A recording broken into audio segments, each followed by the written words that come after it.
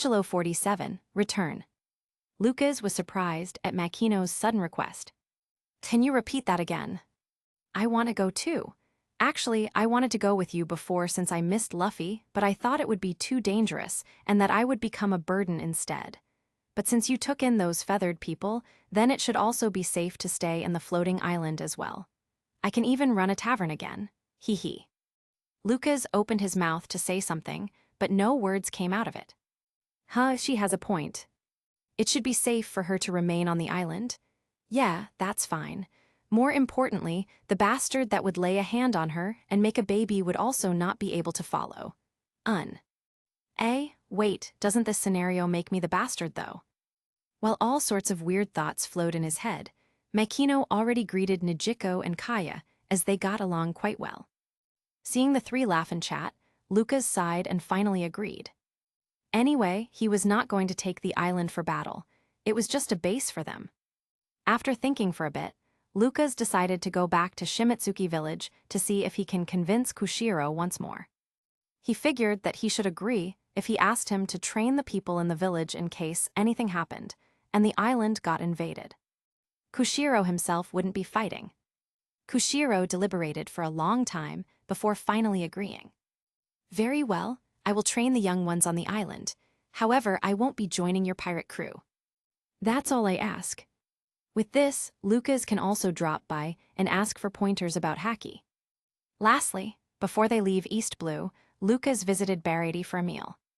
He talked with owner Zeph about Sanji as he ate, and also gave him pictures of Sanji in embarrassing moments.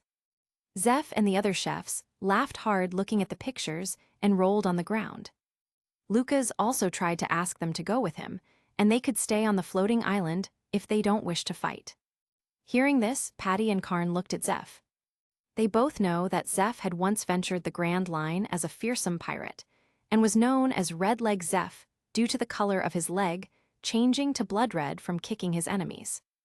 Zeph might have repeatedly said that he's retired and doesn't wish to return, but whenever he spoke of the Grand Line, they would see a sense of longing in his eyes.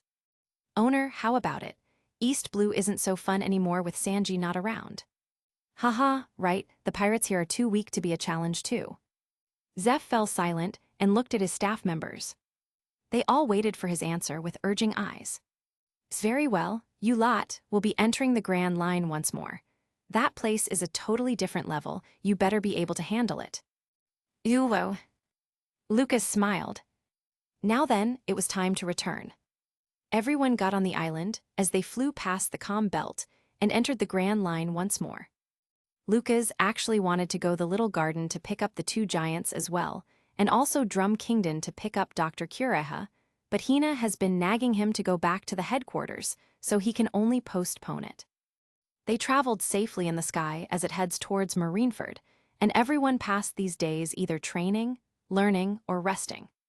Sometimes, Lucas would drop by Kushiro's new dojo and join in the training. The only thing was that he needed to use a sword, which Lucas sucked at. Eventually, he gave up and simply pondered on the hint that Kushiro told him. It wasn't like he learned absolutely nothing, though. At times, he could turn his hand black, but it would only last for a second. He was still unable to keep it up for a long time. On the other hand, Kaku was doing well learning from Kushiro. Lucci went off somewhere on the island to start training on his own too, while the others from the former CP9 all did as they liked. Koza also finally learned his ability. It seems he got the card Devil Fruit. In other words, he's a card human. He can collapse his form into a bunch of cards, and he can also make cards from his body. Another use seemed to be the ability to turn anything he touched into cards. Lucas had him try touching a person, but it didn't work. The same also happened with animals. It seemed that it only worked on inanimate objects. Another thing as well, if he took off his ear by turning it into a card, a new ear would pop back on his head, but he can still hear from the card. It was also the same on his mouth, nose, and eyes. The card only had a drawing of the part as well. Like this, Koza said that if he leaves an ear and eye card to various placed, he can easily spy on everyone. It was the ultimate peeping ability. The card can also stick to any surface, and he can control the image on the card, which means It was possible to camouflage it, and no one would know it was there. Hearing this, all the women instantly glared at Koza, and nicely asked him not to use this ability on them. As for Nijiko, Lucas has been teaching her different ways she can use her powers to defend herself. Apart from that, she mainly uses it to cook. Even Zeph was shocked when he came to the kitchen and saw a bunch of tools and ingredients flying about. Another day passed, and they were nearing the Marineford when a news coup dropped a newspaper on Lucas. The instant he read this, his expression turned cold. "Koza, meet me in the captain's room." Holding an ear card from Koza, he called him to his room while Hina was not here. When Koza entered the room, he saw the grave expression in Luca's face and couldn't help but get tense. "Captain, what happened?" "Koza, I need you to do something for me. Listen very carefully." Koza quietly listened to Luca's requests without speaking. When Lucas was done, he hesitated for a moment before asking, "Captain, the reason why you're asking me to do this?" "Just do as I ask." "Understood." Koza nodded and left the room. The moment he did, Hina just came back. Hina noticed Koza's expression seemed off, so she asked Lucas, "What happened?" "It's nothing, right, Hina? Prepare your things, we'll be leaving." Lucas stood up and walked to the door to leave as well. "Leave?" "Yeah, I mean, it's not like Sengoku will let me bring a huge floating island and park it on top of Marineford, right?" Right." Hina nodded as well. If Lucas really did that, she feels Sengoku will give her an earful. "By the way, let's stop by Sabari Archipelago for a moment. It's on the way anyway." "All right." Hina looked at Lucas for a moment before agreeing. She felt that the Lucas today seemed to be a little different from before. After a few minutes, with the help of Lucas' powers, they were able to reach Sabari quickly. It really is a lively place, isn't it?" Lucas laughed upon seeing the floating bubbles and was a bit excited. Seeing this expression on Lucas, Hina shook her head. It seems Hina was thinking too much into it. With that, Hina no longer bothered and simply followed behind Lucas. Meanwhile, in another area in the archipelago, Grove 14. Luffy and the rest had just defeated one of the pacifistas, PX4, when two more figures arrived. PX1 and Sentomaru. Oi, what have they done to you, huh? PX4. It takes enough funds for a whole battleship to build just one of you pacifistas, you know? How am I gonna tell all Doc Punk about this? It's another one, another Shichibukai. Don't tell me, it's the real thing this time. Chopper and Usopp were badly frightened by the sudden appearance of another pacifista. Sanji gritted his teeth. Whether it is or it isn't, we just have to deal with them. And who the hell are you, Broadex? Frankie asked. Calling someone by the names of their weapons, there's no point asking me questions. 'Cause I've got nothing to say to the likes of you. I'm Sentomaru, the guy with the tightest mouth in the whole world. Didn't you just give your name? Oh, by the way, I told you that because I felt like it. I wasn't answering your question or anything. Yeah, right. Now get him, PX1. PX1 raised its palm at the Straw Hats and shot out a beam of light. Unlike in the original, where Luffy and the rest were too tired to fight another one, this time, they still had some breath in them due to their recent power-ups with Rokushiki. Luffy activated his gear second once more and reappeared in front of PX1. Tekai Gamu Gamu no, jet rifle. The PX1 just gritted its teeth and took the attack without care. Next, it opened its mouth and started to charge up. Just in time, Sanji appeared from behind and delivered a kick in the head. Tekai Kunkase. Based on their experience from the other pacifista, they knew the weakness of this one as well. Basically, if they could close its mouth when it was about to shoot a laser from its mouth, then that would easily solve the situation. However, would Sentomaru let them? Sentomaru reappeared in front of Sanji and stuck out his palm. GH. The palm and kick clashed, but Sanji was the one who was blown away instead. While Sentomaru was preoccupied with Sanji, Zoro moved in with a dash and slashed PX1's knees. The slash didn't cut off the knees, but it was able to make PX1 bend down, hence, redirecting the beam that was about to shoot on his mouth. The beam shot up and hit a nearby tree, which exploded upon contact. Luffy took advantage of the moment PX1 still had its head raised up and stretched his arms. Jet bazooka. This time, the PX1 was blown away. Sentomaru frowned and turned to Luffy. "You're next. Straw Hat, do not think you can deal with me as you did with PX1. Luffy didn't bother to listen to what he has to say and unleashed his next attack. Jet Gatling. Hup. With two palms, Sentomaru pushed Luffy back. "You got some nice fighting strength there. My guard is world-class, Ashigura Doc." Sentomaru formed a stance similar to that of a sumo wrestler and delivered another palm attack that blew Luffy away. Luffy crashed on a wall and felt pain all over his body. "Damn it, is this haki? Oh, so you know about that too." Luffy and Zoro gritted their teeth and was about to charge at Sentomaru when suddenly, there was an explosion at the back as they heard Brook scream. "Usopp." Luffy turned back and saw Usopp's body on the ground, unconscious. Standing over him was a tall man wearing a yellow suit. Sentomaru saw this figure and sighed. So damn late, finally decided to show up Uncle Kizaru. "Kizaru." Robin heard the name and was badly shaken. "Watch out, that man's a Marine Admiral." "What?" Everyone was surprised. They didn't think an admiral would come this fast. Zoro glared at Kizaru and shouted, "Damn it, have you already forgotten the deal with Lucas?" "Oh, that deal. Well, it doesn't matter if he doesn't know it, right?" "Bastard." Zoro clenched on his sword in rage. He was about to make a dash and start attacking Kizaru when he heard Luffy shout, "Zoro, stop it, we can't fight this, we need to run." "GHH." Zoro gritted his teeth. He knew Luffy was right, but he can't just stand this. "Brook, grab Usopp and run." Brook quickly took Usopp and ran. Kizaru just let him do so since fleeing is futile with him around. Luffy turned to Zoro and Sanji. "The three of us should go in different directions." "Got it." Zoro ran with Brook and Usopp, Sanji with Nami and Frankie, and Luffy was with Chopper and Robin. Luffy shouted again, "Everyone, meet back at the Sunny in 3 days." "Roger."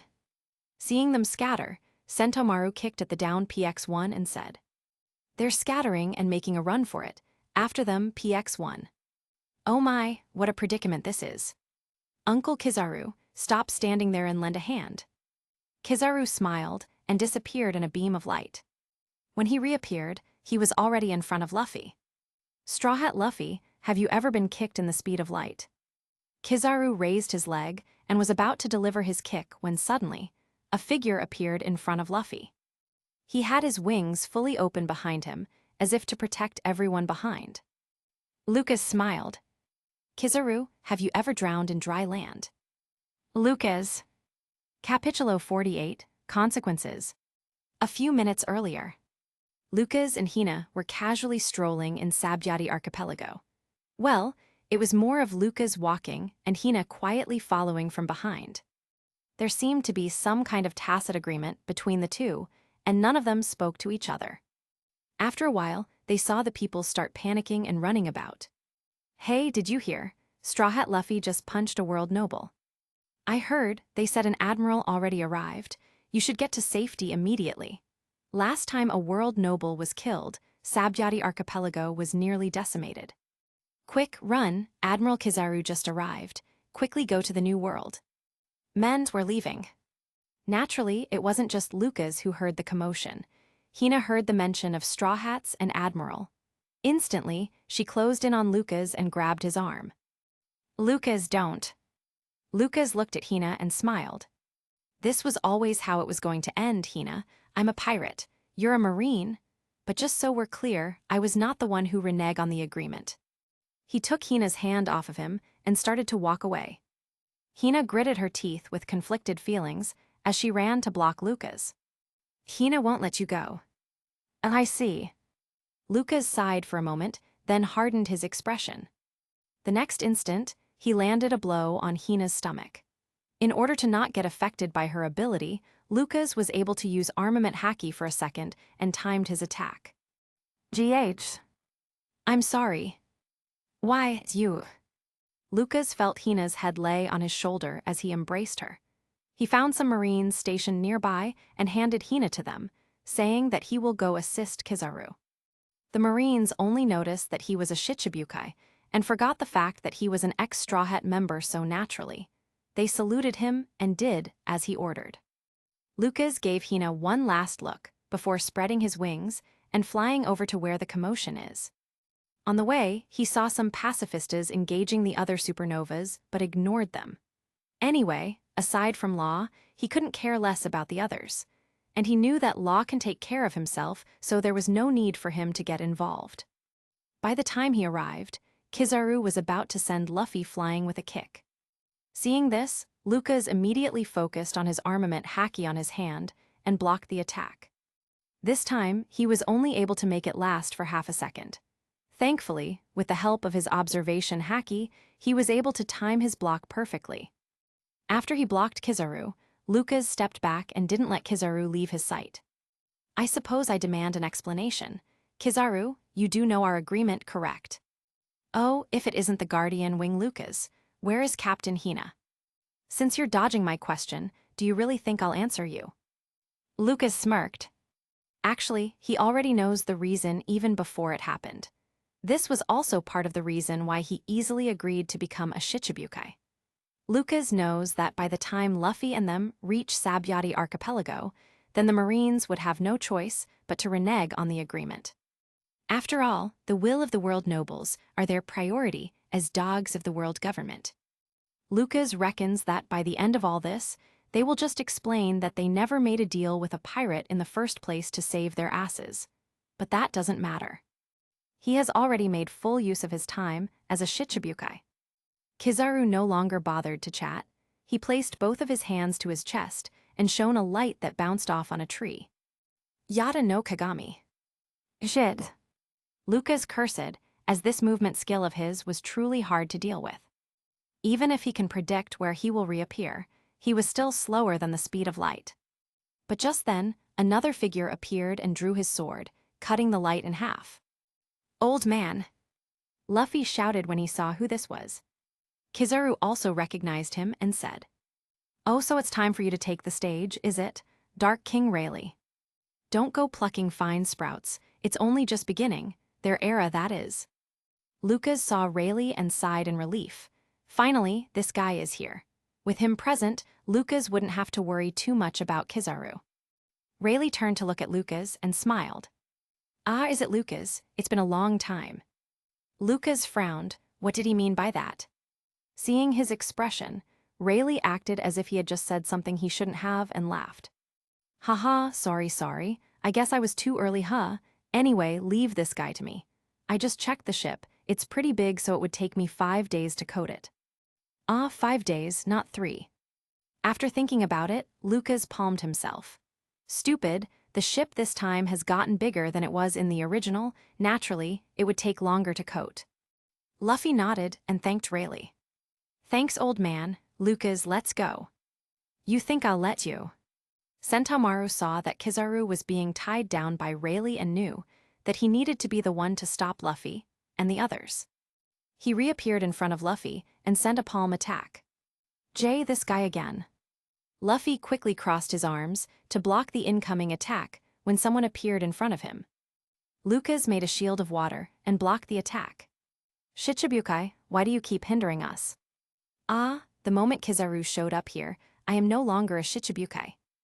Lucas' expression turned serious as his body started to heat up. Burn, second-degree boilingman. Luffy watched as Lucas' skin started to boil, and he could also feel the intense heat coming off from the steam he was releasing.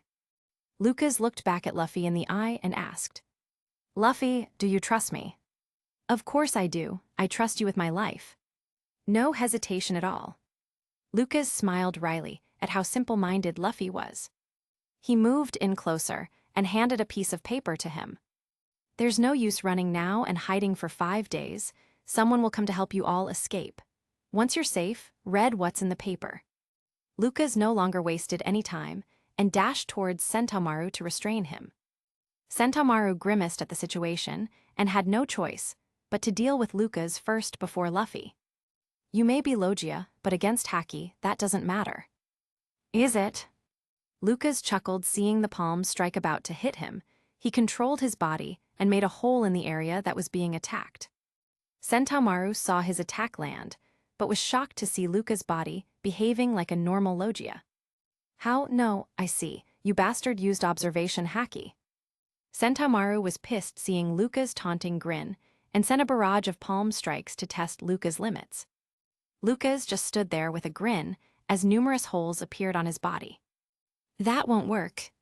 Lucas clenched his fist and gathered the steam on his hand as he delivered a blow. Vast.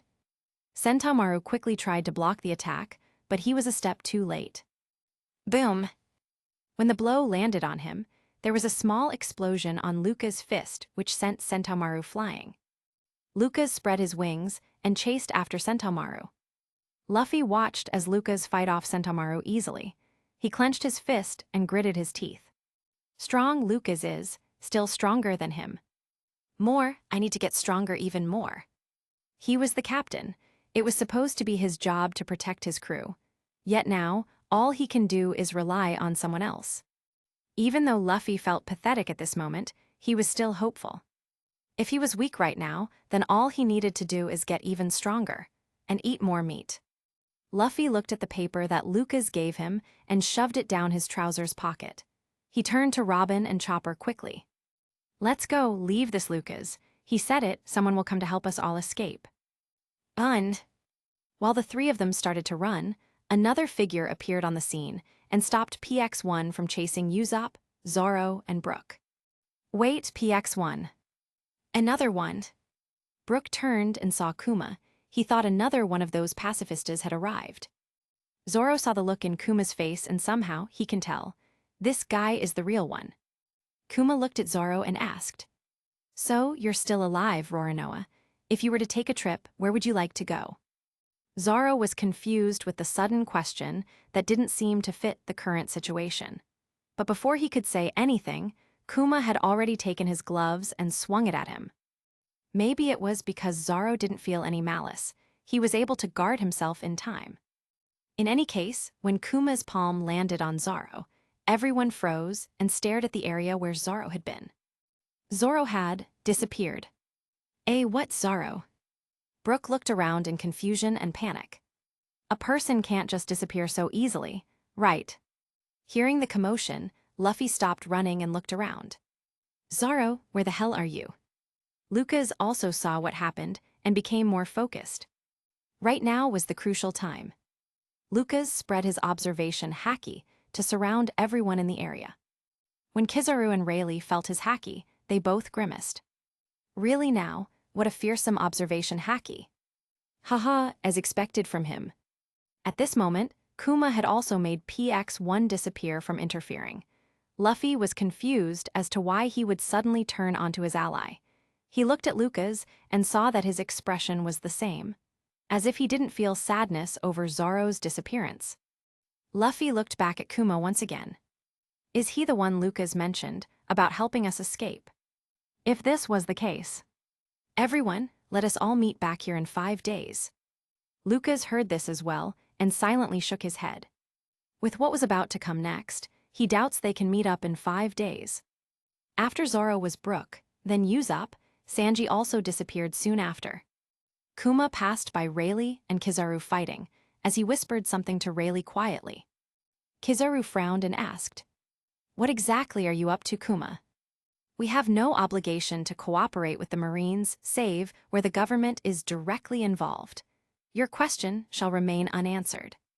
Without caring for his reaction, Kuma disappeared and appeared in front of Frankie and Nami. Frankie was still confused about what was happening and tried to attack Kuma, but it was easily countered by Kuma.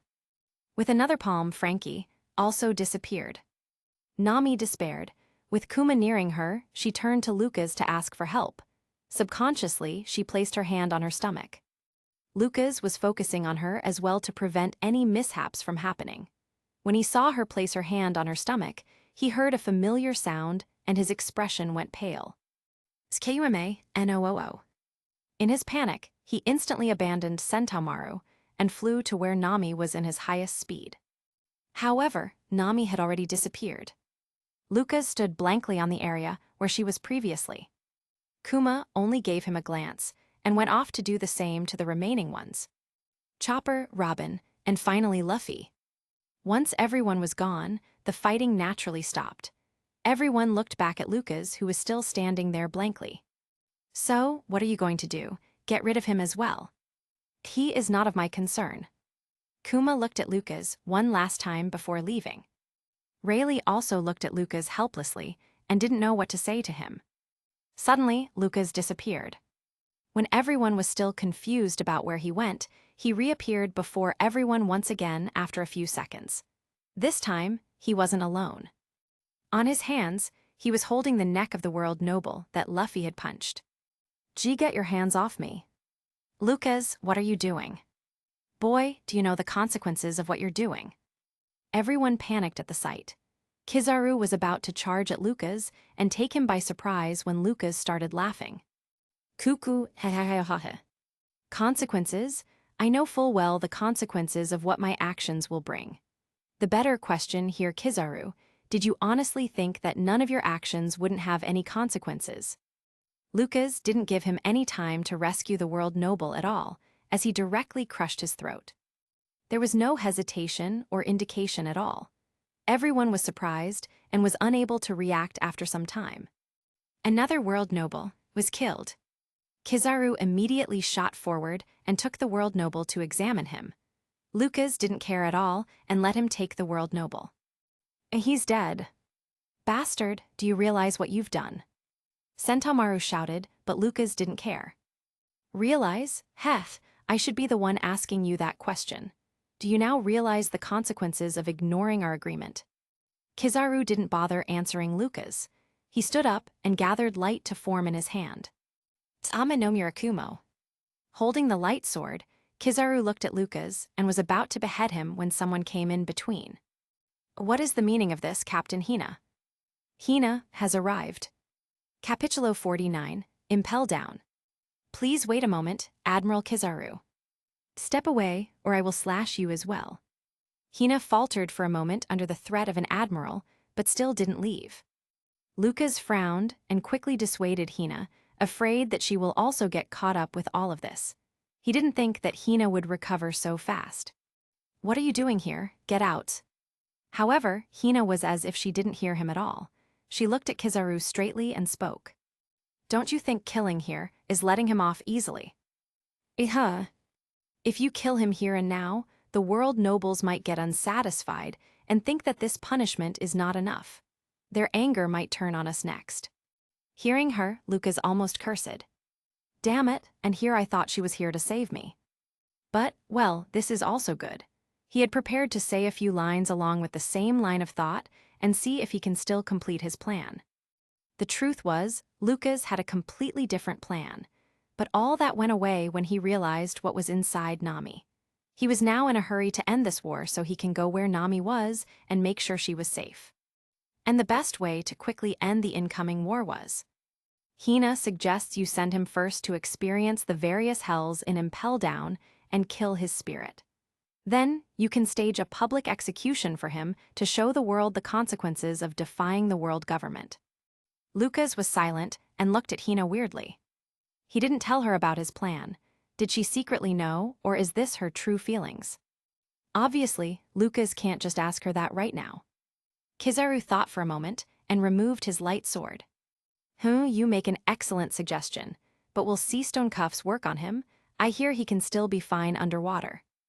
This Hina can confirm. Hina managed to know from him that he only make it seem that he is fine underwater, but in fact, he actually controls the water to go around his body so it never touches him. He is still affected by sea stone. Lucas deliberately made an ugly expression, but he laughing in his mind. Those are just stuff that he told her to throw her off. Truth is, he's not affected by sea stone at all. In fact, he could easily crush it to pieces back in Sky Island. Lucas has no idea why though, but he didn't have an answer so he didn't bother with questioning it much. Kizaru deliberated for a bit before disappearing into light and knocking down Lucas to the ground, all the while using Haki to keep Lucas solid. The move was really too fast for Lucas to do anything even with foreseeing the future. Sentomaru also moved fast and placed the sea stone cuffs on him. HMPH, do whatever you want, but mark my words, you best pray that I die like this. Otherwise, I will bring down the entire Holy Land to the bottom of the ocean and feed the world nobles to the sea kings. Lucas acted like he was still struggling hard. His expression was one that seemed like he no longer cared what happens to him anymore and bring anyone he can down with him. After being cuffed, Sentomaru pulled him up roughly. Get up, you're headed for Impel Down where you will suffer the remaining time of your life. While being sent off, Lucas gave Hina a look before turning away. Hina bit her lower lip and turned away. She didn't know what to feel right now. Her hand trembled a bit while she was looking for a cigarette in her pockets. She tried to look for a lighter, but realized that hers was missing. She must have dropped it somewhere. Without any light on the cigarette, her feelings continued to overwhelm her. All of a sudden, the island was covered with rain. She looked up and closed her eyes. It was unknown whether the water pouring down her face were tears or not anymore. When Kizaru, Lucas, and Sentomaru had left her sight, she muttered, "Idiot, there's no way there would be rain in Sabyati Archipelago since it's covered with bubbles. Hina knew sea stone won't restrict you." She looked at the rain again and smiled. Even with the two of them now like this, he's still thinking of protecting her. At this time, Lucas turned back again briefly, then walked away. When Kizaru and Sentomaru weren't focusing on him much, he secretly shot a fistful of water to the sky and covered the island with rain. Maybe Kizaru and Sentomaru were too tired with the battle earlier, or that they wanted to get this over with as soon as possible. They didn't notice that the rain in Sabyati was weird. Lucas figured that Hina would be crying right about that. That girl always tries to hide her feelings and acted like a cold woman on the surface. He shook his head with a wry smile and followed after Kizaru. Impel Down might be tough, but if he can head straight to level 6 where Ace is, then saving him would be easier. Right, in order to end this war quickly, he just needs to save Ace quickly. After that, he'll head to Wethuria where Nami is and make sure she's okay. In hindsight, maybe he was really too rash to kill a world noble, but that guy deserved it. Honestly.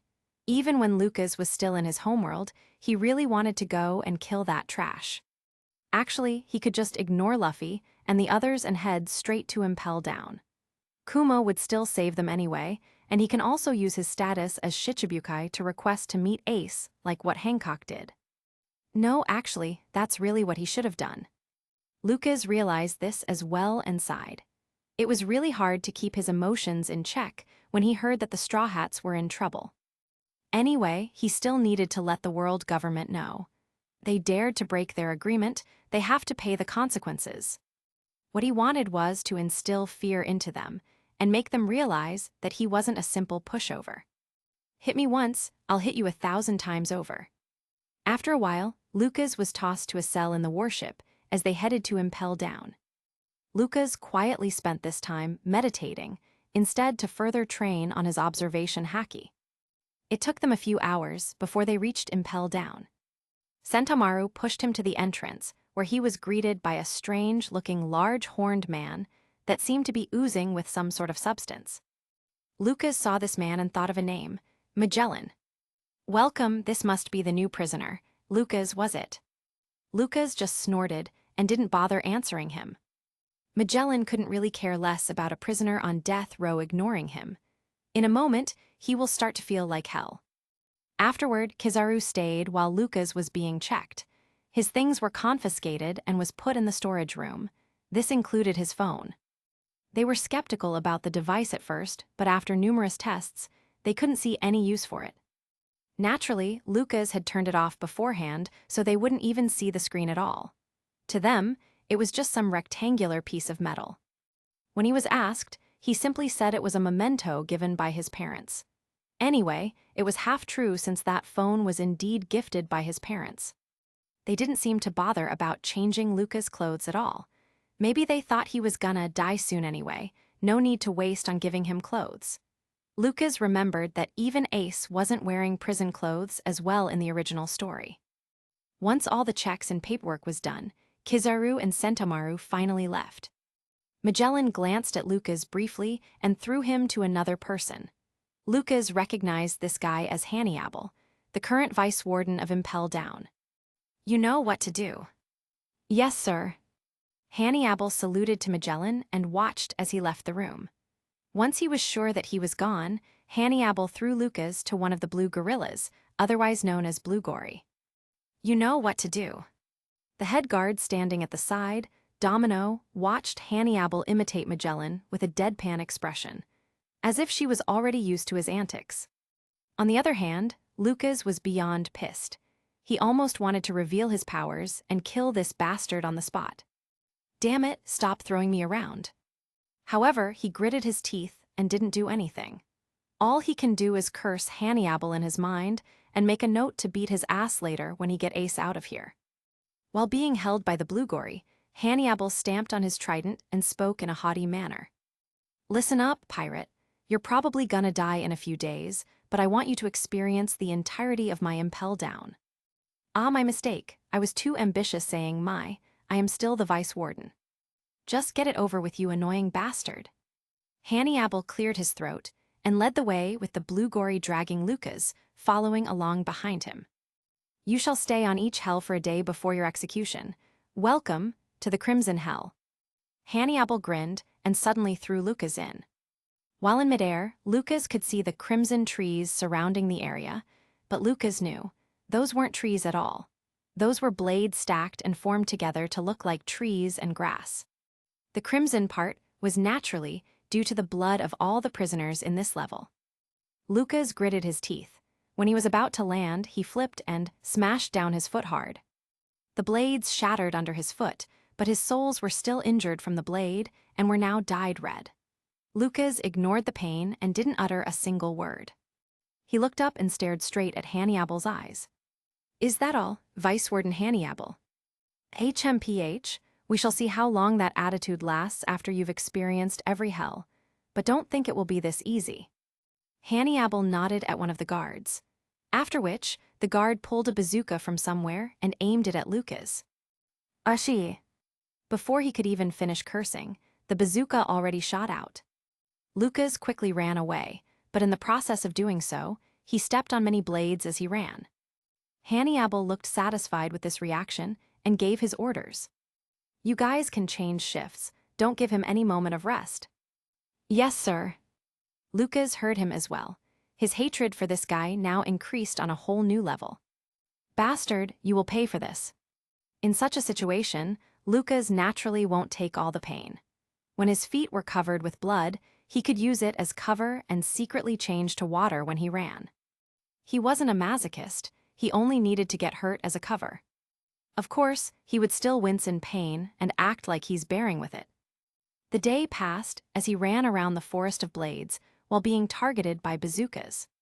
The next day he was tossed to another hell, the Wild Beast Hell. Unlike the prisoners on this level, he wasn't kept in a cage.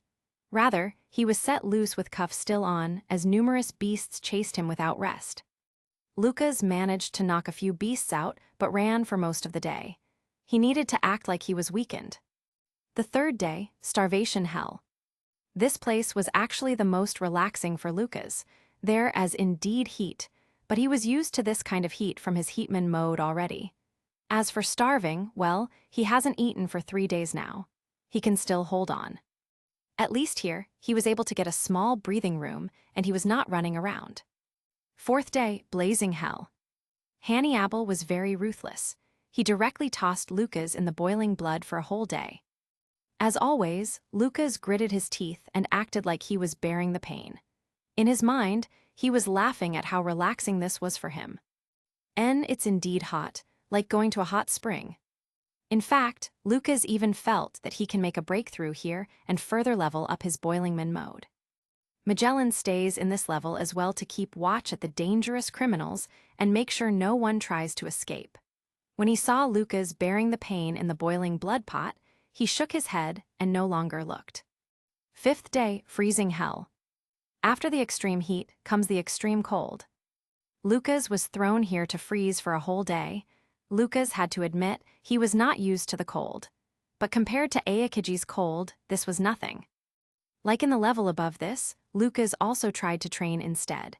He felt like he can make another kind of mode. He sat there like a statue and waited for the day to pass. Ivankov was watching him from afar. He shook his head with a sigh and went back to his Newcama land. Sigh, another good seedling about to die. When Hannibal came and saw him sitting there without moving, he knocked on him a few times. Oh, did he die? Lucas snapped his eyes open, which shocked Hannibal. He saw how his eyes still appeared bright and full of life. He frowned. He held his trident up and slammed it on Lucas. Get up, you're headed to the last floor, the eternal hell, but for you, it won't be eternal at all. You will die the day after all. Lucas didn't say anything and simply glared at Hannibal. I will definitely kill you.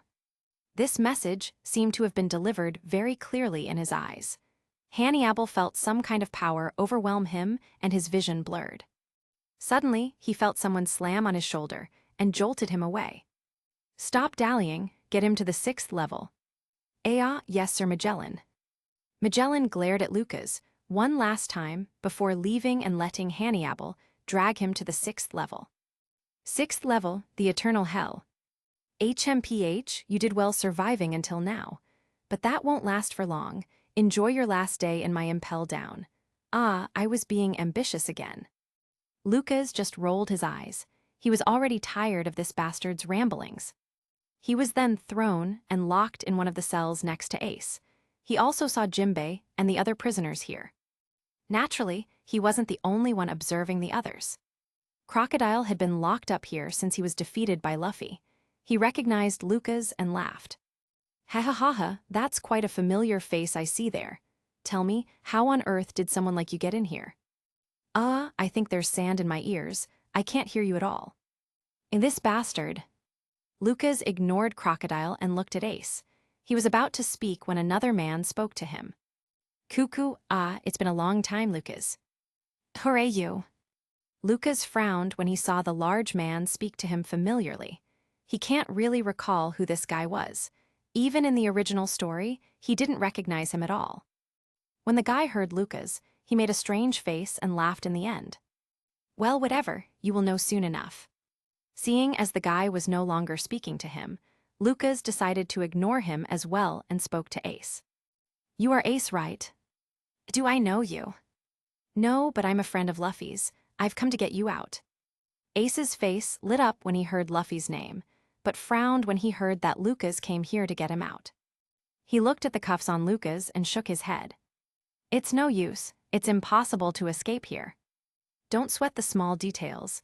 Anyway, I'm getting you out. I have somewhere to be. Lucas didn't immediately remove the cuffs on him. Instead, he looked around first to make sure that the surveillance Denden mushies were not looking. He waited for his chance while speaking to Ace.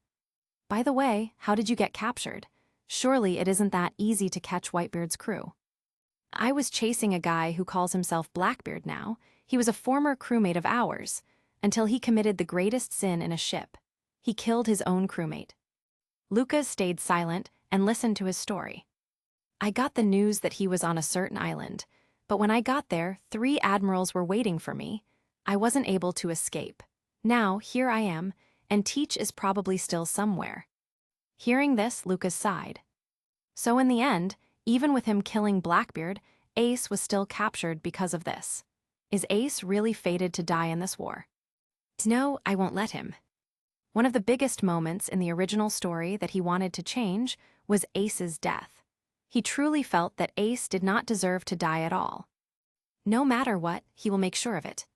Still, he had to clarify something with Ace. Blackbeard's dead. I already killed him. And what? Ace looked at Lucas in shock and disbelief. Teach was dead already. Is why? He was a dangerous man that I couldn't leave alive. And let's just say, because of him, someone very important to me was killed. A very important character in the original story, that is, but no need to tell him that. I see. I'm sorry for your loss. It was your loss, actually. Lucas refrained from speaking once more. Ace sighed and slumped down. Lucas had an illusion as if the weight on Ace's shoulder was just lifted. I see, so he's dead, huh? And then a tear fell from his eye. Thatch, even though I wasn't the one who did it, but you have been avenged. The burden he had been carrying for a long time has finally been lifted. Capítulo 50, Separated. Going back to a few days ago, after being sent flying away by Kuma, Nami landed on a strange sky island in the Grand Line. Surprisingly, even though she was sent flying from so far away, there was hardly any injury when she landed. Instead, a strange paw-shaped dent was made on the ground. Nami breathed a sigh of relief, but soon remembered how dangerous the situation earlier was. She was worried about Lucas and the rest at the same time. Suddenly, she saw a shadow cover her from behind and heard a familiar voice. "Well now, quite the shape you put yourself in, Nami." Nami quickly turned around and saw a familiar light blue-haired woman with tattoos on her chest and shoulder that formed a heart. Nijiko. Yo, how have you been, little sis? Finally seeing family after such a long time, Nami was overwhelmed with emotions as she jumped into Nijiko's embrace while crying. "Nijiko, it's so good to see you." Nijiko smiled and patted Nami's back, waiting for her to calm down. Then another voice rang out from behind. "My, what a touching reunion." Hearing another familiar voice, Nami was shocked and immediately pushed Nijiko behind her while drawing out her staff to face the enemy. "You, what are you doing here as well?" Nami remembered what Lucas told her before about wanting to recruit the former CP9 members. For Khalifa to appear here, was it Lucas doing? But then, what's Nijiko doing here as well? "Well, Nami, calm down, we're all on the same side." "Nijiko, just what's happening here?" Seeing the confused look on Nami, Nijiko led Nami to a bench to sit down so she can start explaining. Once she heard of the explanation, Nami was even more surprised. "You have a devil fruit ability now." "Hee, yep. Though I may not be fighting on the front lines with you, I will be sure to support you from the back or from the skies." Nijiko grinned and waved her hand, allowing the huge floating island of Merville to appear on top of them. It wasn't just Nami who was shocked with this development when a huge shadow had cast over the sky island. The elderly people living in it had come out to check the situation. Nijiko saw them all look at the floating island, so she withdrew the island and let it park at the side. She turned over to Nami and spoke. "Nami, this is the small sky Isle of Weatheria, a country dedicated to the study of weather. Here, your knowledge of the weather is sure to increase. During this period of time, I suggest you learn everything you can. I will be here with you as well temporarily." Nami looked around and saw various large-scale weather measuring equipment. She knew that she can indeed learn a lot from here and power up. But, "No, I don't have the time. We promised to meet back in Sabyati in 5 days." Nijiko smiled wryly and handed her a newspaper. "Everyone else from your crew has been sent off to a distant island where they could grow. Lucas had already made arrangements and left people there to receive them. As for Lucas..." Nami took the newspaper with a confused look. But after she read through the front page, she was shocked and a trace of worry appeared in her eyes. What was written on the front page was a huge headline that shocked the world. "Former Shichibukai Lucas crushed the neck of a world noble. Guardian no more, the reaper of the seas Lucas." She looked back to Nijiko in askance. She wanted to know how this had happened. Nijiko sighed and shook her head. "Lucas found out that Luffy's brother, Ace, has been captured and was about to be executed soon. Him being taken to Impel Down was probably his plan, but that's all we know." Khalifa also added, "Heh, it's not like this is the first time a world noble has died. But I heard the culprit was already killed the other time." Nami frowned as she felt that this had nothing to do with them. Khalifa just smiled and didn't bother answering. Actually, the other time, it was also because Lucas had ordered it. Khalifa was convinced that Lucas had a way out, and she wasn't too worried. Like I thought, I'm the only one who knows Lucas-sama the best." Nami and Nijiko ignored Khalifa, who suddenly started blushing and mumbling about some things. Meanwhile, on a certain winter island in the Grand Line, Frankie had similarly landed on this island and was suddenly attacked by what seemed to be a cyborg dog. Wait, stop Toroimo." Boom! The cyborg dog owner failed to stop it in time as it had already fired at Frankie. The owner ran quickly towards Frankie in panic. I'm so sorry, are you all right? This guy mistook you for prey, you see. Yeah, I'm fine. Frankie didn't really care much as he simply scratched his head and dusted off the smoke clinging on him. Seeing this, the owner was shocked. How on earth are you all right? Yozo, you have finally arrived. Grand Line, the Isle of Dreams, Memorial Island. This is the second island to be famed as an Isle of Women. No matter where you look, the plants, the animals, everything is pink. And all the people who gather on this island, too, have pure maidens' hearts. At the moment, Sanji is currently running on the beach along with a Fukuru. Behind them were several people with maiden hearts chasing after the two. Tilde, wait, Tilde. Come on, Tilde, stop running away, Tilde. Like hell we will. Chapapa, why do I have to be assigned in this place? Despite Sanji's attitude on women, he was completely frightened by these people with maiden hearts. Naturally, it's because these people are all transvestites. Welcome to the Kamabkka kingdom. It was safe to say that Sanji and Fukuru had arrived in a hell scarier than Impel Down. Grand Line, Boyne Archipelago. Usopp had landed on this island while he was still unconscious when a large beetle suddenly launched itself towards him. Take this. A man wearing what seemed to be a beetle helmet stabbed through the gaps of the large beetle's shell, which instantly killed it. The man looked at the unconscious Usopp and asked the person behind him, "Is this the person you were waiting for on?" Yeah, it's that brat.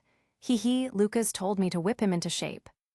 Jabra saw Usopp and let out a nasty grin. Grand Line, Namakura Island, the land of poverty, Herhitania. It's true, the black magic has summoned a real demon. What a fearsome sight. Truly, it is no creature of this world. Our wish may yet be granted, we will have our revenge. The Tenaga tribe are going to pay for stealing everything from us. Demon King, Satan-sama, if you grant us this wish, every one of us is prepared to sell you his soul. Several people dressed in black robes formed a circle outside an ominous-looking magic circle in the middle. At the center of the magic circle was a skeletal figure with an afro. I must return, I have to find the others. Hearing him, the people in black robes panicked. No, Satan-sama, please do not return to the demon realm. Is the tribute we have prepared not enough? Do you want a sacrifice? Only now did Brook look at his surroundings as he heard the commotion. His hollow eyes locked on a cute-looking woman with a black hooded robe. The woman trembled at his sight. Excuse me, may I by any chance see your panties? He wants panties. Hurry, show him the panties he desires. Suddenly, a door opened in midair beside Brook, and a man with horn-like hair appeared. Satan-sama has summoned another demon. Blueno's expressionless face twitched when he heard that. East Blue, the Bridgetop country, Tequila Wolf. Just yesterday, this place was packed with slaves doing manual labor as they moved stones after stones in the harsh winter to build the bridge. Now, the flags of the revolutionary covered the place. Robin landed on the bridge and met with a familiar man. Nico Robin, we've been expecting you. You are the leader of the rebels back in Alabasta. Koza, was it? Koza nodded. Lucas sent me here to assist you. During this period of time, we will be following the Revolutionary Army. From behind him, a woman wearing a red open jacket that showed her chest appeared and sized up Robin. So you're Nico Robin, make sure you can keep up trash. Surprised at suddenly being talked like that, Robin raised a brow and looked at Koza. Koza just laughed wryly and shook his head. Don't mind her way of speaking, she's like that to everyone. Well, I guess apart from Lucas. Lucas is different from you scum. I see. Robin didn't really mind it. For her, those petty words didn't mean anything, and she had also been called worse in the past. Also, though Betty had spoken that way, she didn't feel any malice or ill intent at all from her. Betty puffed out the smoke from her cigarette and spoke. Well, Lucas asked for a favor, and the revolutionary is more than happy to help since this is also the work of one of ours. Kumo was once their friend and ally as well. She knows that he is currently doing something as a Shichibukai, but for him to send Robin here, he must have a plan. Thinking about it, Betty thinks that Kuma and Lucas were actually quite similar. Robin fell silent for a moment as she sorted the information in her head. Seeing Koza and Betty here must mean that Lucas had intended for them to escape in such a way. Since this was the case, there must be a reason. I want to get stronger. And stronger you will. Come, Dragon has been expecting you. Betty started to walk towards the carriage that waited for them. Robin and Koza looked at each other and nodded. In the past, they were both enemies. Now they are allies. While Robin starts to get stronger, Koza has started to leave his cards in the world. South Blue, the Isle of Treasure where birds rule over men, Torino Kingdom. Chopper had landed on top of a large nest as gigantic birds looked down on him. Aya is a bird monster. Chopper quickly got up and ran away. However, with his injuries and fatigue, he stumbled on the nest and fell off to the ground. One of the natives saw him and brought him back to the village. A tanuki just fell down from the nest. Oh, let's make tanuki stew. Stop, I'm a reindeer. Chopper shouted. Then let's make reindeer stew. How did it just speak? Please wait, he is the friend I am waiting for. Ah, Kaya-san, your friend is this tanuki. Kaya smiled sweetly and nodded. She looked at Chopper and matched him with the pictures that Lucas showed her. The real thing is indeed cute. Having been let go of, Chopper thanked Kaya with a teary face. Wah, thank you so much, I almost got cooked. Hee, there, it's all right. Isn't Chopper-san quite strong too? I'm sure you could manage even if I didn't help. Kaya smiled and lightly patted Chopper's head. That's right. I'm strong so I don't need your help, idiot. Grand Line, Kuregana Island, the ruins of the Shikaru Kingdom. After being sent away by Kuma several days ago, Perona had arrived here and she really did like the atmosphere. I'd like to go somewhere dark and damp, near an old castle, engulfed in malice, and spend my days singing accursed songs, but that doesn't mean I wanted to have no servants. Perona shouted, but there was no one else here but her. The other resident and master of the castle is currently away, and she had nothing to do. In other words, she is now, incredibly and absolutely, bored. Wata, where am I anyway? Moria-sama, I want to go back to Thriller Bark. She started to cry when suddenly, she heard a loud boom in the forest. Curious and bored as she was, she flew over to have a look. When she saw the person in the middle of a large paw print, she laughed. I knew it, somebody else has been sent here like me. But when she got near and saw who it was, her face paled. This guy's one of the Straw Hats' crew. Suddenly, she heard footsteps from behind and a casual voice. Well now, he is quite injured, huh? Seriously, these Straw Hats, quite a handful. Perona turned back and was surprised. She didn't think there is also someone else here this whole time. When she saw the long nose, she knew who this was. You're also one of the Straw Hats, aren't you? No, I'm not that guy. Kaku sighed, as people seemed to always misunderstood when they saw his long nose. Finally, in the real Isle of Women. Grand Line, Amazon Lily. Luffy had just landed and saw a huge jungle. For a while, he started eating various mushrooms as he was quite hungry. He didn't care at all if it was poisonous or not, as he just ate everything. After a while, his whole body was covered in mushrooms. Luckily, the island was inhabited and soon, several women had found him. They thought Luffy was a girl from the village and brought him it to get rid of the mushrooms in his body. Once they took Luffy back, they quickly removed the mushrooms and burned him to get rid of all the roots so it won't grow again. Luffy woke up briefly from the pain, but was knocked back unconscious once more. Feeling bad about him, Marguerite took Luffy to the baths and washed him. Hey, there's one more mushroom. Everyone looked at Luffy's crotch and indeed found another mushroom. She tried to pluck it out, but it wouldn't come out at all. Instead, it stretches. What's this? What's going on? Elder Nyan, there's a mushroom left on her body that we can't pull off. Marguerite saw the elderly approached and showed Luffy to her. When Elder Nyan saw him, he was shocked. You, this person, isn't this a man? HH. Having not dealt with a man before, they tossed Luffy to the prison and waited for him to wake up so they could question him. After some time, Luffy finally woke up and looked at his surroundings. Where am I? What was I doing again? Oh yeah, that bear guy sent me flying from Sabyati and I can't remember anything after I ate the mushroom. Luffy scratched his head in deep thought when he noticed something missing. Ah, where's my hat? He looked around and didn't find it nearby. He saw that there were several people looking at him, and one of them was wearing it. Oh, there it is. Give that back, damn it. His arm stretched and grabbed the hat from her. Its arm stretched. Phew, that's better. Having put on the straw hat, Luffy felt relieved. Then, a cold wind blew across his body, and only now did he notice that he wasn't wearing anything. Ah, where's my clothes? He's slow. Ah, before you put your clothes on. Could you tell us what on earth is inside that bag between your legs? Marguerite asked, while pointing at a certain thing between Luffy's thighs. Bag what? You don't even know that. You're pretty weird. Those are kintama. Kintama, what are those? Just what it sounds like, balls of gold, of course. All the women suddenly felt Luffy's crotch shine when they heard that. Gorgeous. Balls of pure gold. Say, could you take them out so I could have a look? Marguerite and the other women stretched out their hands as if asking to get something. Luffy's face paled as he shouted at them. Like hell, are you trying to kill me? Actually asking him to remove it and show them. Are they idiots? Marguerite then handed Luffy's clothes to him, but when he put it on, he saw that there were all sorts of frills stitched onto it. I'm a guy, damn it. Angry, Luffy snapped at them.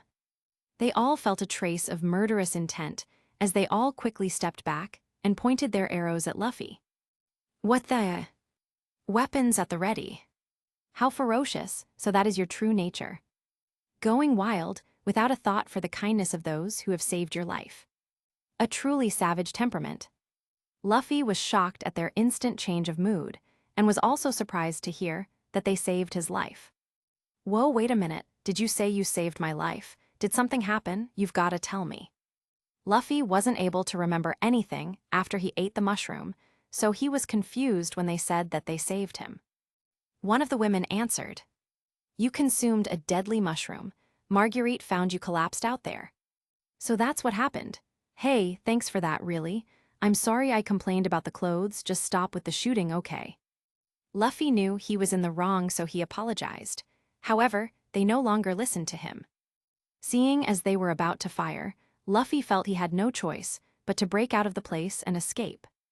He stretched his foot and smashed the roof open. While escaping, he felt his pockets and found that the vivre card Rayleigh gave him, as well as the note that Lucas left him, was missing. He saw one of the women that was told to have saved him and decided to kidnap her for a moment to ask about the paper. Stretching his arm, he twisted around Marguerite's body and escaped. Let me go, help me. Oh no, Marguerite has been taken. Once they were in the jungle, Luffy let go of Marguerite and asked about the vivre card and note. Marguerite was cautious of Luffy and held a knife, but when she heard that he was only looking for some paper, she handed it to him. You mean this? Ah, that's it. Thank God I didn't lose it. Thanks so much for keeping it safe. Well, it looked like it had something written on it, so. Marguerite let her guard down a bit, seeing Luffy smile and thank her genuinely. Luffy grinned and showed the vivre card to Marguerite. How mysterious it seems to move. Yeah, a lot of stuff happened, and me and my crew all got blasted off into the sky. But we've all got one of these, so we should be able to find each other again. We're all pretty tough, after all. Afterward, Luffy opened up the note from Lucas to see what was written on it. Luffy, once you've read this, it means you have safely reached Amazon Lily. You will probably not listen to me if I tell you to stay there on the island for a while, so listen. That island is found in the calm belt, meaning there are no winds or current for you to sail. The only ships that can sail there are the marine warships and the Kuja Pirates ship. The leader of the Kuja Pirates is also the Empress of Amazon Lily, Boa Hancock. She has a lot of burden on her shoulders, but I know you will be able to help her deal with it. Who knows, she might even fall in love with you, haha. If she does, don't be in such a hurry to decline her. I know you wouldn't want to marry anyways, as you don't want to be tied down, but you don't have to marry her immediately. Even the previous pirate, King Roger, had a wife and a son. Isn't a pirate empress the perfect fit for you, who will one day be the pirate king? In short, win her heart and she may lend you her ship. Good luck. Right now, Luffy felt like crumpling the paper and throwing it away. He really wants to give Lucas a punch. He made it sound so serious before, but isn't this just telling him to get a girlfriend? But Luffy looked at the outer edges of the paper and saw it was burning away bit by bit. He knew what this meant. This paper was also a Vivre card, and right now, Lucca's life is in danger. Capítulo 51, Emperor's Haki. While Luffy was stuck in Amazon Lily, elsewhere, on a certain island, a blonde-haired man with a top hat was frowning as he read the newspaper. His hands trembled as he gripped the sides of the paper.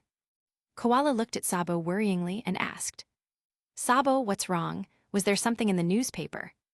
Koala had also read the newspaper at the side and saw that it was only about Lucas killing a world noble and a Whitebeard officer about to be executed.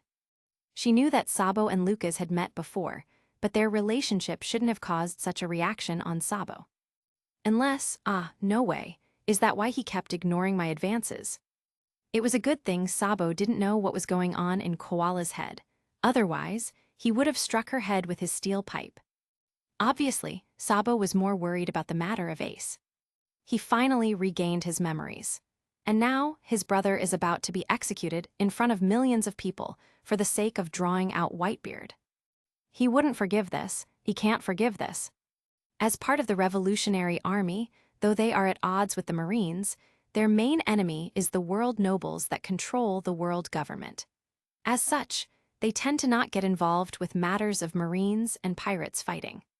He owes a lot to Dragon, and he didn't want to involve them in his selfishness, so he can only do this alone. Koala, tell Dragon I wouldn't be coming back anytime soon. Sabo, what's wrong? Where are you going?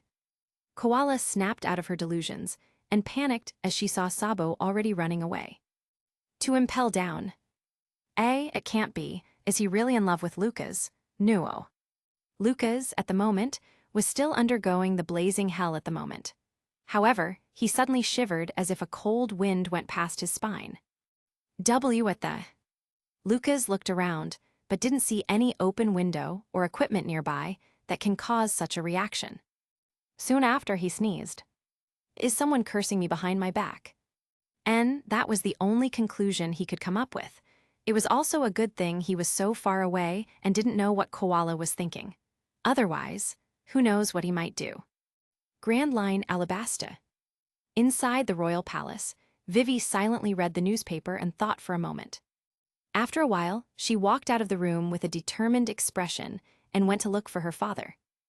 Father. Vivi, what is it? King Cobra was just discussing some national matters with his trusted aides when Vivi came in. As a father, he still prioritized his own daughter. Plus, there wasn't anything urgent he needed to handle at the moment. Father, I think it's time to abolish the Shichibukai system. King Cobra looked at his daughter in shock. Just what had happened for her to suddenly discuss this? The truth was, Vivi had always felt that the Shichibukai were unnecessary. She still can't forget how helpless she was in the face of Crocodile in the past. When she heard that Lucas had become a Shichibukai, she felt betrayed. Only when she met him again did she feel relieved. Lucas told her that he was simply using the Shichibukai title for the meantime.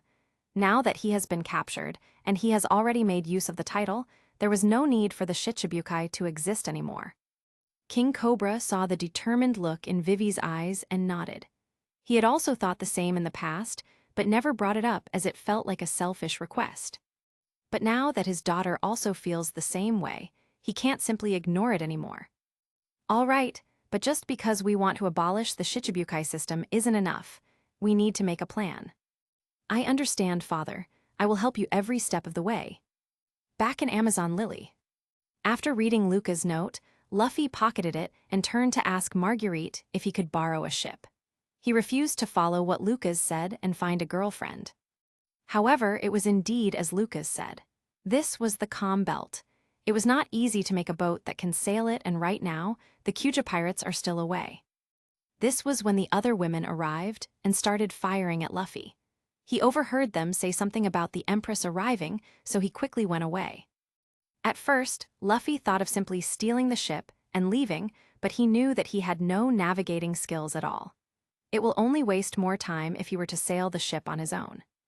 As such, even though he didn't like it, he can only ask the Empress to give him a ride. Since he was still being chased, he tried to be sneaky and find the Empress that way. However, sneaky isn't really his thing even if he wanted it. The moment Luffy landed on the roof, he made a mistake and gauged his strength incorrectly, which tore a hole on the roof. Dawa, it broke.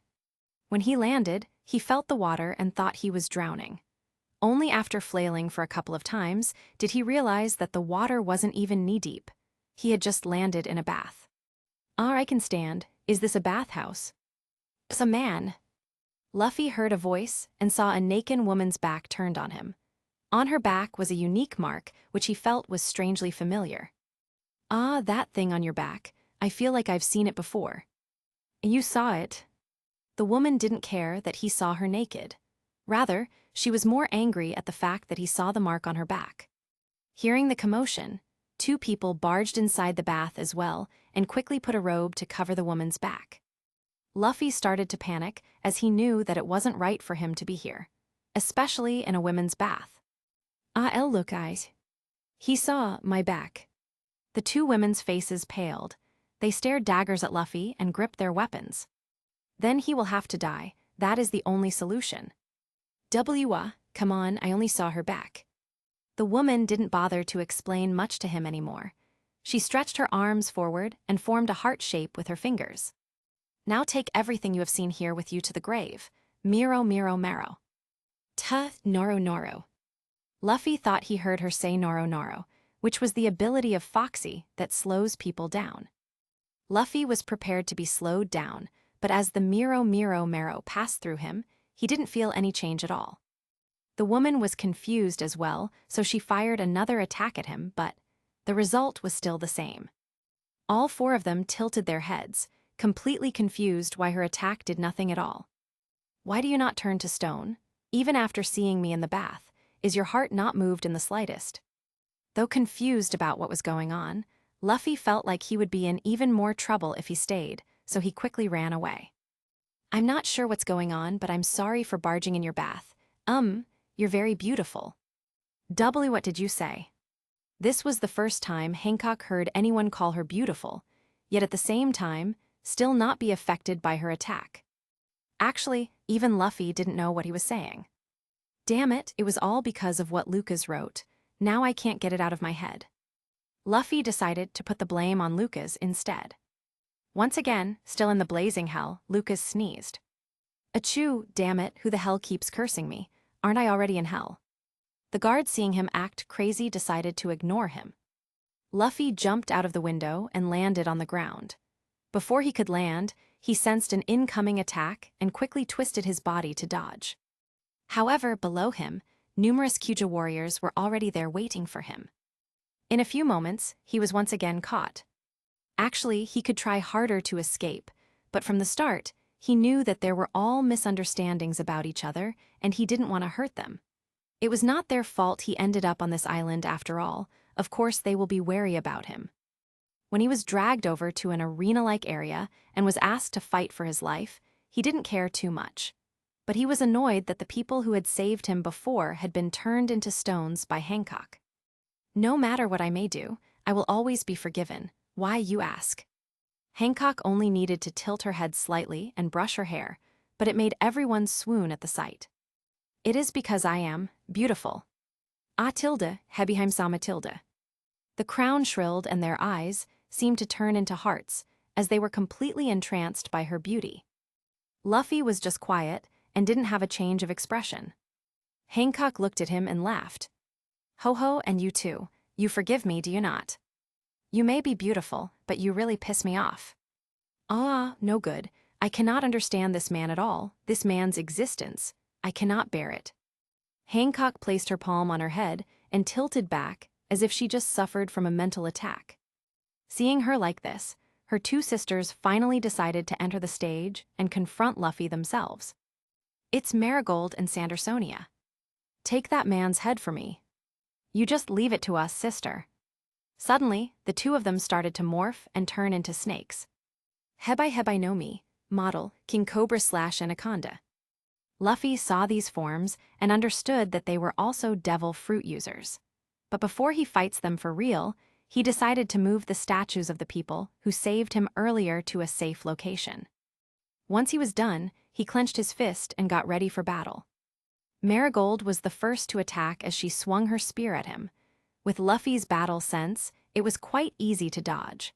But when Marigold started to spit something out, Luffy was nearly hit and barely dodged in time. Looking back at where the spit landed, he could see it actually corrode the area.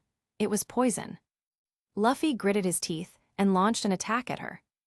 Gamu Gamu no, stamp.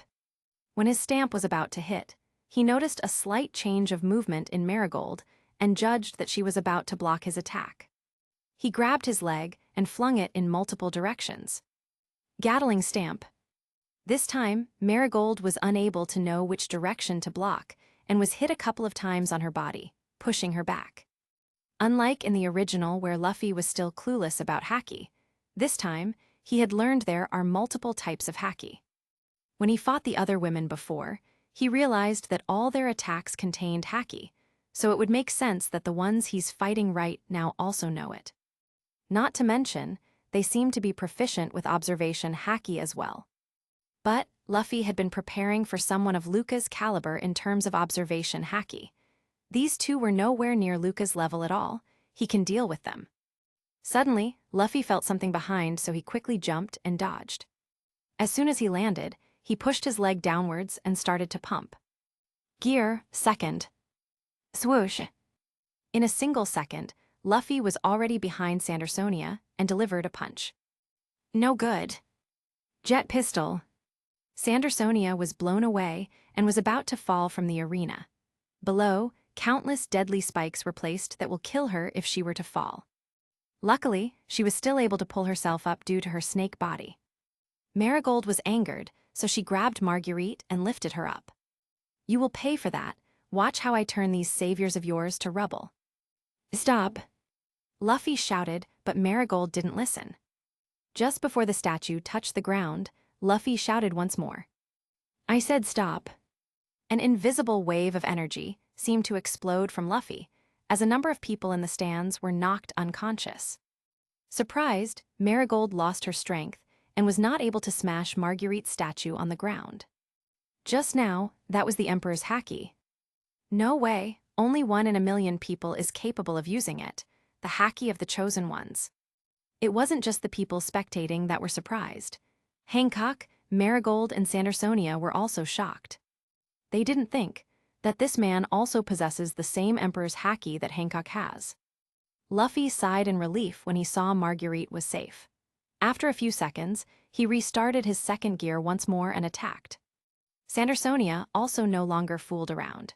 Her hair moved and formed into snakes as they shot towards Luffy. Yamata no Arachi. Luffy dodged every single attack easily. Once he saw an opening, he stretched his arm and grabbed Sandersonia as he smashed her to the ground. Marigold attacked Luffy once more, but Luffy was faster. Tekai Jet Bazooka. The powerful force actually managed to push her off, nearly falling to the spikes below. The two realized that Luffy was more powerful than they thought. Marigold lit herself on fire and formed 2 flaming snakes beside her. Hebigamatsuki, Salamander. Yamata no Arachi. Being faced by 2 attacks from all sides, Luffy breathed in and clenched his fists. Gamu Gamu no, Jet Gatling. Boom boom boom boom boom boom boom boom boom boom. It only happened in an instant. All the attacks were destroyed. While his opponents were still confused and shocked, Luffy quickly tied their tails together and formed a V sign with his fingers. Our tails, when did he? Ah, it burns, it burns. Unlike Marigold, Sandersonia wasn't fireproof, so the fire from Marigold hurt her a lot. In her panic, she nearly went off the stage and was only able to grab onto the railings of the stands in desperate. Luffy saw the clothes on her back were burned off, and the mark that they didn't want others to see was about to be shown, so Luffy jumped on her back and covered it. Ah, it burns. Her back was still hot from the flame, but Luffy bears with it. Damn you, man. Don't move. Luffy shouted at Sandersonia, who was glaring at him. She thought that he was there to deal the killing blow. Even if you're trying to kill me, I don't have any intention of killing you. Marigold stood at the stage and sighed when he saw Luffy covering Sandersonia. She knew that right now, Luffy is the only thing that is protecting them. Only now did everyone realize that the so-called Gorgon's Eye was about to be revealed. At this time, Hancock finally stood up and announced to everyone, "This ceremony is over. Before the Gorgon's Eye is exposed, everyone evacuate the arena." Everyone quickly ran outside. Hancock slumped back down on her chair and covered her eyes. A drop of tear trickled down her cheek, as she can't help but remember all the pain that they have been carrying for years. Capítulo 52, Brothers. The Empress Hall. Luffy sat between Sandersonia and Marigold while they waited for Hancock to call him to her chambers. Luffy looked around excitedly and thought they would give him a big meal of something. After that battle, he was starving very much. "I suppose we really ought to show you some gratitude. Thank you." No, that's fine. It's not like thanks or something I can eat." "Of course, it's not something you can eat. Why does it have to be something you need to eat?" Suddenly, Hancock's voice rang out from behind the curtains to her chamber. "You may enter." Oh, is there food?" Luffy let out a drool when he thought of finally having a meal. But when he entered, what he saw was a beautifully sculpted naked Hancock instead. "What's no food? Why are you naked? Not that I'm complaining." Luffy secretly compared Hancock's body to Nami's back when he saw it in Alabasta's bath. That time, everyone with him suddenly fell from the wall and dragged him down as well before he could take a better look. Now looking at a woman's naked body, Luffy did feel admiration. Look at how thin she is, like she has no muscles. He then focused on the two large mounds on her body and compared it to meat in his mind. He started to drool again. Hancock saw this but strangely felt no lust from Luffy, but the way he's looking at her. "Your rudeness never ceases to amaze me, but no matter." Luffy was still confused about why she was naked. Only when she turned around and showed her the mark on her back did he understand. "This mark, you said that you had seen it somewhere before. Take a look at it once more. Where did you see it? Do you know what it means?" Luffy thought deeply and placed his hand on his chin while staring at Hancock's back. Hancock did not like showing it too much, so she urged Luffy, "Answer me quickly." "Well, it's not quite the same as the one I saw before. There's this fishman friend I got called Hatche. I mistook it for the mark on his forehead. I haven't seen that mark before," Luffy said as he remembered the sun tattoo on Hatche's forehead. Then an old woman entered the hall as well. "If you do not know of it, then it is time you are informed." "Elder Nyan." Elder Nyan ignored them and focused on Luffy. "Boy, are you not the pirate monkey D. Luffy?" "Yeah, I am. Why do you know my name?" Elder Nyan trembled in excitement, so she was indeed right. She took out a newspaper and showed it to Hancock.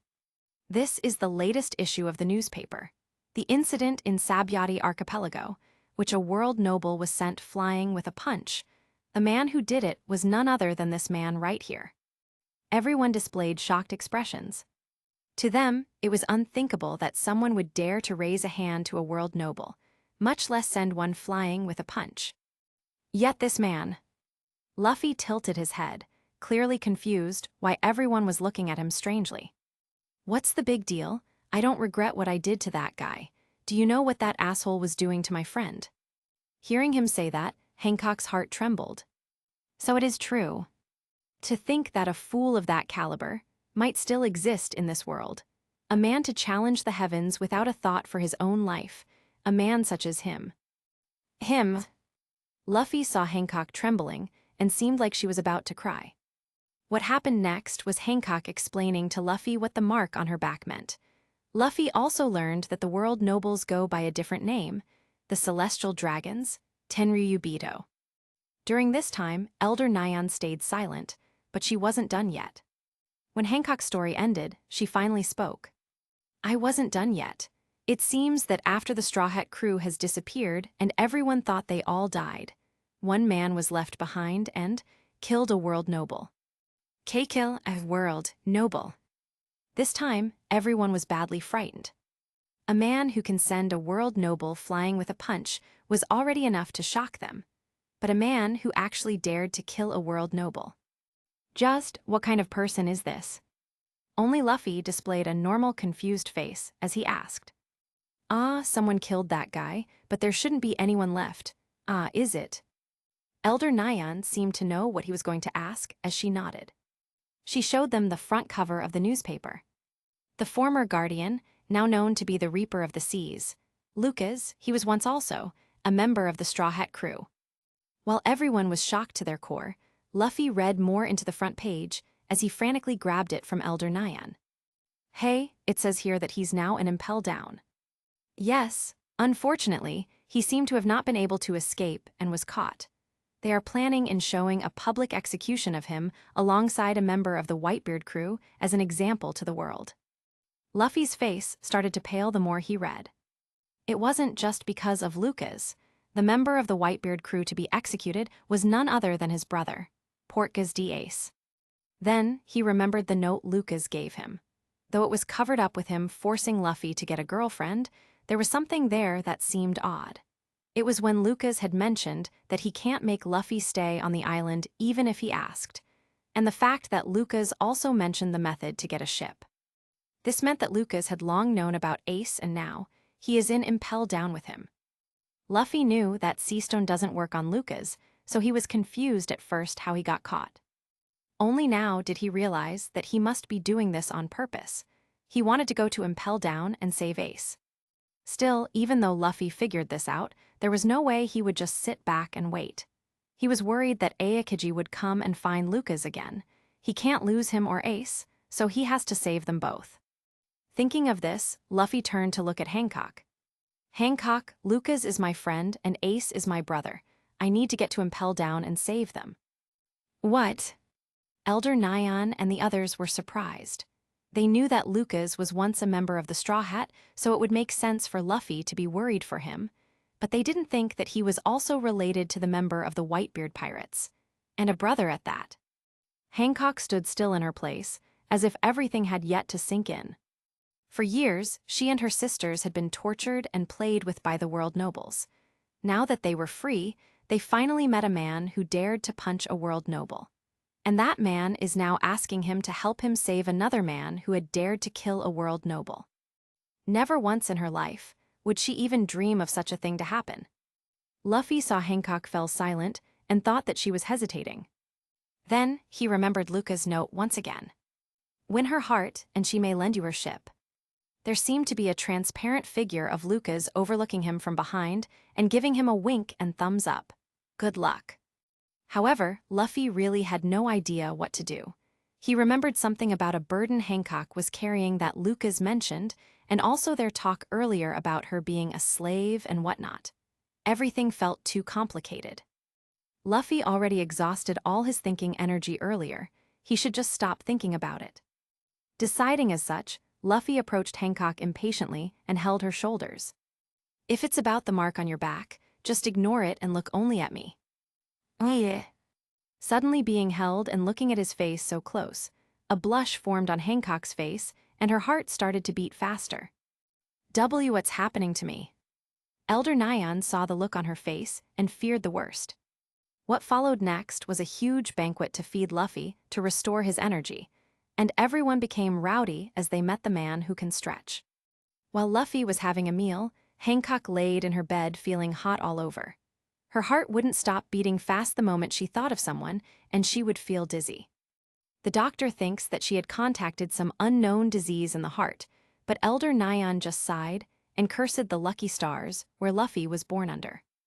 It's just as they say in the East, love is always a hurricane. The following day, Hancock and Luffy set off to Impel Down.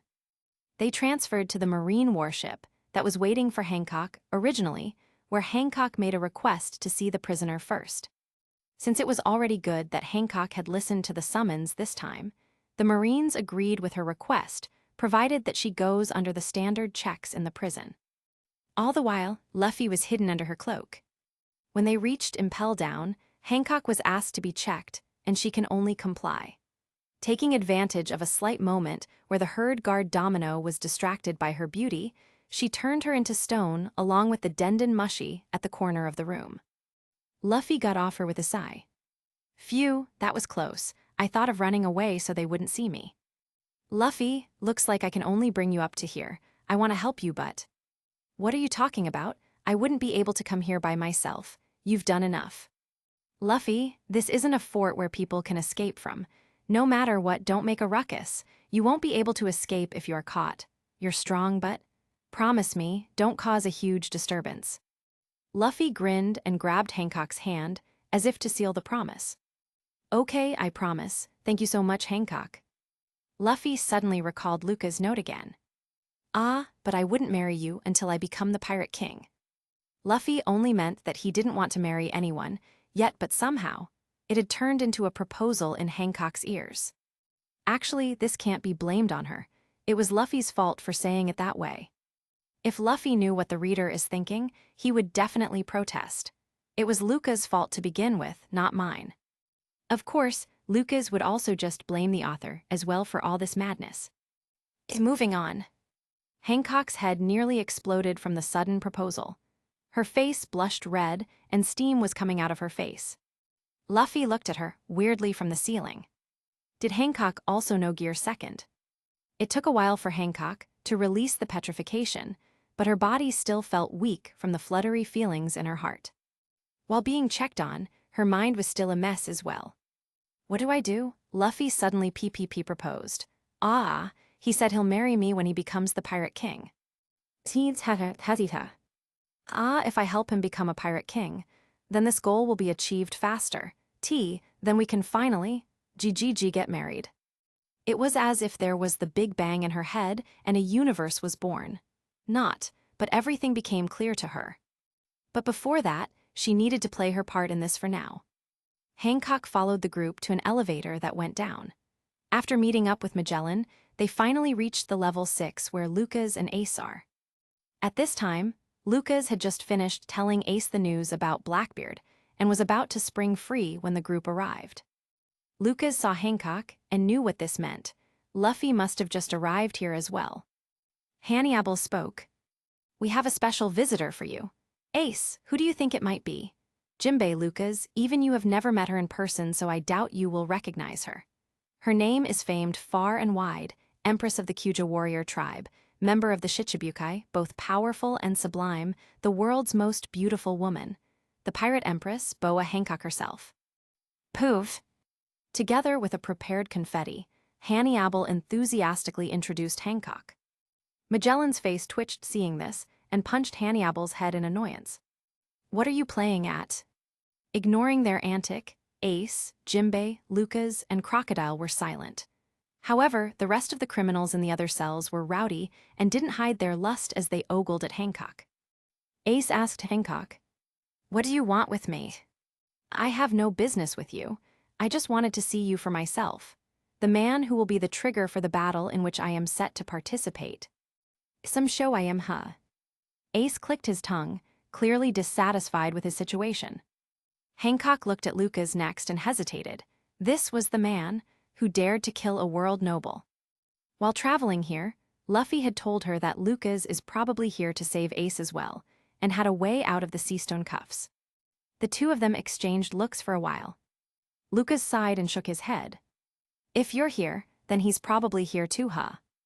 Hancock nodded. Seeing the blush on her face, Lucas asked jokingly. So how far have you two gotten? He proposed to me. PFFFD. Lucas was too shocked that he choked on his own blood that was left in his mouth as he spit it out. His jaw dropped to the ground, still unable to believe what she said. Damn it, I only told him to get together with her and take a ship. How did it escalate that quickly? The others were confused as to what the two of them were talking about.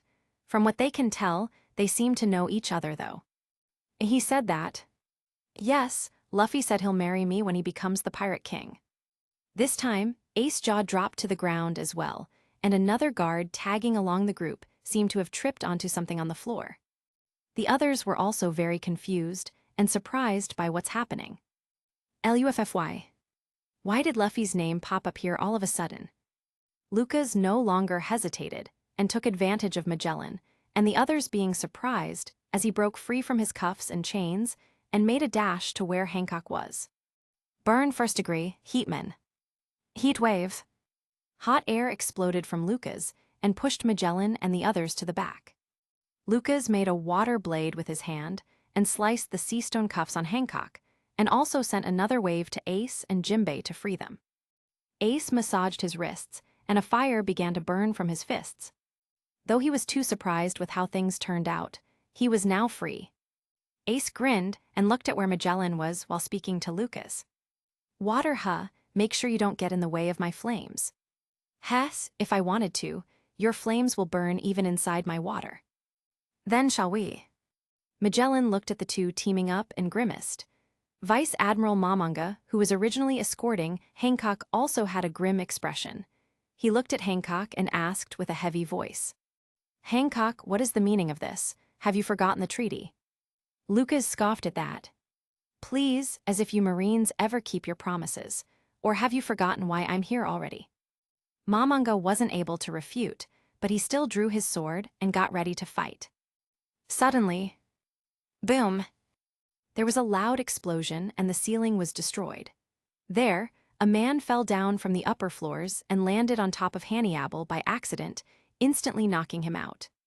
Ah, did I finally reach the last floor? There Straw Hat Luffy had arrived. Lucas was surprised. He didn't think that Luffy could reach it here this fast. Was it because of the recent power-ups that he helped him with? But that shouldn't be too much. Right. Man, I was surprised. The floors just suddenly broke like that, but it sure did save me some time. 3 more people landed as he was talking. Lucas recognized them as Buggy, Mr. 3, and Bon Clay. Anyway, they aren't too important. Lucas chose to ignore them. At this time, Luffy finally noticed Ace and Lucas out of the cage and waved furiously. Ah, Ace, Lucas, I came to save you. Lucas and Ace looked at each other helplessly. What save? Aren't we already out of the cage? Now it seems that we need to get you out of here as well. You alls. Magellan trembled in anger, seeing all these people out and about. A huge blob of poison came out from him and formed what seemed like a dragon. Hydra. Seeing this huge lump of poison, Luffy quickly jumped to where Lucas was. At the same time, one of the guards behind Magellan lifted a steel pipe from somewhere and followed as well. Ah, no good, I can't stay there anymore. Everyone watched as the guard removed his cap and revealed his face. Seeing who he was, both Luffy and Ace had eyes wide open and tears at the corner of their eyes. This was a face they never thought they would be able to see again. Sabo. Capitulo 53, Brothers Reunite. Hearing his 2 little brothers call out to him, Sabo was also excited to finally have this reunion. However, the situation right now needs to be taken care of first. Sabo grinned at the two. Yo, it's been a long time, but I'm back. Hun. Both Luffy and Ace tried hard not to break into tears, but failed to do so. All they could do was nod furiously and not say anything. Well, as much as I want to talk with you guys right now, shall we deal with this guy first?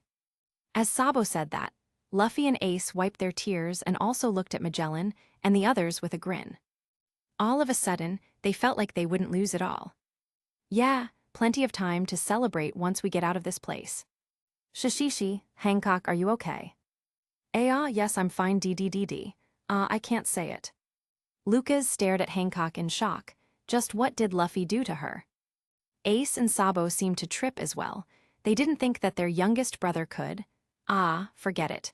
Comparing themselves with Luffy will only hurt them in the end. Luffy, Ace, and Sabo stood side by side as they glared at the enemies on the opposite side. Looking at the 3 of them, even Lucas got excited. Finally, he never thought he would actually see these 3 brothers fight together. Lucas smiled and stood beside Luffy. Luffy, I'll deal with that lump of poison. You guys take care of that Vice Admiral. No way, that purple guy looks the strongest, I'll take him on. Luffy didn't bother waiting for a response, as he started with a dash. Ace and Sabo knew how dangerous Magellan was, so they chased after him. Lucas just smiled wryly, as he can't help but feel how familiar this is to when he was still sailing with the crew. Well, I suppose I can just heal him if he does get poisoned. While thinking as such, Lucas made a dash as well and confronted Magellan. Vice Admiral Mamunga didn't like that he was being ignored, so he swung his sword to intercept Luffy, but another figure was faster than him. Seeing Luffy being attacked, Hancock was angered and appeared in front of Mamunga with a kick. "Don't get in my husband's way." Hancock. Luffy saw Hancock block and fight Mamunga. He grinned and waved at her. "Oh, thanks, Hancock." "I love, I can't say it." Ace and Sabo once again stared at Luffy with half-closed eyes. Damn it, stop flirting in the middle of a battle. Even Magellan was angered that the beautiful Hancock was acting bashful to Luffy. He controlled the Hydra poison above him and charged at Luffy. Lucas turned to look at Ace and met his gaze as well. The two nodded and split up on both sides of Luffy. "Heiken. Mizuken." From the left side, a flaming fist. From the right side, a water fist.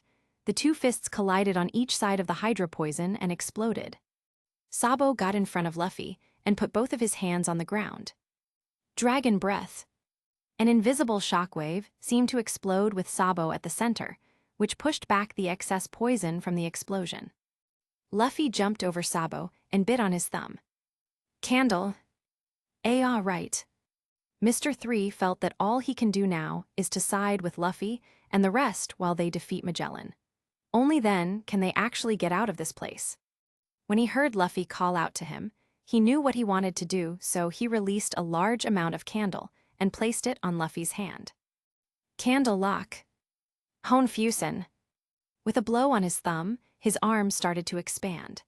The air then transferred to one arm then to where the candle arm is. Gamu Gamu no, Gigant Hammer. Venom Road. Boom. Just before Luffy's attack reached him, Magellan created another Hydra and used Venom Road to escape. Still, Lucas was already aware of this as he appeared in front of Magellan. Second degree, Boiling Man. Boom. Lucas swung his fist at Magellan and activated his armament haki for a second as it hit Magellan's face. The steam exploded upon contact and managed to blast Magellan to the air where Sabo was waiting. Sabo swung down his hand that formed a dragon's claw. Dragon Claw. Boom. Unlike Luffy and Ace, Sabo has already learned haki and didn't need to worry too much when he touches Magellan. Hibashira. Ace shouted as a fire pillar appeared beneath Magellan. Magellan grimaced from the fire and shot a poison bubble at it. Claroball. The fire and poison collided and exploded, which released a poison mist in the air.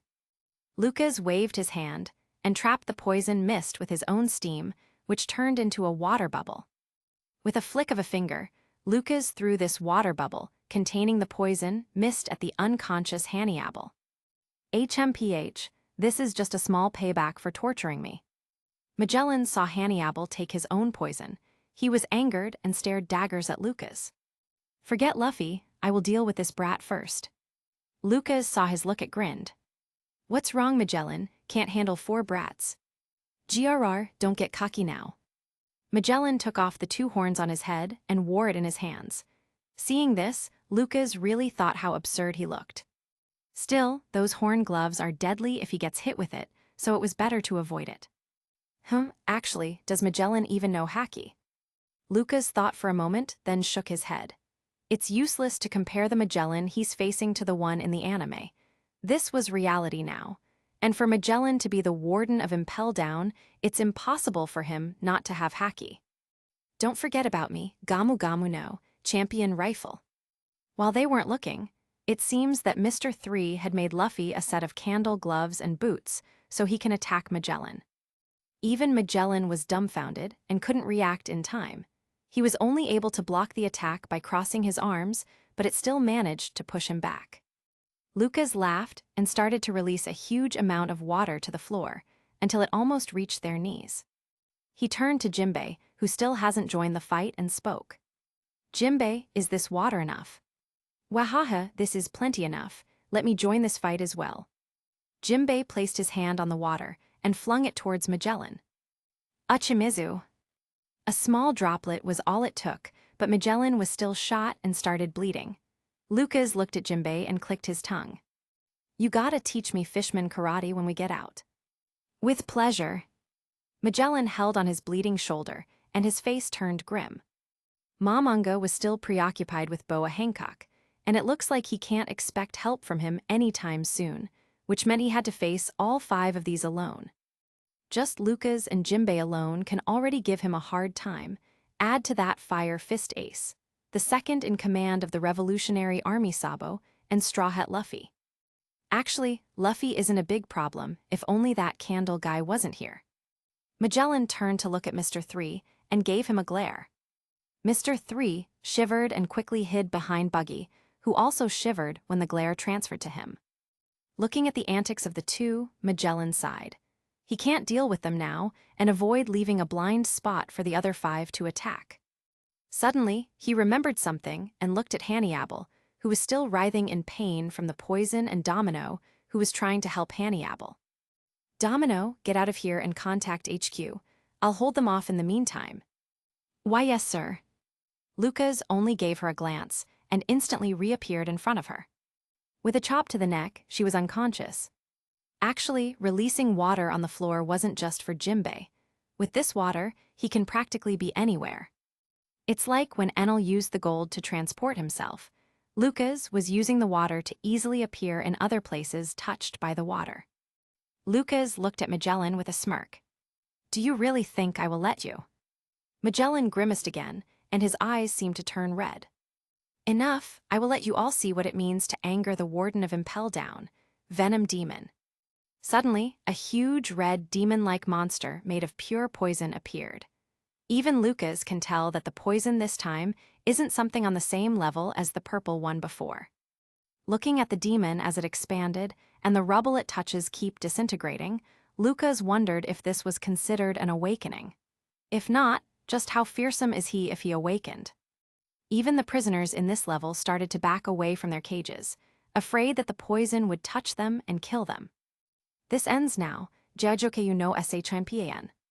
Ha shimapan striped panties." Lucas thought he heard it wrong. What the hell is this Magellan going on about saying striped panties all of a sudden? Magellan seemed to trip when he heard that, and he turned to glare at Lucas for ridiculing him. "Die." "No thanks, Neptune's wrath." Lucas turned into a huge angry water god while still in his boiling man form, which made it look even fiercer. The steam also turned into a Hagoromo that floated behind his back. He didn't mean for it to shape into that, but it seems to just appear that way. Something this big, Lucas isn't able to maintain an armament haki for even half a second. But with his observation haki, he should still be able to time it well. The poison demon and the water god clashed as shockwave erupted from it. When the dust settled, Magellan was down on his knees and Lucas was panting while standing. As expected, using haki on such a large surface really wasn't easy. From the cages, Crocodile saw Magellan's pathetic state and laughed. "Qhahaha, the mighty Warden Magellan down on his knees. Now this is a sight." The other prisoners were also laughing at Magellan's plight. Luffy seemed to be bothered by this and shouted at them. "Shut up." The prisoners went silent for a moment, then started laughing even louder. But this time, the laughter wasn't directed at Magellan, rather, to Luffy instead. "Ha ha ha ha. Brat, how about you let us out of here and see if you can say that again, huh? Ha ha ha ha, there's something wrong with this guy's brain." Ha ha ha ha. Lucas and the others frowned at them but didn't bother making a move. Well, Lucas wasn't so patient. Controlling the water beneath on his feet, he extended it to rise up to where the prisoners were and slowly send them all unconscious by drowning them. What is this? "Bastard, wait till I'm out. I'm gonna split that head of yours into 2. The prisoners started to riot, but eventually, they still drowned and fell one by one. "No need to kill them, Lucas." "I know, I'm just letting them sleep for a while." Lucas sighed and shook his head. Personally, he'd really rather kill them all right now and avoid any future troubles. At the same time, he was shocked that he was completely fine when he thought of doing a massacre so casually. Shaking his head, he focused on Magellan once more and spoke. "It's over, Magellan. Mamanga is also defeated already. there are no reinforcements coming. I won't let you all. Get away. Suddenly, everyone heard a loud explosion from above, and the entire place seemed to shake. Boom! What's happening? Buggy shouted as he was really afraid. At first, he and Mr. 3 were celebrating when they saw Magellan was defeated, and Bon Clay also rejoiced along with them. But now, there were explosions at the upper levels. Just what is going on? Then, they heard someone laughing with difficulty. Cough, ha, bastard, I already called for reinforcements. See if you can, get out now. It was Hanny Apple. He was holding onto a small Dendon Mushy when everyone wasn't looking. Lucas frowned and gave him a kick to send him flying. Sabo sighed. From the sound of things, it seems that an admiral has also arrived, and called in a buster call. Buster call. Hearing these two words, everyone was badly frightened. Mr. 3 even started to foam in his mouth and faint from the shock. Of course, no one really cared about it. But because of this, they needed to get away quickly. We need to go now. Everyone nodded and started to run. While escaping, it seemed that Crocodile called Bon Clay and asked him to wake Mr. 3 up to make a key for his seastone cage and cuffs. Since they were once acquainted, Bon Clay was fine with it and considered it as repaying his debt with Crocodile. But before they could go to level 5, they met another obstacle in their path. A dark figure in jet black robes wearing a white mask was holding onto Sadi, a blonde woman with revealing clothes, by the neck, and the so-called 4 demons are also on the ground. It was unclear whether they are still alive or not. Ace saw the darkness spreading on the ground. He knew what this power meant. That ability, it's the same one Blackbeard had. Lucas was shocked. He didn't think that he would meet the new user of the darkness fruit right here. The man seemed to notice them just now as he turned to look at Lucas. Oh, you've escaped, brother. Brother. Lucas frowned. What is this guy talking about? The man paused for a moment, then placed his hand over his mask as he revealed his face. When everyone saw what he looked like, they were all surprised. But more so than them, Lucas was unable to understand what's happening. After all, that man looked just like Lucas. His hair was longer, and there were some scars on his face, but that appearance was definitely the same as Lucas. After seeing my face, do you still deny it, brother? I thought I was alone, that I had no family left. Turns out, I still have a brother in this world. The man started trembling. He tossed Sadi to the ground and seemed to be embracing himself to stop the trembling. Allah, I even destroyed the floors to let your friend reach you faster. How is it? Aren't I a good brother? Aren't I thoughtful? I am right. Now, brother, come join me. He stretched his hand to Lucas with his palm facing outwards. I have become the god of death, and you also have an amazing power. They even called you the Reaper of the Seas, together. A twisted grin could be seen on his face. Let us go and put an end to this world. Capitulo 54, Breaking Out. Let's rewind time for a bit. On a certain island, somewhere along the first half of the Grand Line, a young man with white hair was walking unsteadily in the forest. His skinny look and body full of bruises is enough to tell you that this young man had not lived a good life. Often he is bullied and beaten up. His parents are dead, and he has no money to eat.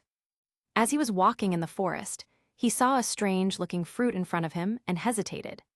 He has been looking around for a day now and did not see a hint of food anywhere. Probably, those bullies of his had taken everything already.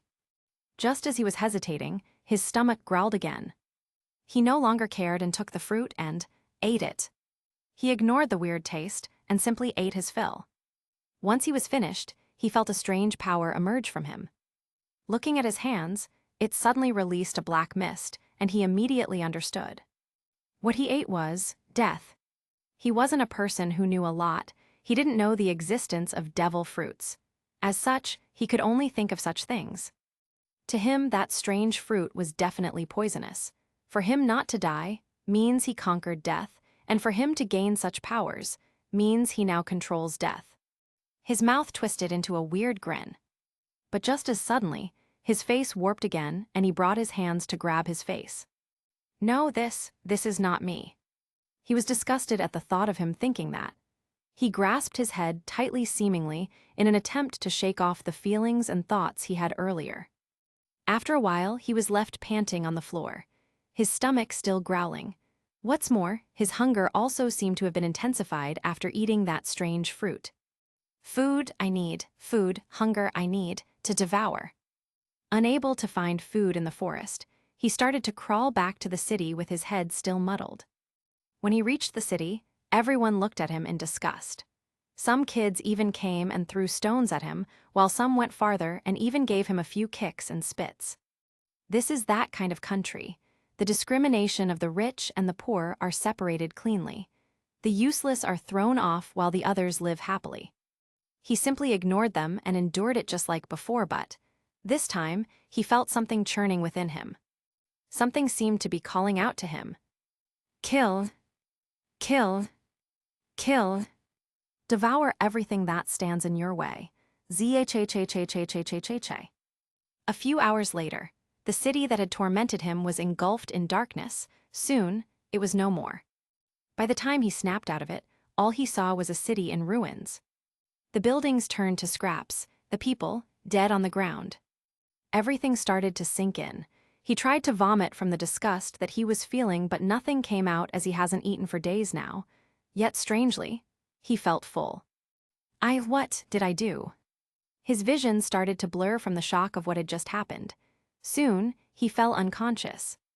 Time passed, the Marines were notified of the incident and sent people to investigate what happened.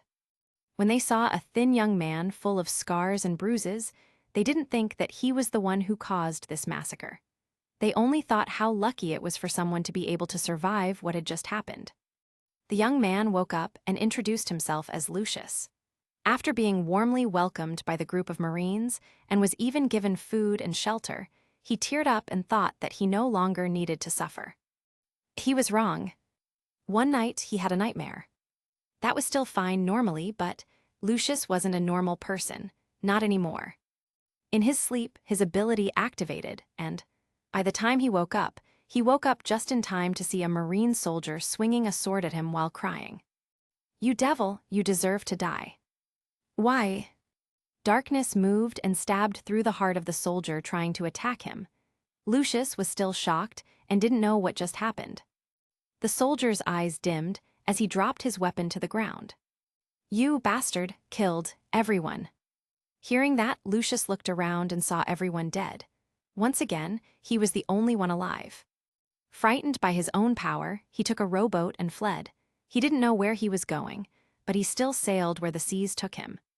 When he finally reached an island after several days, he was found by an elderly couple as he collapsed to the ground. History repeated itself. He was given warm food, shelter, then he killed them all. This cycle repeated so much that Lucius had long lost track with how many times he'd kill. He stopped vomiting, stopped crying, until he stopped caring anymore.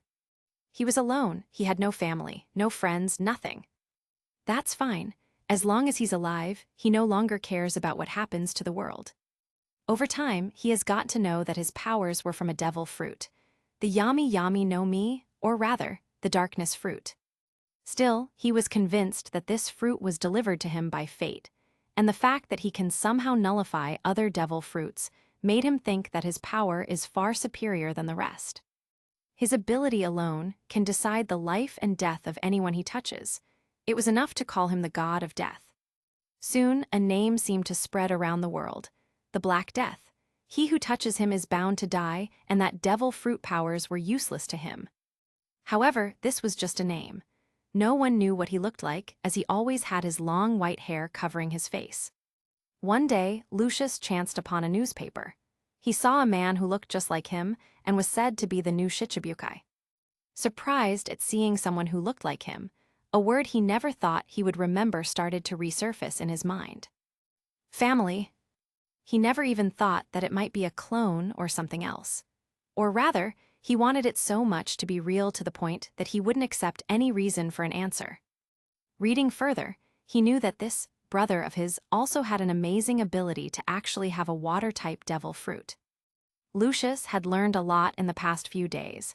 He knew that the greatest weakness of devil fruit users was the sea water. Even he was no exception to this. He stared at the picture of his brother excitedly. Slowly, a twisted grin appeared on his face. That's right, with the two of us together, no one would be able to stop us. The two of us can be gods. Lucius' mind was no longer like before with a shred of humanity, but he wasn't hasty in meeting his brother.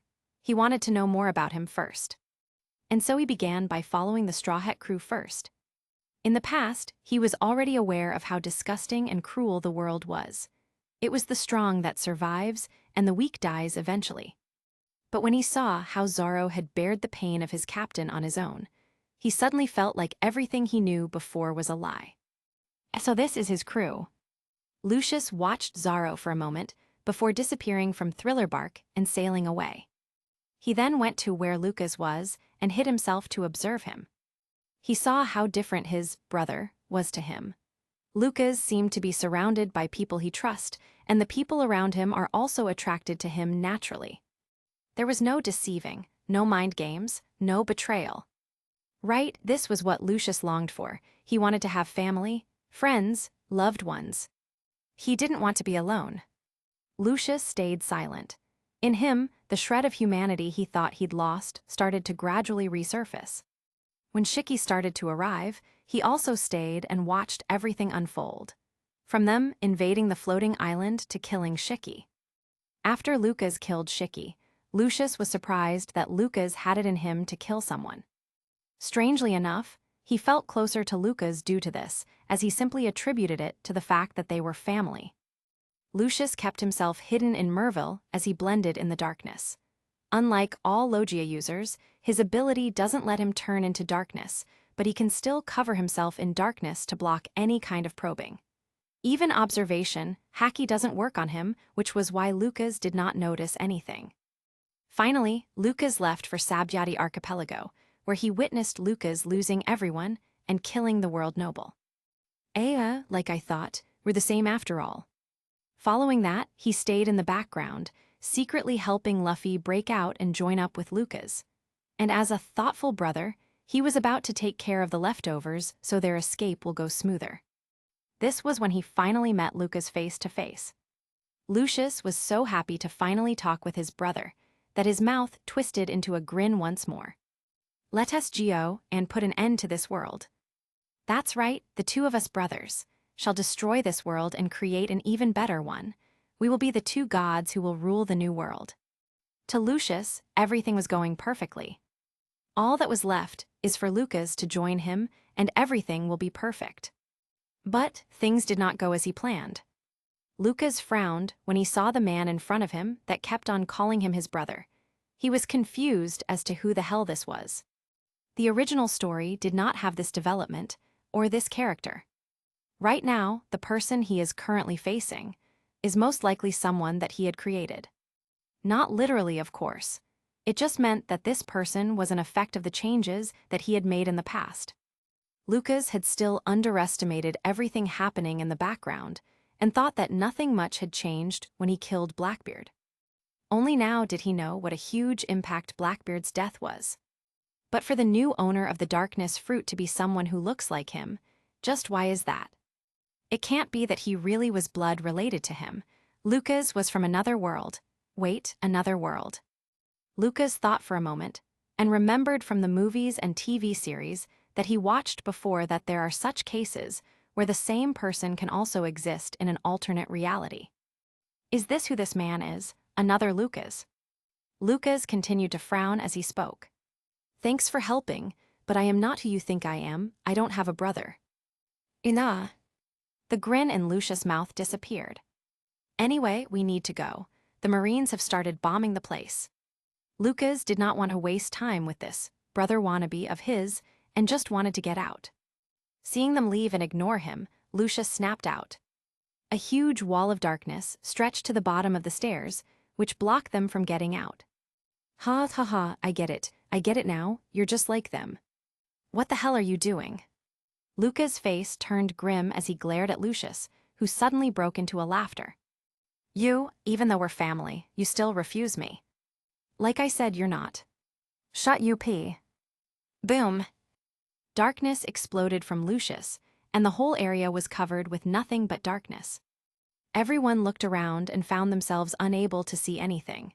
Ace tried to light up, but for some reason, his devil fruit stopped working. Sabo frowned and remembered something. He tried to speak, but did not hear his own voice. Inside the darkness, their sense of sight and hearing seemed to no longer work. No one can see or hear anyone.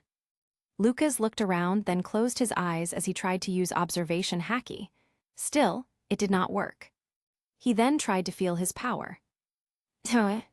His power still works. Since that's the case, Lucas started to sigh deeply as his body heated up and generated steam. Heat wave. Boom. Hot air exploded with Lucas as the center and knocked everyone back, including Lucius, who got thrown to the wall. After being struck, the darkness disappeared and everyone finally saw each other. Lucas saw the others had new bruises and cuts. He was angered. His skin started to boil as he turned around and faced Lucius. Turning his head slightly to Luffy and the others, he shouted, "Go, I'll hold him off." "What? I came here to rescue you. I'm not leaving you behind."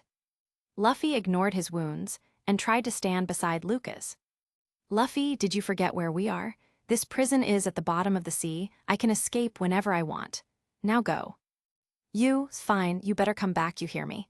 I will wait for you in Sabyati." "Go." After hesitating for a moment, Luffy finally turned around and left. Behind him, Lucas could faintly hear Sabo saying he wanted to find Ivankov and Ace saying he needed to go to Marineford. Turns out, before taking Ace, Sengoku had a backup plan and had captured another member of the Whitebeard crew to lure Whitebeard. This was simply in a rare case that Ace manages to escape. At least they can still lure Whitebeard. Ace knew about this, since Garp told him before Lucas arrived in level 6. After Luffy and Sabo heard what Ace wanted to do, the two decided to follow him to Marineford. Hearing that, Lucas' mouth twitched a number of times. "Damn it, I just got you all out of here. Why are you still going to Marineford?" Lucas lamented. Why did he go through all this trouble for if this was still going to happen? He should have just waited in Marineford if he knew. That damn Sengoku and his backup plan. I'm gonna teach him a lesson when I see him. After cursing Sengoku a number of times in his head, Lucas finally paid attention to this man in front of him. Lucius coughed as he stood up. When he did, he glared at his brother hatefully. He did everything to help his brother, just so they will be together. But in the end, his brother still refused to treat him as family.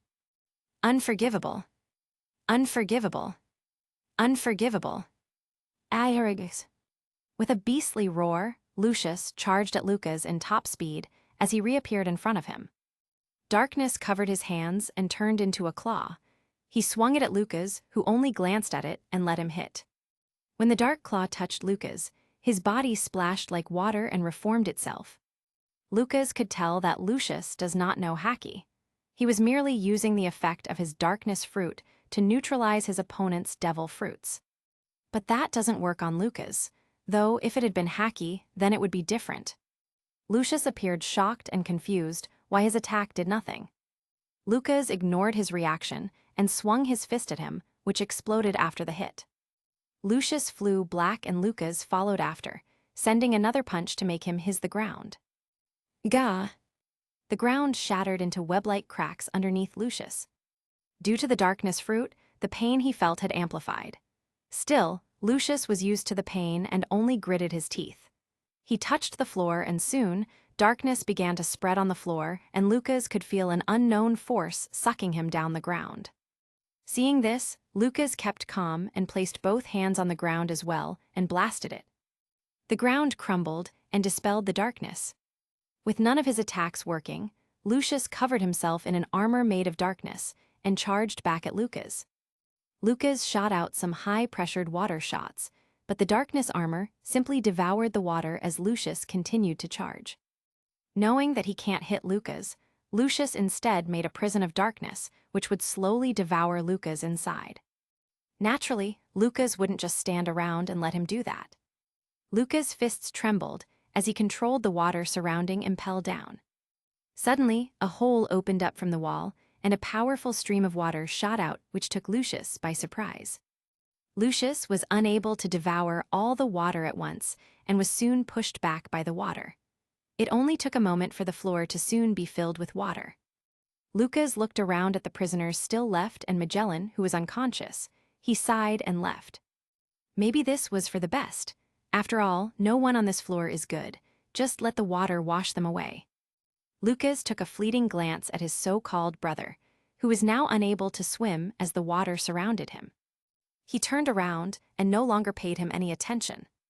With his body turning to water, he let himself flow out of impel down. When he resurfaced, he could see Luffy and the others taking a marine warship and sailing away.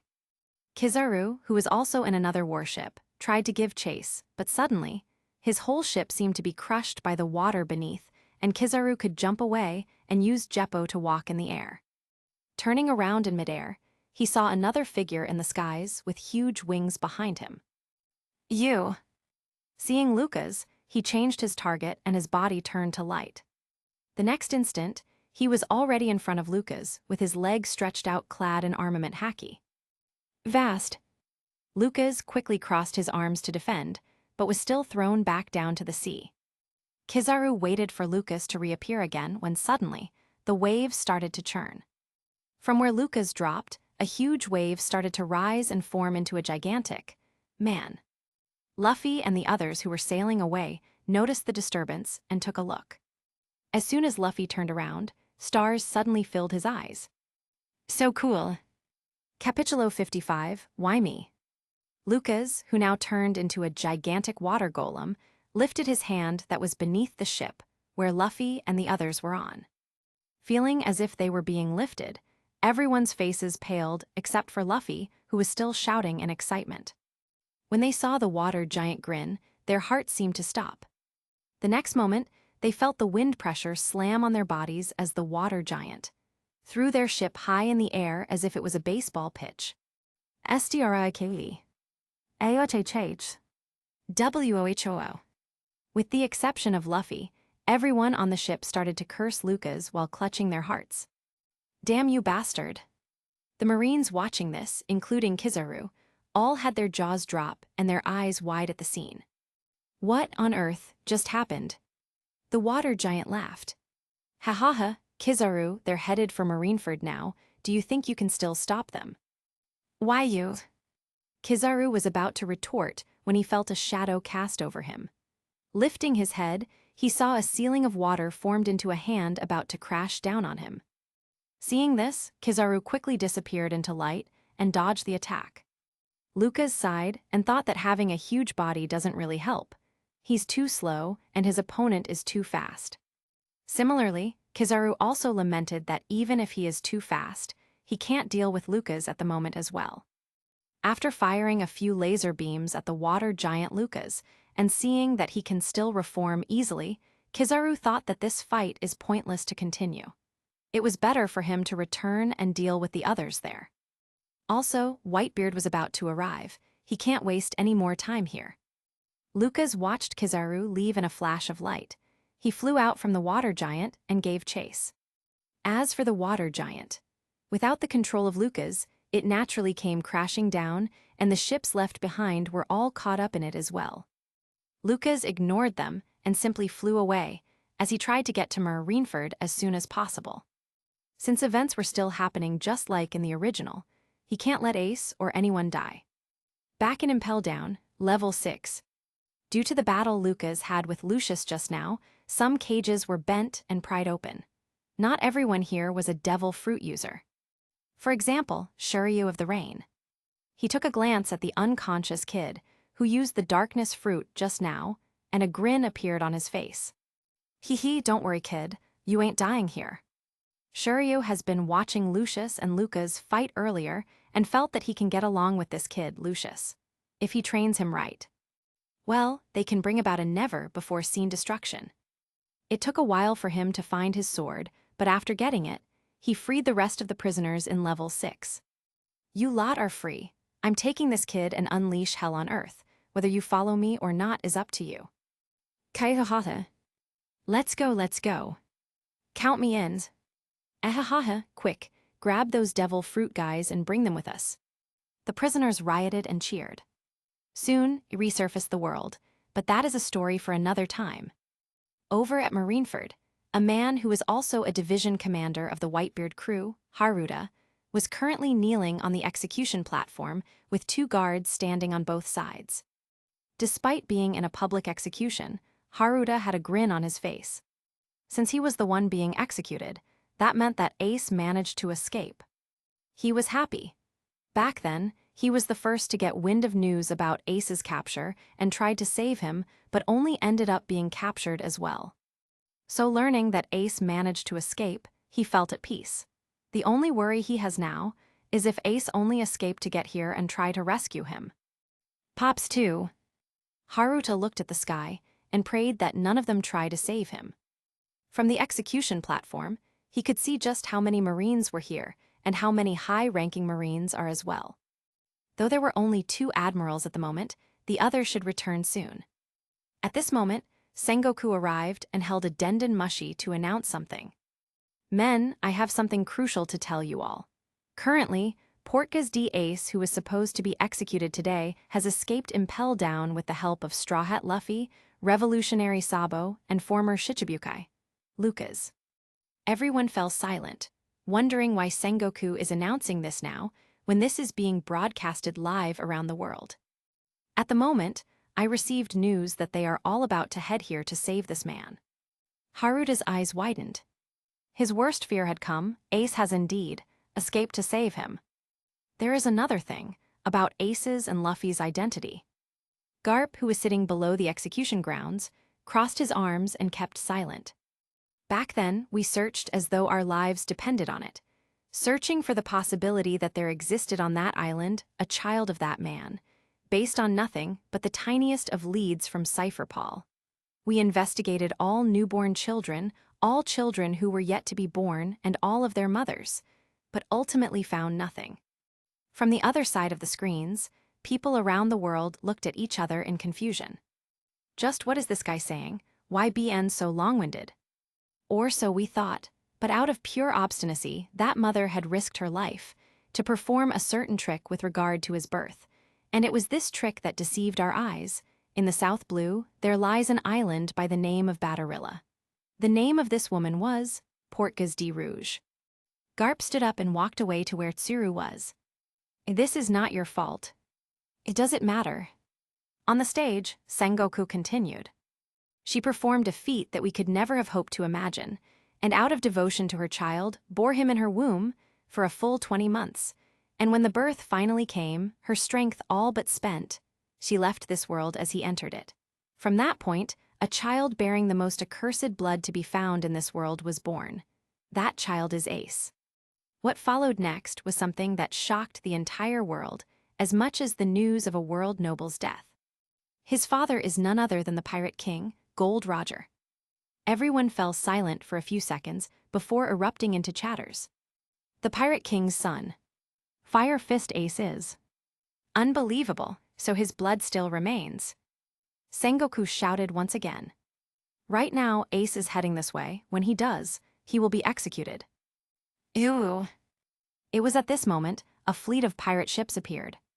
The gates of justice was opened without their permission. Wild Knight Dema, Thunder Lord Magai, the DeKalvin brothers, Vortex Spider Squadro. A terrifying group who have made their names for themselves in the New World. These were the pirates allied with Whitebeard. The next moment, the admirals and Sengoku could hear a faint sound of bubbles rising from deep underwater. Soon, 4 shadows could be seen at the center of Marineford. Boom! From under the water rose 4 ships shaped like a whale. It's Moby Dick. Whitebeard has arrived.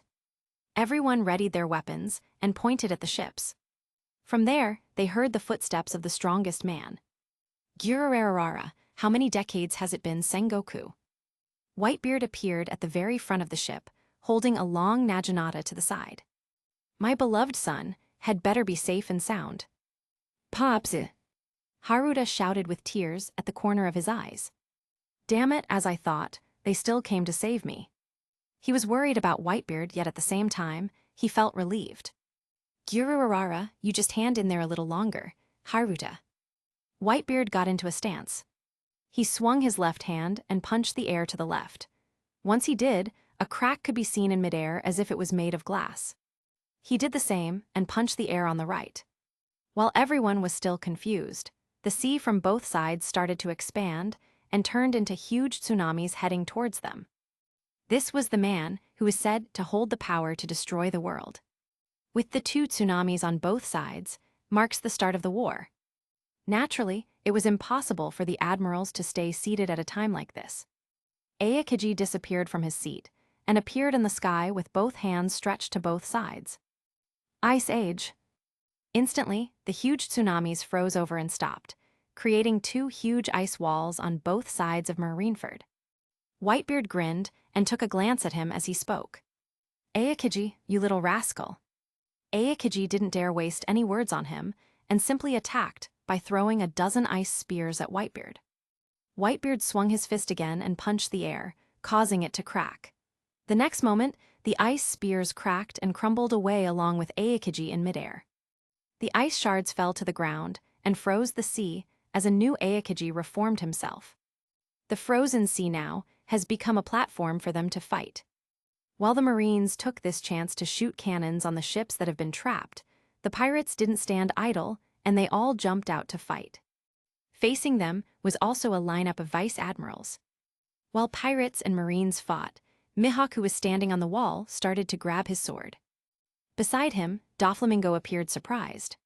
Phew, what, are you actually gonna do it? I'm just going to measure, so I can see it with my own eyes the difference in actual strength between that man and I.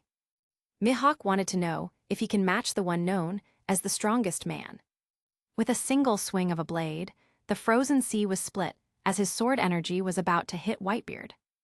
However, before it could even reach Whitebeard, Diamond Jazu jumped in and turned into Diamond, completely blocking Mihawk's sword. Mihawk grimaced. It seems he needs to deal with this one first before he can fight Whitebeard. Suddenly, Jazu gabbed on the frozen sea on the ground and started to lift it. What brute strength! Look out, it's an iceberg. Jazu tossed the huge iceberg he lifted onto the Marine's side. This iceberg was even larger than the giant's. Akinu saw this and sighed. Geez, if all of us are out there, who is left to protect this place? His left hand turned into magma as it started to expand. With a swing of his fist, a large burning hand made of magma punched through the iceberg and instantly melted it. After destroying the iceberg, the magma started to break off and fall from the sky like meteor showers. One of which was headed towards Whitebeard, but he only needed to swing his Naginata once to stop it. You think you look cool with your fire, huh? Why don't you go and light a birthday cake instead, magma brat? Phew, I just thought I'd light your funeral up a bit, Whitebeard. What followed next was oars showing up and about to charge ahead, when suddenly everyone could hear a faint sound from high up in the sky. Alia. What's that? It was unknown who pointed it out first, but when one man pointed to the sky, everyone looked up. AHHH. We're going to CRSHH. LUCAS that bastard, I'm gonna kill HIM. SHISHISHISHISHI. I'm made of rubber so I'll be fine. Oh, Hancock, quickly grab onto me. Ah, Luffy tilde. Do you want to be the only two survivors, you bastard? Damn it, aren't we your brothers? BOMMs. It was a good thing that the battleship that fell from the sky landed on the area where Jazu picked up a huge chunk earlier, so they didn't crash on ice. Jimbei and Sabo quickly got the devil fruit users out of the sea as soon as they landed. Luffy coughed up a few times and stood up. Beside him were Ace, Sabo, Hancock, Jimbei, Ivankov, Crocodile, Buggy, Mr. 3, Bon Clay, and the rest of the freed prisoners of Impel down they took with him. Buggy laughed and tried to act unafraid in front of the prisoners. Jayahaha, are you ready for me, world? Haruta, I'm coming to get you. Ace shouted to where Haruta was at the execution stand. Hey, this seems fun. Shishishi, oh, that huge guy with the horns, I think I met him before. Both Sabo and Luffy grinned while Luffy noticed Oars. Strangely, he felt quite familiar with him. Seeing the intruders, Sengoku snapped out at Garp. Garp, is that another member of your family? LUFFY. Garp nearly pulled out his hair in frustration. Sengoku looked at him and knew he can't do anything about him. He then turned to where Luffy and the others was as he shouted. So this is your answer, is it, Jinbei? Hancock. Indeed, I resign as a Shichibukai. I as well, as Luffy's wife, I shall be joining him in the future. You. It seemed the whole world fell silent when they heard Hancock. When did the Pirate Empress become Luffy's wife? The only one who didn't react much was Luffy himself and Garp, who suddenly became happy all of a sudden, though he was beyond angry earlier. Hancock, I said I won't marry you yet. Biwahahaha, good one Luffy. For a moment I was worried I won't get any great-grandkids. Wahahahaha. Only now did everyone finally react. They saw the bashful expression of Hancock, and their hearts throbbed. Kill Straw Hat Luffy. Why me? Capitulo 56, Life for a Life. While everyone's aggro was on Luffy, Crocodile turned into sand and went for Whitebeard. Seeing this, Ace was the first to snap out of it as he turned into fire and blocked Crocodile. Fire was also a natural enemy of the sand. Ace's leg turned to flames and sent a kick towards Crocodile. As soon as his fire touched his sand, the sand solidified and turned into glass. Hess, figured you'd block me. Don't get cocky now, kid. Croc, I won't let you hurt Pops. Whitebeard grinned, seeing Ace safe and sound. You all right, son? Hey, I can still fight. Luffy jumped up and landed beside Ace, as well along with Sabo. Kizaru had reappeared in a flash of light over to where the admirals are. Be careful, another scary one is coming. Who? Just as Sengoku asked, a stream of water landed beside Luffy and revealed a man with huge wings behind him. Seeing him, Luffy grinned. Lucas. Yo, I thought we'll meet in Sabjati, Luffy. Shishishishi, don't sweat the details. Everyone watched people begin to line up beside Whitebeard. In fact, Lucas himself never thought that he would be able to stand side by side with these characters he had read since he was young. Whitebeard started to laugh as well. Gururara, so you're here as well, huh, white-haired brat.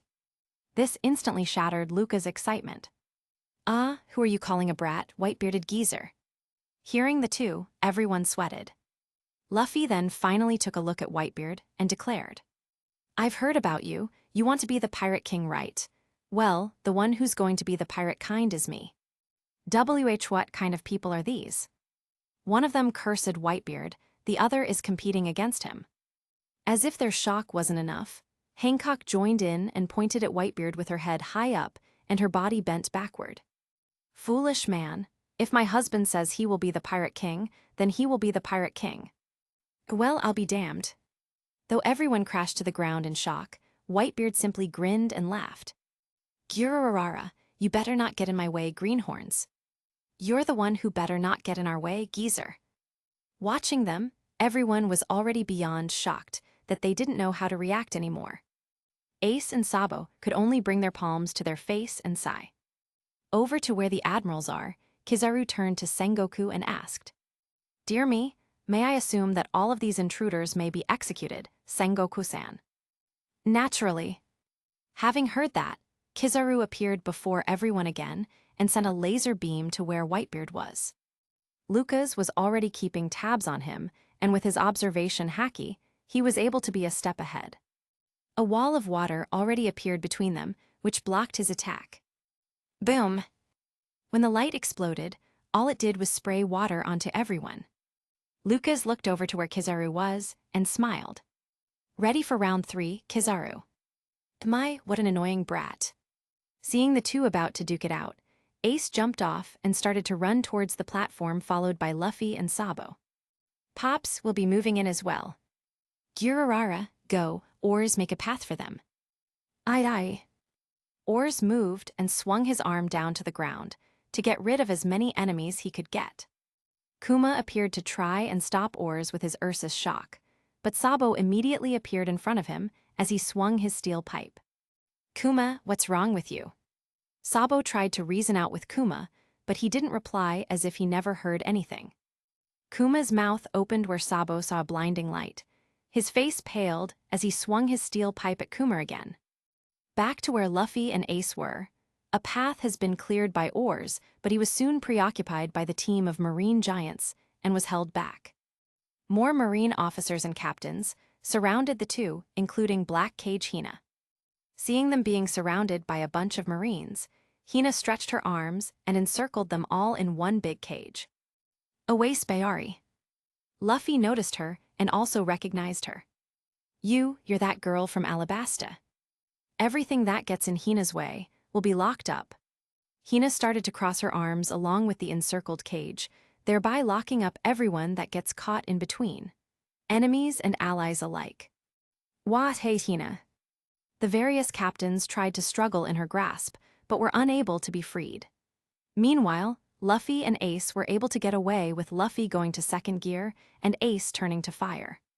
When they passed by Hina, Hina showed a small smile, then turned to look at Lucas fighting Kizaru in the air, not caring about the trapped captains.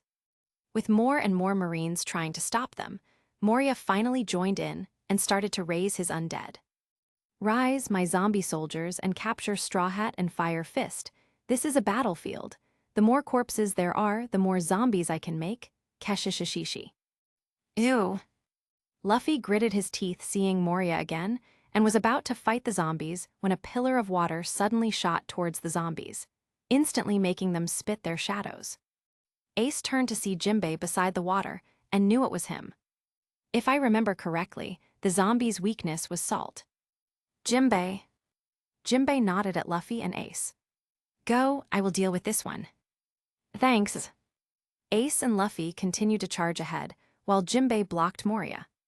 After dealing with a few more marines, a figure showed up in front of them with his lower half turned to smoke. White blow. Gah, Smokey. Luffy really didn't like facing this guy as he can't touch him. Just before Smoker's attack can reach them, a slender figure appeared and sent a spinning kick at Smoker. Hancock. Luffy smiled in surprise. Right, Hancock knows Haki, she should be able to beat Smoker. Luffy, I was able to get the key to that man you are trying to save. Take it and go. Ooh, thanks a lot, Hancock. Haha, nice one, sis-in-law. After tossing the key to Ace, the two of them quickly left to let Hancock deal with Smoker. Hancock's face continued to blush when she heard Ace call her sis-in-law. Ah, Tilda, this is love. Smoker tried to escape from Hancock when he saw her be distracted, but Hancock quickly snapped out of it. You think you can chase after my husband, Perfume Femur?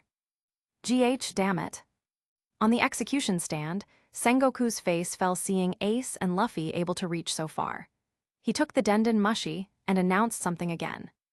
What are you all doing, allowing a rookie to beat you up? I have told you how dangerous Ace is, I shall tell you about Luffy as well. Not only was he raised together with Ace, he is also the son of Revolutionary Dragon. Everyone listening had a similar shock as when Ace's father was announced. What is this? One is the son of the Pirate King, the other the son of the leader of the Revolutionary. While everyone appeared shocked, Hancock couldn't care less as she smiled bashfully. Ah, Tilda, even if you're the son of demons, I still. Garp sighed as he watched things unfold. I don't care, there is no need to hide it anymore. Luffy has already gained such power and infamy that such labels may as well mean nothing. At this moment, a giant who tried to stop Luffy was blown away by his Gear 3rd and Ace's Fire Fist. Gamu Gamu no. Flaming. Gigant Red Hawk. Lucas watched this from the sky, and a smile appeared on his face. In the original story, where Ace had died in Luffy's arms, it was speculated by many that Ace's spirit has somehow transferred to Luffy in a way that he could use Red Hawk. Of course, this was never really proven. Still, it was nice that he got to see it here as well, even with Ace still alive. Since everything was still going fine on Luffy's side, as expected of plot armor, it was time for Lucas to focus on his enemy, Kizaru.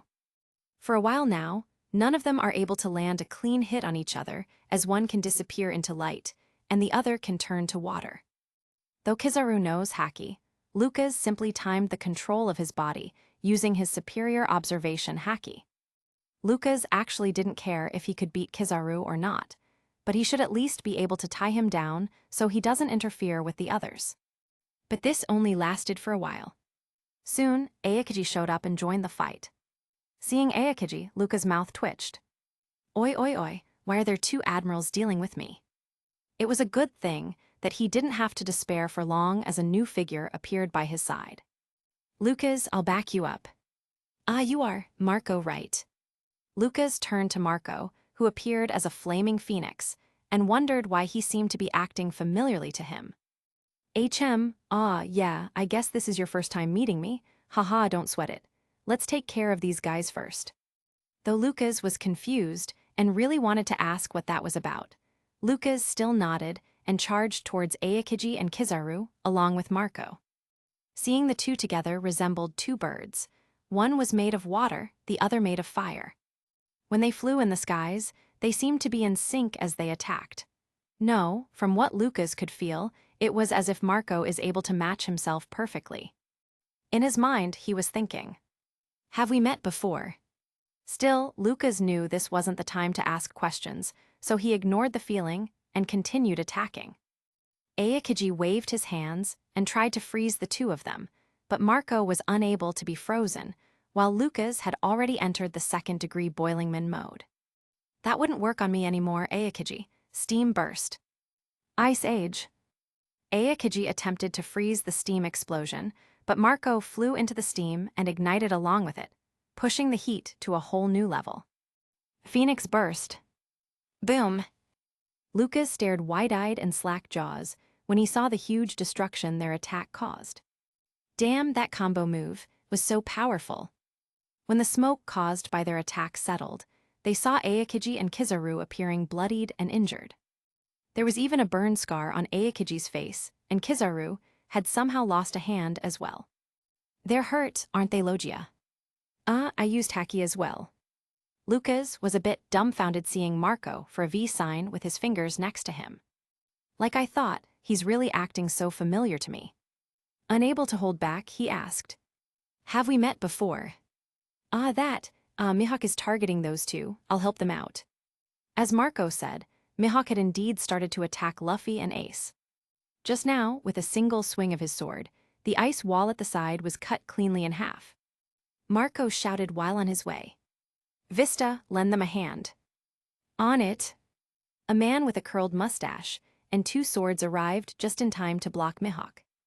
Looking around and seeing two admirals heavily injured, Lucas relaxed for a bit and flew back beside Whitebeard.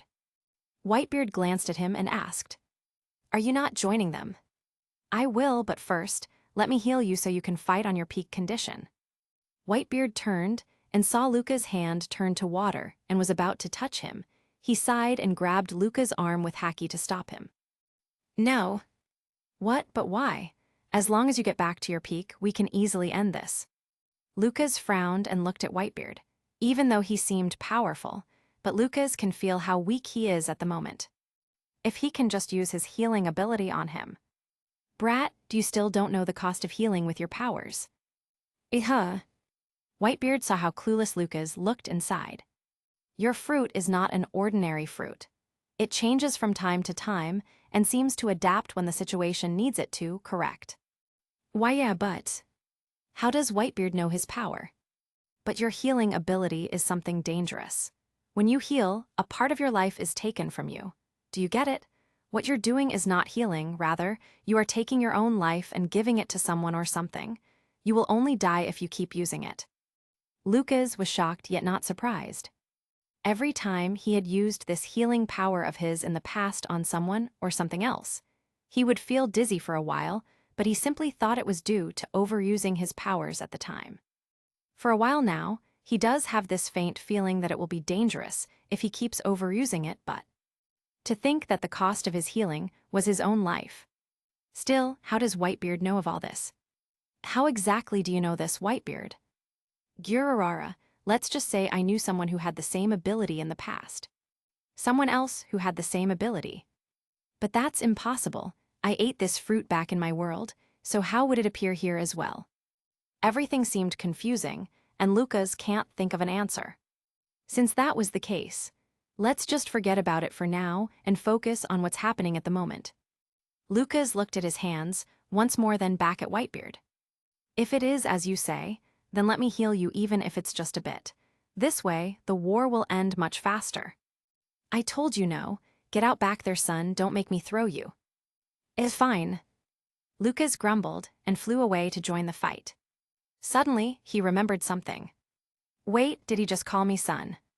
Capítulo 57, Freed. Before Lucas could go back and ask Whitebeard what he meant, he noticed some changes in the formation of the Marines. Sengoku turned to a Marine officer beside him and gave his order. Begin the plan. Understood. Lucas saw this and frowned.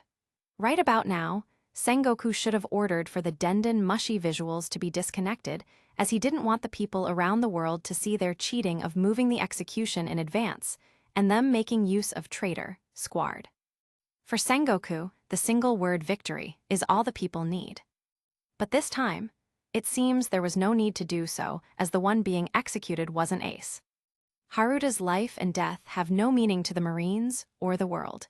He was simply bait to lure in Whitebeard, unlike Ace, who symbolized the pirate King Roger's last bloodline. As for Squard, Lucas doesn't know if they still planned on using him if they aren't gonna cut the broadcast, but he still kept a close eye on the guy in case he does anything suspicious. At this moment, Sentomaru and his army of pacifistas had arrived. Whitebeard took a glance at them and had a slight frown. So those are the government's human weapons. I had heard rumors. Luffy saw the pacifistas as well and was surprised to see so many. It's those beat guys we saw back at the Sabyeti archipelago. There's so many. Sabo and Ivankov were also shocked, and their faces turned grim. Kuma, just what on earth happened? KKKUMA. Sentomaru glanced at them all with a slight disdain in his eyes as he held his huge broadaxe on his shoulder. Now, all of you, we've waited long enough. It's finally our turn. Lucas looked over at Luffy and Ace and judged that they were safe for now. He flew up and headed straight towards the army of pacifistas that appeared from behind them. The pacifistas had already started to shoot their laser beams at the pirates when Lucas appeared. He glared at the army of pacifistas, and the steam from his body started to increase as he activated Boilingman mode. Marco is on the other side of the battlefield, so they can't do that super powerful combo, but that was fine. He's only up against some machines and not admirals. But the problem here was that the pacifistas numbered a lot. Well, I'll just burn even more. Lucas spread his arms wide, and the hot steam started to condense into dots of highly pressurized energy around him. At first, there was 1, then 2, 3, 4, until the numbers had matched the number of pacifistas. Lucas remembered a certain anime and thought of a name for this move, even if it doesn't really match. Anyway, it was a cool name. Unlimited steam bursts. Bam, bam, bam, bam, bam, bam, bam, bam, bam, bam, bam. The dots of pressurized energy shot forward and homed in onto their target pacifistas, creating explosions that matched Kizaru's own laser beams. In a few moments, when dust filled the air, everyone watched on with dumbfounded expressions. What the hell? Just how much more powerful can this guy be? When the dust finally settled and everyone saw the mess of the former pacifistas, they were all frightened. They looked back up at Lucas in awe and fear, but found Lucas suddenly became skinny. He looked like he had starved for years. He's basically a skeleton now. One Marine captain tried to take this as his only chance, and used Saru and Jeppo to quickly reach Lucas and swing his blade. He was indeed quick on his thinking, and being able to react immediately proved that he was strong. But it was a pity that someone else was faster than him. Before the Marine captain could reach Lucas, Whitebeard had appeared in front of him and swung his quake-clad fist down onto the Marine captain. Boom! Unable to dodge or block, the Marine captain spat out blood and was sent back down the ground with a huge crater. Lucas looked at Whitebeard and was confused. Being able to reach this fast, did he already know the weakness of using steam burst? Lucas took a while to gather water in the air again to refill himself. When he recovered, Whitebeard was already back on his ship, not paying him any more attention. Forget it, he's probably not gonna answer even if I asked. Lucas sighed and grumbled while mumbling, "Stupid Whitebeard geezer." Whitebeard naturally heard this and just laughed. "Gururara, Ata boy men, what are you all standing there for? attack the platform. Yes, sir. With the pacifistas dealt with, the pirates' morale was high as they pushed on. Luffy and Ace also ran faster towards the execution stand. Shishishi, man, Lucas is as strong as ever. I still need to get even stronger. He's pretty good, but he's still not a match to Pops. Just as they were about to get close, Kizaru appeared before them with a missing arm. He had a deathly grim look and was no longer as casual as before. Kizaru was pissed. To think that someone like Lucas could hurt him to this extent. But instead of taking his anger at Lucas, it was best to deal with these two for now. Kizaru knows how much Lucas cares for Straw Hat Luffy. If he kills him, it can be considered as his revenge. Kizaru didn't waste time with words anymore as he disappeared in a flash of light and appeared in front of Luffy with a kick. Gah! Luffy! Surprised by the sudden attack, Luffy was thrown backward and landed near Jazu. Jazu saw Luffy and recognized him as Ace's brother, so he naturally turned to help. The opponent was an admiral. Even if he's heavily injured, he still wasn't someone Ace and Luffy could defeat. It wasn't just Jazu who charged at Kizaru. The several division commanders of Whitebeard also stepped in and held back Kizaru. As for Aokiji, Marco is doing his best to hold him down along with the other pirate captains that came to help. Lucas took a quick look at the battlefield and found Squard. He was still on the battlefield and not anywhere near Whitebeard. While looking at the battlefield, Lucas also saw Buggy fooling around with one of the visual Denden Mushi.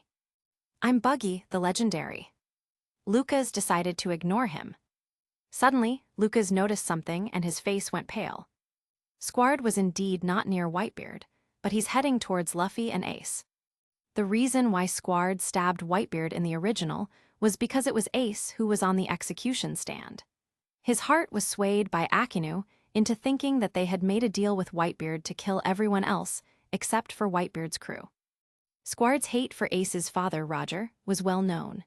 In the past, Roger and Squard's crew were enemies who fought, and it was Squard's men who had lost and died. Akinu and the Marines didn't need to trick him into much, they just needed to goad him into killing Ace. It was still fine to be shown to the world. After all, they could just say that Squard's hate for Roger was the reason. The Marines had nothing to do with it. Thinking about this, Lucas quickly flew in when he saw Squard about to stab a haki-infused sword through Ace. Water Daffel. Lucas turned to a huge pillar of water and crashed down on Squard. Luffy and Ace were surprised by Lucas suddenly attacking one of their own, and Ace was even angry. Lucas, what are you doing? Calm down, he's not dead. I just poured water on him. Lucas rolled his eyes as he couldn't be bothered to explain. He can just push the explanation on Squard. Sure enough, Lucas didn't even need to say anything. Squard just shouted and ranted about how pitiful he is and how much he hated Roger. Ace now knew and said a bunch of words to him. It was a huge drama that was annoying to see, so Lucas no longer paid them attention. Sengoku and Akinu's faces turned black. It seems their plan didn't work at all. What's more, because of this, Whitebeard was angered. With two fist punching the air on both sides, the two ice walls at the sides were smashed and they were no longer trapped. Anyone unwilling to fight can leave as they want. If you call yourself pirates, then choose for yourself what to believe. Then he held onto his Naginata and jumped off the ship. Those who would follow me, be ready to lose your lives. OHH. Finally, the world's strongest man is about to join the fight. No one backed away. Instead, they pushed through and plowed a path for Whitebeard. Whitebeard held two hands on the air above him then. As if grabbing onto something, he dragged the air diagonally downward. Suddenly, the whole island, no, even the sea started to tilt on one side. Lucas watched this while in the air and can't help but awe at the sight. Truly, the strongest man. With another fist to the air cracked and sent a shockwave straight to the execution platform. But before it could reach the execution platform, the three admirals had regrouped and put their arms forward to deflect the attack.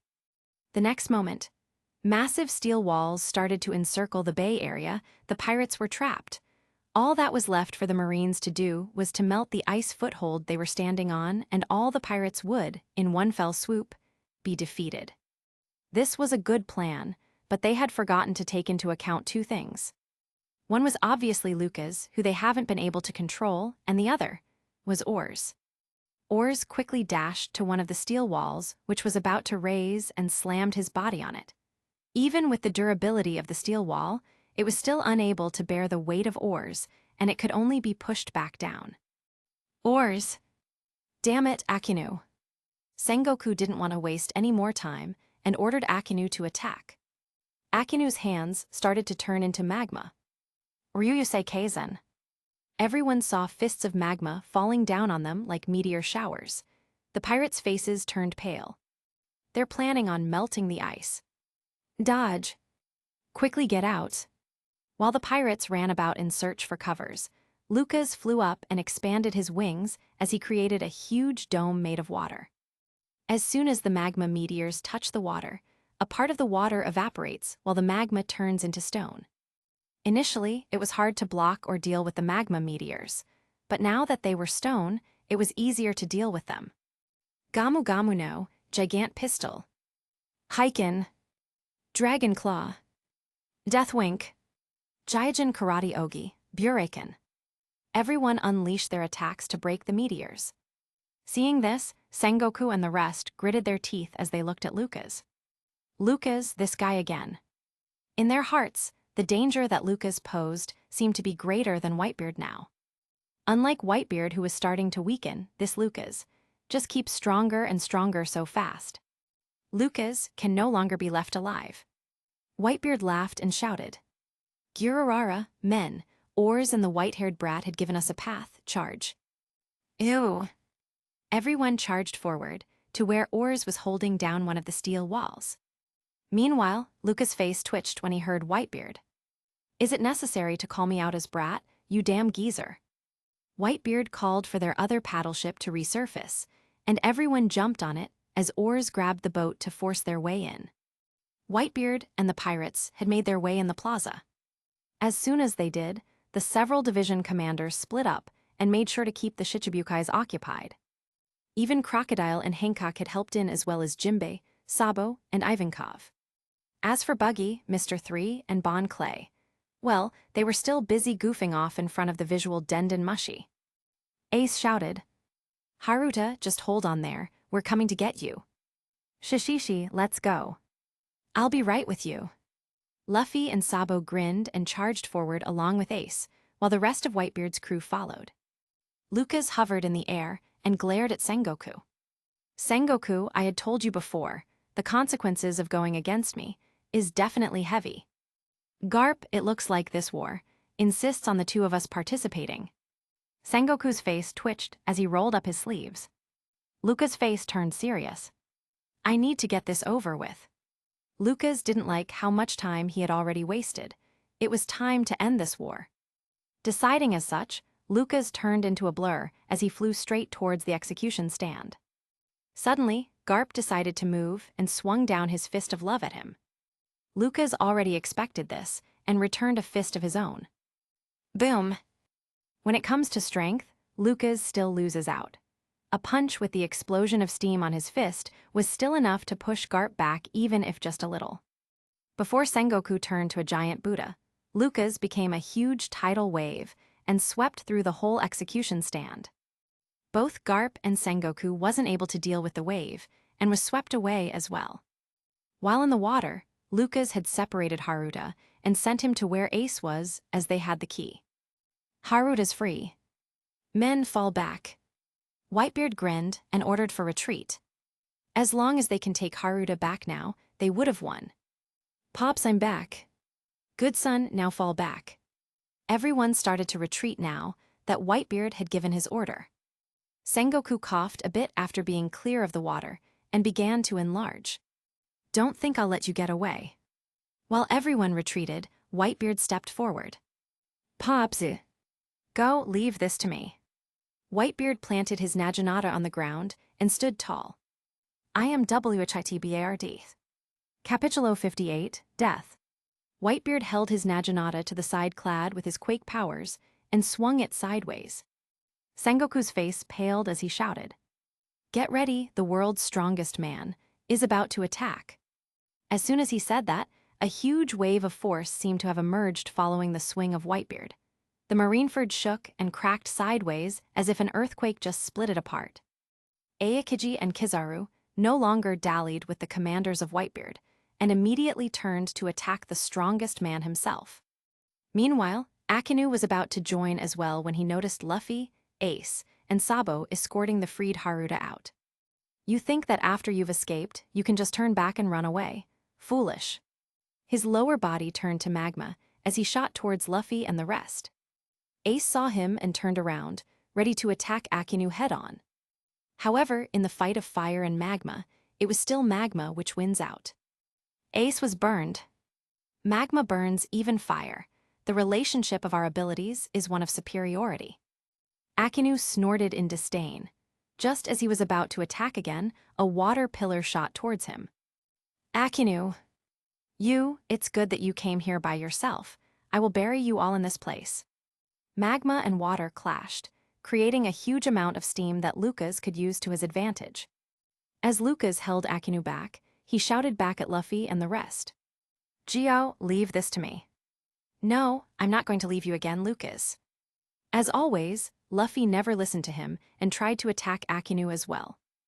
Akinu noticed how distracted Lucas was when Luffy entered the battle and thought this was his chance. With a lunge, he made it seem as if he was about to attack Lucas when he suddenly turned and headed towards Luffy. Ace was the first to react and push Sabo out of the way as he used his body to shield Luffy with eyes shut, preparing for the worst. But there was another person who reacted even faster than him. Lucas had been using his observation haki to its fullest extent as he battled with Akinu. He naturally knew what Akinu planned to do. Seeing Ace try to shield Luffy with his body, the scene seemed to overlap that from the anime that he had watched. This was the scene he truly wanted to change. Lucas gritted his teeth and sped up as he got in between Ace and Akinu. As soon as he did, he created a water shield to block Akinu, but he still underestimated Akinu's magma. Boom! Blood started to drip on the floor.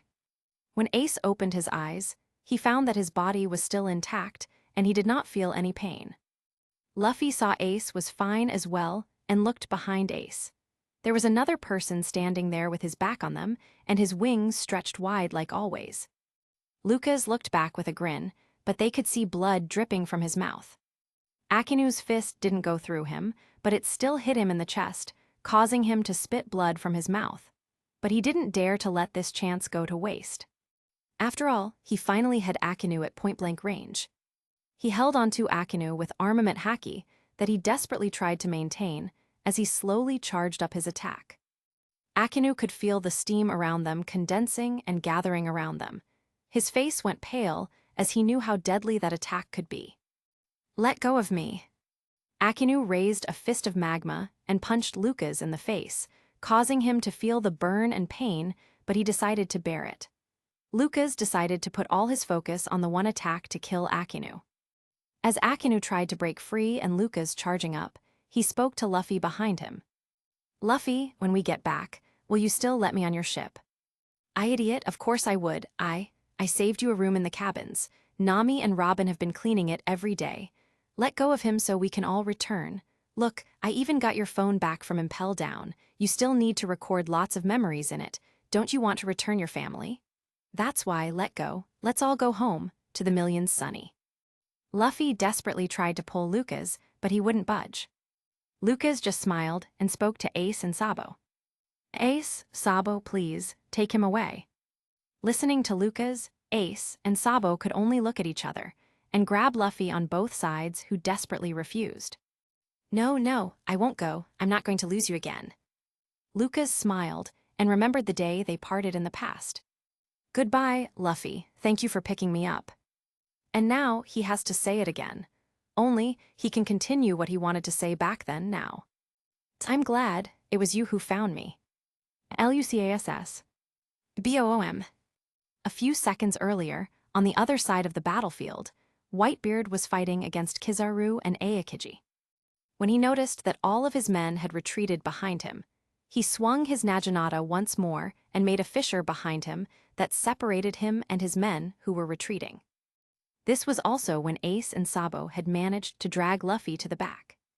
Just as everyone saw Whitebeard being stabbed and shot by the many Marines and 2 admirals, a loud explosion engulfed both Lucas and Akinu.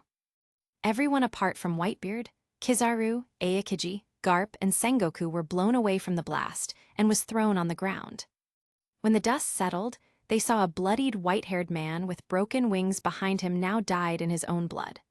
On closer look, there were shards of ice seemingly forming from his wounds. In front of him was another man with a large hole on his right body, which was now missing a right arm. But despite the large explosion, both of them were still alive. Damn it, he's still not dead. Lucas turned and saw everyone already evacuated. Only him and the old geezer Whitebeard remained. Seeing all the wounds on Whitebeard's body, Lucas laughed. Heth, do you regret not being healed now, damn geezer? Gururara, if you did heal me, you would just die earlier than me now, brat. Lucas tried to laugh to distract himself, but ended up coughing blood. His ability started to kick in, and a warm sensation filled his body. He could feel his injuries being healed slowly, but surely. Well, geezer, can you still fight? Gururara, brat, don't die before me now. Heh, what are you saying? I'm immortal. Lucas calmed himself with a light joke. He wasn't a fool. He knew that it would take time for his body to recover, and it seems the enemies wouldn't give him this chance. He thought that facing death, he would be frightened and afraid to make a move. But looking at the situation now, he only felt calm and at peace. It had been fun, living in the world of One Piece. He was able to meet the characters he grew up reading and sail with them. He even became a father. It was too bad he couldn't see his child now. This was his only regret. Thinking so, he spoke to Whitebeard again beside him. Say, how does it feel to be a father? Gururara, better than being a pirate king. Heh, Roger's a father too, you know. That he is. Lucas smiled and felt a power he never felt before in his heart. I see, so this is. Shall we? Let's. The next moment, the area in front of Lucas suddenly turned to water which continued to expand onto the Marines in front of them, while Whitebeard readied his quake-clad Naginata on the side. Lucas felt his new power once more and uttered. Freeze 3rd degree, awakening Niflheim. Suddenly, all the water that extended from him let out a chilling air. The water itself didn't freeze, but everything it touched felt coldness deep within their bones. Even Aokiji felt cold. This wasn't just the chill of Luca's water. He seemed to have felt the chill of death brushing over him just now. This was when he noticed Whitebeard making a move as well. No good, everyone brace yourselves. BOMSHATTR. Alas, he was too late. Whitebeard swung down his Naginata, and the whole Marineford shook. Those frozen by the cold water instantly shattered into many pieces. Only a few quick-witted Marines had survived. After delivering that attack, Whitebeard stood still as strength left his body. Before he lose all strength, he shouted, One Piece is real. Soon his heart stopped. Beside him, Lucas smiled peacefully as frost slowly covered his body. A thought floated in his head. Maybe he'll even get to see the legendary pirate King Roger in the afterlife. Now that would be something. Unlike the burn series of his degree modes, he had jumped directly to the 3rd degree freezing mode. Naturally, his body could not adapt to it just as fast. It only took a moment for his entire body to turn into ice. His heart had just stopped beating, but before it did, a flash of light appeared from within him and caused the ice to shatter into tiny pieces as it drifted in the wind, taking it to God knows where. At this time, Luffy broke free from Ace and Sabo, stumbling a few times and dropping the note Lucas left for him as well as Lucas' phone. When he saw the note, there was only a tiny piece left. Luffy tried to hold on to it, but he found that it had disappeared from his hand. It was no more. Only then did everything sink in for Luffy as he turned and saw Lucas' body shattering and disappearing in the wind. The phone dropped from Luffy's hand as well, which strangely turned to ice and shattered on the ground just like Lucas. LUCASSS. At this moment, Shanks arrived and saw the war results. He sighed heavily and thought he was too late. The least he could do was to claim Whitebeard's remains for the Whitebeard pirates to mourn. As for Luca's remains, unfortunately, it was already lost in the seas. He looked back at Luffy and saw him still in shock while being dragged by Ace and Sabo onto Law's ship, which had just arrived, followed by Hancock and Jinbei. Shanks sighed again and turned back to his ship. This is still not the time for them to meet. All over the world, the news was passed on. In the Marineford War, an admiral, a former Shichibukai, and a Yonko had died. Akinu, Lucas, and Whitebeard. All three who had left their names in the world had died in the war. Of course, those three were not the only ones who died. Countless pirates and marines had died as well. It was just that everyone was focused on these big names. What's more, Whitebeard had confirmed it. One Piece is real. This sentence resounded in everyone's heart, and soon, another era of chaos started. This is the era of Whitebeard. Soon after the war, another shocking piece of news was heard. Portgas D. Ace, the son of the pirate King Gold Roger, has become the new captain of the Whitebeard Pirates. To prove his strength, he had deterred every pirate that dared to touch their territories all by himself. Some even said that he held off Big Mom on Fishman Island, but it was unknown whether this story was true or not. More shocking news followed. After the war, the fleet admiral Sengoku chose to retire from his position, and Aokiji took over as the new fleet admiral. Kizaru seemed to have disappeared somewhere, but never lost his title of admiral, signifying that he will one day return. The news of Impel Down's level 6 prisoners escaping wasn't leaked out, as the government feared it will only lead to their image worsening in the public's eyes. It was also said that the Revolutionary Army has begun to move as if they were preparing something big. It was unknown what it was. A few days later, another news had shocked everyone. The Shichibukai system had been demolished. It seems that with the recent cases of Shichibukais turning on them and a few nations petitioning for it, had led the government to abolish the system. The leading nation who petitioned this seemed to be Alabasta, which was led by not Cobra, but Princess Vivi Nefertari. No one knew what happened, but it was as if she just changed one day and was no longer the kind and smiling Vivi that they knew. Instead, she had the image of a cold and authoritative queen. When the news of the Shichibukai system was abolished, the Marines started to go after the known ex-Shichibukais to apprehend them. Doflamingo had disappeared underground. It was unknown what he was planning, but several underground forces seemed to be making a move. Moria had also disappeared somewhere, and was later found dead in the sea along with Absalom. Mihawk is still on his island. No one was powerful enough that could apprehend him. Jinbei is hidden somewhere. No one knows where he is. As for Hancock, when the Marines reached the area where Amazon Lily used to be, it was already gone. The entire island had disappeared from the map.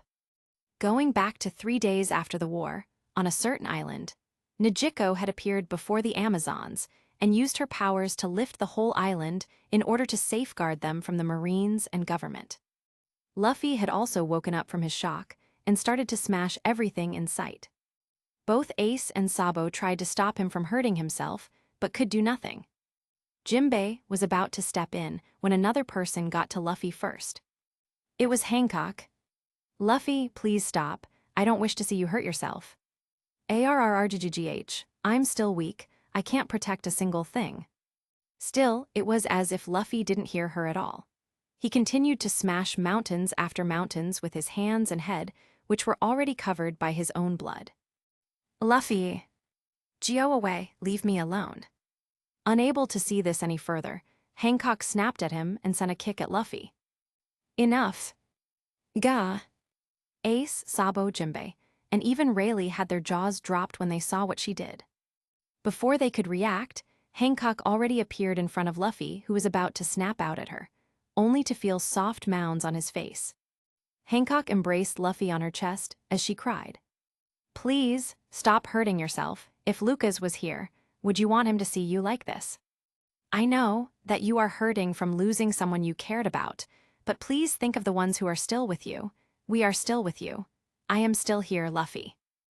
As he was embraced by Hancock, Luffy lifted his arms and started to count.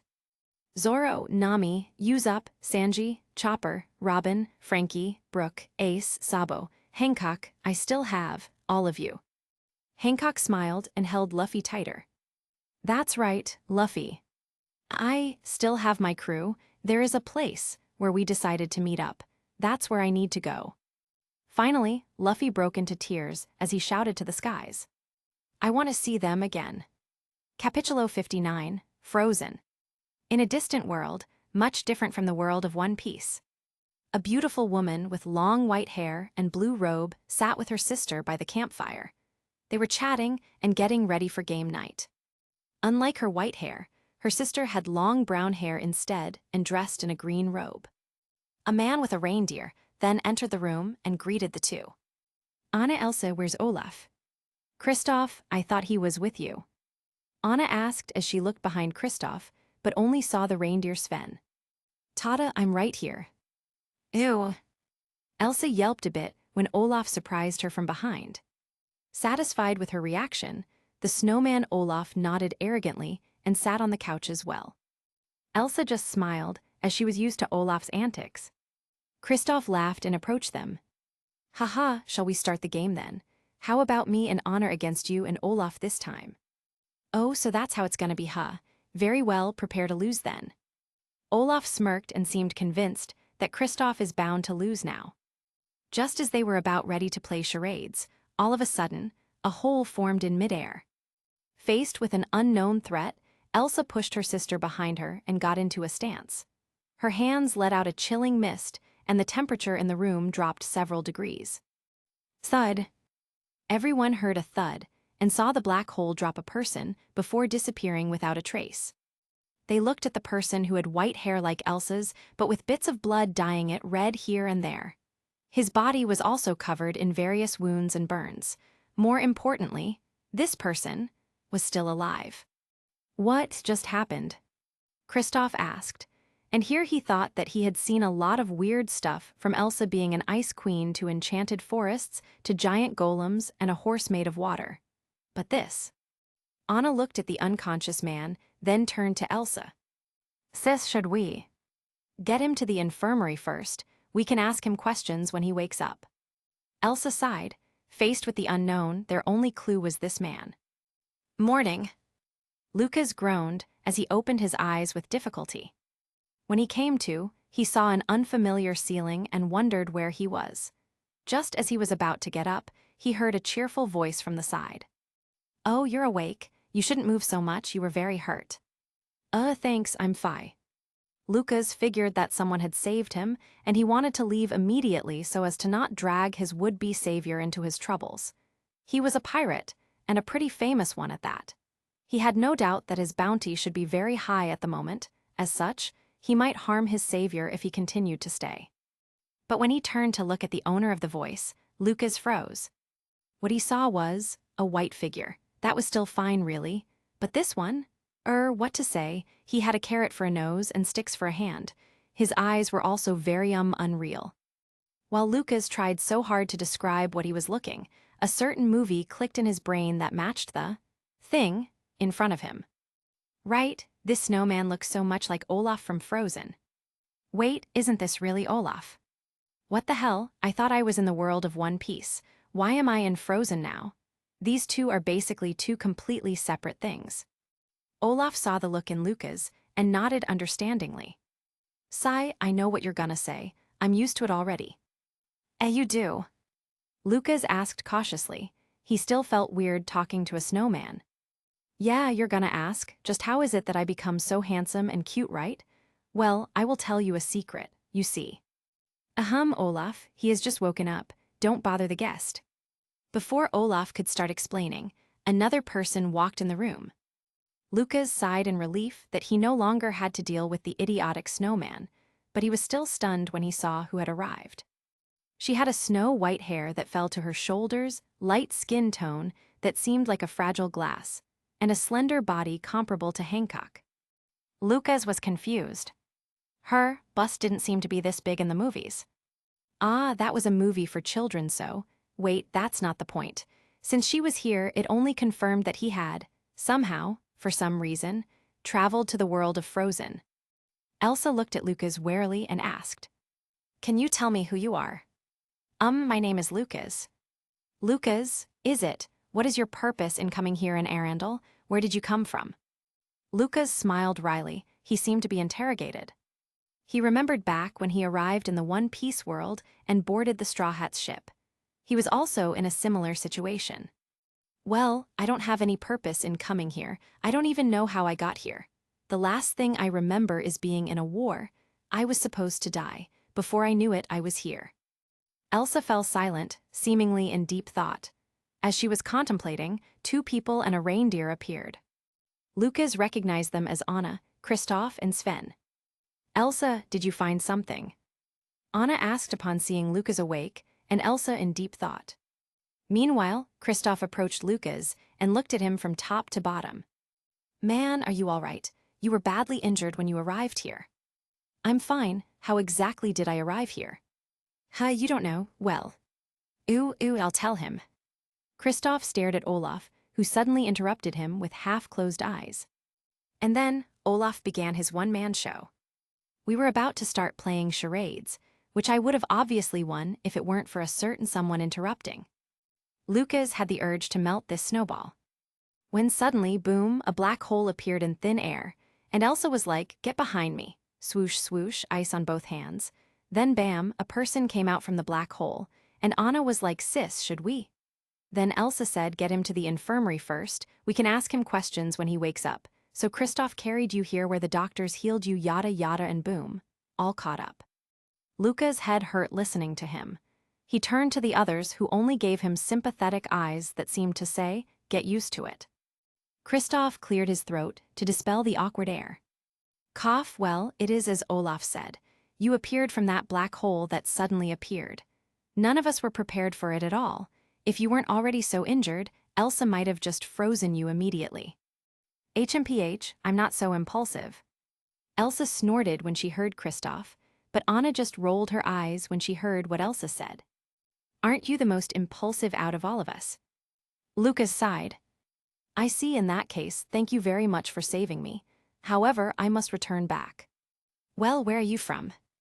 Kristoff asked. You wouldn't believe me if I told you." Try me." Kristoff was convinced that even though the way Lucas appeared was very weird and unrealistic, he can still be fine hearing where he is from. After all, it's just a place, right? Even if he didn't know where it is, he can't be surprised about it. Right. But reality proved otherwise. Lucas glanced at Elsa, and the others who nodded at him, as if saying that he can say it. After thinking for a bit, Lucas decided that there may be some magical hocus-pocus in this world that can maybe help him, so it was better to tell them. "I am from another world." Kristoff nodded and said the prepared words he was thinking in his mind. "I see, another world, I don't know. Wait, did you just say another world?" Kristoff and the reindeer Sven had their jaws dropped to the ground. Both Elsa and Anna were also shocked. Only Olaf was still the same as before. "See, I knew my theory of multiple worlds coexisting between our own world, but simply vibrating in a different frequency such that the other doesn't touch another is correct." Yeah, that's the multiverse theory." Lucas was surprised to see Olaf be so smart to actually think of that on his own. "Multiverse, I was thinking about naming it Olafverse. Where's this multi-guy? How dare he steal my idea?" "Never mind, spoke too soon." Everyone ignored Olaf and focused on Lucas again. "So you're saying you really are from a different world, not just a different country, but a whole world?" Anna asked, still in disbelief. Lucas just smiled wryly and waved his hand. Suddenly, the water vapors in the air condensed and turned into small droplets that filled the room. "From where I came from, people with special abilities like mine are quite common. Some can control and turn into elements. Some can morph into various kinds of beasts and animals, and some can turn their body into a certain material. Like this guy, I know, who had a rubber body." Lucas waved his hand again, but this time, his whole hand turned into water and flowed around the room. "I myself have the ability to turn into and control water." Elsa watched the water in the air in wonder. All of a sudden, her heart seemed to beat faster. She thought she was the only one. And now, this man said, there's a whole new world with people having special abilities like her. Anna saw the look on her sister and was afraid. She felt like her sister's gonna go somewhere far away that she won't be able to reach. She turned to Lucas and gave him a hateful glare. That isn't proof. My sis also has powers. You can be just from a different continent than ours. Right? If it was still the same world, then she won't feel too far if ever Elsa decided to go with him. Lucas shook his head and stood up. As he did, huge wings appeared from his back. While everyone was still shocked, Lucas spoke again. This is not the world I am from. I know that this world may also have some sort of magic or power. I hope you can help find my way back. I'll help you. Before Anna could say anything, Elsa had already spoken up. Elsa, you can't just agree to him. What if he's dangerous? I can protect myself. I'll just freeze him if he harms me. Still. Lucas watched the two argue and sighed. How can he still not understand Anna's worries? But she was right. Right now, he is a stranger from another world. There is no reason for them to further help him, and Lucas also didn't want to get in the way of the two sisters. It's all right. Forget I asked. I was indeed in the wrong to ask of this to a stranger. And she is right. I am dangerous. Don't listen to her. She's just throwing a tantrum. I'll help you. Elsa glared at Anna as she spoke hurriedly to Lucas. Lucas glanced at her, and suddenly, his whole body started to heat up and release steam. After a while, even his skin started to boil. Burn 2nd degree, boiling men. Everyone felt the heat and quickly backed away. If you are thinking of freezing me, don't bother. I once fought against a man made of ice. Never again will I be frozen.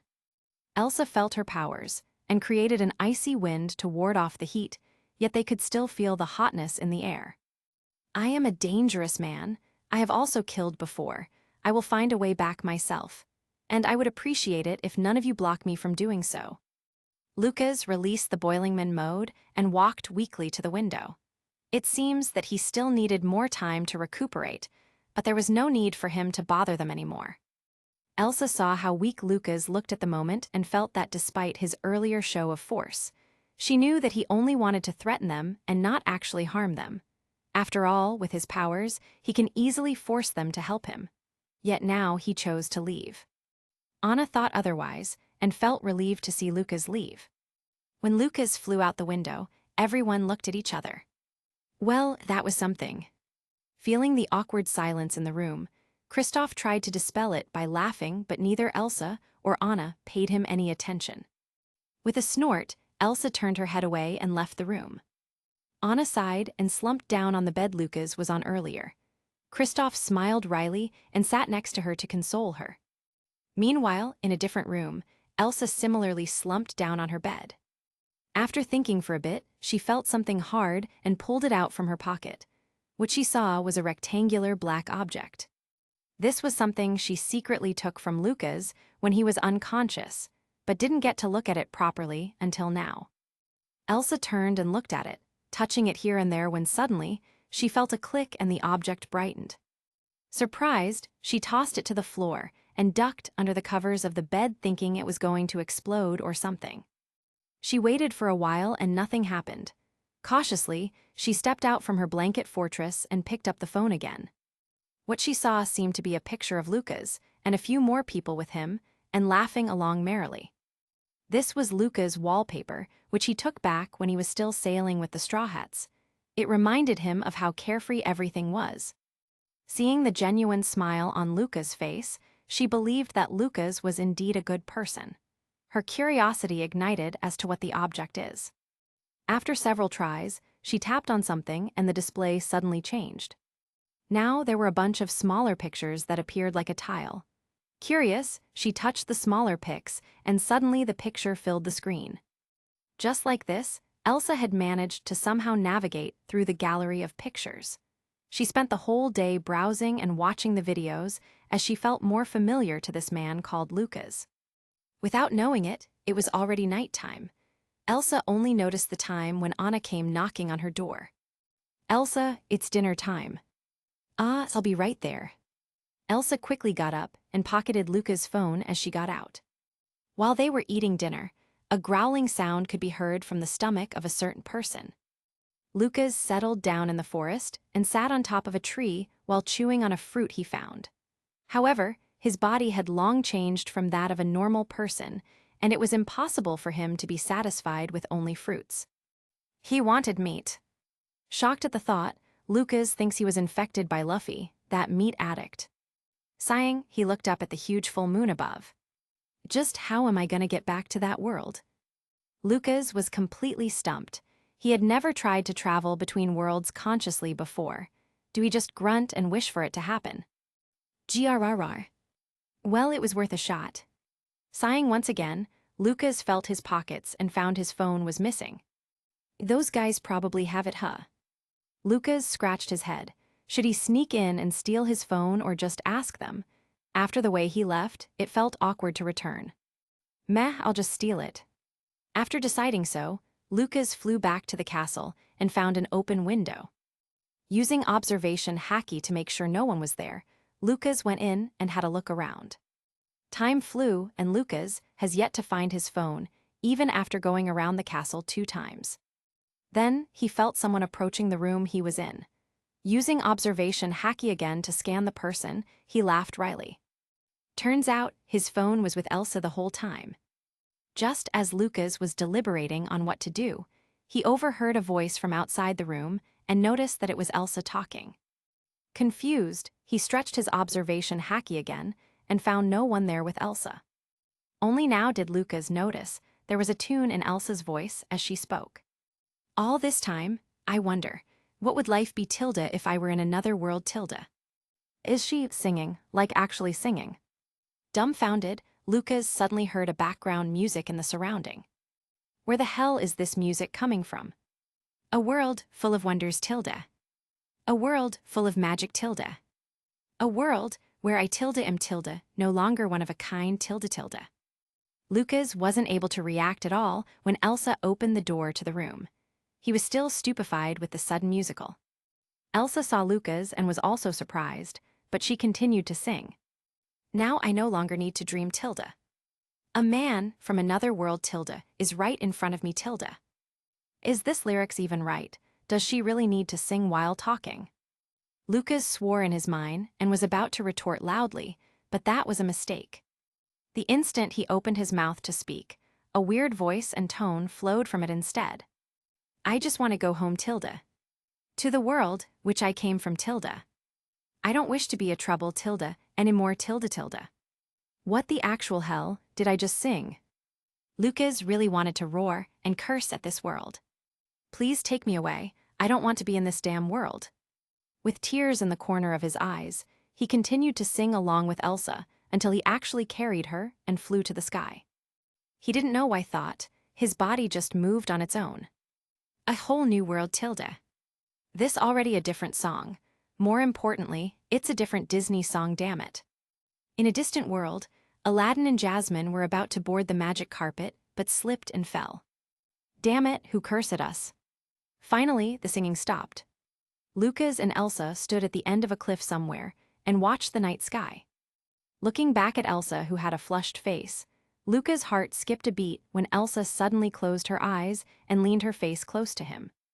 What the hell's happening? We just sang together and now we're gonna kiss. What's wrong with this world? Just as Elsa's lips were about to touch Lucas, Lucas felt pain on his cheeks and his eyes snapped open. Oi, what the hell are you smooching over there? Get up, it's already breakfast. Ina. Wait, where am I now? Capitulo 60, March Fools, cause it's not April yet da xd. Capitulo 61, 5d to y. On the now floating island of Amazon Lily, Rayleigh heard what Luffy said and spoke up. Are you absolutely certain of that? What do you mean? With your current strength, do you want to go back there and head to the new world? Towards what Rayleigh said, Luffy seemed to have woken up. He just wanted to see his crew again, but should he? After what had just happened, Luffy knew that their strengths were still low. It was just like Lucas had said. If they can't master this thing called haki, going to the new world is simply suicide. Seeing as Luffy had realized what he meant, Rayleigh smiled and gave his offer. I have a proposal for you. Naturally, it is entirely up to you, whether to accept it or not. In another corner of the Grand Line, Boyne Archipelago. Jaihahaha, long nose, how long are you going to keep running? Jabra is currently in his half-wolf form as he jumped about the jungle chasing Usopp. Just like in the original story, Usopp had eaten a lot of food and had grown fat. This was mainly because after recovering from his injuries, he used the excuse of recuperating in order to stress-eat a bunch of food. One day, he finally stopped when he heard Jabra speak in his sleep. That's it, get fatter. Heh, the fattest is always the most delicious. Actually, Jabra was simply dreaming of eating sheeps that jumped over the fence in his dreams and landed on his mouth, but Usopp completely misunderstood it. Hence the start of this wild chase day and night. When a news coup delivered the news of Luca's death, Usopp slapped himself for fooling around all these days. He wanted to leave the island, get a boat somehow, and find Luffy, as he knew that being in that war, Luffy must have seen everything firsthand. Usopp knew how much Luffy would be hurting now. He can't stay here any longer. Of course, going out to sea without preparation is simply asking for death. Heracles tried to stop him while Jabra just sneered and ignored him. About 3 days after, another newspaper dropped on him. Seeing Luffy in the front cover beside another 2 men which the news named as Sabo and Ace, Usopp was relieved to see Luffy safe. Then, he continued to look at the picture and understood. Finally, he stopped escaping the island and turned to Jabra and Heracles for help to get stronger. While Heracles taught him about the various plants and their uses, Jabra whipped Usopp's fat body into shape. For Jabra, even though Lucas is dead, the mission still remains. Plus, he was kind of looking forward to beating up Usopp too. Torino Kingdom. Just like Usopp, Chopper had asked to leave the island to set off somehow and find Luffy. Kaya saw the worried expression in Chopper's face and sighed. She had met Lucas as well back then, and she can tell how much Lucas had cared for his friends. To know that Lucas had passed away, no doubt, they are definitely hurting from losing him. Chopper-san, you must understand. Lucas knew the dangers he would be facing. That's why he sent us to find you guys. He probably didn't want you to be alone when the worst happens, so we could also get stronger together.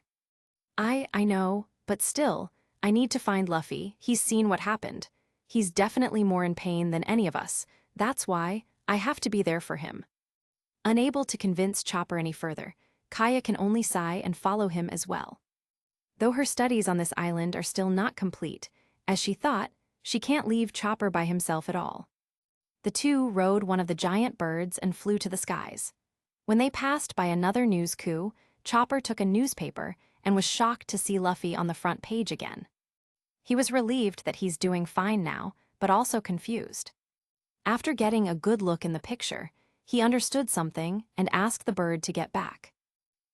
Chopper-san, we're returning. It's as you said. Before returning, we need to get even stronger. Kaya tilted her head to the side, as she was confused about why Chopper would suddenly change his mind. Kuregana Island. After Mihawk returned and told Perona that Moria had died, Perona made a huge fuss as she cried, but Mihawk didn't care much. He was more concerned as to who killed Moria and why. On the other hand, Zoro continued to push on and slice his way out of the island. Zoro panted hard, while facing the weapon-wielding baboons, blocking his path, and groaned in frustration. Damn it, they just keep coming and coming. On the side, Kaku saw Zoro having a hard time and sighed as he shook his head. With your injuries, you can't possibly beat all of them, you know. And even if you do, can you even sail a boat properly and go back? Shut up, rectangle nose. Zoro shouted but knew that Kaku was right. Still, what was he meant to do? Just stand still and wait. Zoro gritted his teeth again and attacked. Suddenly, the weapon-wielding baboons, also known as humandrels, paused and stood still in fear. Looking back, Zoro saw the object of their fear, Mihawk. It seems you're still loitering about in my island, Roronoa. Shut up, I'm just leaving. Why are you in such a hurry, with such wounds no less? You're the one who told me what happened to Luffy and Lucas. How do you expect me to stay put? I didn't even know anything about such a massive battle. Zoro gripped on his sword tightly in frustration. Seeing him like this, Mihawk sighed and made his final offer. Sunset is upon us, go back to the castle with me. They will not follow you there. I don't take orders from you. Then what about me? Suddenly, Zoro seemed to have heard a familiar voice from behind, and couldn't help but turn his head to look. As soon as he saw who had spoken, his eyes went wide as he never thought that he will be able to see this man again after leaving that island. Sensei. Zoro-kun, I know that you are hurting inside, but before leaving, you must tend to your wounds. But... Kushiro smiled warmly and handed a newspaper to Zoro. This just came earlier, perhaps it will change your mind. We will be waiting for you in the castle. After saying his piece, Kushiro no longer minded Zoro and turned around to go back to the castle. Mihawk's eyes narrowed as he looked at Kushiro. He did not sense his presence at all. Just who is this man? Mihawk looked back at Zoro, who now fell silent as he read the newspaper. Finally, he stood up and went back to the castle as well. Kaku sighed and followed them back, leaving Zoro alone. It took him a few hours to understand what the picture meant. When he did, he went back to the castle as kowtowed in front of Mihawk and Kushiro. Please, teach me to become stronger. You would have me train a man who will defeat me. Yes. Hearing such a straightforward answer, Mihawk grinned. It's very well. Beside him, Kushiro also smiled. Zoro-kun, you have gotten stronger. I'm sure Kuina would be proud. I'll no longer hold back. Are you up for it? I am. Future country of Baljamoa, a winter island. After Frankie learned what happened to Lucas, he ran around Vegapunk's lab to try and get Vegapunk's blueprints to upgrade his own body. Inside, he saw a huge button with a skull and crossbones, so he went up and pressed it thinking it was a pirate symbol. Then, BOOM. This is the infamous future country incident known to the world as the Nightmare of Baljamoa. Kumadori's jaws dropped when he saw the huge mushroom cloud over the island. Damn it, how is he supposed to explain this now? Nemkura Island, Haritania, the land of poverty. When the long-arm thieves came and attempted to rob and kidnap again, Brook and Blueno acted and captured them in a cage. Having helped them deal with the thieves, Brook sighed in relief, as he thought that he had paid his debt to these people who had helped him after being sent here. He continued to face the people with a smile and cheerful attitude, but behind him, he was gripping onto a piece of newspaper tightly. Brook was still concerned about Luffy and Lucas. After helping these people, he could leave with Blueno and return to Luffy. And now that we've captured this strange tribe with 2 arm joints, we can make a fortune showing them off to the public. Hold it, wait one moment everyone. Wouldn't that make you people know better than them? Brook let out a cold sweat when he heard the people in the village speak. Hearing what Brook said, the villagers were shocked. What, you want us to free them, but if we do that, they might. Brook knew he had to fool them, so he played with their misunderstanding of him being Satan. He grabbed onto the iron bars and glared at the 3 long-armed thieves with his hollow eyes. Worry not, I have formed a devil's pact with these crooks. Now listen here, if you ever break this pact and begin your evil doing in this land again, I will return and consume your HEARTS. Juiahh. After being released, the 3 crooks made it look like they were about to leave, but returned to kidnap Brook. Is what should have happened. It seems Blueno's door ability made them believe that they can indeed get back and get out whenever they wanted, so they could only leave as they flee for their lives. As they were about to leave, Blueno handed Brook a piece of paper. This is from Lucas. He told me to give these to you if those 3 from the long arm race didn't come to get you. Though Brook was confused, he still took the paper and read what's inside. Brook, if you're reading this, then it means that I'm gone and that you are also on your way back to Luffy. I want to let you know that I did not regret what I'm about to do, or well, in your case, what I had already done. Luffy is stronger than you think. He will get over my death soon, and he will return stronger. Once you all get back together, you will need a source of funds. Out of everyone, I'm counting on you for this. With your musical talent and ability, you will definitely become a big hit one day. I wish I could have seen it. Anyway, there is more to your powers than simply being reincarnated after dying. I think you will also find out about this as you perform more of your music. You can ask the people of Haritania to help you host your concerts. I think that the land of poverty may very well become the land of wealth once you become a sensation. Bluno can help you as well with his ability, and I can assure you that everyone is also doing fine at the moment, so you can perform to your heart's content. Finally, you are the oldest amongst everyone in the crew. Please take care of everyone for me. Your nakama, which you've never met before. Lucas. After reading through the note, Brooke finally knew why everyone in the crew seemed to care about Lucas a lot. He folded the paper neatly and stored it in his skull, to which had shocked Bluno, who was watching him by the side. Brooke looked back at the setting sun and thought, "Please don't worry, Lucas, though we have not met officially. I promise you that I will take good care of everyone." Thus, the Soul King Brooke made his debut. Memoiro Island. Ivankov had just returned and saw Saji and Fukuru seemingly loitering about on his island. Upon reading the newspaper and learning that Ivankov was involved in the war, Sanji came to him and asked where Luffy is now so he can leave, but Ivankov wasn't willing to say. After all, Ivankov doesn't know the Straw Hat crew himself. He can only rely on the wanted posters to know if they were a part of his crew. Sanji kept insisting he was, but refused to admit that the picture in the wanted poster is his. Ivankov didn't want to be careless and trusts Sanji completely, so even if there is a slightest of doubt, he can't reveal the whereabouts of Luffy to him. Actually, Fukuru knows where Luffy was, but it was funny to see Sanji like this, so he didn't say. Having fed up about Ivankov's antics, Sanji challenged him to a duel only to be beaten senseless. Seeing Sanji's determination, Ivankov tossed him the recent newspaper. After reading it, Sanji understood Luffy's intention and was no longer in a hurry to leave. No, he still wanted to leave, but he needs to get stronger. Beside him, Fukuru shivered. Damn it, Chapapa, why do I feel like we're still going to stay in this hell longer? I should have told him where Luffy is. East Blue, in a certain incomplete bridge. Robin found out about what happened to Lucas and cried silently in her room when the door opened and revealed Betty. Betty saw Robin's face and also let out a tear of her own at the corner of her eyes.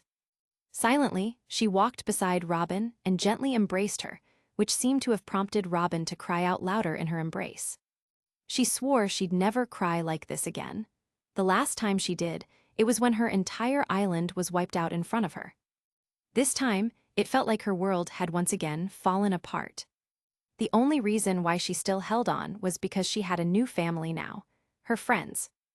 Luffy and the others must have heard the news as well and are mourning, especially Nami.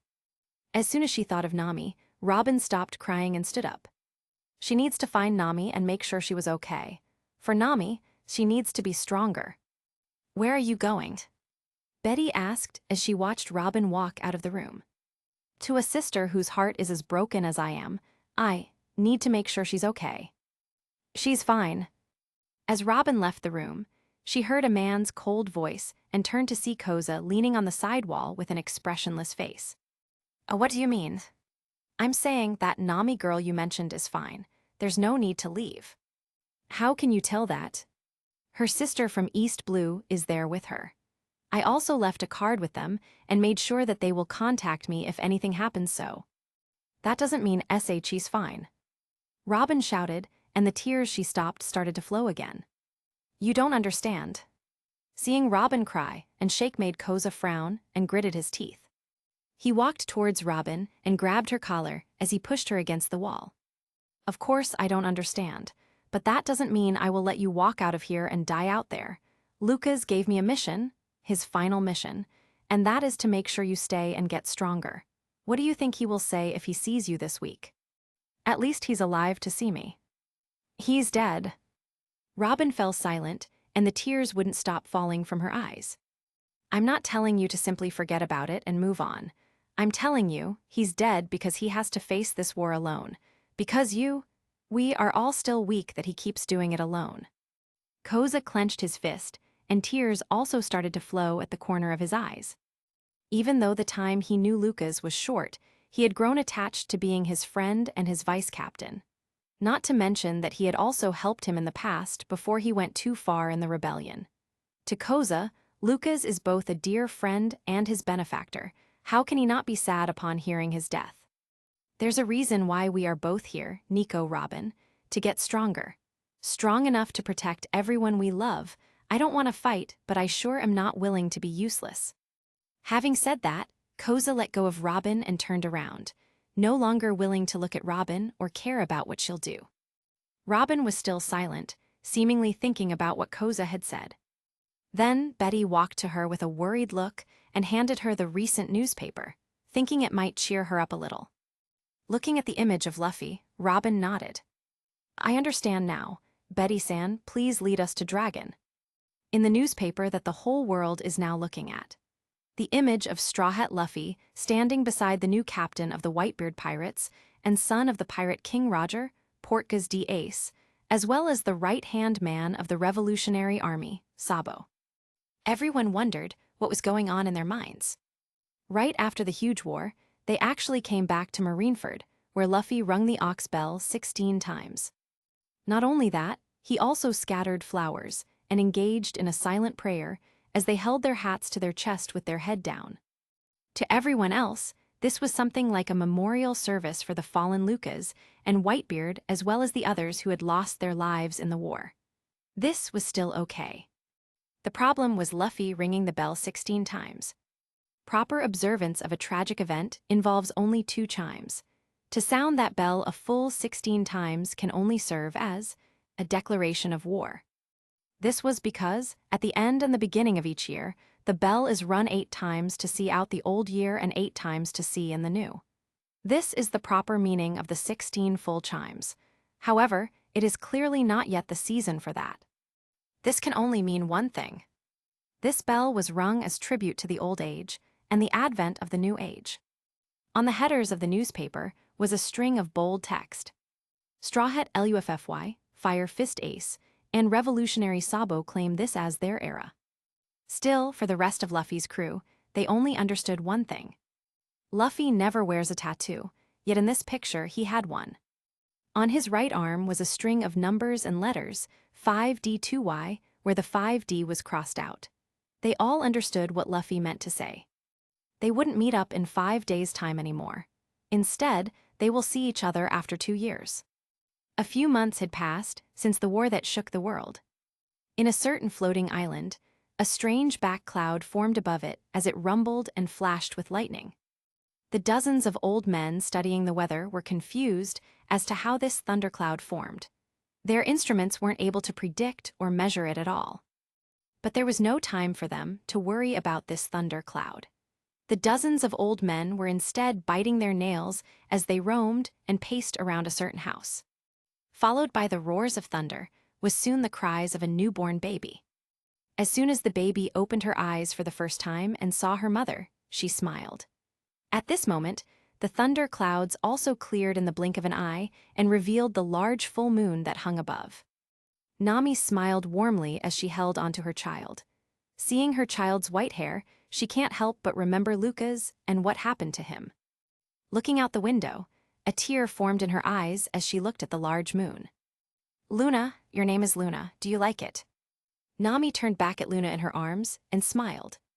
It was unknown whether Luna understood her, but she laughed and giggled while touching her mother's face. Beside Nami, Nijiko sighed and turned to Kaya and Chopper. It was a good thing that she quickly came to get them when Nami passed the 9-month mark. Otherwise, she wouldn't know what to do. Califa was also able to help. With her powers, the delivery went smoothly. Chopper looked at Nami and the baby Luna, and also sighed in relief. Phew, it was my first time helping deliver a baby. It's good that both Nami and the baby is safe. Fufu, you did great, Dr. Chopper. Hehe, you too, Dr. Kaya. Everyone in the room, even Califa, were all smiles as they watched the baby Luna smile and laugh. For some reason, why they see her innocent smile, everything in the world seemed better.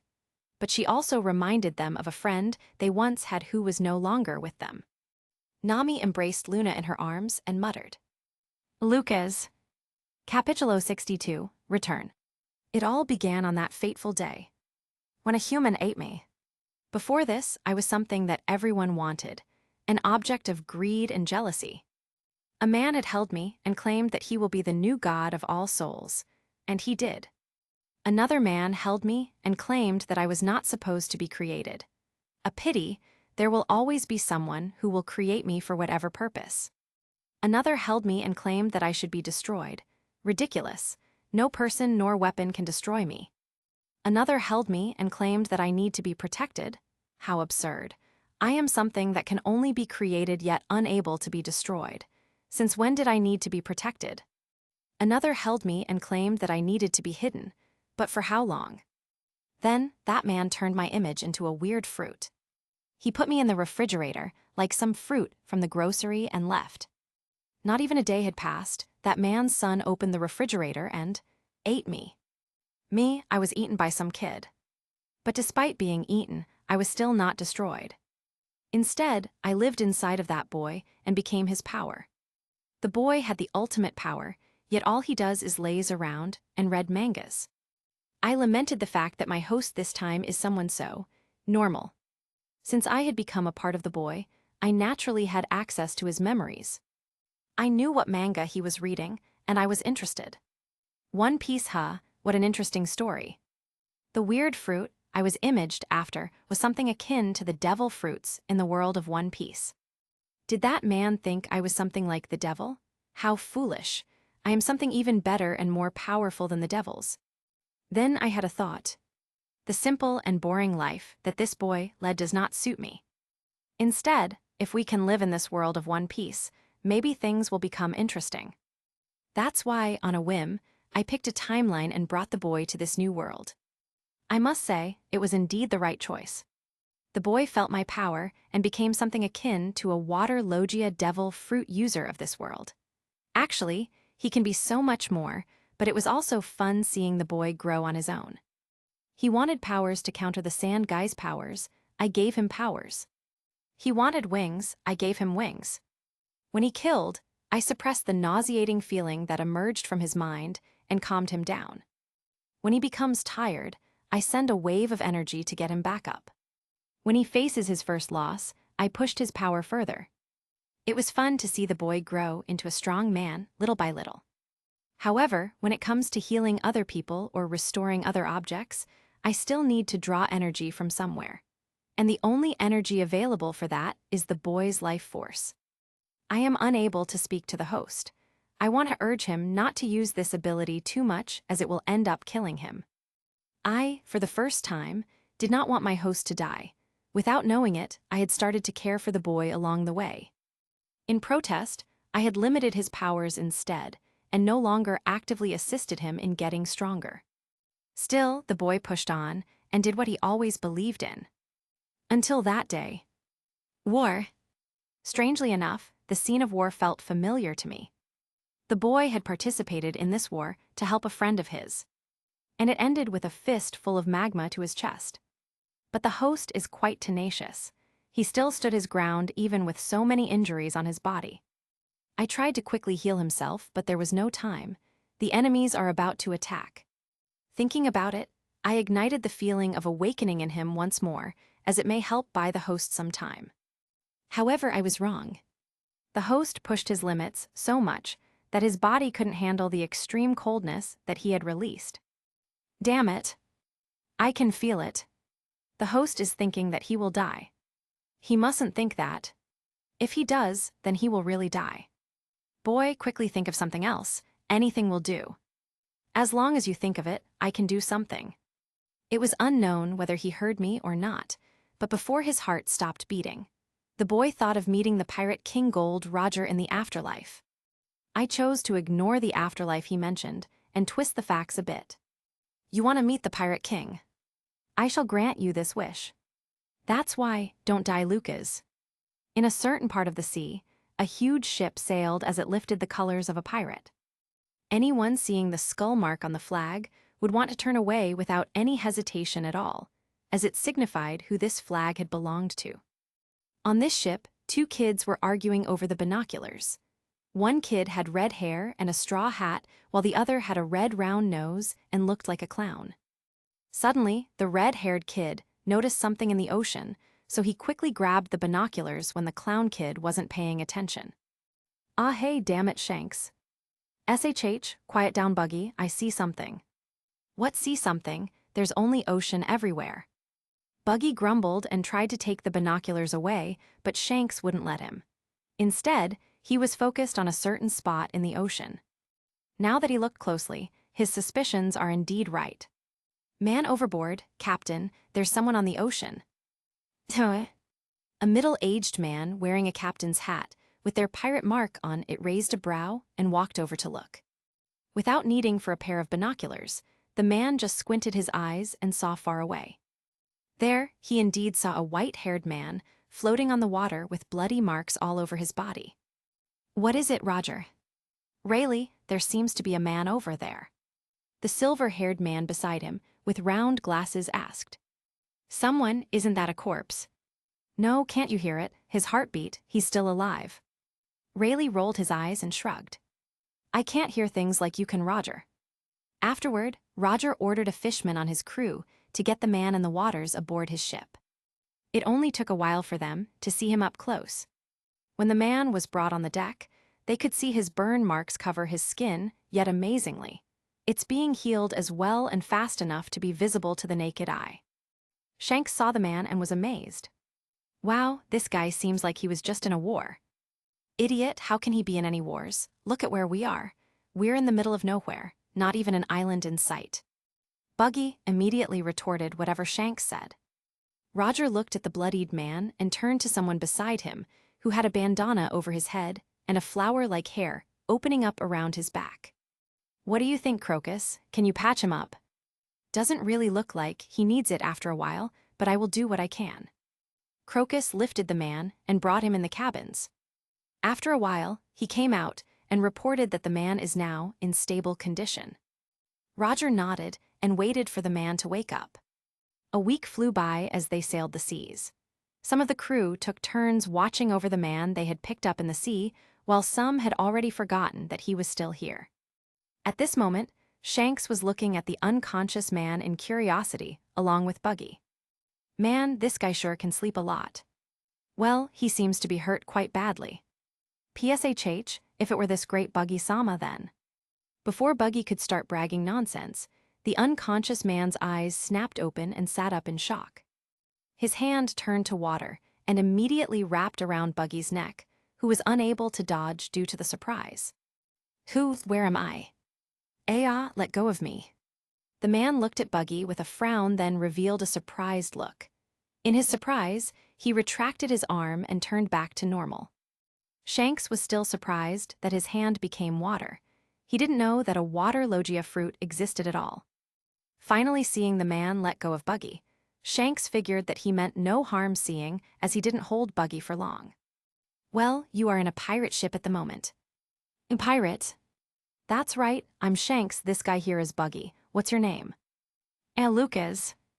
At this moment, Lucas was still muddle-headed as he tried to understand this situation. One moment, he was in Marineford and was about to die next to Whitebeard. The next moment, here he is, looking at what seemed to be child versions of Shanks and Buggy. Hold on, if I remember correctly, both Shanks and Buggy had apprenticed in the Pirate King's ship, right? And Shanks also just mentioned that they're in a pirate ship at the moment, so. Luca's face twitched as he jumped up the bed and ran to the door as he wanted to confirm his thoughts. As soon as he opened the door, he saw a black-haired man wearing a captain's hat and coat with his back turned on him. Hearing the commotion behind, the man turned around and saw Lucas. He grinned. Oh, you're finally awake, boy. There's no doubt this man is the Pirate King, Gall D. Roger. Boom, another chap. But a short 1XD, it felt like the last line is a good ending cliffhanger, so I cut it short, P. A few more hints to his power, which is now revealed to be sentient as well. What do you think? I think I dropped one too many clues already, and I could see about 3 people had guessed correctly in the comments of previous chaps. As always, ending with a cliff. See you next chap. Capitulo 63, Thoughts of the Past. Boy, you're finally awake. Hold on a bit, it seems we walked right into marine ambush. Just wait there for a while and not show yourself.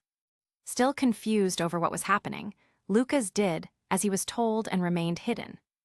Roger looked back to the front and grinned. Men, onward, let's break through their encirclement.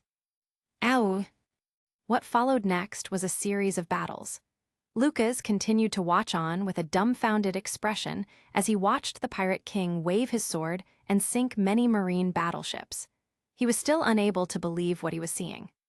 Shanks appeared next to him and saw his look. Grinning, he placed both his hands to the back of his head with a laid-back expression as he spoke. "Captain's pretty amazing, huh? Oh yeah, Lucas, are you a pirate as well?" Yeah, I guess." Lucas answered while still absent-minded. He was trying to figure out how he ended up here, in the past. Still, despite thinking so hard for a while, he still couldn't come up with any good explanation. Come to think of it, the first time he appeared in this world was also quite weird. Lucas remembered reading around after the Reverie arc and that Luffy and the rest were about to head to Wano, but for some reason, when he was sent to this world, he appeared in the Alabasta arc. So to say, he had already gone back in time once. Is dying the way to go back in time? No, I still have my injuries, which means that I didn't die, rather, I nearly died. Lucas continued to think. Is this also a part of his power, to go back in time? If so, can he also go forward in time? Lucas tried to feel his power, but found that his abilities are in some sort of weakened state, as if jumping through time had exhausted his powers. Lucas didn't really know why he thought of that, but that was the only explanation that made a bit of sense to him. If he can't use his ability to go back, is there something else? Lucas could vaguely remember some kind of fog in the anime that can let you travel through time, but that was a filler arc. It wasn't reliable to be taken as a lead. Time, that was it, wasn't it that Momonosuke was sent forward in time by their mother? If so, she could also send me forward in time. I need to go to Wano somehow. Lucas once again looked at Roger, who is currently still battling the Marines. An idea hit him in the head.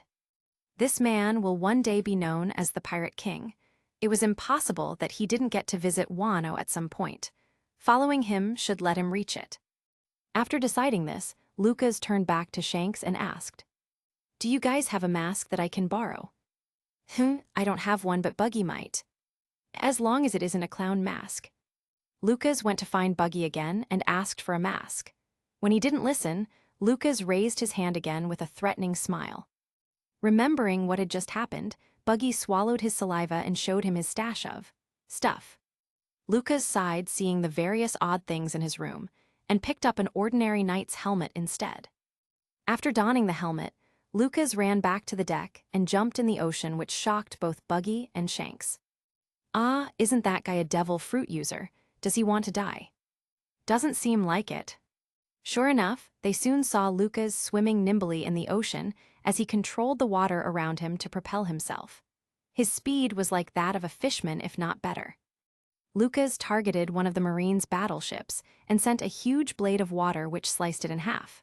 From afar, the blade of water could be seen as a huge shark's fin that plowed through the battleship. Roger naturally noticed this as well and couldn't help but turn over to look. At this moment, Lucas stopped in front of the Oro Jackson and swung both hands to the side. Suddenly, two huge waves surged from the sides and crashed on the battleships, attacking on both sides. What is this? Retreat. No time, grab onto something. The Marines were just as surprised at the huge waves as the pirates, along with Roger. With a simple push by the waves, an opening was formed in the encirclement. Roger snapped out of it and laughed out loud. "Men, this is our chance, let's go." Seeing that no one was able to follow them anymore, Lucas shot up and landed back on Oro Jackson's deck. After removing the helmet, Lucas was greeted by Shanks and Buggy, who looked at him with stars in their eyes. Roger and the rest also laughed and greeted him. "Boy, that was an amazing power. Are you a devil fruit user? Ah, but how could you be fine in the water?" Lucas smiled wryly and shrugged. "I guess I'm an exception. We haven't formally met. My name is Lucas. Thank you for saving my life." "Ha ha ha, it's nothing. All we did was pick you up in the sea. You were healing fine by yourself already." Roger shook Lucas' arm with a grin. "My name is Galdi Roger. Welcome aboard my ship. It's a pleasure to be here." After talking around and being introduced to everyone, Shanks couldn't take it anymore and asked, "Lucas, where exactly are you from?" Being asked such a question, Lucas can't help but feel a sense of déjà vu.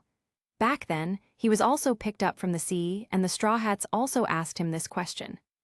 Now, he was picked up from the sea by the future Pirate King, and Shanks, still wearing the straw hat, is now asking him this question. Looking at Roger, who was listening intently, Lucas was a bit dazed and spoke. "That, I'm from the future." "Uh-huh. Uh-huh." Lucas blinked in confusion. Somehow, he just blurted the truth like that. It was the same with Luffy too back then. Like him and Roger have this aura that makes you trust them completely. It's weird. Is this the will of the D that they keep mentioning? Nah, maybe it's just that these guys are protagonists. Yup, we'll leave it at that. As expected, as soon as he said that, the crew burst into laughter. Ahahaha from the future. You sure know how to make a joke, Lucas. Ahahaha. Hahaha, well, it's fine if you don't want to tell us where you're from. You're more than welcome to stay here on my ship in the meantime. I guess this is the normal reaction for saying such a thing. Still, looking at Rayleigh here as well reminded him of how he had reacted when he first met him before. Whitebeard too and his crew. Does this mean that I'm in some kind of loop? I was already living in the timeline that I went back from the future. But then how come Buggy didn't have any reaction when he saw him in Impel Down? Speaking of which, where is Buggy? Lucas asked Shanks, who just shrugged. Probably in his room with his treasures.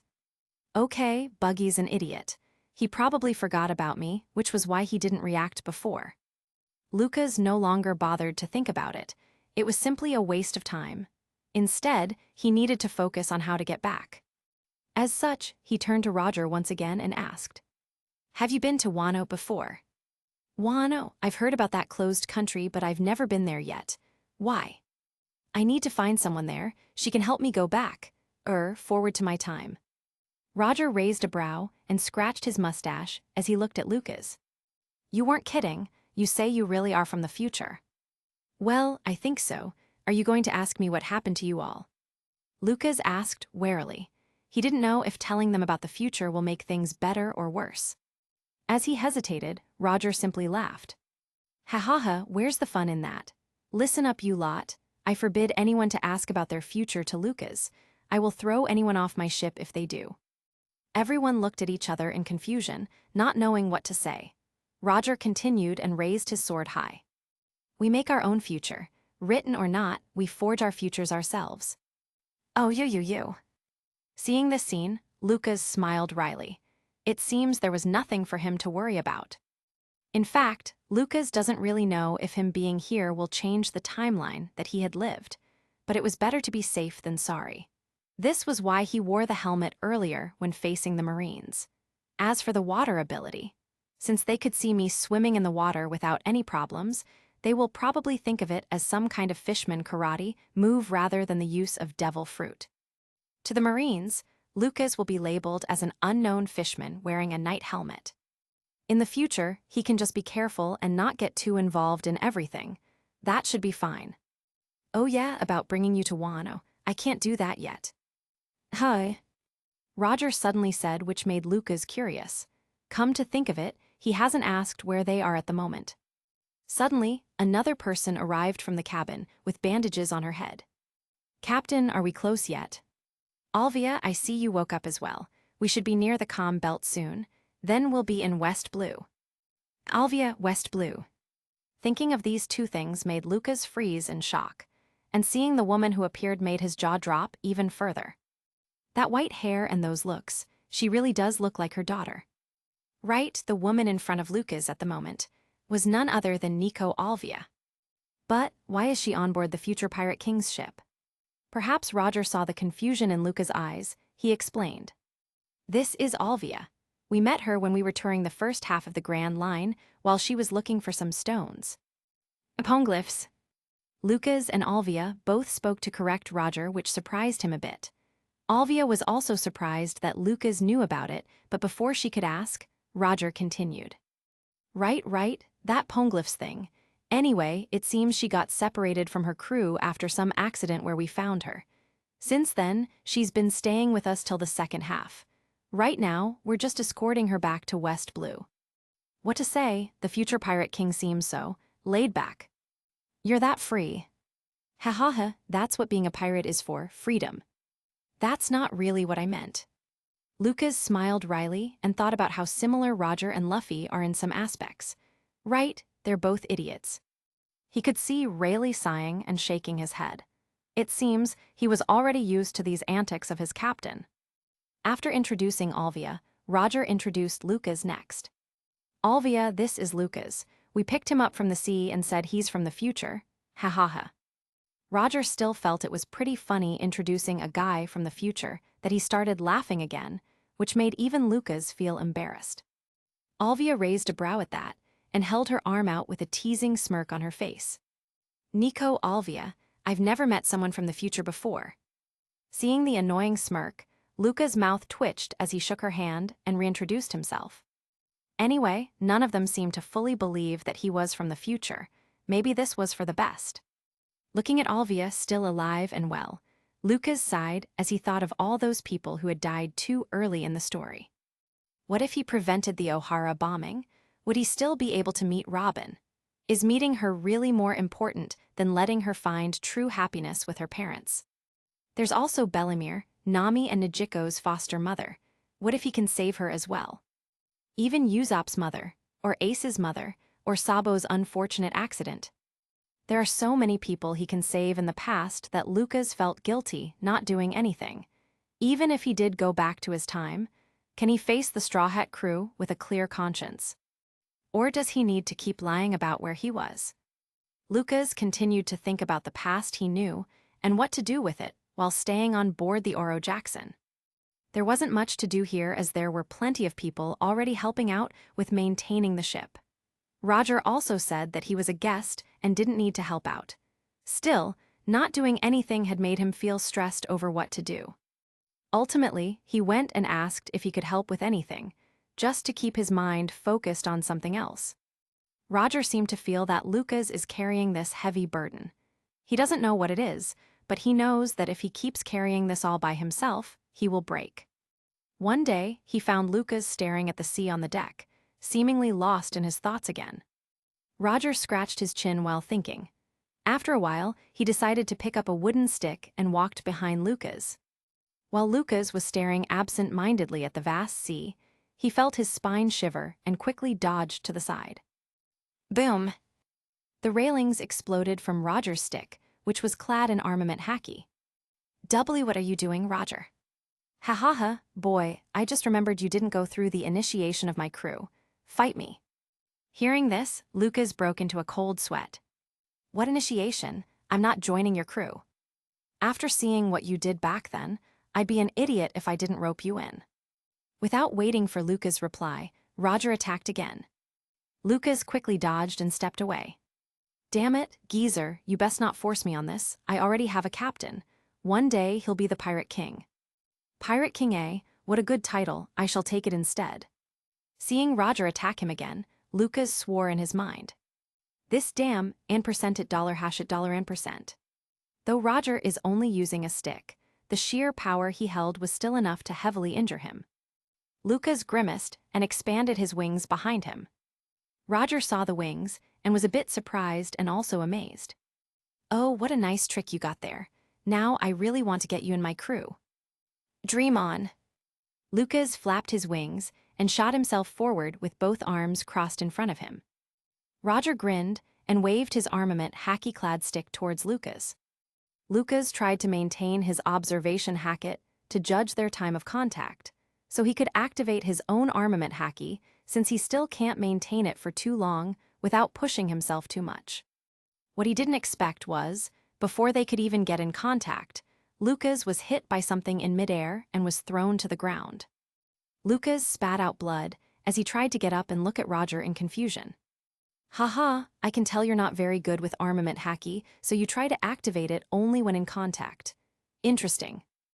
Roger laughed. But that won't work on me. Lucas didn't have time to speak when he saw Roger already lunging to attack him.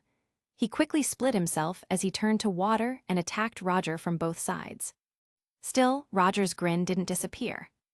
Water clone A. He tossed the stick to the air and held both arms to the side. seemingly waiting to take on Luca's attack. Lucas felt a bad premonition and tried to dodge, but he was too late. Both his heads were already grabbed by Roger with his arm clad in haki as he slammed the two Lucas on the ground. Lucas didn't waste more time. He reformed himself in the middle beneath Roger and became a huge geyser that shot Roger to the sky. This time, while in the sky, Lucas thinks that he will have the upper hand.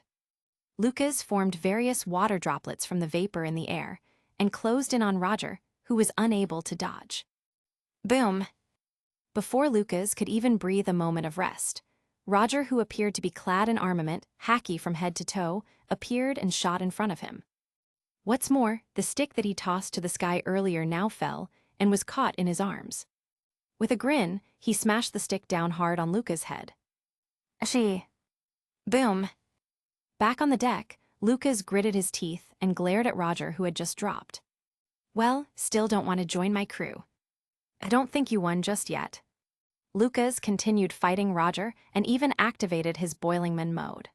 When that was useless, he tried to use his new Frostnip mode, which was the first degree of his new freezing mode.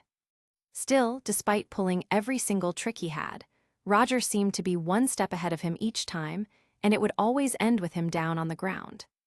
Meanwhile, the others watched the two fighting and didn't know what to do. Alvia asked Rayleigh when he saw Lucas getting beat up. Why haven't I heard of any initiation for joining the crew?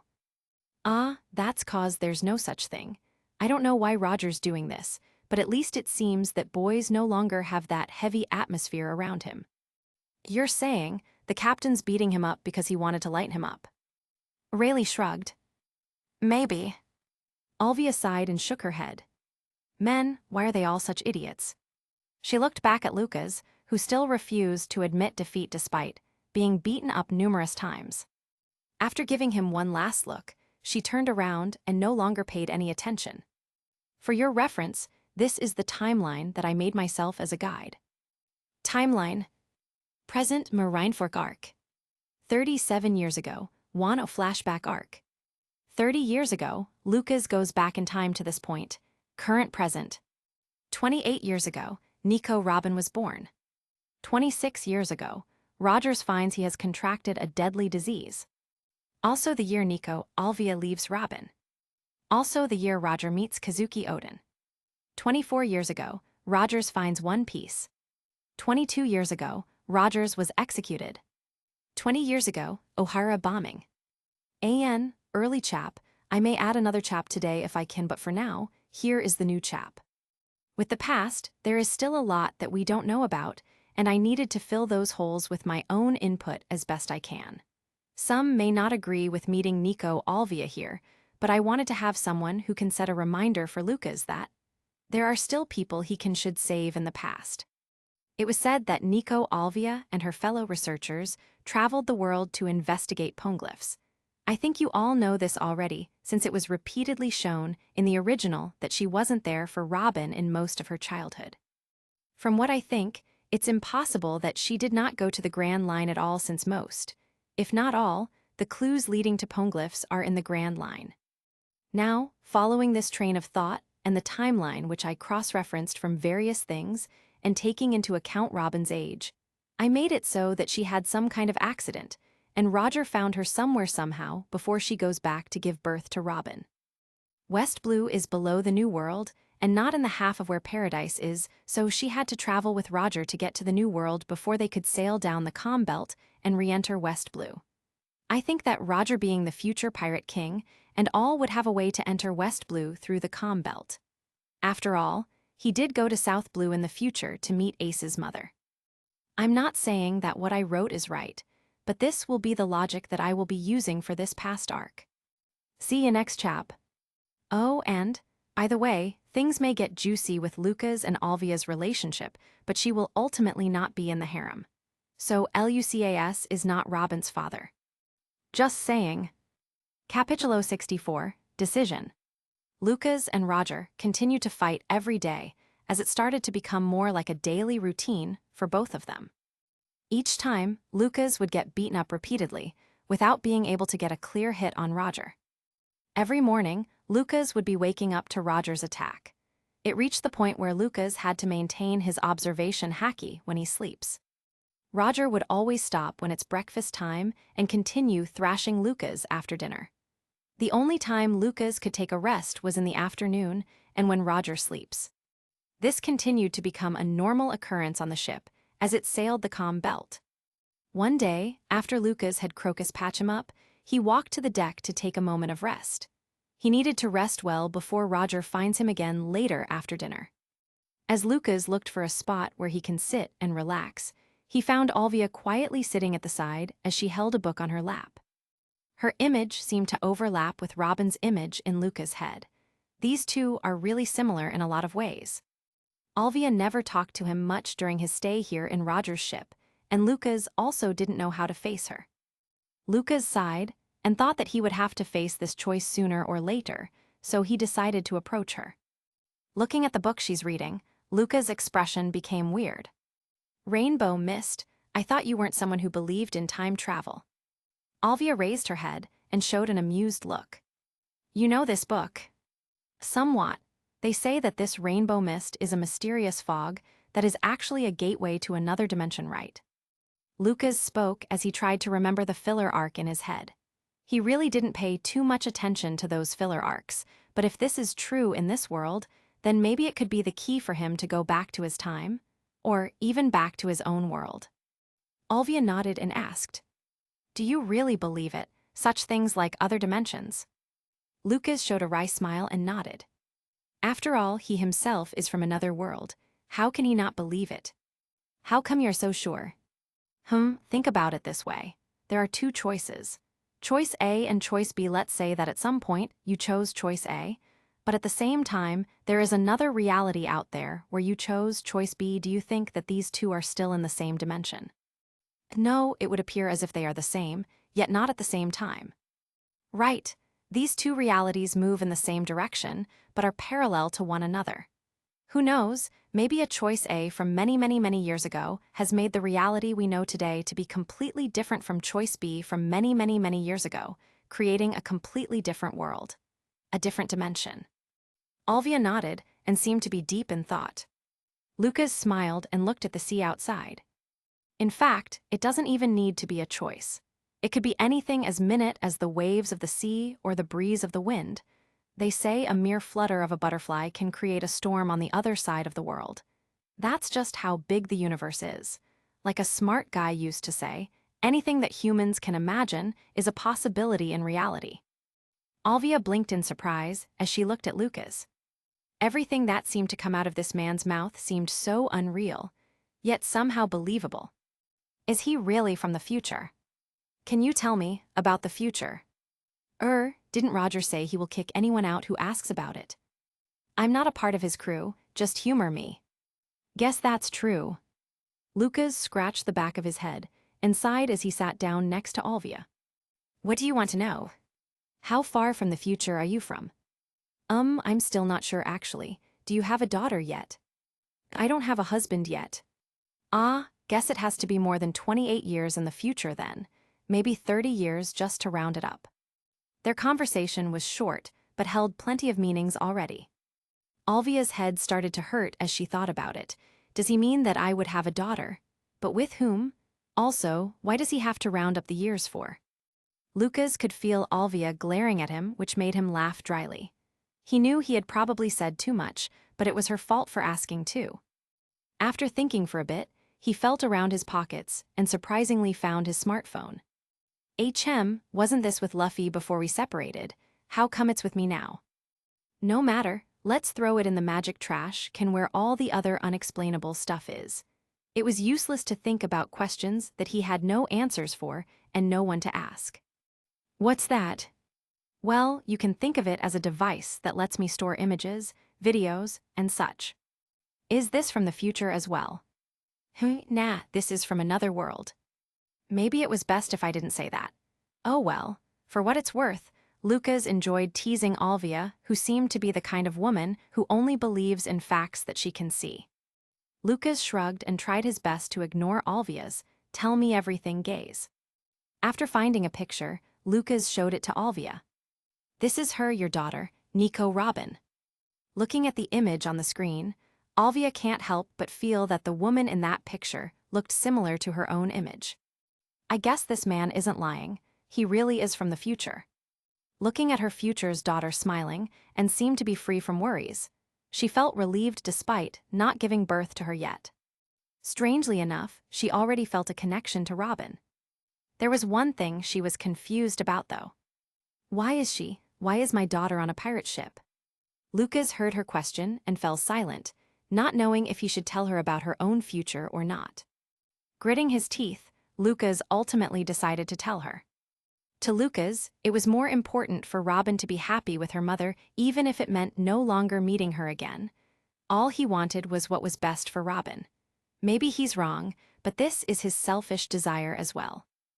8 years after she is born, O'Hara was judged to be a devil's land and a buster call was ordered to wipe it out from the map. Alvia was shaken from the sudden news and grew even more worried. Robin was the only survivor, and she was given a bounty of 80 million as a kid. They call her the Devil's Child, Nico Robin. Lucas could feel Alvia shaking beside her, but he still continued. For 20 years, she had lived alone and without anyone she can trust. Ultimately, she started to join pirates and underworld gangs to survive and hide from the government, just so she can live long enough to discover the truth of the Void Century. Finally, Lucas smiled and looked back at the picture on his phone. After 20 years of surviving alone, we met her. She was an enemy at first, but she became a friend to us. A part of our crew, she became an indispensable nakama. I'd like to think that she has also achieved happiness with us. Lucas looked back at Alvia and spoke seriously. Alvia, as much as I want the chance to meet her, I don't want her to suffer the way she did. Even if this is another reality, I hope that you would live for her and stay by her side. Always. Alvia seemed to be still processing what he had just said, so Lucas didn't rush her. He also knew that the information he told her was too much, but it had to be done. Lucas has decided. If he truly cannot return to the time he is from, then he will do whatever it takes to save those who had died too early in the story. Alvia continued to look at the image of her future daughter's smiling face while in deep thought. Just as Lucas was about to leave her be, Alvia switched to the next picture, which made Lucas froze. In the picture was both Robin taking a selfie while in bed, with him beside her, still sleeping like a log. What's more, Robin had her lips puckered and was kissing his cheek with a playful wink. It can also be seen from their bare shoulders that they weren't wearing anything beneath the sheets. At that instant, Lucas felt a cold shiver deep in his bones. It was even colder than Ayakiji's ice. Lucas turned his head to look at Alvia's expression with difficulty and saw her smiling face. Yet at the same time, her eyes don't seem to be smiling at all. Author, let's take a moment of silence for our this Bastarkov beloved MC. After dinner, Roger went to find Lucas, but found him already half dead on the deck. Why is there a corpse here already? Confused, he scratched his head and found Shanks and Buggy, who was shivering at the corner. Hey, what happened? A demon.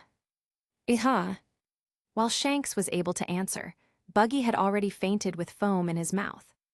The next day, when Buggy woke up, he already forgot everything that had happened, as if his brain instinctively deleted his memory to preserve his sanity. As such, the only 3 people who knew of this event was Shanks, the half-dead corpse Lucas, and the demon. The days continued to pass as the crew touched down in West Blue and reached O'Hara. During this period of time, Lucas had stuck close to Alvia, seemingly wanting to quell her anger by humoring her with various things. Sometimes he would show her some tricks or some videos on his phone. Sometimes he would tell her unbelievable stories. To Lucas, he merely wanted to appeal to his would-be mother-in-law, but to everyone watching, it looked like Lucas was courting Alvia. Now, looking at Alvia, who was about to leave, Lucas let out a deep sigh and held her back. Alvia, remember what I told you. HMPH, knowing that my future daughter will get to be with a pervert like you, I'll definitely not die. Should Lucas say he's glad or not, maybe this was a mistake. Alvia turned around and was about to leave when she suddenly stopped. Turning her head slightly, she spoke again. You better know how to take responsibility, pervert. Lucas was surprised and was about to speak, but Alvia already left and disappeared from his sights quickly. In the end, Lucas sighed again and shook his head. Suddenly, from both his sides, he felt two elbows poking at him. It was Roger and Rayleigh. Both of them had a knowing look and a smirk on their faces. Lucas could only rest his face on his palm. These damn geezers. I already slept with her daughter. What do they think I'm going to do to her mother? Lucas wanted so badly to beat them up, but knew that he will only end up worse if he tried to, so he could only hold himself back. The crew resupplied and left quickly, since Roger didn't want to attract Marines to Alvia's homeland. As they left the island, Lucas gave one last look at the island before turning away. On the island, Alvia also looked back on the ship with unknown thoughts. On her hand was a picture she had secretly printed with a special Dendon mushi. It was a picture of Lucas and Robin smiling together. Giving the picture one last look, she sighed and hid it. "Alvia, what's up?" "Ah, it's nothing, just remembering something." Alvia turned and saw a black-haired man who looked at her worryingly. "I see, it must have been quite an exciting adventure." Indeed." For a moment, there was this silence around them. After a while, the man spoke again. Listen, Alvia, this time when we lost you, I was really worried, and I realized." Alvia looked at the man who was trying his hardest to speak out his feelings. She chuckled and was about to speak when another man appeared in her head. That man who told her unbelievable, yet interesting stories. That man who showed her various videos on his so-called phone. Meeting that man had made her feel as if there truly is more to this world. He was basically proof of the impossible. She then remembered the picture and shook away her thoughts. With a smile, she looked back at the man and held his hand as they started to walk away. Alvia knows that she cannot fall for that man. He is already with her daughter, and she knows that her daughter is genuinely happy with him. That's why. Back on the ship, Roger and Rayleigh kept watching Lucas, who was leaning on the rails on the deck, sighing for the nth time already. Seeing him like this, Roger nudged at Rayleigh. "Hey, don't you know a lot of ladies? Go cheer him up." "What do you mean, Roger? You know more about this than I do. You go cheer him up." "I don't know anything about this." "Should we call Shaki?" "You better not disturb her." "Good call. How about we send him to Tsuru?" "Send him to the Marines. No way, he's my crew."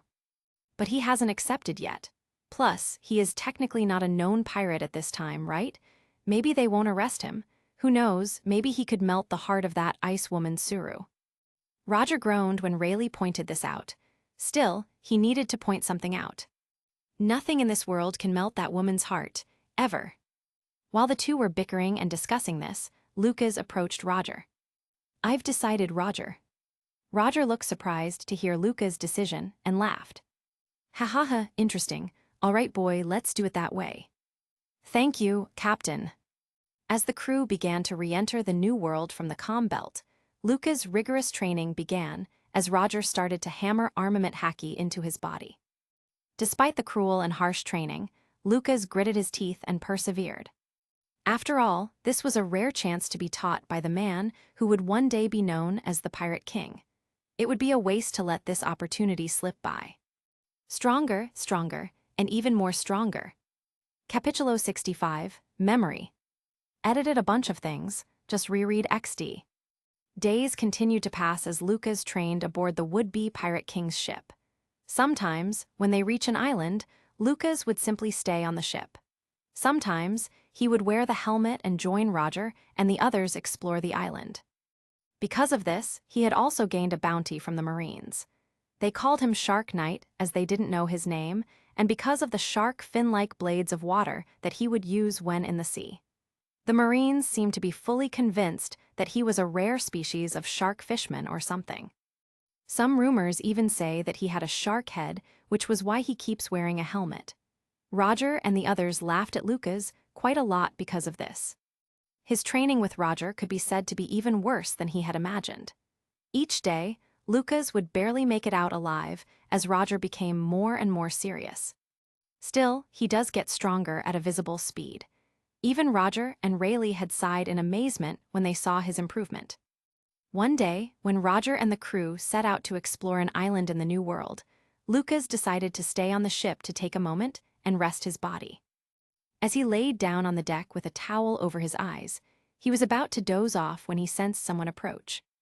Lucas had spent a lot of time on Roger's ship, that he had already met all the crew and was quite familiar with them. Enough that he could tell that the person approaching wasn't a part of the crew. Add to the fact that Lucas had already gotten used to maintaining his observation haki at all times, and even in his sleep, Lucas could already feel this intruder getting closer to attack him. Lucas didn't move and pretended to sleep. Once the intruder was near enough to strike, Lucas caught the intruder's feet and threw him across the deck. Quickly getting up, Lucas held the towel on his face and tied it to the back of his head so his face remained unseen. Granted, he is basically blindfolded at this point, but with his observation haki, he didn't need to use his eyes to see.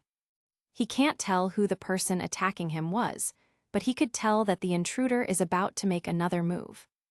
Despite the blindfold, Lucas dodged the attack and closed in to grab the intruder's chest in an attempt to grab his clothes and throw him on the ground. What he didn't expect was that as soon as he did, he heard the intruder shout in surprise. "Why, you bastard?" And there's also this soft feeling in his hands. Oh, wait. Lucas' smile froze as he realized that the intruder was in fact a woman. While still pinned to the ground, Lucas could feel the woman's anger rising. She grabbed on the rifle that she had on her back and aimed the muzzle at Lucas' face. Bang! Lucas quickly dodged and jumped back with both his arms raised. I think we got on the wrong foot here." "Shut up, stay still so I can shoot your face." Lucas could only laugh dryly and continued to dodge. He could tell that the skill of this Marine officer isn't that high.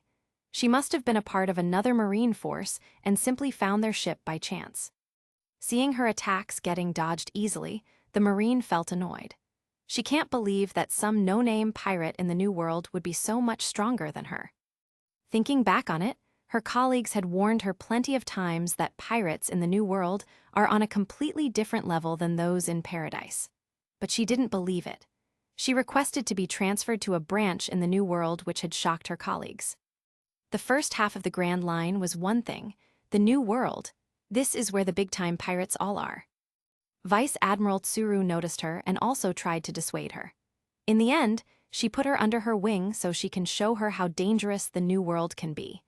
At the same time, Tsuru can keep a closer eye on her.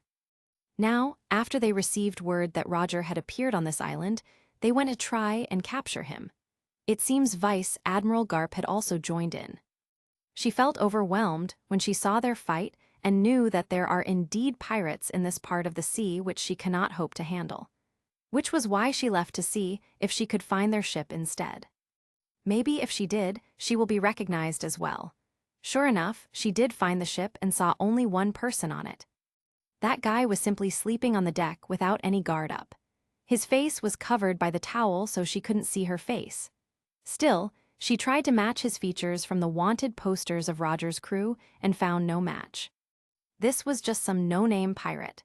She may be too weak to battle with Roger and his main force, but she could handle this guy. Thinking she got lucky, she crept close to attack. But obviously, we know how that all turned out. Seeing the guy easily dodge her attacks in a laid-back manner, and even blindfolded, made her more and more irritated. Damn it, what the hell is wrong with this sea? A no-name pirate is this strong. Only one thought was in her head at the moment. I'm convinced, I just want to go back home. Naturally, no one answered her plea. On the other hand, Lucas felt troubled by taking care of this weak Marine officer and sighed. Finally, he disappeared and reappeared behind the Marine to knock her out. The Marine fell unconscious in his hands. Judging that it should be safe now, he removed his towel blindfold mask and looked at the Marine in his hands. He didn't recognize who she was, but it wasn't as if he could just kill her too. He's not that heartless after all. After thinking about it, Lucas decided that he should just leave her in some village on the island. After she wakes up, she can just call for someone to pick her up. Yep, that should be fine. The only problem is there even a village here, or a town? Lucas had never been to this island, and he also didn't leave when Roger and the others left, so he didn't know the situation. In the end, Lucas sighed and simply carried the unconscious Marine on his back as he explored the island to look for civilization. The result? Where am I? Right, he got lost. There was no helping it. The island was actually a huge jungle, and everything looked the same to Lucas. It was hard to get a bearing when the trees are huge enough to cover the sun, so he couldn't tell which direction he had been walking. Lucas thought that he had simply walked a straight line, yet after hours of walking, he still hasn't seen the other end of the island. What the hell is up with this island? Despite shouting like that, no one was there to answer him at all, and the Marine on his back is still unconscious. After another hour of walking around, he came across a waterfall and a small lake. Thinking that it may be a good time to rest, Lucas let the Marine down and walked to the lake to drink some water. He was just about to grab some water when he saw something under the lake. It seems to be a person. Looking at the attire, the person was also a Marine. Is this some marine island or something? Why do I keep meeting Marines? Lucas sighed and thought about it. If the Marine there is still alive, he can just leave the Marine to him and leave. That way, he doesn't have to deal with her. Deciding as such, Lucas controlled the water to lift the Marine up so he could simply grab the Marine. However, the Marine might ask some questions if he sees Lucas completely dry. Feeling that explaining will be troublesome, Lucas got in the water to get wet. He can just dry himself easily later. After getting the Marine up from the water, Lucas raised a brow seeing that the Marine was also a woman. However, her face wasn't familiar to Lucas at all, so she should be some extra character. There was no need to cover his face. Anyway, he can just say that he's a local and not a pirate. There was another problem, though. The Marine he pulled from the water wasn't breathing anymore. Lucas doesn't need to care about it, but since he already pulled her up, it would be a waste not to help her all the way. She's also kind of a beauty, even though she seemed to be older than him. Lucas performed CPR in an attempt to revive the Marine. Soon enough, the Marine coughed up water and woke up groggily. Cough, cough, where am I? Ah, you're awake. The Marine stared at Lucas blankly, as she was still trying to understand the situation. Lucas scratched his head and tried to explain. I'm not a bad guy, okay? I found you in the lake and performed CPR on you. It's a good thing that you're okay. CPR. The Marine touched her lips while still confused. Suddenly, everything seemed to have clicked in her head as she started blushing furiously. Her hand turned black, and she swung it towards Lucas at high speed. It was a good thing that Lucas didn't let go of his observation hacky, as he quickly dodged the hacky-clad slap. Whoa, lady, you can't just slap me for saving you. Sorry, it was reflex. What damn reflex is that? You actually used armament hacky just to try and slap me. Who the hell is this woman? The Marine coughed to clear her throat as she fixed her posture and bowed slightly. I apologize for trying to hit you. My name is Tsuru. Thank you for saving me just now. It's no problem. Lucas nearly cursed. Gadamit, this is supposed to be Tsuru, that old hag. Isn't she about 44 years old by now? Why does she look so hot still? Then he realized something. Tsuru saw his face. This isn't gonna cause problems in the future, right? Lucas tried to act cool and not show anything in his expressions. He cleared his throat as well and spoke. Right, I also found this one here at the beach. She was unconscious already by the time I saw her. I'm trying to see if I can find any of her colleagues on the island as well. Since you're okay now, it should be safe to leave her to you. Tsuru looked at where Lucas pointed and saw a familiar woman. I see, thank you for saving her as well. It's fine, I didn't really do anything. Lucas felt weird talking to Tsuru. Even though he can see her as a beautiful woman now, his mind sees her as an old hag in the future. He didn't know how to talk to her at all. Damn, I can't believe I kissed her in the mouth. Lucas doesn't know if he should feel shame or what. Still, Tsuru didn't really know what was going on in his mind. She continued to speak and asked Lucas. I shall take care of her then, but can I ask, where did you come from? I live here, I guess. You, guess. See, some pirates captured me from my hometown a few years back. Things happened and I got marooned on this island. I don't have a way back home. The confusion Lucas had felt facing Tsuru completely threw his excuses all over the place. As such, he could only start to bullshit an excuse. Tsuru nodded and seemed to be in deep thought. Lucas saw this and started to sweat. Did she buy it? Nah, this is Tsuru we're talking about. She's probably had me figured out already and is planning on attacking. I see. In that case, come with me to my ship. I shall give you a ride. She bought it. Therein lays another problem. Obviously, Lucas had lied. He can't go with her. Now he had to think of another bullshit reason to decline. No need to be thankful. I am merely doing my job. Plus, I can get to thank you properly for saving me. Tsuru let out a sweet smile, which made Lucas choke up his excuse. In the end, thank you. He accepted. Great, come, let's go to my ship. Tsuru picked up the female marine and carried her on her back as she started to walk. Lucas was following behind with tears on his face. What am I meant to do now?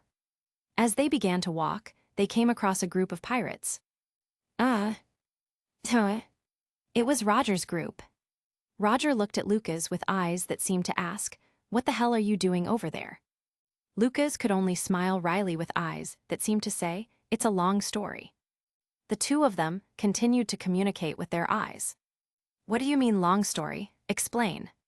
You performed CPR. You actually kissed that cold-hearted woman. Ha ha ha ha ha. And now she's repaying her debt to you by getting you out of this island.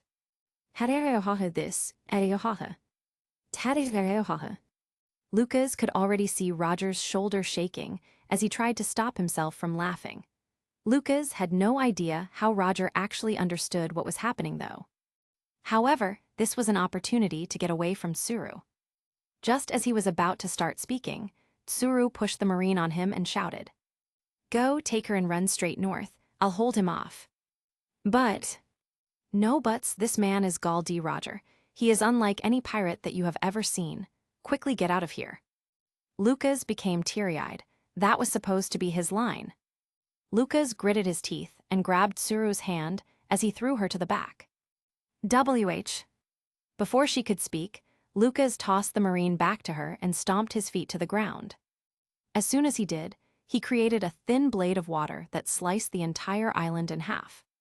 He also controlled the ocean currents to push each half apart to lengthen their distance. Looking at Tsuru on the other half of the island, Lucas smiled. At times like this, it's supposed to be the man's job to get left behind. Take care not to drown again, Tsuru. Having said that, Lucas charged at Roger and pushed him further in the jungle to disappear for Tsuru's sight. As soon as they did, at times like this, it's supposed to be the man's job to get left behind. PFT. Take care not to drown again, Tsuru. PFT. Lucas' face started blushing from shame, while Roger and the rest laughed their asses off. Right now, Lucas just wants to find a hole to bury himself. I can't help it. She needs to think I'm dead and not connect the current me to the future me. Otherwise, there will be a whole lot of problems. Still doesn't make it any less funny. Needless to say, Roger and the rest didn't seem to get over it after years had passed. This memory had become a black stain in Lucas' history. As for Tsuru had already returned to their ship, along with Garp and the remaining Marines. The female Marine who Lucas knocked out had voiced her wish of returning back to paradise after encountering setbacks in the New World. She wished she could simply stop the small-time pirates in her home sea instead. On the other hand, Garp was scratching his beard when he saw Tsuru stare off in the distance. "Tsuru-chan, everything okay?" "I'm fine." "But..." "I said I'm fine, leave." Garp sighed and turned to leave. Tsuru continued to stare into the distance. It was unknown what she was thinking. Capítulo 66, Exchange. As the crew continued to sail the New World, Lucas had started to become unsettled due to the fact that he had been taking a long time in this era. He really wanted to go to Wano and find Momonasuke's mother to get her to send him back. Truth was, Momonasuke's mother having this ability was still under speculation back in his time before he was sent here. The last thing Lucas remembered reading was Luffy and the rest leaving zoo. He has no knowledge of Wano and what happens next. It would be a lie to say that Lucas didn't feel scared, but this was something he was going to face sooner or later. There was no use in dwelling on the feeling for long. What he needed to do remains the same. One day, Roger and the rest landed on another island and was attacked by Marines once more. But this time, Garp or Tsuru wasn't present. Though there was still a vice admiral present on the Marines' side, Roger was able to easily beat him. Lucas had joined them as well in order to take his mind off things and just let loose. He was still dissatisfied with how fast the battle ended. Roger was feeling the same as well as he held the Marine by the scruff of his neck. "Go summon Garp or Sengoku, you lot are just boring me." GHH. Suddenly, Buggy shouted from the top of a huge boulder behind. Captain Roger, Whitebeard's ship is on the other side of the island." "We just fought a battle, Roger." Rayleigh knew what Roger was thinking as he saw his smirk, so he tried to dissuade him. Needless to say, Roger didn't quite listen to him at all. "Whitebeard, it's been a while." Shanks laughed while eating some chocolates he found somewhere. Lucas looked at the chocolate bar and wondered how long had it been since he last ate one. While Shanks was distracted, Lucas swiped a piece and took a bite as he lifted his helmet for a bit. "Hey." "Come on, Shanks, it's just a small piece. Still, Whitebeard, meeting him again is kind of awkward." Lucas remembered how familiar Whitebeard was with him and had a thought. It seems this would be the time that Whitebeard meets him, huh? Roger tossed the Marine aside and grinned. "All right, let's have a little fun then. A battle to the death because we're both so very alive. As it is, I don't have much longer. This may well be the last time we see each other, Whitebeard." Lucas sighed when he heard what Roger said. A few months ago, Crocus had diagnosed that Roger had a deadly disease and did not have much time left. That time, Lucas had stepped forward to tell him that he could heal him, but Crocus stopped him. Even without telling him about it, it seems he was able to tell the side effects of Lucas' healing and told Roger. When Roger heard about it, he became mad and started to attack Lucas. "Bastard, I forbid you from using this power on me. I will kill you if you do." Since then, Roger had also started to ignore Lucas like a kid, throwing a tantrum. Before Lucas could speak again, they felt someone seemingly charging in straight towards them. Roger laughed excitedly. "Here he comes, the samurai, the one we heard about." At the distance, a man with a huge knot behind him and a weird hairstyle that went to both sides of his head appeared in front of them while wielding two katanas. "Nitaru Odin, Gan Madoki." "Iguaya." Lucas frowned and disappeared from his spot. The next moment, he reappeared in front of the samurai while wielding a huge black scythe. This was something that he had come up with during his training with Roger. To clad his water with armament haki and solidify them into whichever shape he wanted. "Water arms, black scythe." The samurai's eyes flashed, and he waved his two swords towards Lucas. "A knight, huh?" Boom! Their clash caused a small shockwave with them at the center. Just as the samurai was about to acknowledge Lucas for his strength, the two of them were suddenly thrown away by a huge blast. "Huh? GH." The two crashed to a nearby tree, but that didn't stop the samurai as he quickly got back on his feet and shouted as he ran. "What the hell was that? Incredible." Hey, I won't go there if I were you." "Huh?" Lucas saw the samurai heading to where the blast originated, so he tried to stop him. Naturally, the samurai didn't listen at all and still went. The moment he did, he saw Roger and Whitebeard crossing blades. Well, maybe not quite crossing exactly. They aren't even touching. Right, both Roger's sword and Whitebeard's naginata were still about a meter or so apart, but it was already considered to be a clash. Another huge blast came from between the two and pushed everyone back. Both Roger and Whitebeard grinned as they faced each other and didn't care how everyone was blown away. "You look good, Roger. How many years has it been, Newgate? Give me everything you have." "Gururarara. You had a hata." Seeing the two all pumped up and raring to go, Lucas laughed dryly instead. "These damn monsters, can't they at least mind their own crew?" No one seemed to pay attention to him, as both sides got ready for war. Come on, men. Loot them.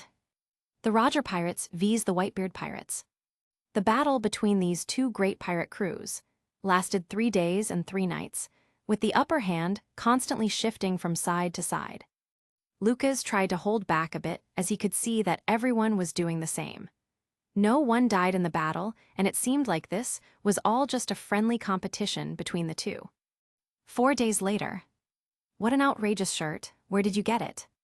Wait a minute, you're drinking too much. We agreed everyone would have the same amount. This southern sake is just too good. I'll give you 3 crates for it. Looking at the scene beside Rayleigh, Lucas sighed. Does this happen often? With the Whitebeard crew, yeah, it always ends in a gift exchange. Beside them, Shanks and Buggy were also having a discussion. Hey Shanks, do you see that guy with the hat? Yeah. He didn't sleep during the truce we had for the last few days. Huh, why? I heard he's never slept in his life. Huh, how is that even possible? I'm jealous. You would have twice as much time to enjoy your life if you didn't need to sleep. Hearing what Shanks said, Lucas almost slipped. Is this really Shanks? Is anyone wearing that straw hat an idiot at one point or something? Buggy also thought the same as he said. It's not that simple, idiot. He's a monster. Lucas fell silent as well as he looked at the guy they were discussing. This was none other than Blackbeard himself as a kid. In fact, Lucas did indeed think of killing this guy during the confusion, but figured it may bring even bigger problems. At the moment, he still hasn't defected and is just a child. Even if he were to explain the reason, Lucas has no doubt that Whitebeard would still kill him for it. Maybe he can get out of it somehow, but it wasn't worth the trouble. Thinking back on it, when he met Blackbeard before, he didn't seem to recognize Lucas at all. This was why he was able to easily kill him back then. Knowing that, Lucas decided to be more careful when he's around. Another thing worth noting was during their fight before, Lucas had used his steam burst attack too. So to say, lightly blow away some Whitebeard members. However, Marco had gotten in the way and accidentally made the explosion a lot bigger than it was supposed to be. Thankfully, Lucas knew what would happen when his steam burst combined with Marco's flames, so he was able to quickly divert his attack elsewhere, causing a huge chunk of the island to disappear. This was actually what caused the fight to stop 4 days ago.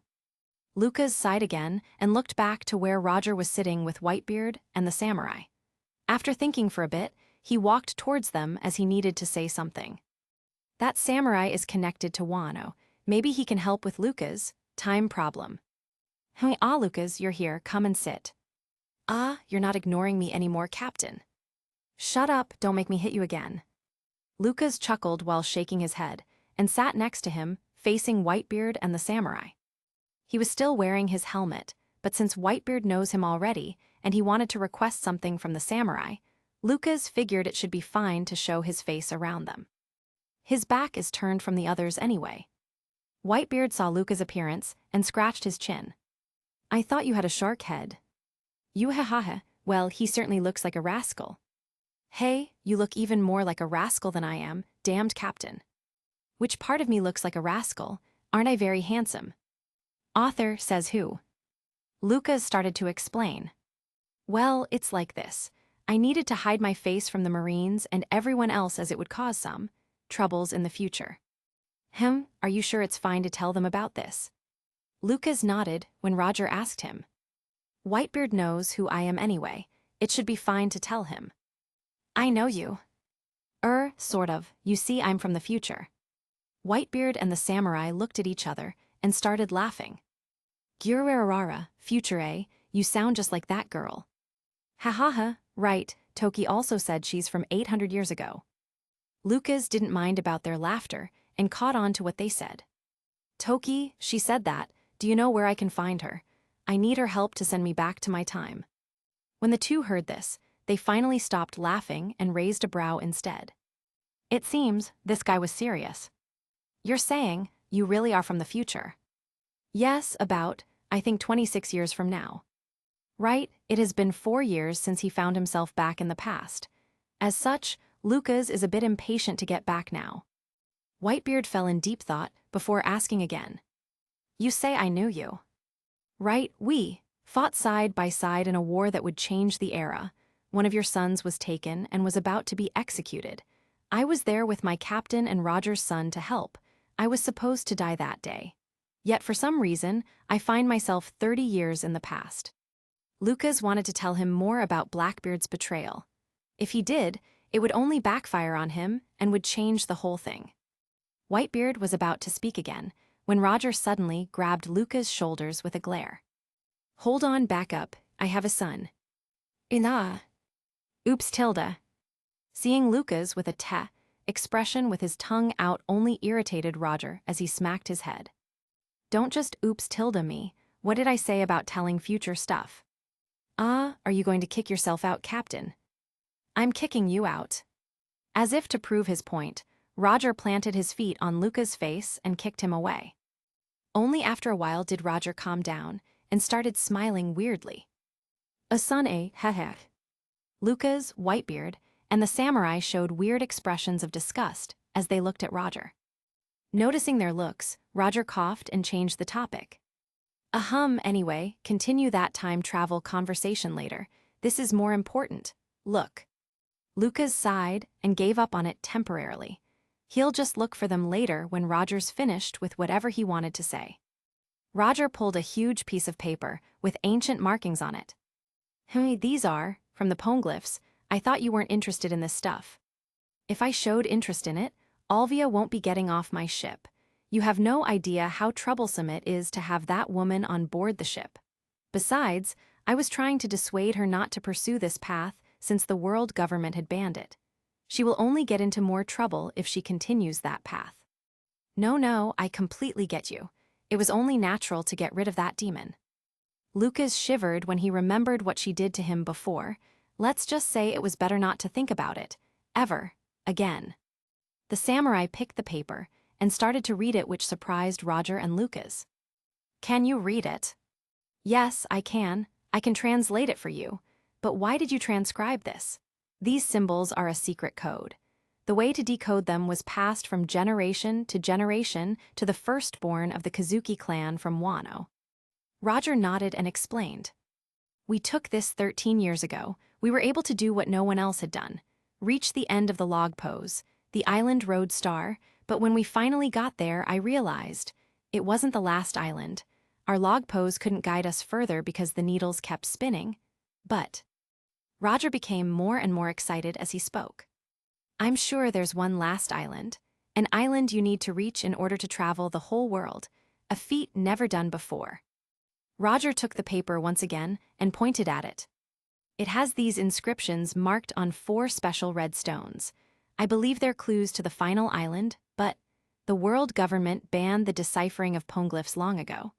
I used to think they were ordinary objects, so I was surprised when I discovered that they were essential reference points for achieving our goal. Roger stretched both his arms wide and laughed. That means the world government doesn't want anyone to reach the final island. Their actions only confirm the legends that there's a huge treasure hidden there. If we can get there, surely we'll be the biggest pirate crew in the world. The biggest? That's right, and then I'll be. And what? Hearing what Roger had said, Whitebeard, Lucas, and the samurai stared at him dumbfoundedly. The next moment, Whitebeard started to laugh loudly. Gururara, what a load of crap, Roger. Are you a kid by any chance? Yuhahaha. Roger didn't care about it and simply laughed as well.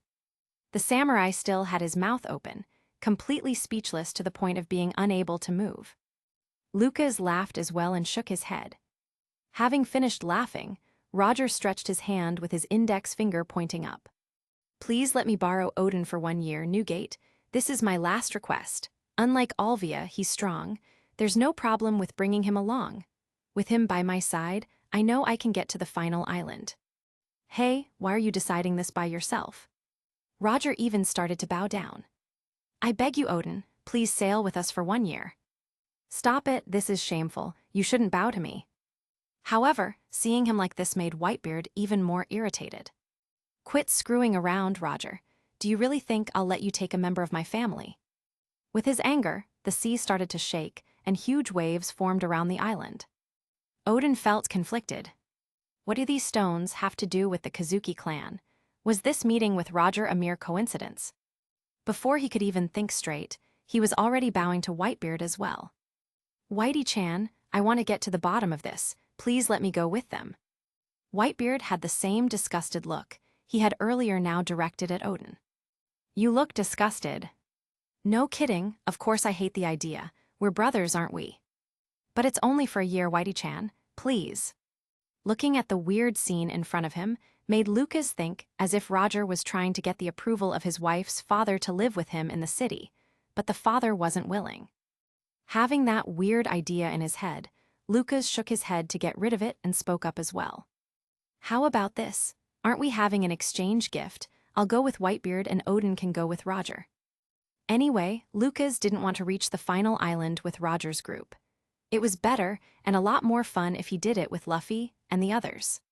Plus, if he sticks with Whitebeard, he can learn more about this Toki girl. Good idea, let's go, Odin. Oi, at least show some reluctance, you damned captain. Capitulo 67, Wano. Before Lucas separated with Roger's crew, he approached Shanks and handed him a piece of paper. What's this? It's, shall we say, instructions. I know you're not simple, Shanks. I hope that when the time comes, you can protect them. Them? Yes, you will understand when you read the note. I trust you won't tell anyone about this. Lucas looked at Shanks' eyes with seriousness. Shanks looked at the paper, then back to Lucas. I understand, I'll see what I can do, but don't blame me if I can't do it. Haha, I know you can. Well then, till we meet again, hopefully in about 26 years into the future. As Odin sets off with Roger together with his family, Lucas, on the other hand, stayed on Whitebeard's ship with a weird expression. He still can't believe that Roger would just forget about him just like that. That damned captain. Lucas sighed and turned towards Whitebeard. Right, you mentioned this Toki girl. Where can I find her? Whitebeard gave him a side glance before chugging on his drink again. You already met her. Hi. Didn't you know? Toki is Odin's wife. For a moment, Lucas stood there with his jaw on the ground, unable to move. Whatt. Wait, if Odin is Toki's husband, then that kid he was carrying is Momonosuke, but who's the other baby girl? Was it mentioned that Momonosuke had a sister? Lucas tried to think, but he can't quite remember the facts. All he knew was that there were speculations of Momonosuke's mother having the power of time. He didn't know about Odin or anyone else related at all. Ugh, there goes my chance. Lucas looked at the distance again with a sigh. Whitebeard saw this and waved his hand. If you want to go back, get out. No, it's fine. An agreement is an agreement. Besides, I can just wait for them in Wano. Suit yourself then. Whitebeard no longer cared as he stood up and shouted to everyone. Time to go, kids. Time flew by as Lucas sailed with the Whitebeard pirates. At first, the crew didn't really accept him as a crewmate, but after a few expeditions and a few more months together, they gradually accepted him as a part of their family. Lucas still hasn't shown his face to most of them, but he did show his face to Marco, Jazu, Vista, and the other future commanders that he knew about. It wasn't just the Whitebeard crew that paid attention to him. The Marines also became fearful when they heard that the Shark Knight had switched to Whitebeard. This combo was simply too fearful. At times, Lucas would also ask for a spar with Whitebeard only to end up losing again and again like with Roger. Still, the fights had made the two closer, and Whitebeard eventually acknowledged him as a son. Finally, the crew arrived at Wano where they dropped off Lucas. You sure you don't want to come with us? Whitebeard asked. I need to wait for Odin and Toki to come back. I must return to my time. Fine then, I'll see you when I see you, in the future. Whitebeard laughed and was about to board the ship when Lucas called out again. Whitebeard. What is it? Lucas' mouth opened and closed, but no voice came out. He had grown rather fond of this old geezer and wanted to warn him about Blackbeard, but Lucas knows that without any evidence, events will still happen as it had. Finally, he forced out a smile and shouted back. Make sure to take care of your health, damn geezer. Gururara, are you cursing me already, brat? On that note, the two separated once more, and Lucas was left behind in the shores of Wano. Looking around, Lucas felt unfamiliar to the place and decided not to stick out too much. Lucas bought a plain black yukata and a red haori, which he found in a shop nearby. After dressing himself like a local, Lucas didn't know where to go next, so he simply wandered around. Since he's also not sure if being recognized here would do something to the future, Lucas wanted to go look for a mask. After all, wearing a helmet here would be pretty weird.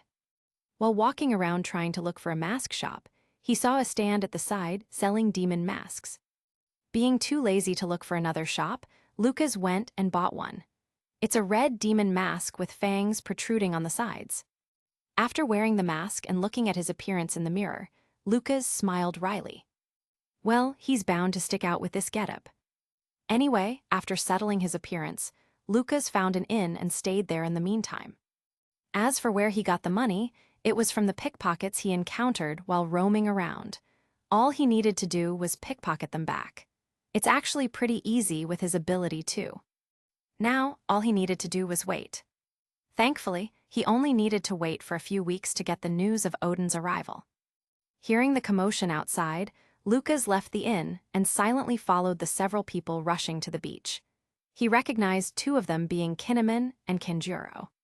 Sure enough, Lucas can indeed see Roger's ship on the shore and Odin coming down while carrying his wife.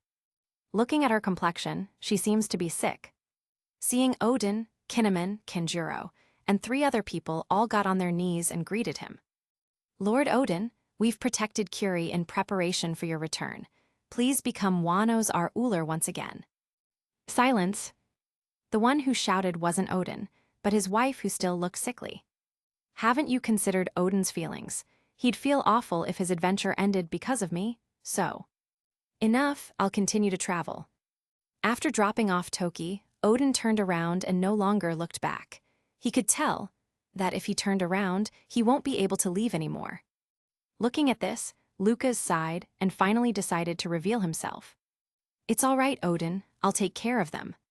Huh, that voice, I see, then I can rest easy. Roger also noticed Lucas and waved. You're also here, how's that bastard Newgate, still alive? He'll live longer than you, damned captain. You had a ha-ha. Lucas sighed again. Seriously, Roger doesn't seem to be taking his own well-being seriously. Meanwhile, Kinnaman and the others were confused to see Lucas, who wore a demon's mask. Who are you? I'm a friend, don't worry, just call me Akyani. Lucas didn't feel like revealing himself to them at the moment, as it may cause some issues in the future.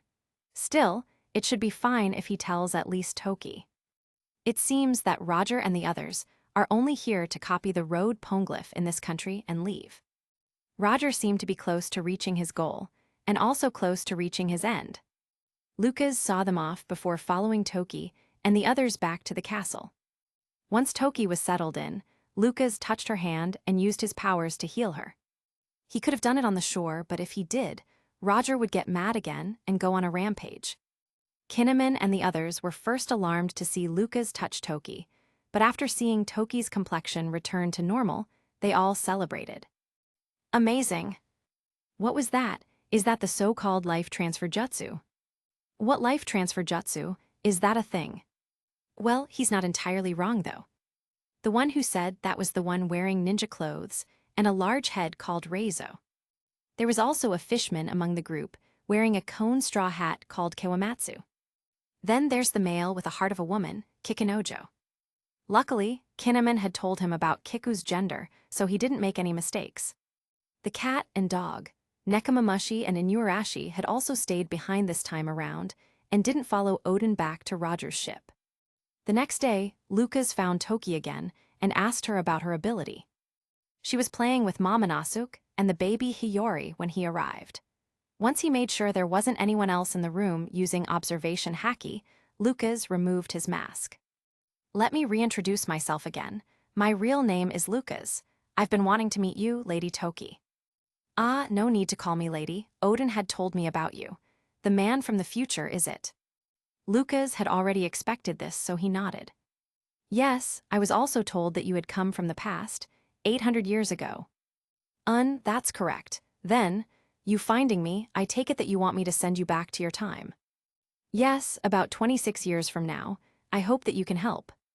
Listening to Luca's request, Toki appeared to be hesitating before finally sighing and answered. Unfortunately, I am not able to control this power yet. I don't know if I can send you 26 years from now, or maybe 800 years from now. 800? Lucas laughed dryly. If that did happen to him, what is he meant to do then? Thinking about it, why would Toki even travel so far into the future? Was it really because she couldn't control her power and she ended up going too far in time? Lucas sighed. Since this was the case, there are 3 options available for him. The first option is to take the long route, spend 26 years in this world. If he did this, he can at least prevent the deaths of those characters that had died early. But he would be an old man by the time he sees his own kid, and he didn't want that. The second option is to try and awaken that ability in him that allowed him to time travel, which he doesn't even know where to start or if he can really do it. This option is unreliable, but still worth trying. The third option is to wait or train Toki with her powers, so she can send him back to the future more accurately. Well, there's also that rainbow mist thing, but Lucas has no idea where to look for that, or if that is even real in this world. In any case, he can go with options 2 and 3 simultaneously, and if all else fails, then he has no choice but to go with option 1. Having decided as such, Lucas decided to remain in Wano to help Toki access her powers and also train his own. During the day, Toki would help out the townspeople in any way she can. If someone dares to cause trouble, Lucas would be there to back her up. His appearance as a demon has been well recognized by the people of Curie as an object of fear. Parents would say to their kids that if they don't behave, the red Oni will come and eat them.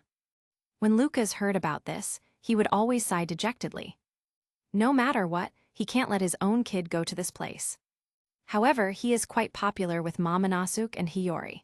Even with the mask on, Hiyori doesn't seem to be quite frightened, while Momonosuke just thinks he's cool. After dinner, Lucas would look for Toki again when no one else was present, and they would both practice on accessing their powers. There was an unsettling rumor that had occurred because of this, so Lucas had no choice but to stop his night visits. Toki is indeed beautiful, but Lucas is not so lustful that he would take someone else's wife. One day, several armed men arrived in Curie. You only need to look at them to know that they came for trouble. Kinnaman and the others quickly arrived and stopped the intruders. Stop, what is your business here? Kekek, of course, we have business here.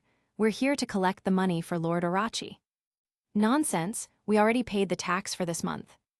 Kinnaman gritted his teeth and shouted back, but the intruders only chuckled coldly. The price just rose up, you're still lacking some more. This isn't right, he can't just increase the tax whenever he likes. Seeing the situation about to become ugly, Toki quickly stepped up and pulled Kinnaman back. Kinnaman, it's fine, we'll pay the remaining tax, don't fight them. But Lady Toki. No buts, listen to me.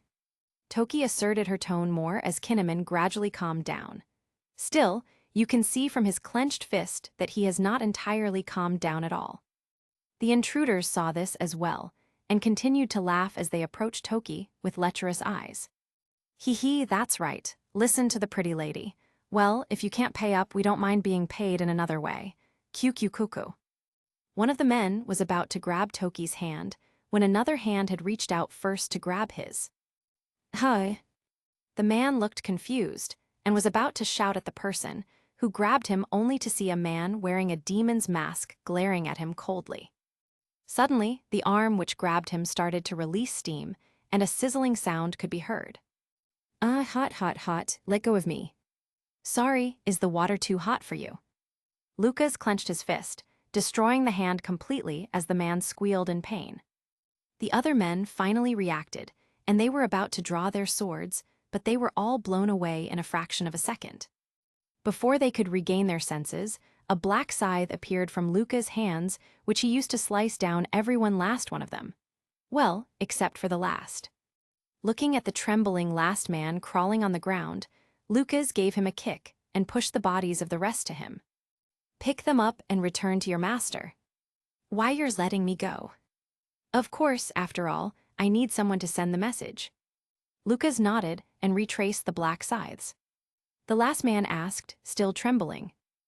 Message. Lucas smiled and remembered a particular phrase from a movie in his homeworld. He had been looking for a good excuse to say something like this, and now he can. Right, tell your master. Curie is under my protection. If you are looking for tax, I can tell you I don't have money. But what I do have are a very particular set of skills I have acquired over a short but deadly career. Skills that make me a nightmare for people like you. If you don't make a move on this land, that will be the end of it. I will not look for you, I will not pursue you. But if you don't, I will find you, and I will kill you. Capítulo 68, Kaido. Having said that, Lucas turned around satisfied, but suddenly felt like he was missing a line somewhere. But if he turns back again to say it, it would be embarrassing. It's a must to act cool when copying Liam Neeson. It's unfortunate that he can't say it over the phone, but well, maybe he can say it again someday. Right, isn't there still Doflamingo's arc? He can be a good partner to act that scene out again. In a distant land, a kid wearing sunglasses suddenly sneezed inexplicably. He tilted his head in confusion as he didn't understand why he sneezed. Back to Wano, the remaining man dragged his dead colleagues away and ran as far as he could. Lucas ignored the stares of Toki, and the rest as he silently walked back to the castle. Akiane-san, why did you? I promised Odin I'd look after you all. I intend to keep that promise, be it now or in the future. After some time, in the Shogun's castle, the man that Lucas had spared had just returned and reported what happened to Orochi with a shaking voice. Beside him, there was a large man with dark, long, and bushy hair. At the sides of his head, you could see horns sticking out as well. This man was none other than one of the 4 emperors, Kaido. Orochi trembled when he heard what Lucas had said. The truth was, he was a cowardly person by nature, but since he's backed up by strong people, he still finds a bit of courage to do whatever he wants. When he heard what Lucas had done, a vivid image of a red demon appeared in his mind, and he couldn't help but shiver. On the other hand, Kaido only raised a brow. Oh ho, what an interesting guy. This isn't the time for that. Are you going to help me deal with this or not? Hess, don't worry, didn't he say it? He'll be coming here himself if you lay a hand on Curie. No need for me to bother going there. Orochi fell silent and started laughing out loud. That's right, why does he need to be scared? Isn't the one known to be the strongest creature alive beside him? Why should I be afraid of some demon? Right, I may have a bit of trouble if I seek him out himself, but if he comes here by himself, I can prepare a lot of things. Maybe he won't even reach Kaido and just die from the traps and ambush. As soon as Orochi thought of that, an obscene smile crept on his face as he started to laugh again. Then, he noticed there was still someone else other than him and Kaido in the room. He smiled coldly at the man kneeling before him. What are you still doing here? Then I'll excuse myself now. Bang! Without noticing it, Orochi had already picked up a pistol and shot at the man suddenly. The man looked at Orochi with disbelief, as he tried to ask while clutching onto his chest, now full of blood. W.I.'s Lord, Aro, Kai. He didn't even get an answer before he died just like that. Orochi glanced at the body and snorted. HMPH, your comrades had all died already. Do you think I needed you alive? After dealing with him, Orochi called for someone to clean up the mess and also provided another set of orders. Once done, he started to coldly smile again. Curie Castle. Lucas continued to calmly wait while trying to access his powers, but to no avail. Sighing, he decided to train on his body instead as he started to do some workouts. That night, Lucas laid on his bed while thinking of various things, about the well-being of the Straw Hats, about Nami and their baby, about Robin, Vivi, even Hina. He also thought about his own crew who should now be led by Koza. He felt a bit worried that the former CP9 members might make things too hard for him, but he trusts that Koza can handle it. As he was thinking of these things, soon, he began to drift off to sleep. However, this didn't last long, as he soon detected something with his observation haki. His room is just right next to Toki's and the kids, so he can immediately act when needed. Sure enough, there were several figures creeping close to her room. Lucas silently turned to water and sneaked inside Toki's room. When the several was about to strike at Toki, Lucas appeared from behind them and held down their mouths. There were 4 figures all in all, so Lucas had created 4 water clones to deal with each of them. His hand turned into water as it filled in the mouths of the intruders, drowning them silently. Lucas thought for a moment and tried something as well. His healing ability was said to be him giving his life force away to heal someone, but can it work in reverse? With this thought, the water that he had sent inside their bodies was retracted by him along with the blood and the water in their bodies, which then filled him up. He can feel that he had indeed been somewhat reinvigorated, but there was this bad taste in his mouth, so to say. He didn't actually taste anything, but the feeling of taking a life and taking it for his own is just unpleasant. Anyway, he's still alive and kicking. There was no need to do this sort of thing all the time. Lucas looked at the dried-up corpses and sighed. He checked to see that Toki and the kids were still asleep before disappearing with the corpses as he took them outside to dispose of them. Looking at the attires worn by these intruders, it was evident that they were ninjas sent by Orochi. It seems that he did not take his threat seriously. That or he wanted me to walk into a trap. Lucas smirked. Very well, consider it that you've angered me. Let's see what you have for me. An hour later, Lucas arrived at Orochi's castle and blatantly walked inside. Huh, who are you? Outsiders aren't allowed in this. Without a word, there was a black flash and his head fell down the next moment. The other guards were about to react, but they too had been sliced off in the next second. Lucas continued to encounter samurais and sometimes pirates from Kaido's crew, but he sliced them all off without hesitation. The hidden ninjas responsible for the supposed ambush showed themselves holding a short blade and lunging at Lucas at the most opportune moment. Lucas didn't bother to move and simply let the blades strike him. He can feel that there was no haki imbued in their attacks, so there was no reason to dodge at all. He made sure to control the water well enough so that there won't be splashes or anything. What he wanted was to create an image of an undying demon in Orochi's mind. Just as the ninjas were about to celebrate from their successful attack, they were all sliced the next moment, leaving them confused. Sadly, they were already dead and would have no way of knowing what happened. The other samurais and pirates stared at Lucas dumbfoundedly. Right now, Lucas was covered with blood and multiple katanas were struck all over his body, but he acted as if he didn't feel anything as he removed them without care. Steam started to appear on his body, which created an eerie scene to everyone.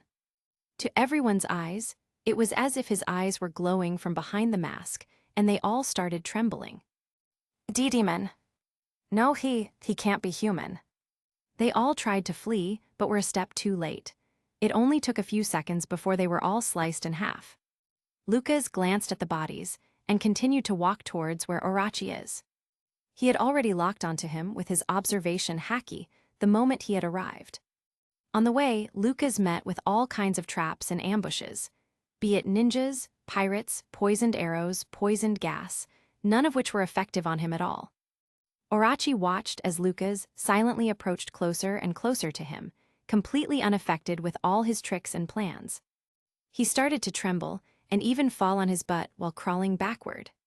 WW8, please think about this. I can hire you. I'll give you money, women, power. We have no hatred with each other. Lucas ignored him and continued to walk closer. All right, don't you like Odin's woman? I'll give her to you. That Odin will die sooner or later anyway. You can just get her now. I can make it happen. Hearing this, Lucas finally paused. What did he say? How did he come to the conclusion that I like Toki? Lucas frowned. Because of his night visits, the others indeed had these suspicions about him, but this was supposed to be only known by Odin's retainers. In that case, how did Orochi know about it? Could it be? Lucas grimaced. It was a good thing he only revealed himself to Toki and the kids. Otherwise, it may be troublesome in the future. After pausing for a moment, Lucas continued walking. I told you, if you didn't come to look for trouble, I won't look for you. But you did, and now I'm here. But there's no reason for you to hate me. You're not even Odin's retainer. Orachi started to panic even more, but before Lucas reached close enough, he suddenly stopped. A barrier, huh? Do you honestly think this is enough to stop me? Lucas saw an old man holding a guitar-like instrument, but his index and middle fingers on both hands were crossed. This was a unique gesture of the barrier devil fruit users. He didn't expect to see it here. Was he the previous owner of the fruit? The old man saw Lucas gaze at him and trembled a bit.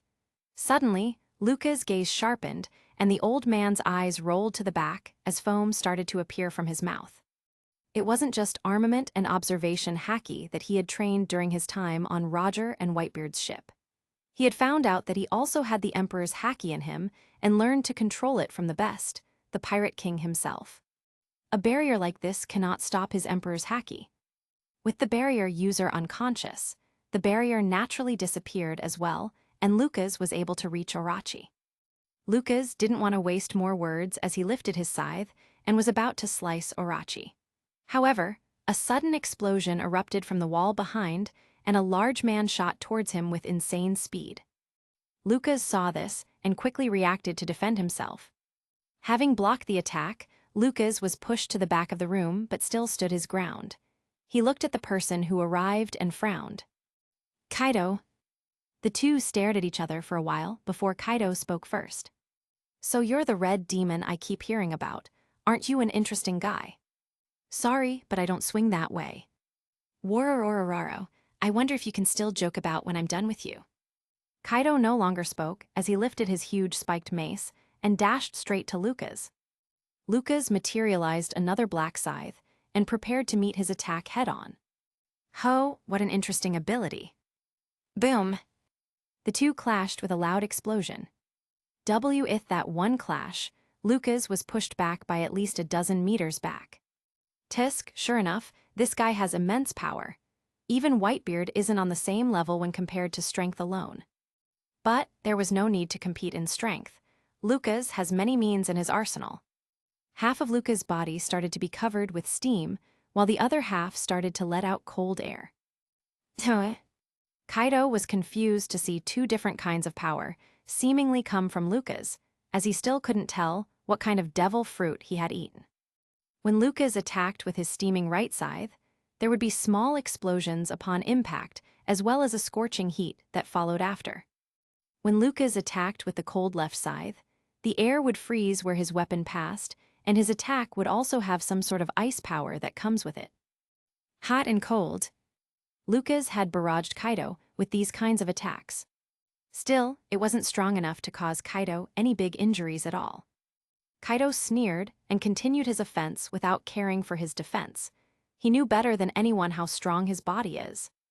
With a powerful overhead blow, the ground cracked on Lucas' feet as he tried to defend against it with both his weapons. You have an interesting ability there, sadly. It's not enough to deal with me. He will see about that. Suddenly, two black arms sprouted from behind Lucas, which were also wielding black scythes, and struck down on Kaido. It seems Kaido didn't expect this kind of attack and was also surprised that Lucas was able to stab onto his shoulders. He swung his mace again and blew Lucas to the wall with an enraged swing. Compared to the strongest man, you're still weaker than him. Grrr, bastard, Newgate is nothing compared to me. This time, Kaido was truly angry. His whole body started to transform, which destroyed the castle as it expanded into a dragon. Lucas' face twitched when he saw this. Fuck me, I didn't know he was a dragon devil fruit user. Compared to Momonasuke's little dragon form, this is too big. Lucas no longer dared to hold back and expanded his wings to take flight and hovered in front of Kaido. Am I supposed to be impressed? Okay, I am actually impressed, but there's no need for him to know that. Kaido laughed and glared at Lucas. Waroraro, and what can a bird like you do against me? Lucas smiled and swung both his scythes to the side while increasing their size. Don't you know, birds eat worms like you, and I haven't had my breakfast yet. Roar. Aochh. Their two emperors haki unleashed to the fullest and clashed. From a distance, you could see the clouds split, and the sea part as it created a huge shockwave throughout the island. In the future, people would tell the tale of a dragon and a demon fighting against each other in the skies. This was a fight that had lasted for 3 days and 3 nights. Capítulo 69, Return Again. The night after the battle that shook Wano, Lucas returned to Curie Castle to recuperate. When he had returned, his whole body was soaked with blood, and various cuts and bruises appeared on his body. Kinnaman and the rest were surprised that he was still able to stand at all. A few days ago, when they had learned that Kaido was battling someone, they ran over to take a look. At first, they thought they could at least help the person fighting Kaido, but seeing the two battle, they all realized that they didn't have any power to intervene or assist at all. Lucas also saw them try to help, but the fight had reached a crucial point. If Kinnaman and the rest had joined, they wouldn't be able to help, but rather become a liability instead. In fact, most of his earlier injuries were gotten from him, trying to protect the others from the clashes of their fight. He shouted at them to get back to Curie and protect Toki instead. Kinnaman and the rest felt irritated that they could not help, but they all realized that being here will only hurt Lucas, so they all retreated. Like that, they had been anxiously waiting in the castle for the outcome of the battle. When Lucas did return and they saw his injuries, they can't help but be ashamed of themselves as they felt that this was their fault. Akiane-sama. Kinnaman and the rest rushed towards Lucas to assist him. Toki quickly hid Momonosuke and Hiyori behind her so as to not let them see the bloody sight. Still, she wasn't exactly a big person. The two kids were still able to see Lucas' image, and this image was burned in their memories. Lucas coughed up blood and fell on his knee. Cough, don't mind me. These will heal soon, just patch me up. Akiane-san, are you perhaps still thinking of going back? Toki asked when he heard what Lucas said. Lucas just chuckled as he sat down to take a breather. The battle's not done. Right now, we are both heavily injured, so we're both recuperating in this period of time. The next round is coming soon. Seeing Lucas take a bandage and simply wrap it around his wounds without care, Toki bit her lower lip and shouted, "Everyone leave." "Be but Lady Toki." "I said leave." "Understood." Kinnaman and the others looked at each other before quietly leaving. The only ones in the room now were Lucas, Toki, Momonosuke, and Hiyori. When the others had left, Lucas checked again with his observation haki to make sure no one was nearby before removing his mask, which was already a bit broken. "What is it? If you're gonna say something to stop me from fighting, forget it." "Why are you doing this?" Lucas sighed and continued bandaging himself while speaking. "I told you I made a promise to Odin. I don't break my promises. But look at you, at this rate you're going to die." "Well, you see, I already tried dying. Didn't really work out. Besides, I just learned from Orochi that there's a traitor among Odin's retainers. I don't know who yet though, but don't worry, I'll find out." Lucas laughed as if he didn't really care what happens to him. Maybe a bit of him just wanted to look for an excuse to die rather than accept the fact that he can't return back to his time any more other than waiting for 26 long years. Or maybe a bit of him thinks that if he dies, he will simply wake up in his own time again. Toki bit her lip again when she saw that Lucas isn't taking his life seriously. Finally, she grabbed his hand. Lucas thought that she just wanted to stop him from bandaging himself and pay attention to her instead. He sighed and was about to speak again when he saw Toki's hand started to glow. "Toki, what are you doing?" "I'm sorry, Lucas, I lied." What are you saying?" A thought appeared in Lucas' mind, and his face immediately paled. Still, he continued to ask Toki, seemingly afraid that what he thought was true. "Toki, stop it, what are you doing?" "Sorry, Lucas, I thought I can make you stay a bit longer and help us fight against Orochi. I was wrong." Tears started to appear at the corner of Toki's eyes as she smiled. "I'm sorry, I tried to use you, but seeing you like this, I can't do this anymore." "Toki, don't do this, it's fine, okay? Just stop it, please." Lucas tried to break free from Toki's grasp, but it was as if there was this strange power that's holding him in place. He can't even turn into water as well. "Goodbye, Lucas, may you live well, in your time." "Toki, don't." A blinding light exploded in the room, which caused Kinnaman and the others to return to the room, only to see Toki hugging the crying Momonosuke and Hiyori. As for Lucas, he was gone. All that was left was the broken demon mask on the ground. A few days later, Kaido had continued to wait for the red demon to reappear. But strangely enough, it was as if he had disappeared into thin air and not a trace of him could be seen in the entire Wano. Orochi was convinced that the red demon had either fled or bled himself to death. Either way, he grew more arrogant with one less powerful enemy in the way. He even sent some ninjas to attack Curie again to probe if the red demon was still alive.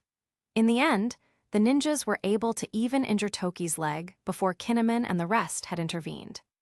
This practically concluded that the red demon is gone. More days passed. The day Odin returned finally arrived. Inside the Curie castle, Odin asked Toki after having the other leave for a moment. "Where's Lucas? How come I haven't seen him?" "I returned him back to his time." I see. Haha, good for him. He's always been meaning to go back." It's for the best." Toki smiled as well and chose to hide the truth from Odin. This didn't last long, however, when Odin learned what happened in his absence from Kinnaman and the rest, and the fact that Toki was even injured. When he heard that Lucas had almost died battling Kaido to protect his family, he was angered to the point that he jumped out the window and ran straight to Orochi. While events continued to unfold in Wano, a certain white-haired man was busy being tossed around in space and time. After Toki had used her powers on Lucas, Lucas found himself in some sort of dimensional tunnel. There was this strange pull on his body, seemingly guiding him to the other end of the tunnel. Was it because he was conscious this time? Last time he had traveled in time, he did not see this place at all. Lucas tried to move around in an attempt to go back, but there was no use. Suddenly, as if there was some sort of invisible hand grabbing him, he was forced to make a turn. However, this was supposed to be a straight path. If he turns... Bam! Lucas felt a sudden force hit his whole body, and the strange pull guiding him before was gone. It was as if he was now free-falling through space and time. Damn it, what the hell is going on? Grand Line, on a certain seabed. A rather large female shark mermaid wearing a hood swam and saw a flash of light appear behind the corals. Once she reached the place, she saw an unconscious white-haired human lying on the sea ground. Strangely enough, this man appeared to be breathing properly. The shark mermaid tilted her head in confusion. Is he a fishman? But he didn't seem to have webbed fingers or fins. In any case, she still decided to help out the man as she carried him back to her place. When the mermaids of the Mermaid Cafe saw her carrying a man, they flocked around to gossip. Wow, what is this? Madame Shirley brought home a man. A human man. Shirley rolled her eyes and tossed the man to the mermaids. I found him outside unconscious. He doesn't seem to be human since he could breathe underwater. Anyway, let him rest in one of the empty rooms.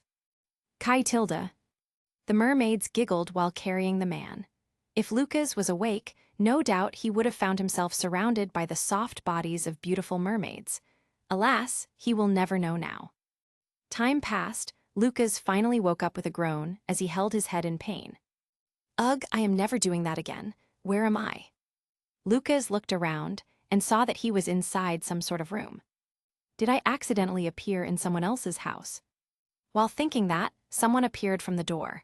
Lucas recognized her, and he immediately knew where he was. The only problem now is, when he is. You're awake. I am, thank you for, saving me, I guess. Lucas sighed at how much he has been waking up in strange places lately. He even had a dream where he woke up in a certain Disney movie, but that was just a dream. Right. Looking at the person, or rather, the mermaid in front of him, Lucas looked around the room again and asked, I take it I'm at Fishman Island. Yes, were you not expecting to be here? Well, I guess you can say that. Lucas smiled wryly and chose not to speak anymore. In any case, he needs to assess the situation right now. This is gonna sound weird, but do you perhaps know when the war in Marineford happened, or did it not happen yet? The mermaid raised an eyebrow as she puffed some smoke from her pipe. Are you talking about that big war that happened on the surface? From what I recall, that happened about 2 years ago. 2 years? Hearing what she said, Lucas sighed and fell in deep thought. It seems that Toki did send him back to his time.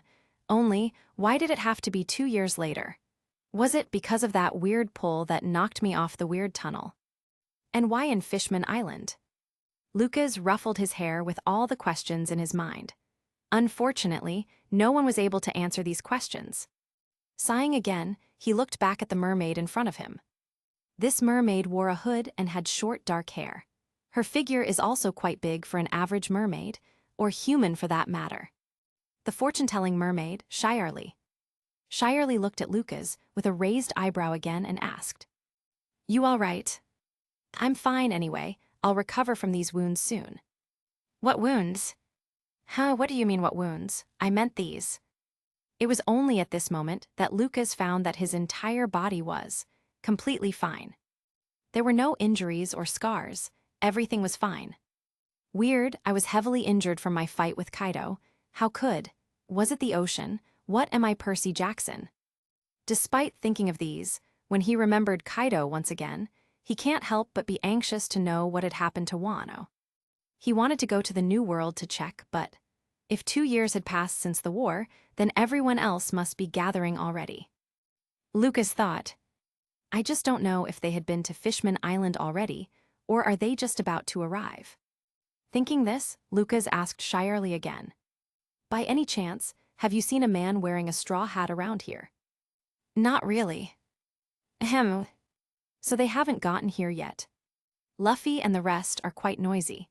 It would be impossible to not know they were here if they did arrive." Shirley kept quiet the whole time as she looked at Lucas, seemingly in deep thought of her own.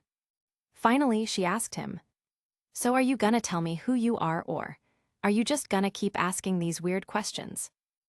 Sorry about that. I am, just call me Luke, for now." Lucas thought for a bit before deciding not to tell her his name. After all, he has no idea what sort of news the Marines have been passing around or what revealing his identity would cause. It was better to be safe for now. "Well, whatever. Around here they call me Madame Shirley." Once again, thanks for taking care of me, Shirley." Lucas did a slight bow while still sitting on the bed, which made Shirley irritated. "Did you hear what I said?"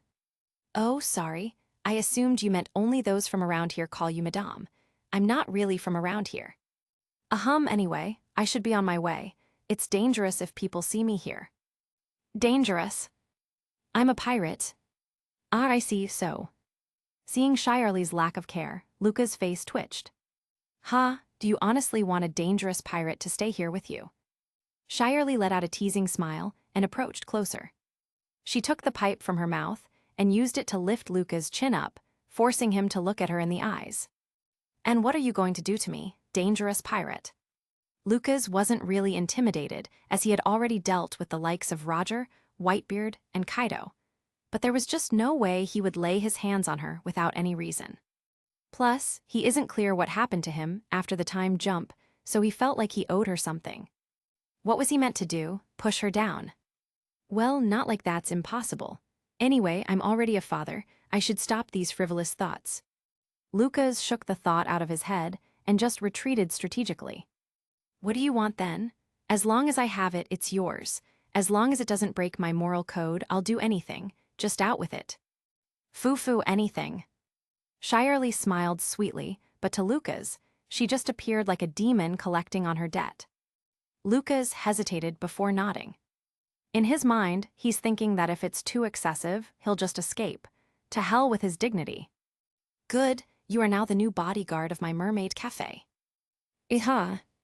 Luca's mouth went agape as he heard the ridiculous order. Hold on a minute here. I just told you I'm a pirate. How can you just trust me with a job like that so easily?" Shirley didn't mind him shouting, as she calmly answered, while puffing a smoke. "I saw the mark behind you." "Mark, is she referring to my tattoos?"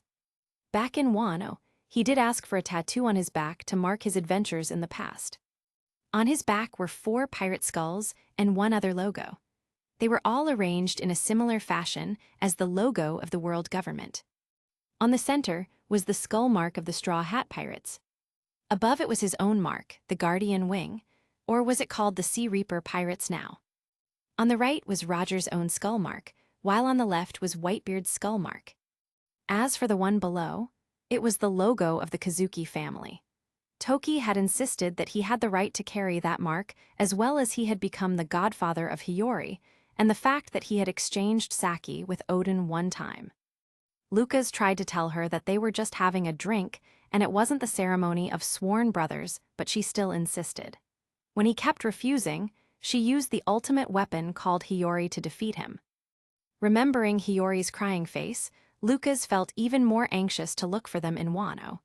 But right now, his best bet was to wait for Luffy and the rest and sail with them. He could just go there himself, but if he did that, not only would he not see his child, he would also feel as if Toki sending him back here would be wasted. While Lucas thought about these, he was even more confused by what Shirley said. "Which mark are you referring to?" "Uncle Roger's pirate flag, of course." "Roger, just what did you do here?" "Capitulo 70, Fishman Island." "Do you know Roger?" Shirley nodded at Lucas' question. "He came by to Fishman Island once or twice when I was a kid. Back then, he would give me all sorts of candies too." "Roger, why the hell are you acting like some shady uncle about to kidnap a kid?" Lucas sighed. At this time, Shirley already turned around and didn't bother answering more questions. "If you can stand, get up and do your job." "How long do I have to stay here? I'm kinda in a hurry." "When you're no longer needed." "Like I said, when the hell is that?" Lucas wanted to ask, but Shirley already left the room, leaving Lucas alone once again.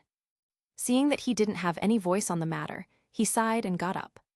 He needed to think of a plan to get out of here as soon as possible, but he can't just leave now that Roger seemed to be involved.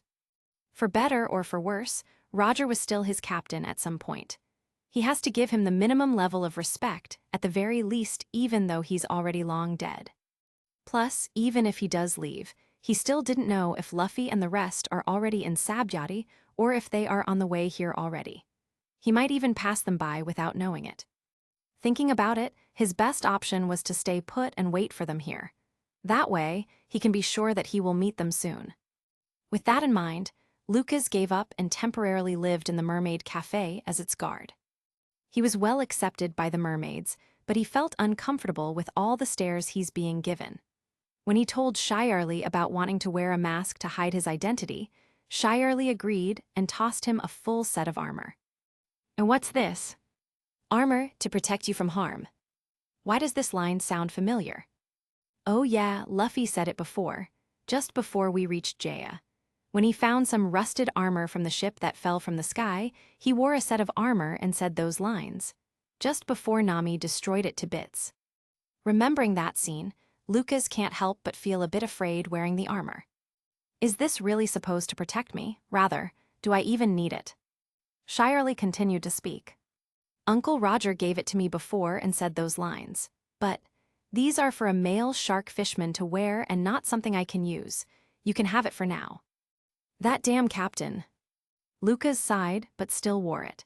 It was better if he wore the whole thing, as it will disguise his identity into that of a shark fishman instead.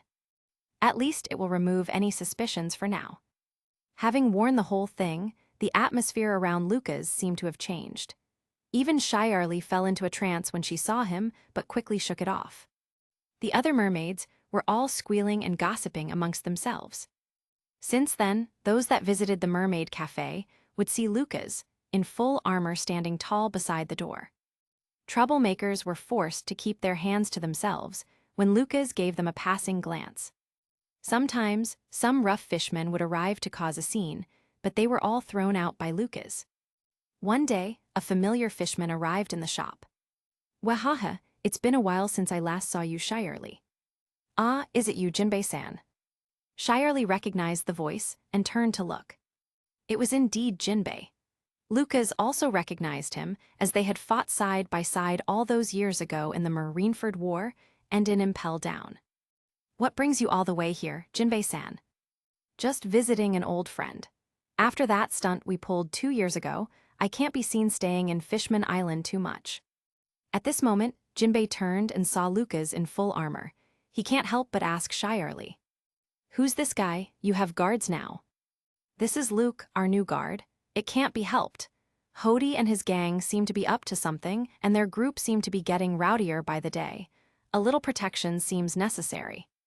Hearing what Shirley said, Lucas nodded in his mind. So the cause is that Hody guy? Well, that's good. After Luffy and the rest thrashes them, I can also leave. Lucas didn't have any thoughts of interfering too much. For one, he wanted to know how much stronger the crew had become. On the other hand, the situation in Fishman Island is quite complicated. At the moment, the residents of Fishman Island are divided into two categories: those who hate humans and those who don't. If a human were to beat Hody Jones just like this, the fishmen will only think that humans are an arrogant species that thinks they are superior enough to stick their nose in their fishman business.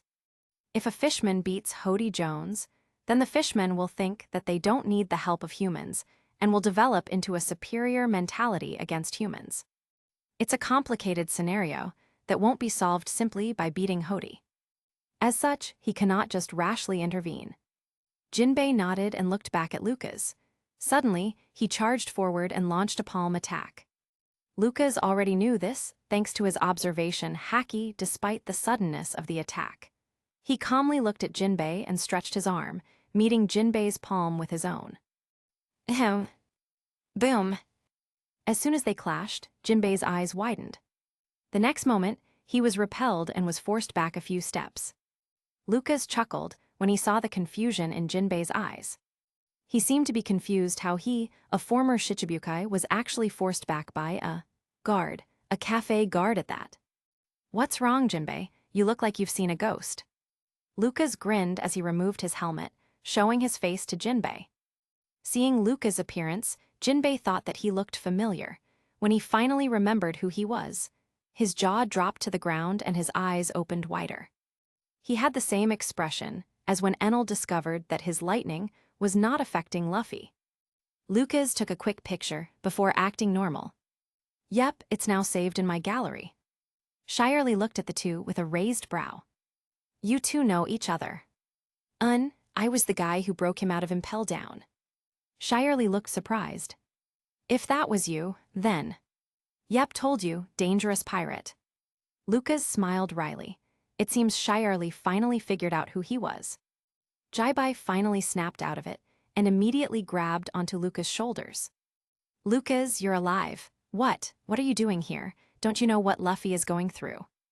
Jinbei shouted as he shook Lucas back and forth, making him feel a bit dizzy. "See, calm down, Jinbei. It wasn't like I didn't want to show myself earlier. It's a long story." When he heard this, Jinbei finally calmed down a bit and asked, "Explain." It's a bit unbelievable, but before reaching Fishman Island, I was in a place where I couldn't leave for a few years. Believe me, Jinbei, I wanted to return as soon as I could, but I couldn't. When I finally arrived here, 2 years had already passed. I didn't know where the others were, but I figured if they are going to the New World, they will still have to pass through here. So here I am, waiting. Lucas explained his situation very briefly. He didn't know if it would be okay to tell Jinbei about the time travel part.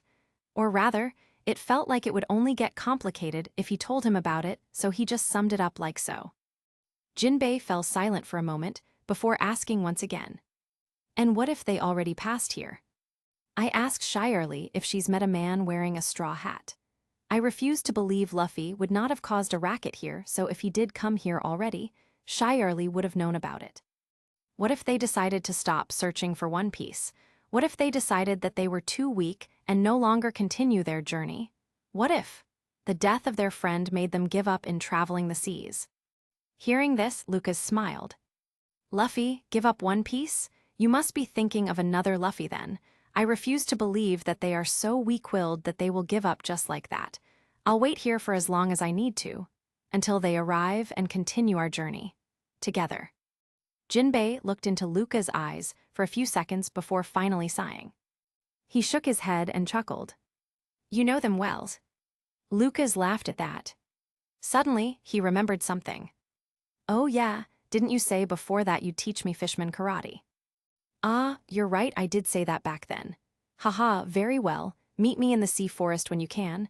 I'm usually just resting there. Will do. Unfortunately, he was only able to look for Jinbei a few days later, when Shirley finally agreed for him to take the day off. The Mermaid Cafe was also closed, as the mermaids rested and went shopping.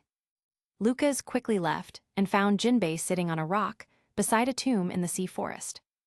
This must be the grave of Shirahoshi's mother, Otoheim. Yet another character who had died early in the story. Damn it, did Shanks fail? Lucas sighed but didn't blame Shanks. Back then, he was just a kid when he handed him the paper telling him to save the people in the list. Otoheim was one of them. But looking at the grave in front of him, it was enough to tell that he had failed in saving her. Lucas was about to call out to Jinbei when a group approached him. The fishmen parted and revealed a slim mermaid and a buff merman in the middle. Isn't that Fukaboshi and Otoheim? As if to confirm his thoughts, Jinbei laughed and greeted the two. Your Highness, Queen Otoheim and Prince Fukaboshi, it's good to see you both alive and well. Lucas saw them chat happily and felt weird. Am I in an alternate reality now? But Shirley and Jinbei still seem to recognize me from the previous timeline. Assuming that I was already in a time loop before, then it means that I was already in the timeline where Otoheim was alive.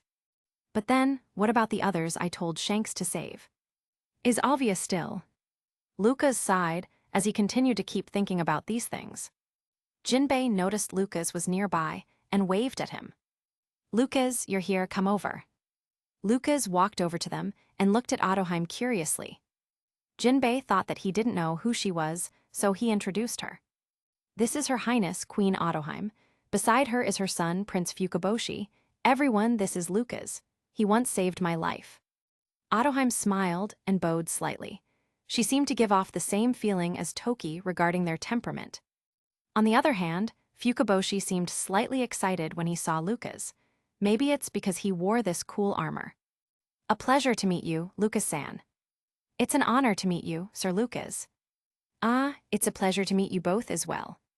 Otoheim smiled and suddenly said, Shanks-sama had mentioned you to us a lot in the past.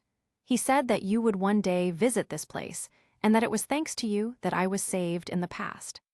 When Lucas continued to ask, he finally understood the current situation. With her alive, the situation in Fishman Island wasn't as worse than it was in the original, but there is still friction within it. The petition to integrate with the humans that she had asked the people to sign was also forbidden by Neptune, as he was afraid that Otoheim might fall in danger once again. Because of that, there wasn't much impact on the timeline that Lucas knows. Similar events will still continue to unfold, but would happen a bit differently than what he remembers. There is also the world noble that Otoheim had protected, M. Josgard. It seems that after the incident, M. Josgard had turned over a new leaf and was no longer an arrogant world noble. In fact, he's been helping the fishmen behind the scenes by buying as many fishmen he could on the surface so he can send them back.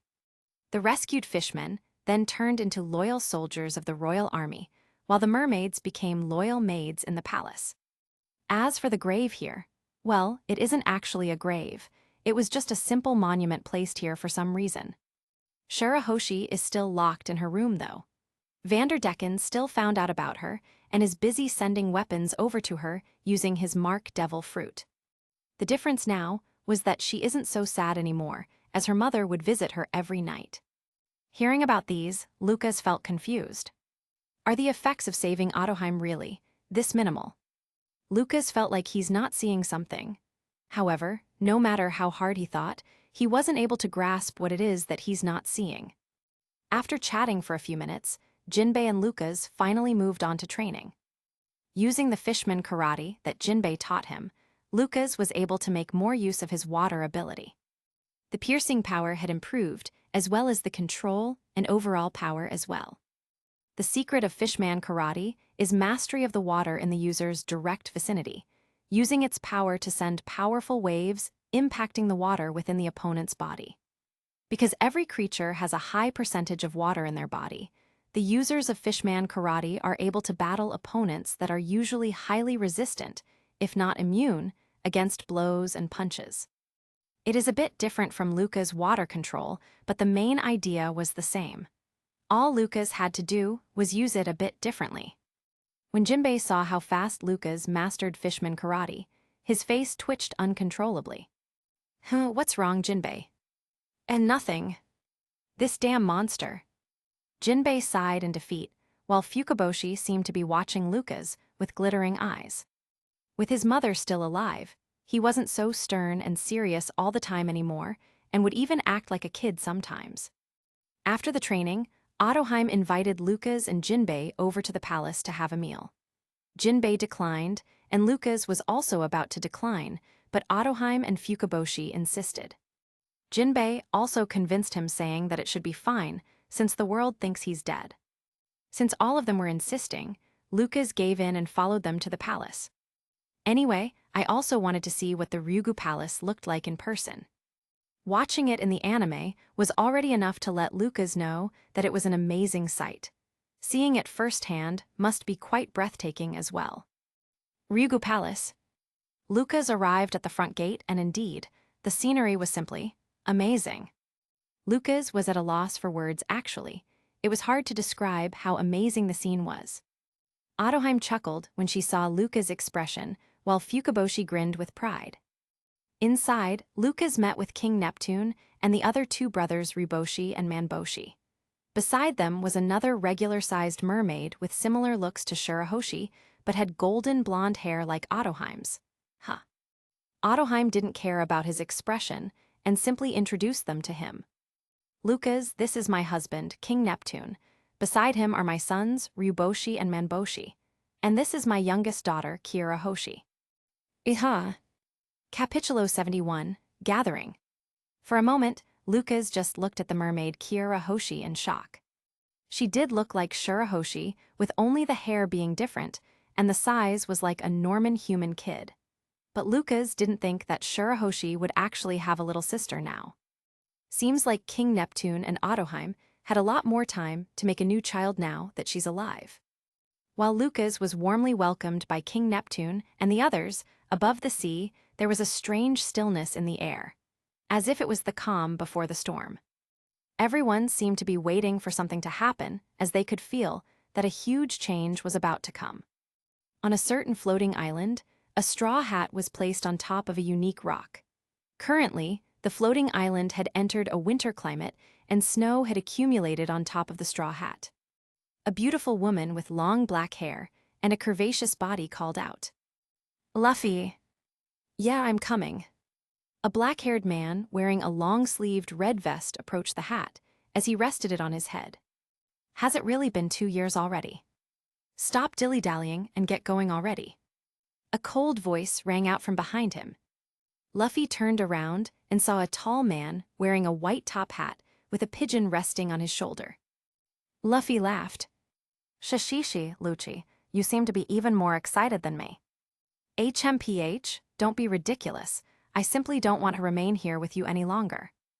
As if to make his point, Lucci's feet blurred, and the next moment, he disappeared from where he stood. 2 years ago, when Rayleigh took him to this floating island, which was supposedly Luca's main base, he met Lucci once more. That time, Lucci had said that Lucas left him an instruction. That instruction being to train with Luffy and at the same time compete against each other. This meant that within these 2 years, not only was he being trained by Rayleigh harshly, Lucci was there to make it even harder for him. Luffy was actually able to learn Haki in a single year. The other year was spent with him and Lucci in constant battle, day in and day out. Remembering the past couple of years, Luffy shook his head. That guy, always using Saru whenever he can. "Don't mind him, Luffy. Let's go, the others are already waiting." Let's go, Hancock, to Sabyati Archipelago." Grand Line, Sabyati Archipelago.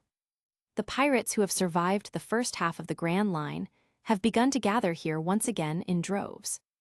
Everyone still remembered the events that occurred 2 years ago, where a world noble was killed in front of a marine admiral. As such, when the people began to notice the number of pirates increasing, everyone grew tense. In fact, there was even a weird rumor going around. The Straw Hat Pirates are recruiting. I can't believe it.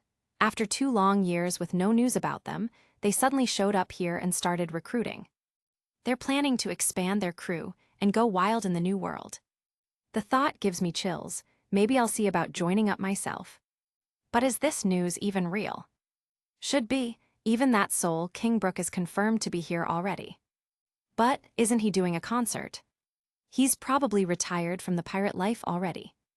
Listening to their conversation, an orange-haired woman holding a child smiled. Mommy, are we going to watch Uncle Brook? Luna, it's very noisy in the stadium. But don't worry, later, we can ask Uncle Brook to sing for us on the ship, okay? Yay. Nami smiled at the little Luna sweetly. She bent down and grabbed Luna by the waist to carry her, and settle her down on a floating bubble bike she had bought. Right, she actually bought it instead of renting it. The reason was simple. Luna wanted it and refused to rent. Actually, Nami was really confused. As her child, she had obviously thought Luna to become a money grubber, so despite being almost 2 years old, Luna already knows how to use money well. But for her to still want to buy a bubble bike here in Sabyati, despite Nami explaining numerous times that she can't play with it outside the island, Luna still insisted on it. When Luna tried to pull a teary eye on her, Nami conceded defeat and bought the damn thing. She must have gotten this unreasonableness from that idiot Lucas. If he's still alive, he owes me 1,000 bali. Nami grudgingly thought in her mind. Back in Ryugu Palace, Lucas sneezed all of a sudden. Huh, are you sick, Lucas-sama? I'm fine. Someone's probably praising me somewhere. Grove 33, Sabyati Archipelago's concert arena. Sabadome.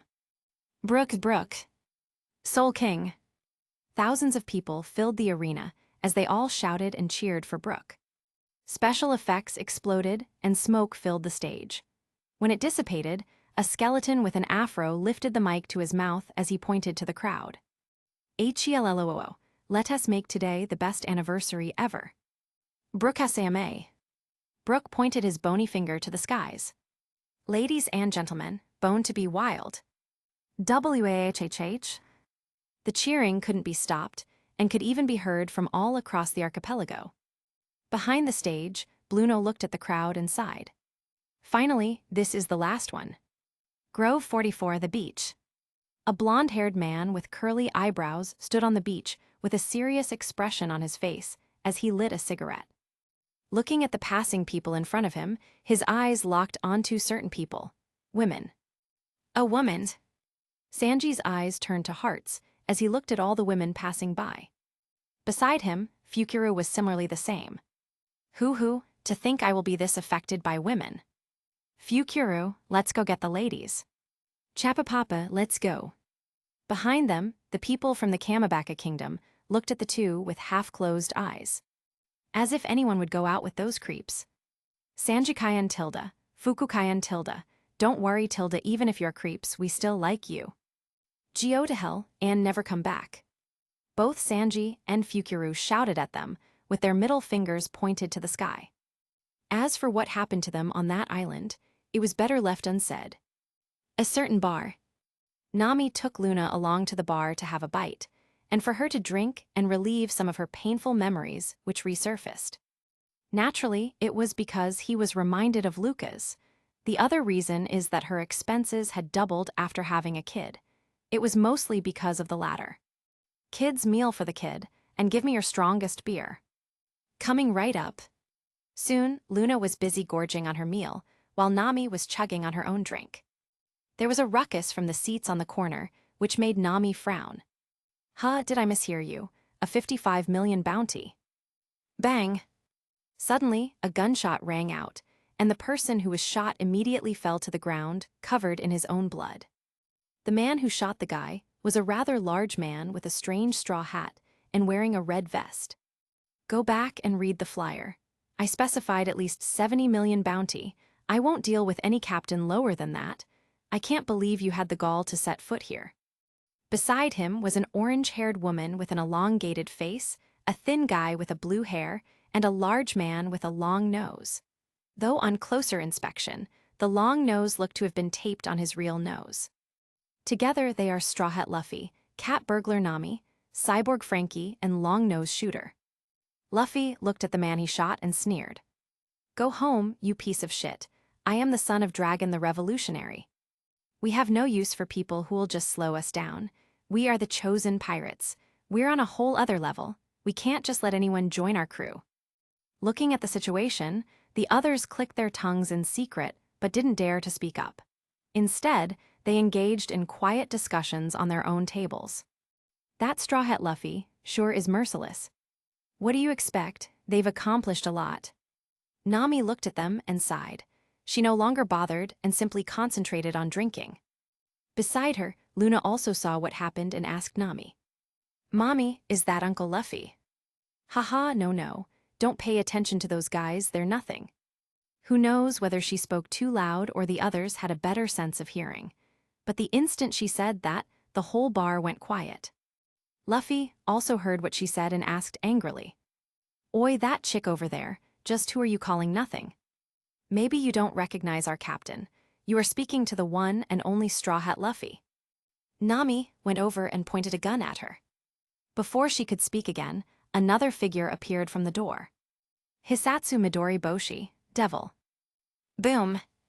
Suddenly, a green pellet shot at Nami, which exploded and turned into a giant man-eating plant.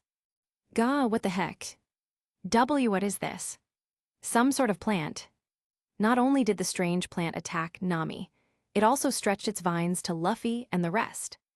Nami turned to look at the familiar voice and saw a long-nosed man. Oh, Usopp, it's been a while. Look at you, you've gotten muscular. Ahaha, this is all thanks to my training. Why is there a kid in a bar? Usopp looked at the kid beside Nami and was confused. Who would let their kid in a bar here of all places? Wait a minute, white hair, and her face seems to resemble Nami as well. And Nami, this kid. Ah, that's right, you haven't met her yet. Luna, this is your uncle Usopp. Usopp, meet Luna, she's my daughter. Usopp's jaw dropped to the ground, and for a while, no words could come out of his mouth. When he finally snapped out of it, a resounding voice rang out from the bar which could be heard outside. WHAT, us. Nami already saw that coming and had her fingers covering her ears already, while Luna did the same. When Usopp finally stopped shouting, Nami waved her hand. Anyway, what's that thing? Is that yours? What do you mean, anyway? Is this something you can just brush off like that? Oh, yes. That's my new weapon, Pop Green. I haven't just been sitting around staring at the ocean for the past 2 years, you know. And just like that, Usopp was distracted. Not what the heck, explain to me what just happened. Well, it was worth a shot. Nami sighed and explained. Like I said, she's my daughter. Who's the father then? How come I didn't know you were seeing someone, and she looks like a 2-year-old already? It's Lucas, he's the father. Usopp calmed down when he heard that. He was immediately reminded of what had happened to Lucas. He didn't know that he and Nami were in a relationship. But with him gone, Usopp didn't need to be a genius to know how painful it was for Nami. Usopp looked at Luna and seemed to see an image of Lucas overlapping her face. He sighed and patted Luna on the head. He turned to Nami and asked, What are you going to do now? I mean, you can't seriously be thinking of bringing her along. You know how dangerous this sea is. Oh, don't worry about that. Anyway, let's get out of here. This isn't the place to talk. Also, I've got a favor to ask you. Nami quickly pulled Luna and Usopp along as they ran out of the bar. Behind her, small bubbles of dark clouds were forming on the ceiling. Wait, you bastards, who do you think we are? Usopp finally saw what the enemies looked like and was shocked. Luffy. Ignore him, let's go. After Nami pulled Luna and Usopp out, a thundering explosion rang out from within the bar. Boom! GIHHH. Outside, Usopp looked at the bar which had been reduced to rubbles and charred black, as if lightning had struck it from within. Looking back at Nami, he saw her taking something from Luna. Confused, Usopp walked closer to take a better look. Did you get them? I got their money and jewelry, mommy. Hee, good girl Tilda. Only one thought was in Usopp's mind. She is certainly Nami's daughter, all right. Capitulo 72, The Real Deal. Grove 13, Shaki's Ripoff Bar. Sanji had just arrived and saw Shaki and Duval along with the others from the Flying Fish Riders gang. Fukuru had disappeared somewhere, claiming that he will be returning with his colleagues and won't be joining him back. As soon as Sanji got to the bar, he asked who had already arrived and found out that he was already a bit late to arrive than the others. What? That stupid swordsman actually got here first. And Frankie-chan was second. He got here 10 days ago and already headed over to the ship. Shaki nodded and continued. Nami-chan and Luna-chan got here third. Nami Swaen, where is she? Where is she now? As soon as Sanji heard Nami's name, he started spinning and hearts appeared in his eyes once more. Suddenly, he stopped. "Huh, Luna-chan, who's that?" "Fufu, just wait and see." Shaki chuckled and no longer spoke. It was best to leave this as a surprise. As for whether this surprise was good or not, well, only time will tell. Sanji looked at Rayleigh in confusion, but he just shrugged and ignored him. He looked at Duval, who was wrapped in bandages next, but they also didn't speak when Shaki sent a glance at them. Completely confused, Sanji could only wait and see this Luna-chan for himself. Anyway, they are both out shopping at the moment. Counting Luna-chan, next is Usopp-chan, who arrived 5th. He arrived 3 days ago. 6th is Chopper-chan, who came yesterday. And then you. However, Sanji was no longer paying attention, as he wanted to go out to look for Nami already. Shaki didn't care and continued to speak. Brook arrived today for his concert. In other words, only Robin-chan and Luffy-chan are left. "A concert?" Sanji asked, as he didn't know what had happened to Brook. Shaki pushed a flyer to him with Brook's face on it. It wasn't a wanted poster, but rather a flyer about his concert today. He's pretty popular now, Somewhere in Sabyati Archipelago. A few men in black hid at the corners of the building, as they eyed an individual in the streets. One man raised his denden mushi and spoke in a quiet tone. "I've spotted Nico Robin. Don't kill her, bring her back alive." "Understood." Meanwhile, Robin hid behind a building while holding onto 2 pieces of paper. One was the flyer for Brook's concert, and the other was the recruitment of the Straw Hat Pirates. What on earth is going on? Robin frowned. Based on what he knew of Luffy, he shouldn't be the kind of person who would be doing something like this. As for Brook, she also had no idea why he would openly announce himself like this. They were all wanted people, and after the stunt Luffy and Lucas pulled 2 years ago, they were also being chased by the Marines. This was why she chose to lay low and observe the situation for now, instead of heading straight to Shaki's bar. Grove 47. Hey, Zoro, Sanji, Robin. We haven't seen each other in so long, what's going on?" Chopper saw the 3 familiar people and called out to them. Though one of them seemed to be holding onto a fox with a hat, and they all looked different as well, and smelled different too.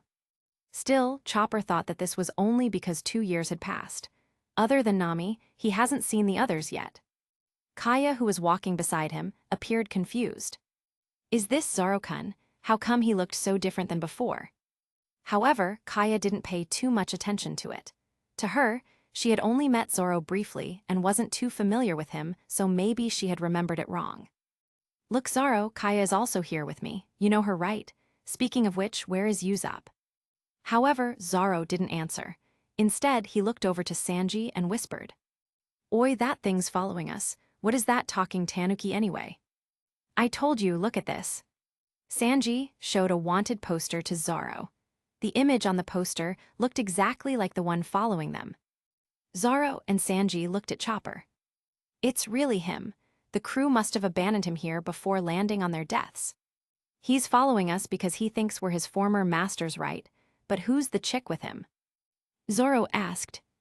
Though they were discussing in hushed tones, Kaya was still able to hear what they were talking about, and immediately concluded that they weren't who they said they were. Feeling that it may get dangerous, Kaya stopped Chopper. "Chopper-san, I don't think that's them. Why don't we go to where your Vivre card is showing you first?" That's not them." Zoro, Sanji, and Robin heard their discussion and immediately made their move. "Shit, he's made us. Anyway, just grab him first. We'll slowly tame this bastard. As for the girl, I think the captain will like her." Seeing the 3 attack them, though Chopper was still confused, He was ready to make a move as well when suddenly, two men in black appeared and dashed towards Robin. Robin was unable to react in time, and before she knew it, he was already sacked and taken away. Robin. No good, they took Robin, we need to save her. Chopper-san, like I said, she's not the real deal. Kaya sweated. Why is he getting worried over his enemy? You're right. Zoro and Sanji saw what happened as well and were surprised.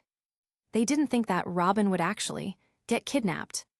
The two looked at each other then to Chopper and Kaya. The next moment, they ran. Forget about those guys for now. Not good, we need to tell the captain that Robin's been taken away. Chopper and Kaya looked at each other in confusion. I guess they really were fake. As if to confirm it, they saw two familiar figures approaching them. Isn't this Chopper? Kaya too. This smell, Nami, Usopp, little Luna is here too. Usopp-san. This time, Chopper confirmed with his nose as well. They are definitely the real thing. Kaya saw Usopp again and excitedly rushed to him with a hug. Still confused, Usopp asked Kaya. Kaya, why are you here as well? I've been studying with Chopper-san for the past 2 years. I've grown stronger too. From now on, I will be Dr. Chopper's assistant nurse. Usopp's jaw dropped to the ground a second time today. What the hell? Usopp saw that Chopper already knew Luna and Nami, also wasn't surprised to see Kaya. He felt like he was the last to know everything. This, just what is going on. We visited Nami in the past to help her give birth to little Luna. Kaya chuckled when she saw the incredulous expression on Usopp's face. While they talked about what had happened to them in the past 2 years, Robin had arrived at Grove 17, where their ship was anchored. Sonny, we've kept you waiting, for 2 whole years. Seeing the familiar ship, Robin felt a bit relieved and excited as well. It's been a while, but it was time to sail once more. That Neas beauty can only be. A figure appeared on top of the deck and saw Robin. He raised both his arms up and slanted to the side, which formed a star on his arm. The super archaeologist of our very own Crew, if it ain't old Robin. Despite the cool pose and appearance of this person, Robin's expression didn't change at all. Only after a while did she smile. You never do change, Frankie. I have changed, you idiot. Take a good long look at the sheer romance packed into this body. Behold a remodeling the likes of which the world has never seen. Hell, I've exceeded the bounds of human intellect. Yes, quite. I don't think I can associate with you as a person any longer. Oi, are you calling me a pervert? You sure know how to give a man a compliment. Grove 42. Hey, Mr. Fisherman, how's the haul today? I'm looking for a bargain. Sanji saw a fisherman nearby and approached him. It was time for him to restock on the ingredients before they leave the island. However, the fisherman seemed to have been preoccupied with something. What's wrong? He's gone, that green-haired guy. Green. Only one person appeared in his mind when he heard that. What happened? I've gone and done something terrible. You see, just now, this guy with 3 swords happened to come by here and says, I'm bored, so I want to do some fishing. So I tell him, I'll be taking my boat out soon, so you just wait for me on the boat. Sanji can already tell where this was going. But listen, I swear I told him to wait on my fishing boat, but you know what I found when I came over here? He was only fast asleep on the gigantic pirate ship right next to it. By the time I arrived, it was too late. The ship was all coated and sank right down into the ocean. It must have headed off. For Fishman Island. Hearing all this, Sanji's face twitched uncontrollably. That idiot. Before he could say more, bubbles were rising up from the sea, and a huge shadow could be seen coming up. Boom! The water exploded and revealed a huge galleon, only it was split in half. On top of it, there was one man sitting on its broken mast. Sanji saw him and sighed.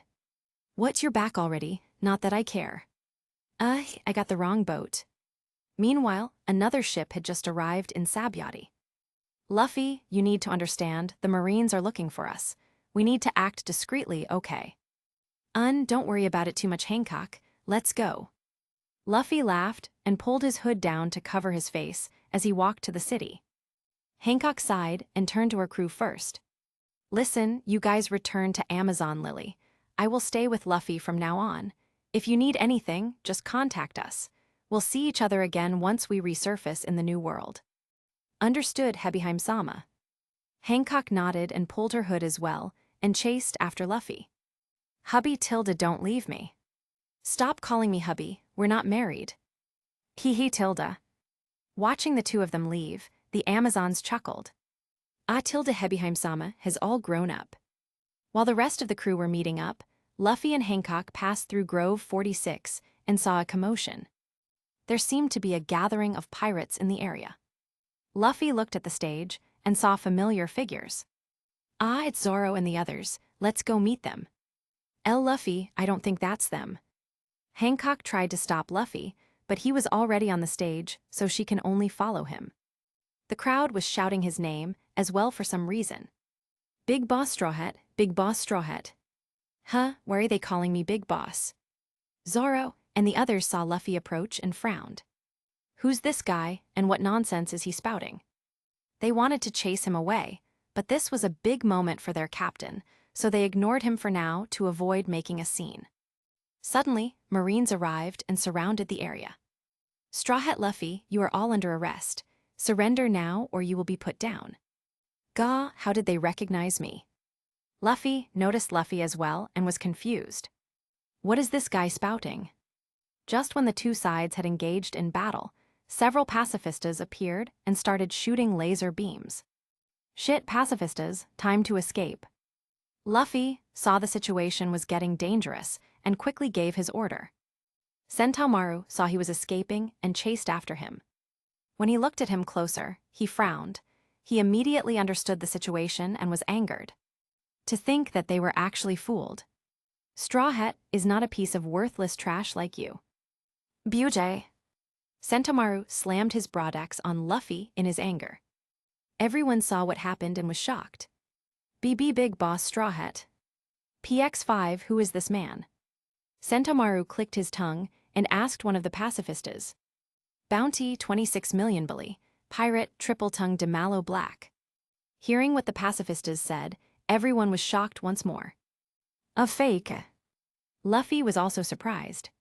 What, he was pretending to be me, then those guys too. Luffy, let's leave before they notice us. Hancock tried to pull Luffy away to escape, but a pacifista had already targeted him. Bounty 400 million bully, pirate Straw Hat Luffy. Boom! A laser beam shot out from its mouth and shot at Luffy. Thankfully, Luffy and Hancock were fast enough to escape, but their robes had fallen off, revealing who they were. Everyone was once again shocked for the third time. Man, that was close. What was that for? All my precious food is in this bag, you know. At this point, everyone's jaw had dropped to the floor, and their eyes nearly popped out of their sockets. It's him, the real deal. Straw Hat Luffy has arrived. Luffy grinned as he saw a pacifista headed towards him. He stretched his arm and suddenly turned black. Gear second, armament jet pistol. Boom! The pacifista that they had so much trouble in the past was now blown away by him without any effort. Hancock wasn't idle either. Her legs turned black as she sent a kick over to another pacifista, which was similarly blown away. Luffy, we should go and meet with the rest. No use wasting time here. Gotcha. Luffy took his bag again and started to run. Sentomaru saw they were about to escape, so he quickly chased as well. You think I will let you? Shishishi, well, see ya. Luffy wasn't bothered about him and only needed to move a bit faster. For 2 years, he had been fighting against Lucci, who kept using Saru. It wasn't a problem for him to move faster as well. As they ran away, they met up with Zoro and Sanji, who had arrived due to the commotion. Sanji, Zoro, whoa, this time it really is you guys. It's been forever. Luffy, Rayleigh just called. Everyone's waiting at Grove 42. Tilda, I is that, the Pirate Empress. Sanji's eyes locked onto Hancock and suddenly, blood spurted from his nose. When a pacifista suddenly blocked their way, his expression returned to normal and was even more angered. Zoro also touched the handle of his sword and prepared to make his move. Move it. Don't block my sight. Boom! The pacifista was sliced in half and its neck was bent in a weird shape. Seeing the pacifistas being easily taken care of, Sentomaru grimaced while the others were already too shocked to say anything. The Marines snapped out of it and quickly called HQ. Blackleg Sanji and Pirate Hunter Zoro have appeared, requesting backup, lots of backup. As they ran away, Luffy saw a familiar figure on top of a huge tree root and stopped. RAYLGH. Luffy grinned and raised his fists high. Rayleigh, I'm gonna do it. I'm gonna become the Pirate King. Looking at the man in front of him who was being chased by Marines, Rayleigh let out a drop of tear. Head straight for the top, LUFFY. Capitulo 73, New Beginning. Before the Marines could catch up to Luffy and the others, Rayleigh appeared in front of them and slashed a line on the ground. My apprentice is setting sail. Do as you please, but I suggest that you do not cross this line. The Marines looked at the line and paled. Are you kidding? Who would still cross the line when you say it like that? Meanwhile, another group of Marines arrived from another direction and tried to intercept Luffy and the others, but another figure appeared in their path. The person waved her hand, and a transparent ghost-like figure appeared and shot straight through the Marines. The moment it did, the Marines who were hit suddenly got down on their knees and wept. I don't deserve to live. I want to be a flea. Zoro saw who was responsible and became irritated. Jay, what are you still doing here? Perona pouted and glared at Zoro. Is that any way to talk to the person who brought you all the way here? Why, if it weren't for me, you'd be lost God knows where. Zoro was unable to refute it all. In fact, the reason why he was irritated with this woman was because her powers had been tormenting him for the past 2 years. While Mihawk and Kushiro were training him, Kaku and Perona made things even harder for him. He could still handle Kaku, but when this girl uses her powers, it was as if all his previous training was for nothing. It's really gotten to his nerve. Sanji saw Perona, and his bleeding nose spurted even more. Kaya, what the hell is wrong with you? A real woman, a real woman. Of course I'm a real woman, are you sick or something? Perona was completely disgusted by Sanji. At any rate, you need to set sail as soon as possible. There are battleships approaching. What? Suddenly, a huge shadow loomed over them. They looked up and saw a huge bird in the sky. On top of it, Chopper looked down on them and waved. Guys. Chopper. With the new ride, they were able to safely make their way to Grove 42, where the others were.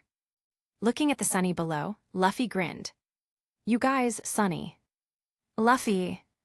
At this moment, the Straw Hat Pirates, minus Lucas, and plus a few more people, had finally reunited after 2 long years. While the rest were excited to see each other once more, Sanji saw Nami and Robin's cleavage from above, and the blood on his nose spurted even more to the point that he actually flew. Sanji. When Sanji landed on the deck, he had already lost a lot of blood, but his eyes still looked like hearts, and he seemed to be content. Zoro looked at him with a half-closed eye. Just die. On the other hand, Luffy saw Frankie's new look, and his eyes started to shine. WAHFFFRNKY. Hold that thought, Luffy. We need to get out of here quickly. There are battleships approaching. Nami tried to stop Luffy from getting distracted, but it was already too late. Luffy didn't budge at all and kept staring at Frankie. It didn't help that Frankie made his pose as well. However, he soon snapped out of it when a cannon fired towards their ship.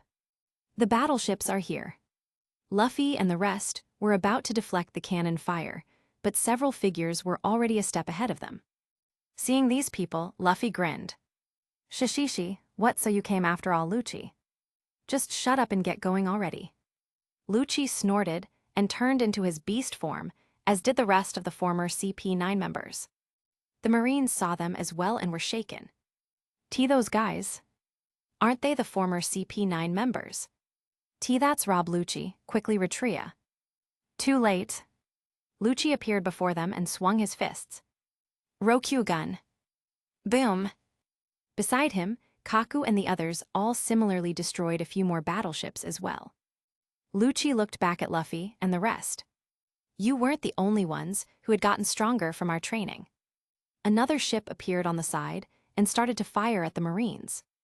Hancock saw her ship and shouted out, "You all, what are you still doing here? Hebeheim Sama, let us take care of these guys." Marguerite waved at her from the ship. It was only at this time that Robin and the others noticed Hancock as well. Come to think of it, isn't she the former Shichibukai Hancock? Why is she here as well? Ah, she'll be sailing with us from now on. What? The dying Sanji suddenly resurrected when he heard that. He thought that Hancock was simply escorting them out. He didn't think that she would join them.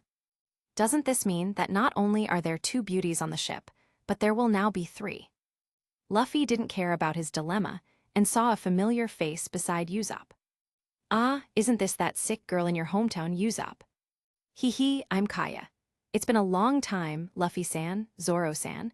I will be joining in from now on as well as Dr. Chopper's assistant nurse. Ooh, a beauty nurse. Sanji's heart nearly jumped out. There are now 4 beauties on the ship. It's no longer gonna stink of men. Luffy laughed as well. Haha, I see. Welcome aboard then, we'll celebrate later, right now. It's time to set sail. Nami and the others quickly moved at Luffy's order. Frankie jumped to the sea and opened the valve to pump air into their coated ship to create the bubble. Soon, a bubble-like roof had formed above them. After pumping air to the bubble, Frankie proceeded with releasing the buoyancy bag below their ship, which is now the only thing that was keeping them afloat. I've released the buoyancy bag. All right, we're going down. Everyone raise the sails. Sails? The crew looked confused at Nami's order.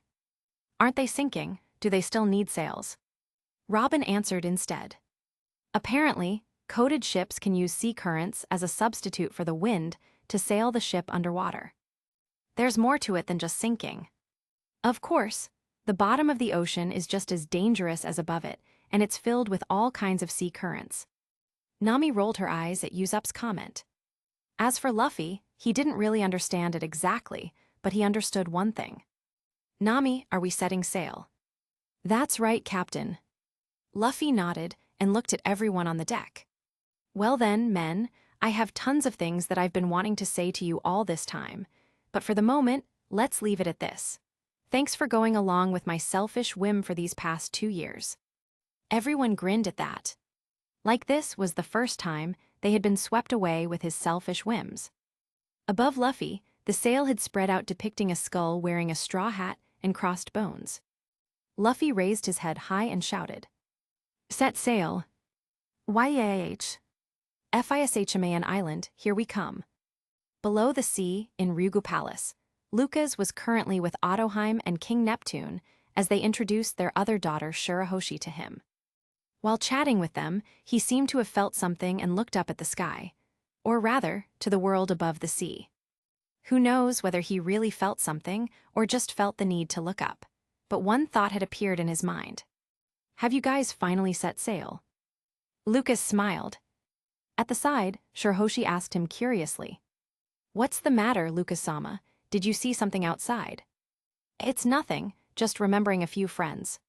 "Friends, huh? They must be amazing people." "Haha, that they are. I'm sure you'll love to meet them as well, Shirahoshi." "But I can't get out of my room." Otoheim and King Neptune sighed at this. Both of them knew how dangerous it is for her to leave the room. After all, there is still that Vanderdecken guy throwing weapons at her. Lucas just smiled. "Don't worry, soon you'll be able to go out." "Really?" "Yeah, it's a promise. If you stop crying, you will be able to leave soon." Hearing the word promise, Shirahoshi finally smiled again and became cheerful. Then I won't cry anymore. I want to leave." Otoheim and King Neptune watched the two of them with warm smiles. Shirahoshi, who had come in with them, laughed as well seeing her big sister become happy. Back to Luffy and the others, everyone had finally taken a breather after being chased by the Marines. Suddenly, the door to the cabins opened and revealed a small girl. "Mommy, are we there yet?" "Ah, Luna dear, sorry, did we wake you up? We just set sail. Look, you can see we're already underwater." "MMMU." Luna rubbed her eyes as she was still half asleep. When she saw the scene outside the ship, her little eyes widened and started to sparkle. "Oh, mommy, mommy, look, a giant fish."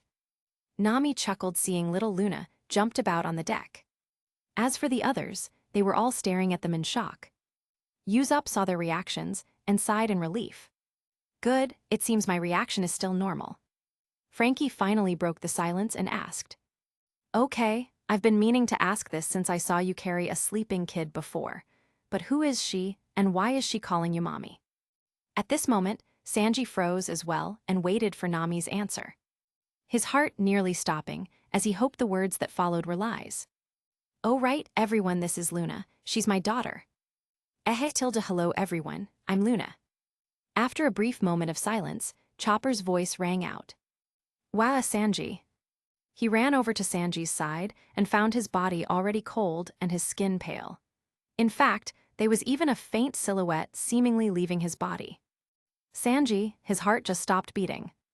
"Wow, Sanji-kun, I've got your soul, yo ho ho ho ho ho." Once again, Zoro looked at him with a half-closed eye.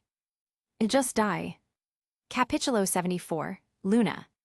After Brook managed to put Sanji's soul back in, Sanji coughed up more blood and forced himself to speak. "Who is the father?" "Sanji, don't ask, you will really die at this rate." Though Chopper said that, Nami didn't really care, so she still answered. "It's Lucas." "GH. Yoho," Sanji-kun's soul escaped again. This time, not only Zoro, but even Nami is staring at him with half-closed eyes. Does he have to over-exaggerate each time? Meanwhile, Luffy and the others heard who the father is, and they all smiled. "I see, Lucas, huh? Speaking of which, Kaya told me that he had our close friends and relatives on his base." Usopp sighed as he remembered their friend. He has been chatting with Kaya since earlier, and he had found out more about what Lucas had done in the time that they were separated before. Kaya nodded. We also picked up Dr. Kureha after I decided to join you guys. They need a doctor on the base after all." "Doctor?" Chopper remembered the crazy old woman who took care of him in the past. Nami also nodded and added, "Nijiko too, and even those guys from Barady." Hearing this, Sanji stopped overreacting and just quietly laid on the ground. Zoro spoke as well. "Even Sensei. It seems Bakaberg and the rest from Water 7 are also under his protection too." After Frankie said that, Nami looked back at Luffy, who had remained silent all this time. She picked up Luna and smiled. Back then, when the pirate King Roger was executed, the government even went as far as to hunt down his unborn son. "Luffy, Lucas believes that you will accomplish your dream, which is why he has gathered everyone related to us, when the time comes." Luffy remained silent for a while. He walked over to Luna and patted her on the head. He looked at her with a smile and spoke as if the person he was looking at was Lucas. "I know, and I promise, I will definitely be the Pirate King." Luna didn't know what's happening, but she could feel that everyone's sad, so she gave them a cute smile. "Don't be sad, my daddy is still alive." Nami heard that and sighed.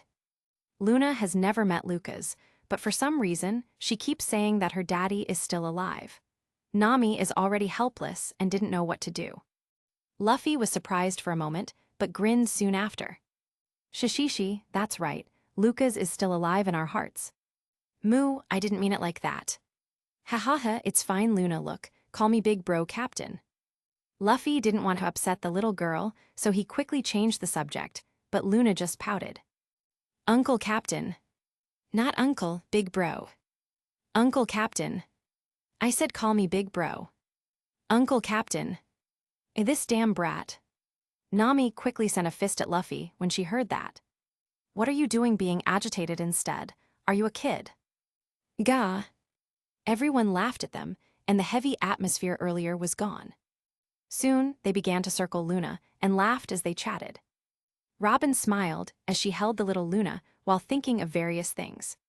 Sanji was just about to recover when Robin gave him another blow to the heart. "Luna is so cute. It's a pity I didn't get pregnant from that time with Lucas as well." Another silence filled the atmosphere. Suddenly, a fountain of blood appeared on the side. "Ah, Sanji." Zoro, Nami, and Robin looked at him with half-closed eyes once again and no longer bothered to pay attention. Inwardly, Nami and Robin were thinking. If he knows that Vivi may also be a part of that guy's harem, who knows if he'll really die from jealousy? Nami and Robin looked at each other and giggled. Luna didn't know what was going on, but she walked over to Sanji's side and patted his head with upturned eyes. Are you okay, Curly Gramps? Gah. CCC, Curly, Gigi, GRMPS. Luffy heard it as well and started laughing his ass off. Everyone also followed soon after. It must be that goatee of yours that made you Gramps. Then Usopp paused. Goatee, wait, don't I also have one? Thinking that, Usopp asked Luna hesitantly. Luna-chan, how about me? Can you call me Big Bro Usopp? Okay, long-nose Gramps. Gah. Following Sanji, Usopp collapsed to the ground as well while everyone laughed. Soon, Luna had finished naming the crew. Luffy, Uncle Captain. Usopp, Long-Nose Gramps. Sanji, Curly Gramps. Zoro, Uncle Green. Brook, Uncle Dead. Frankie, Uncle Robot. Chopper, Choppy. Robin, Big Sis Robin. Kaya, Big Sis Kaya. Hancock, Auntie Snake. Nami, Mommy. Sunny, Lion Chan. Mary, Sheep Chan. Out of everyone, the only ones who had no reaction were Zoro, Frankie, Robin, Kaya, and of course Nami. As for the rest, I'm still young, why am I uncle? I wanna shave. Curly Gramps, Curly Gramps, Curly Gramps. Luna-chan, I may be all bones, but I'm not dead, yo-ho-ho-ho. Choppy, ooh, I'm a man too. Coo, auntie, a kid is calling me, auntie. Nami pulled her daughter away from the group to wait for them to calm down. She carried Luna to the side and looked at the ocean outside the bubble. Seeing the endless water around them only made her be reminded of Lucas. Luna felt the hand holding her tight, so she looked up at Nami. Don't worry, Mommy, Daddy is still alive. Nami smiled and patted on her head. After some time, everyone calmed down and began to play with Luna. As time passed, they slowly descended further down the ocean. Once everyone had more or less settled in, Frankie told the crew about Kuma, who had stood guard in front of their ship for the past 2 years. Everyone was surprised to hear it, but weren't too surprised. After all, they had already known that Lucas somehow knew Kuma would be helping them to escape the situation back then. They just didn't think that Kuma would let himself be hurt to such an extent just to protect their ship. What was even more saddening was the fact that despite being the savior of their crew, Kuma is now no more than a heartless machine. Meanwhile, as the ship continued to descend, another ship was following them as well. It was none other than the ship of Wet-Haired Caribou. Luna was busy looking at the fishes outside their bubble when her nose suddenly felt itchy. Achoo! Nami saw Luna sneezed, so she came over and passed a handkerchief. Are you okay? Did you catch a cold? NNN, it's just a sneeze. All right, but that's enough playing. Come on, it's time to eat. But Mommy, I want to look at the fish more. No buts, you can look at them later. Later, we will go to a place where there are people with fishtails. Why? Luna's eyes sparkled and became even more excited. Nami smiled as she held her hand and led her to eat dinner. As they left, no one noticed a small movement in the ocean. The current suddenly changed direction outside of the ship, and like pieces of dominoes, the current grew bigger and bigger until it reached another ship that was following them. Over at Caribou's ship, a large sea cow was pulling on the ship and suddenly felt chills down its spine. Without a word, it suddenly turned towards another direction and fled. What's the deal with this sea cow? Get back there, damn it, we're going to crush those straw hat. MOHHH. Despite Caribou and his men scolding it, the sea cow ignored them and simply ran away. At this moment, in the area where they were from, a sudden whirlpool had formed which sucked everything in its path and destroyed it. A rather large sea monster happened to have been passing by when it happened. The next moment, it was minced into countless pieces. Back on the Sunny, Nami looked behind and tilted her head. What a weird current. Still, it did not affect them at all, so there was no use worrying about it. At most, she would be more vigilant now. Time passed, they had reached a gigantic undersea waterfall. However, before they could pass through it, a huge figure was blocking their path. AOTH. It's the Kraken. Seeing the enormous size of the Kraken, everyone paled in fright. Well, except for a few of them.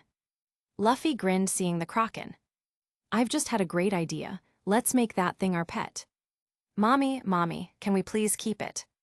Luna's eyes sparkled as well when she saw the huge Kraken, which made Nami sweat. Before they could do anything, the Kraken had already started to stretch its tentacles over to them. Zoro held his sword and prepared to slash when a little figure stepped forward with her little arms stretched out. Stop! Luna pouted while the rest were looking at her dumbfoundedly. However, the Kraken did indeed stop. The Kraken looked at the little girl curiously, but did not make any attempt to attack anymore. Luna placed both her hands on her hip and shouted, "Your name is now Takoyaki." Takoyaki. Is that really a name for an octopus? Or rather, did she just give the Kraken a name? Everyone looked back at the Kraken, only to find it smiling with a happy expression. She really tamed it, just like that. Luffy was stunned for a few seconds, then started to laugh. Shishishi, nice going, Luna. This girl, in the end, just how powerful. Nami sighed, seeing the scene in front of her. Actually, she already knew that her daughter Luna had some sort of unique power. It didn't appear to be a devil fruit, as she never saw her eat one, and she is also fine in seawater. The only thing she can think of was that this was because she is that man's child. Lucas, the man from another world with amazing powers. When Luna was a baby, the skies would be filled with unexplained thunder and lightning when she cries. A stormy day would clear when she laughs. One day, when she tripped trying to walk and bled, the ground trembled as if a powerful earthquake had occurred. Maybe it can be said to be a coincidence if there were on a normal island, but they were on a sky island. How can an island that floats in the sky have an earthquake? There was also another time when Luna had a nightmare. The moon suddenly turned red and caused everyone to panic.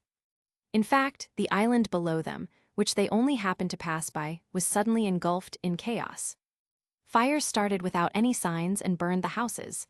The earth shook and the waves roared. In a single night, the island was reduced to nothing. Since then, Nami would be by Luna's side, embracing her as she sleeps so as to comfort her and reduce any chance of her having a nightmare. This was why Nami felt that it was better for her to bring Luna rather than leaving her on the Sky Island. As for staying behind herself, though that did cross her mind, she felt like Luca's death would mean nothing if she gave up her dream now. Nami sighed again and shook her head. While everyone felt surprised by what just happened, they still celebrated the fact that their lives were no longer in danger at the moment. Nami didn't dare tell everyone about Luna's abilities just yet, as she felt this isn't a good time. With the Kraken, now known as Takoyaki, they were able to have a smoother ride to Fishman Island. After passing the undersea waterfall, they came across some undersea volcanoes which were about to erupt. They also encountered Vanderdecken's ship on the way, but as they were both too busy running away from a volcano explosion, the two sides weren't able to fight just yet. Soon after fleeing from the volcano, they finally arrived at their destination. This is Fishman Island. But before they could enjoy the view, several sea monsters appeared and blocked their path. On top of them were the new Fishman pirates, who wanted to recruit Luffy to join them. Luna saw the sea monsters and looked back at Nami. "Mommy, I want." Nami can only sigh and nod weakly. The new Fishman pirates tried to order the sea monsters to attack, but none of them budged, and they only looked at each other hesitantly. "What are you standing around for?" I said. "Attack. Do you want to face the wrath of Hody?" As soon as the sea monsters heard that name, their faces paled and no longer dared to ignore their orders. Seeing the sea monsters trying to attack them, Luna became scared, and a tear started to form at the corner of her eyes. This time, it was Nami's turn to become pale.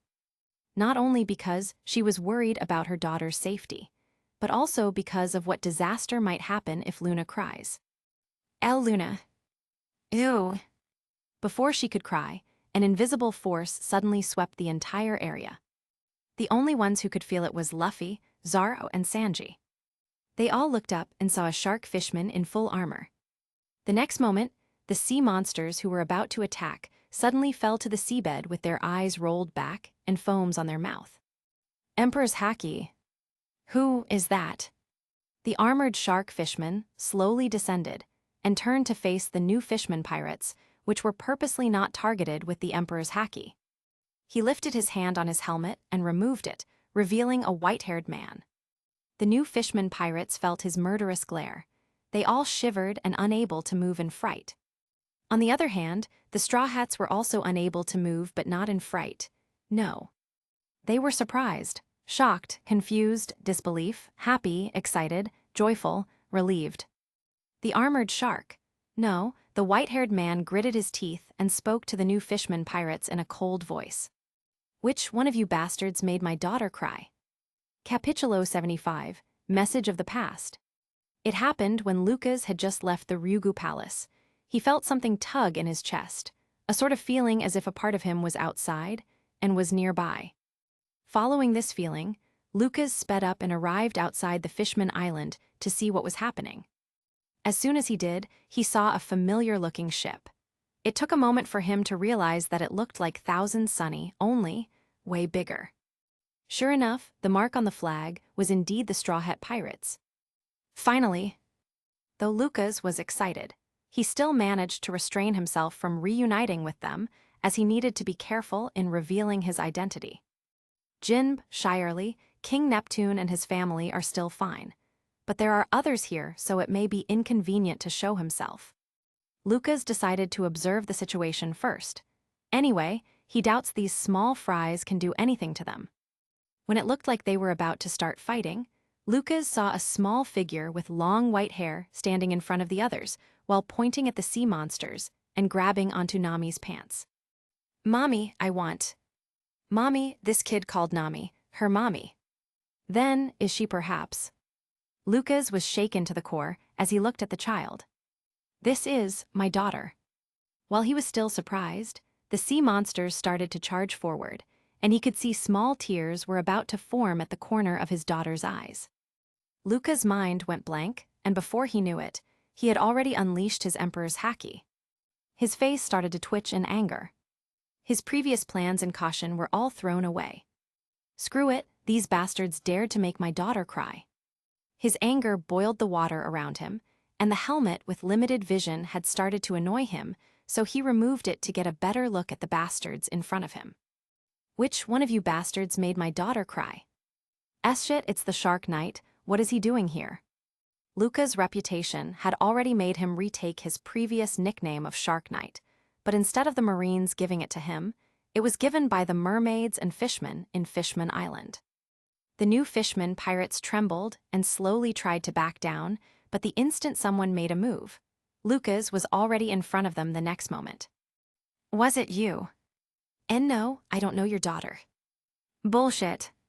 Lucas swung his fist, and a tremendous amount of force hit the new Fishman pirates, sending them to God knows where. Samgawara Seiken. GH. AHHH. After blowing most of the new Fishman pirates away, Lucas turned to look at the remaining new Fishman pirates and spoke in a cold voice. Go back and tell Hody that the Straw Hats are under my protection. If I ever see you again, I wouldn't mind dyeing the sea red with your blood. Why yes. The new Fishman pirates trembled and nodded quickly. While escaping, they tried to retrieve their sea monsters only to be interrupted by Lucas once again. Are you bunch deaf? My daughter wants these sea monsters. They're no longer yours. Why yes, you understood. They nodded quickly again and retreated in a blink of an eye. The surrounding area was filled in silence once the new Fishman pirates left, and Lucas finally snapped out of his anger. Damn it, I was supposed to only observe. Now things have gotten awkward. Lucas faced Luffy and the others, looking at each of them while trying to figure out what to say. When his gaze landed on Nami, he was about to open his mouth to speak when suddenly, a small white figure left the bubble and quickly swam at him. Daddy. Hey, why did you leave the bubble?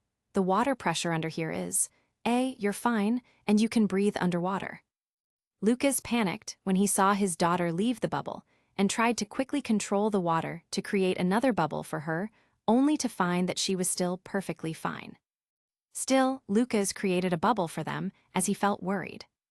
Looking at the small figure who's trying hard giving him a bear hug, Lucas' face softened and a smile formed.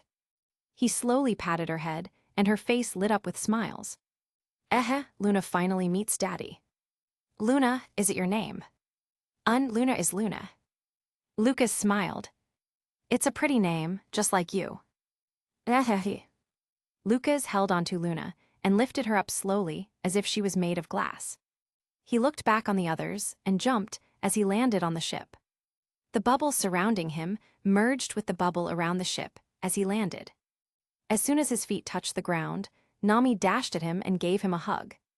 You, idiot, where have you been? Lucas smiled wryly when he saw Nami's face full of tears. Robin also came at him and joined the group hug. Luffy was about to join, thinking that it was going to be a big group hug, but thankfully, Hancock managed to stop him from interrupting. It's a long story, I'll tell you guys about it later, but right now, there's only one thing I want to say. Lucas looked at Nami, Robin, Luna, and the others on the ship with a smile. I'm back. Everyone smiled as they all felt various feelings within them. Shisashi, welcome back. Yua, Lucas. Hey, it took you long enough. You bastard, welcome back, but don't forget I still have a score to settle with you, damn it. Lucas. Yo-ho-ho-ho-ho, it's nice to finally meet you. Supier, my manly tears are pouring out. Fufu, welcome home. Usopp, Chopper, and Frankie cried while the rest laughed and smiled. Well, Sanji is also crying, but for a different reason. Kaya and Hancock watched them with a smile. Unlike the others, the two of them are a new addition to the crew. Even though Kaya was previously in Luca's crew, they didn't have that much interaction with each other, and Lucas also only met Hancock that time in Impel Down. Lucas patted Luna again and looked towards Fishman Island. Come, I know a place where you can settle down the ship. We'll talk more once we're inside the island. Lucas waved his hand, and the surrounding water moved to carry them at a comfortable pace as he headed towards the sea forest where Jinbei is staying. Oh, let's not forget the sea monsters too. Lucas waved his hand again and carried the sea monsters with them. The new ship is quite big, huh? Of course, this is the super work of me. She's called the Million Sunny. Million Sunny. Frankie nodded proudly. Yeah, I created this ship to withstand 1,000,000 seas. This will be the ship that will sail the entirety of the Grand Line. Lucas smiled wryly at that. From the original 1,000 Sunny, it had become Million Sunny due to its size. In the past, because Lucas had raised a lot of money, they were able to procure more Adam's wood to create a ship of this size. Going Merry is also still safe and sound inside the belly of the ship, so the size needed to be big. Other than that, the ship also has even more features than the original, but Frankie didn't explain it all just yet and wanted to surprise Lucas. Lucas laughed. It's not going to transform into a huge robot, right? The original Frankie General is already absurd if Frankie made a ship that can transform. Lucas shook his head. Forget it, let's just not think about it now. How long have you been here? Nami asked. A few days. What happened to me is a bit crazy. To you, it may have been 2 years since the war at Marineford, but it has been 4 years for me. 4? What happened? Lucas sighed and thought that it should be good to tell them what happened while they are on the way to the sea forest. He lifted Luna up and settled her on his shoulders. Luna didn't know what was happening, but she cheered when Lucas did this. Lucas smiled at her reaction and searched his pockets for his phone. Seeing the phone, Luffy was surprised. Huh, I thought that phone shattered back then. Yeah, but didn't I shatter too? I could vaguely remember dying that time. Yet here I am. It was a weird feeling of having felt dying, then coming back alive. Anyway, take a look at this. Lucas showed them his photo with Roger and Rayleigh. Huh, is this Rayleigh? He looks young. Hold on, the man beside him looks familiar. Isn't he Gold Roger, the Pirate King? Everyone's eyes nearly popped up when they heard that. That's right, isn't this the Pirate King? What's he doing in this picture? And with Lucas too. After the war I found myself 30 years ago in the past, or rather 32 years from now. Why you mean, you actually met the Pirate King, you traveled to the past. Yuzup's jaw dropped to the ground once more. The others were also just as shocked and surprised. Lucas laughed and scrolled through more pictures. Look, there's also Shanks and Buggy here as kids. Whoa, Shanks looks so young.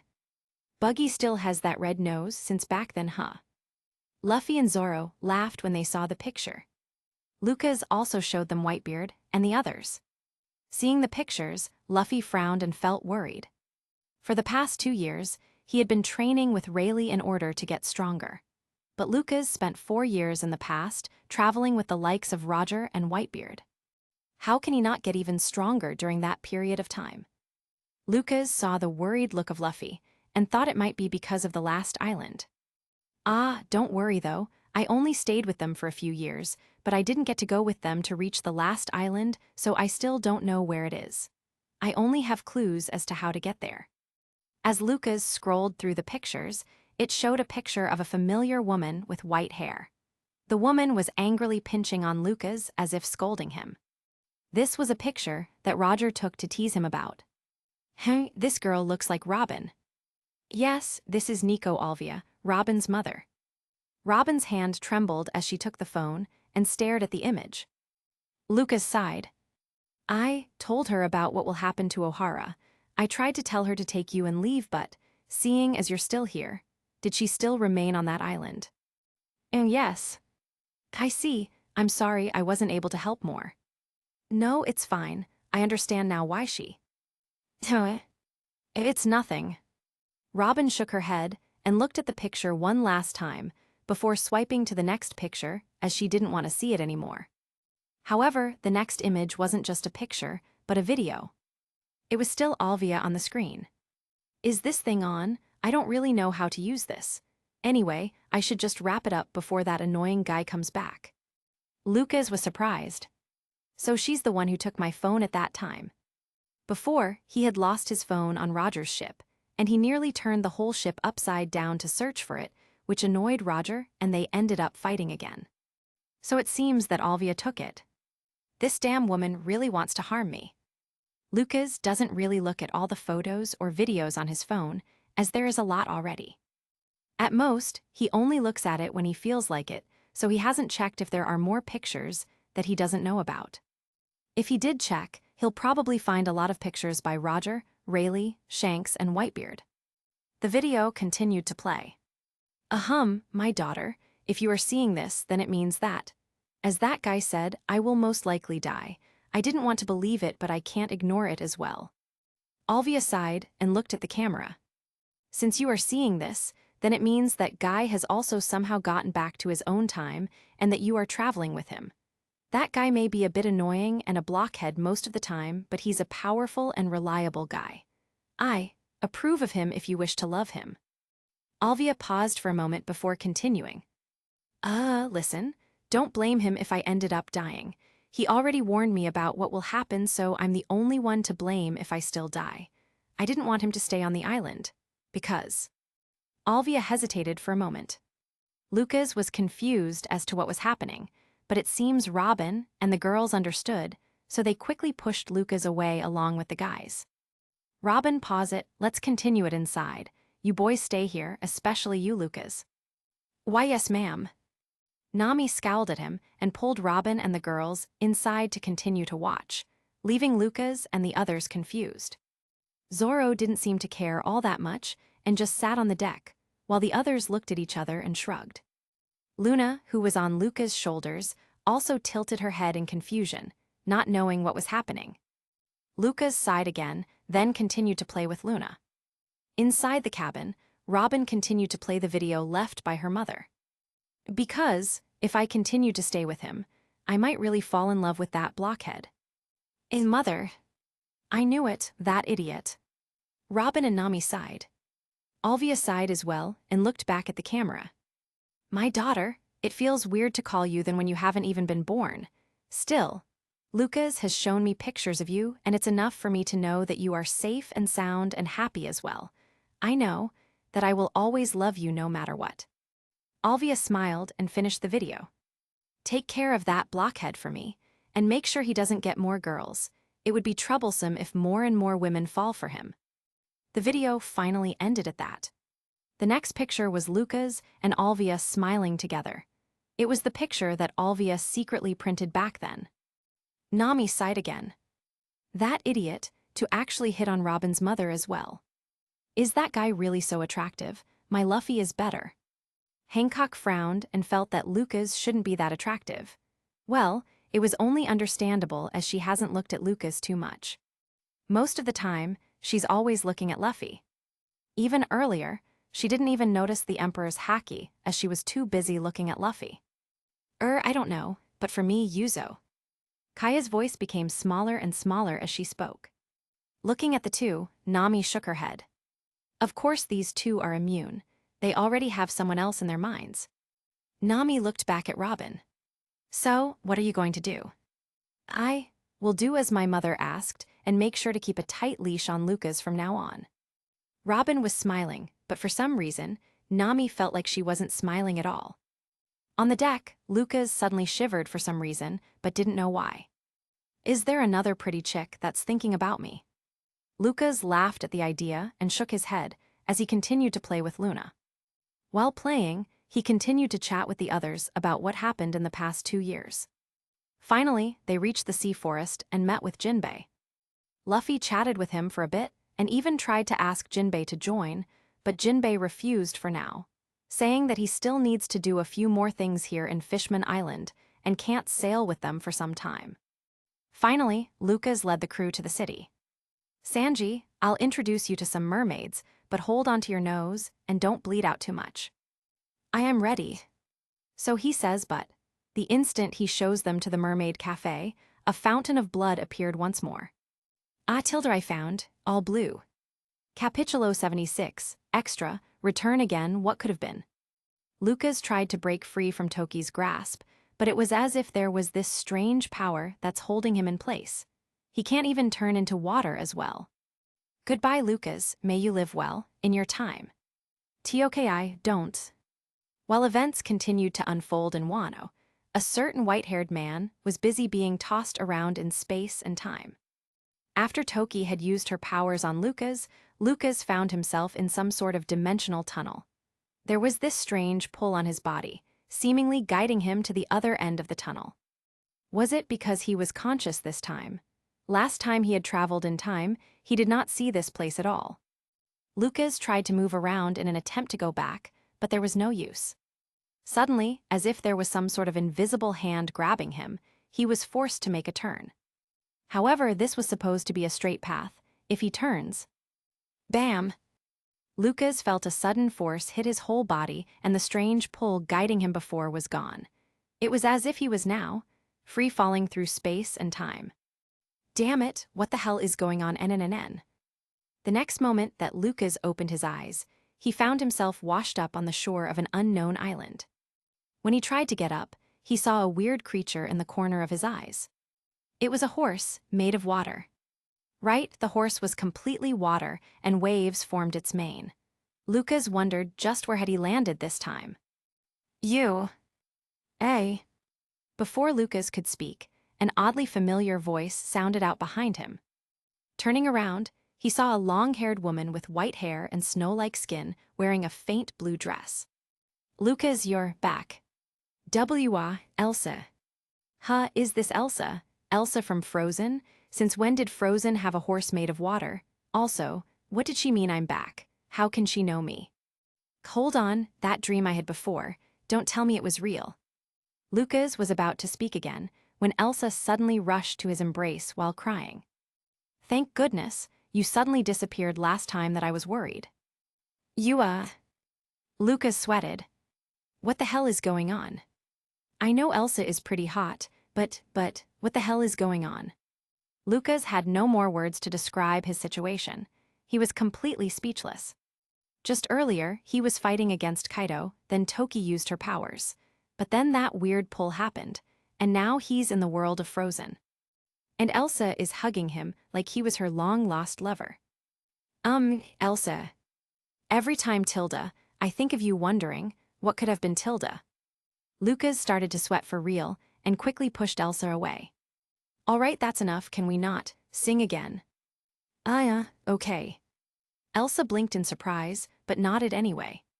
She looked at the bandages wrapped around him and couldn't help but look worried. Your wounds, did you fight again? Yes. But why? You know that you only end up even worse at the end. Why do you continue to fight? Lucas smiled wryly. He felt weird being asked like this by a Disney princess, or rather, a Disney queen. The transition is just too big compared to the world of One Piece. Well, I had to. It was the only way to protect those around me. Elsa looked down. She looked sad, and Lucas felt it was his fault, though he doesn't know why Elsa seems to care about him so much. Lucas scratched his cheeks as he was troubled with the situation. The water horse beside him nudged on him, pushing him towards Elsa. All right, all right. Lucas sighed and placed his palm on Elsa's head to soothe her. He really doesn't know how else to soothe a girl. Look, if it makes you feel better, you can sing. Elsa blinked again in surprise, but then smiled. Lucas was a bit entranced with her smile, so he turned around and quickly spoke. But I'm just gonna listen, okay? I'm definitely not singing again. The night passed as Lucas listened to Elsa sing to her heart's content. It was definitely a new sensation to hear her sing personally and not watching her on the screen, though he was still confused as to where the background music keeps coming from. Maybe I should ask Nami to sing too, or Robin. Maybe Vivi is better. She is, technically, a princess as well. While thinking of things like these, he suddenly felt a small pain on his waist. He turned to look and saw Elsa pouting at him. Are you thinking of other women? What the hell? Is women intuition a multiversal power? Like a shared consciousness network of women throughout the multiverse? Well, yes. I see. Seeing Elsa look down again, Lucas sighed. Look, Elsa, in the world I came from, there are a few women that I am involved with. I even had a child with one of them. So yes, I am thinking about them as I'm worried about them. The people in that world are not as kind as people here. I know that, but I may be selfish. But please, before you disappear again, I want you to only think of me. Lucas stumbled. It wasn't that Lucas never thought of her as a woman, but it was the same when he first met Nami. It was weird to fall in love with a fictional character from his world. Not to mention, he already has a child with Nami. It just felt wrong to look for more women. Elsa's face started to get close, and Lucas was still not moving as his mind was muddled. Before he knew it, Elsa's lips had touched his, and they were locked for over a minute. When they finally separated, Elsa stared at Lucas with eyes that were screaming of wanting more. This completely broke Lucas' thoughts as he went and kissed her again, this time with even more passion. Elsa took him in and waved her hand as white mist shot out. In a few seconds, an ice dome had surrounded them completely. They were currently outside, and on the beach, so she was worried that someone might come and see. The water horse was left outside. He saw the ice dome and nodded proudly before trotting back into the water.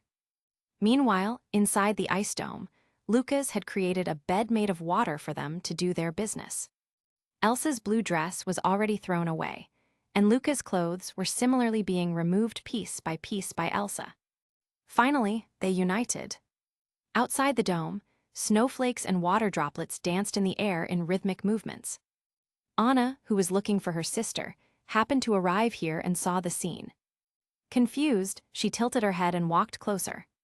When she saw the ice dome, she became even more curious. Tilda. Realizing what may be happening, Anna's face quickly turned red and fled the scene. Morning came. Elsa groggily opened her eyes and sat up. Her hair was a mess, and her whole body was aching. Turning to her side, she saw Luca's sleeping face and smiled warmly. Suddenly, a faint light started to appear on Luca's body, which slowly enveloped him. It was happening again. No, please don't go, Lucas. Unfortunately, a strange power had covered Lucas, which rendered him unable to regain consciousness. Elsa could only watch as Lucas disappeared once more from her grasp. When the light faded, Lucas was gone. A small tear dropped down from Elsa's eyes onto the sandy beach. She was alone again. Time passed, Lucas finally woke up with a groan as he held his head in pain. Ugh, where am I? Lucas looked around and saw that he was inside some sort of room. Did I accidentally appear in someone else's house? While thinking that, someone appeared from the door. Lucas recognized her, and he immediately knew where he was. This is Shirley, which means he's now back in the world of One Piece. The only problem is when he is. That's weird. I've always been in the world of One Piece. Why did I think like that? Lucas could vaguely remember another person and another world, but all just feels like a dream. Anyway, now's not the time to think about that. You're awake? I am, thank you for, saving me, I guess. Lucas sighed at how much he has been waking up in strange places lately. He even had a dream where he woke up in a certain Disney movie, but that was just a dream. Right. The end. Capítulo 77, 10 is enough. Since Sanji is having trouble keeping his nose in check, Lucas asked Chopper and Kaya to restrain him and keep him in bed. The mermaids giggled and chatted about it. Meanwhile, Lucas introduced the rest of the crew to Shirley. Shirley, these are the Straw Hat crew. They are the ones I've been waiting for. Everyone, this is Madame Shirley, but only those from around here call her that, so just call her Shirley. Anyway, I've been staying here as a guard for the past few days while waiting for you guys. There's a lot of tension with the regular merfolk and the new fishman pirates, so don't cause too much trouble. Though Lucas said that he figures his warning isn't really going to do much good with how much trouble seems attracted to Luffy. While Lucas speaks with Luffy and the rest, Nami lifted Luna and handed her to Kaya. Kaya, can you take care of Luna for a bit? I'm sure, but where are you going? Oh, I'm just gonna punish that fool for making us believe he was dead and disappearing for 2 years. Lucas paused when he heard that, and a chill went down his spine. Nami, why does she seem to be scarier than Kaido? Like I said, I can't really control the fact that I went to the paw. HMPH, you're lucky you did, but you were prepared to die there, weren't you? Lucas sweated and didn't know how to refute. Before he knew it, his ear was already being dragged by Nami on one side and Robin on the other. Even you, Robin. Gee guys, help me. Oh look, it's Kami. Oi. Kami, who had just arrived, saw Lucas being dragged off and disappearing to one of the rooms. Confused, she asked the others. Is he okay? Oh, don't mind him, he deserved it. I can still hear you, damned captain. Lucas was speechless and couldn't help but question whether it was the right choice to follow that guy. However, he has other things to worry about now.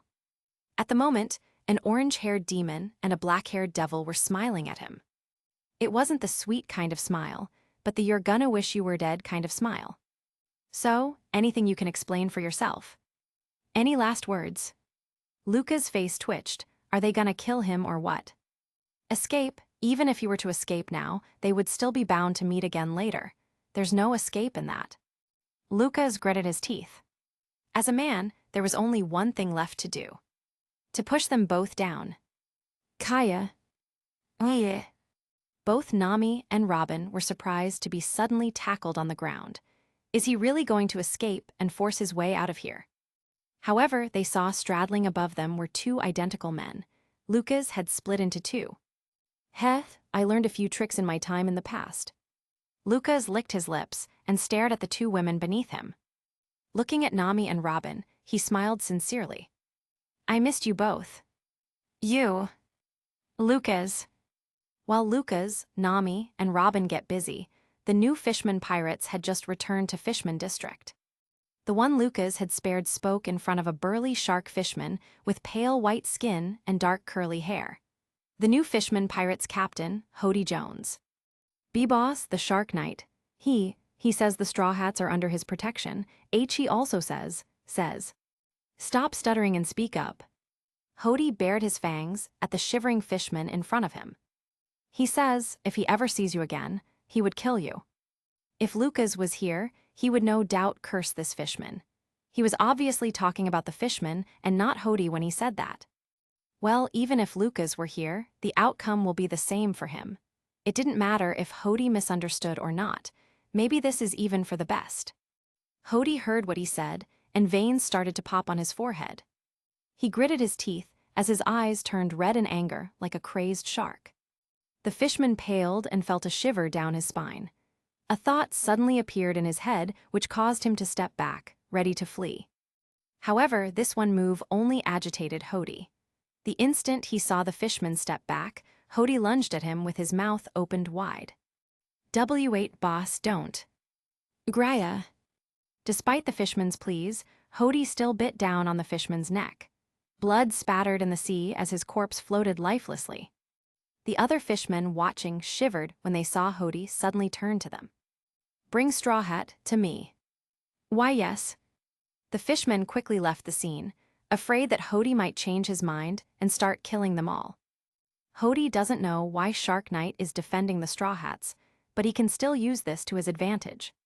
Fighting against Shark Knight in his territory is unwise as it is too close to the Ryugu Kingdom. He didn't want to deal with both Shark Knight and Neptune at the same time. At least, not yet. He plans to use the Straw Hat to lure Shark Knight out and into his fishman district. When the time comes, Hody stood there silently and grabbed a handful of candies from a container handed to him and tossed it all in his mouth. Instantly, he felt a surge of power that came together with a surge of pain coursing through his body.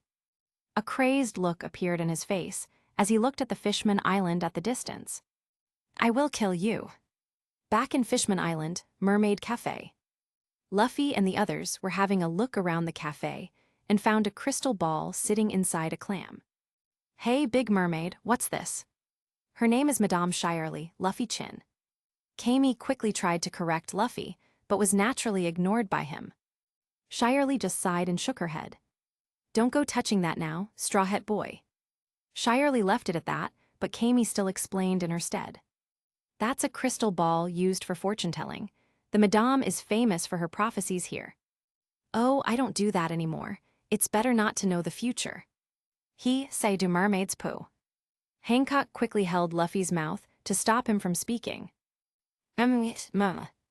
Hancock just ignored his protesting and didn't remove her hand. In her mind, she was already in her dreams. "Ah, Tilda, Luffy is kissing my hand. Tilda, am I going to get pregnant too?" While Luffy and Hancock chatted with Shirley and Kami, Brook and Usopp hung around the cafe while ordering food and having beautiful mermaids hugging at them on both sides. "Yo-ho-ho-ho, it's a shame Sanji-kun can't join us here today. There's a warm, fuzzy feeling in my heart. Then again, I'm all bones and don't have a heart. Yo-ho-ho-ho-ho-ho." "Haha, Brook, aren't you getting too excited?" Usopp laughed as well, while embracing two beautiful mermaids. "I'm so happy I can die, but I'm already dead. Yo-ho-ho-ho-ho-ho." "Hee hee, Soul King, you're funny, Tilda." The mermaids beside Brook laughed as well and cuddled closer, which only excited Brook even more. Usopp shook his head. Tusk, if you're a man, you should act cool. Ladies like cool men." "Ara, is that so?" "Yeah." Suddenly, Usopp froze. He turned his head around with difficulty and saw a smiling Kaya standing behind him. However, her eyes were as if she was already looking at a dead man. "W8, Kaya, I can explain." Ara, is that so?" The next moment, Usopp was already being dragged by Kaya in some quiet corner. Unfortunately, he wasn't getting the same punishment like Lucas is getting now, but a real and painful punishment. As for Luna, she's busy playing with the Medaka quintuplets as she chases them around with her bubble bike that she got from Sabayati. "Haha, you can't catch me." "Can't catch." "She will." "I think she won't catch us." "So what if she can't?" Adahata. Luna seemed to think the way they talk is funny and didn't care about catching them or not. Since Kaya and Usopp had disappeared somewhere, Brook is preoccupied. Luffy and Hancock are with Shirley, Chopper is taking care of Sanji, Frankie is also off to find his mentor Tom's relative, and Lucas, Nami, and Robin are somewhere as well. The only one person remaining who can look after Luna was Zoro. Zoro looked at Luna laughing and chasing the Medaka quintuplets and sighed. "Oh, why, mate?" "Well, it should be fine as long as he keeps watch on her and makes sure she doesn't get hurt." "Hey, don't run off outside."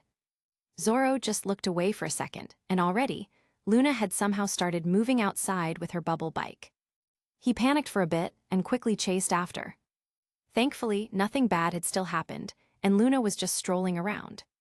It seems she's gotten bored with playing tag with the Medaka quintuplets, so they went for a stroll outside. Looking at the 6 kids in front of him, Zoro sighed once again. He just continued to follow the kids without speaking. Only after a few minutes that he noticed the scenery around them seemed different. Where are we? Zoro scratched his head and sighed. He walked up to Luna and patted on her. Kid, this is far enough. Let's go back to your parents. Ooh, okay. Zoro nodded and held on the string attached to her bubble bike and started pulling to guide her back while the Medaka quintuplets followed. After a few more minutes, Uncle Green, where are we? As I thought, I think the cafe is that way. Zoro nodded and started pulling in another direction once again. A few minutes later, Uncle Green, where's Mommy and Daddy? We're close, I just need to turn here. An hour later. Ooh, are we lost? Zoro quickly panicked when he saw Luna and the other kids were about to cry and quickly explained. W8, don't cry, we're almost there. Look, let me just find someone to ask directions, okay? As if answering his pleas, a group of fishmen arrived and encircled them. Zoro didn't think much about it since he could see they all looked weak. Even if they're enemies, he can deal with them. Still calming down Luna, and the kids were his priority, so he spoke in a friendly manner. Hello. It's our first time here in Fishman Island and got a bit lost. Can you folks tell me where the Mermaid Cafe is? Zoro's face twitched as he smiled. He wasn't used to this kind of tone at all. The fishmen looked at each other and chuckled as they all started drawing their weapons. Kyukuku, you're one of the Straw Hats, aren't you? How kind of you to deliver yourself to us here in Fishman District. Boss Hody has been looking for you. Zoro's smile disappeared, and a cold look appeared on his face. He turned to Luna and kids and grinned. Kids, let's play a game. Ooh, game. Luna, who was about to cry, stopped when she heard the word game. Zoro nodded. That's right, let's play hide and seek. See all these people, they will be playing with us. Wah, so many. That's right, so you all close your eyes and shut your ears, okay? Do you know how to count? Luna and the Medaka quintuplets nodded, their scared expressions already gone. Mommy taught me how to count to 100. Hee, that's good, but you don't need to count to 100. Zoro grinned as his hand gripped his sword on his waist. 10 is enough. Capitulo 78, Anger of the Sea. Once Zoro was sure that Luna and the kids had their eyes closed and ears covered, the hand holding his sword pulled on it as he calmly placed one on his mouth, left and right hand. I'll ask again, which way is the Mermaid Cafe? Kekek, you think you can deal with all of us? As the new fishman pirate spoke, more and more fishmen arrived. Looking at them, Zoro calmly thinks that they had probably reached 100 already. Zoro nodded. That's the wrong answer. Hi. Suddenly, 2 more heads appeared with 2 swords on their mouth, and 4 hands appeared on his back, each holding a sword as well. Kikikyu Toruo. What is? The fishmen were shocked to see such a sight, but before they could even complete a sentence, Zoro's body flashed and 8 more silhouettes of him appeared. There were 9 demons in front of them. Aasechure Kamikaze. All 9 Zoros flashed in different directions and unleashed their attacks as if a powerful wind had blown the entire crowd away.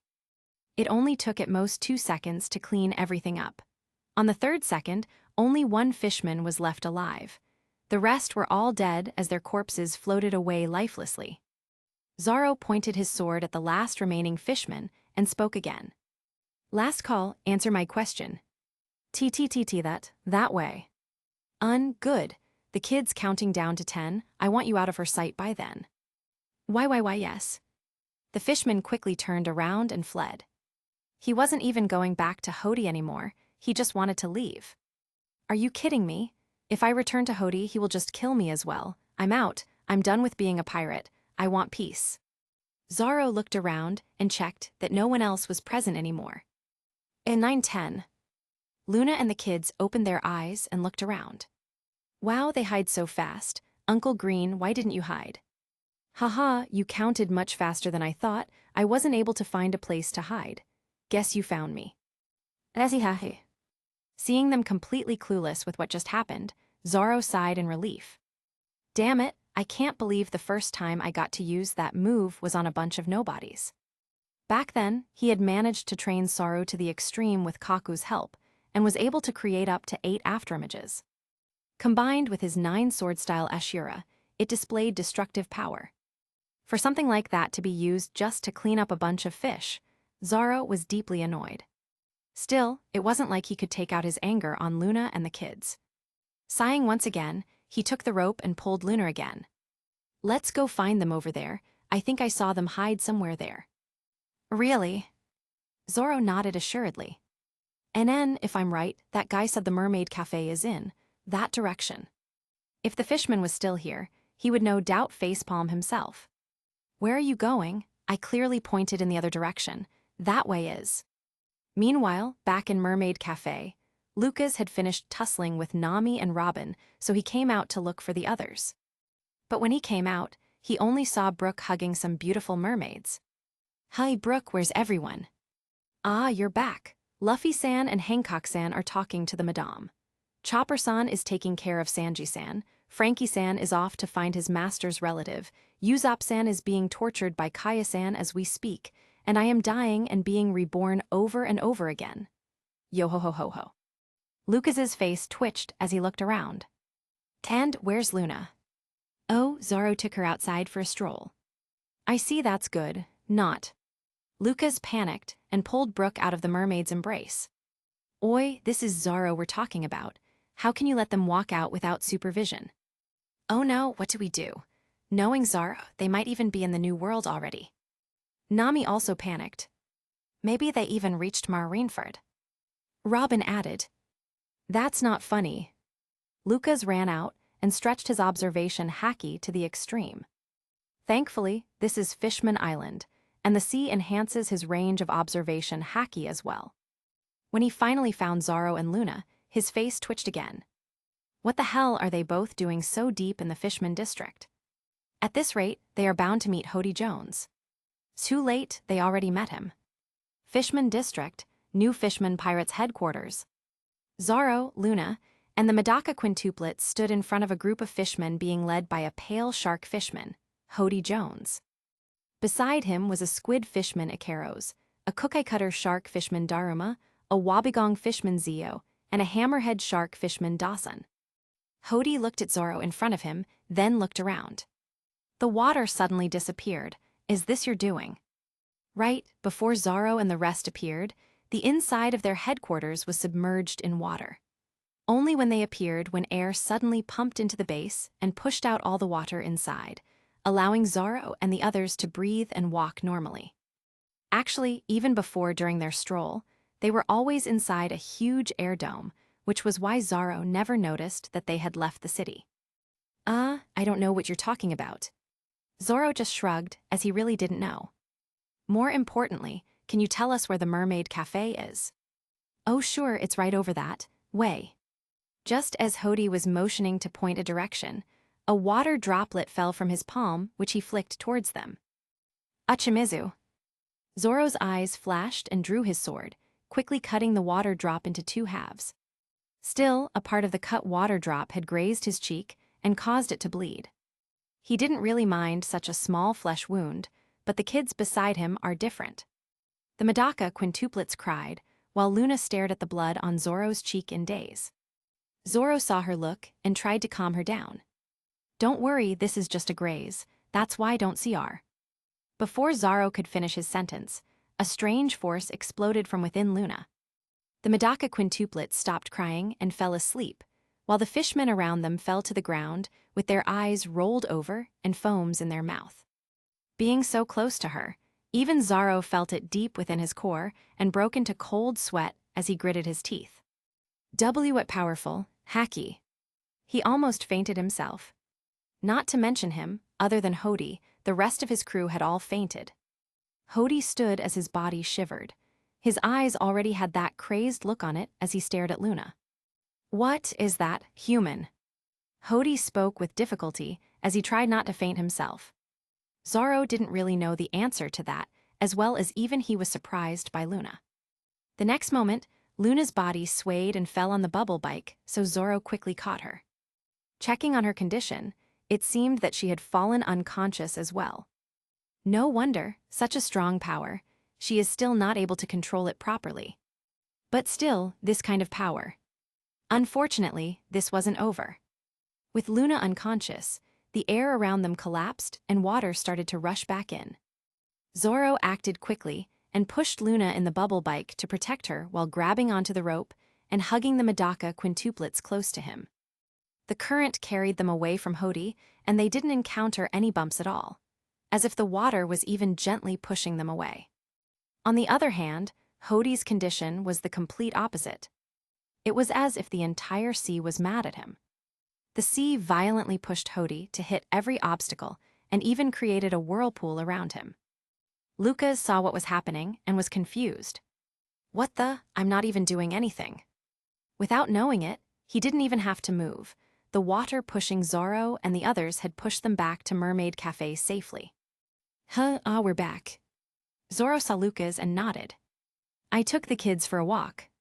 That's it, that's all you say. Before Lucas could even say anything, Luna started to wake up. MMH, Daddy, I'm back.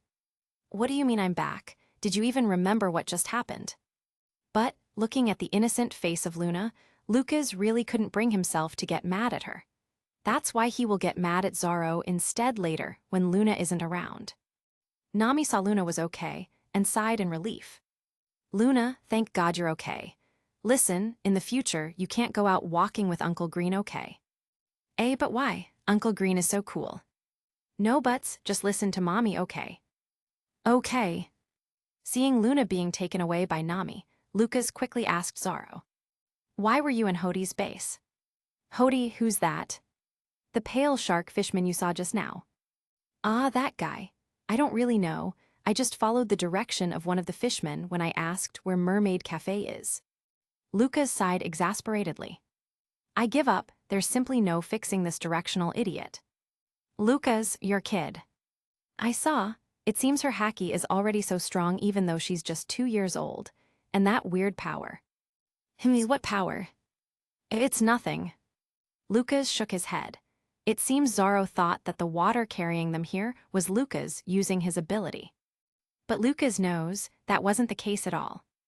That could only mean, did Luna also inherit his powers? But I've never heard of devil fruit users passing their fruit's ability to their children. No, in the beginning, my ability isn't really a devil fruit's ability. Lucas sighed. No matter how many times he asks himself, he doesn't really know the answer at all. For now, it was best to keep a close eye on Luna. Back in Hody's base, the thrashing of the sea finally stopped and left Hody alone while his body was covered in blood and bruises. Hody panted as he floated in the water. His eyes were bloodshot from anger. At this time, the fishmen had also started to wake up only to receive Hody's anger. Find me that little human brat, right now. Capitulo 79, Invitation to Ryugu Palace. I'm sorry, Nami-san. I was disciplining Usopp-san and wasn't able to look after Luna-chan. Kaya lowered her head apologetically when she heard what happened. Hearing what she said, Lucas looked at Usopp out of curiosity and found his skin to be as pale as snow. Moreover, his eyes seemed to be out of focus, and Lucas could hear him muttering something. Kaya scary, Kaya scary, Kaya scary, Kaya scary. Just what kind of disciplining did Kaya do?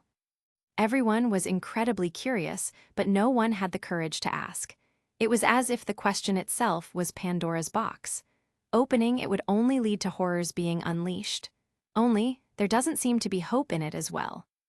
Nami smiled wryly and waved her hands. It's fine, anyway. Luna is safe and sound. Actually, I'm not too worried about Luna herself. I just worry that Fishman Island would experience a catastrophe if anything happens. Lucas snapped out from being terrified with Kaya and picked up on what Nami said. Nami, Luna's powers, do you know about it? Yes, well no, it's hard to explain, I only know a bit. Nami sighed and stroked at Luna's hair while carrying her in her arms. This isn't a place to talk about it, let's head inside first. Lucas nodded and walked back to the Mermaid Cafe.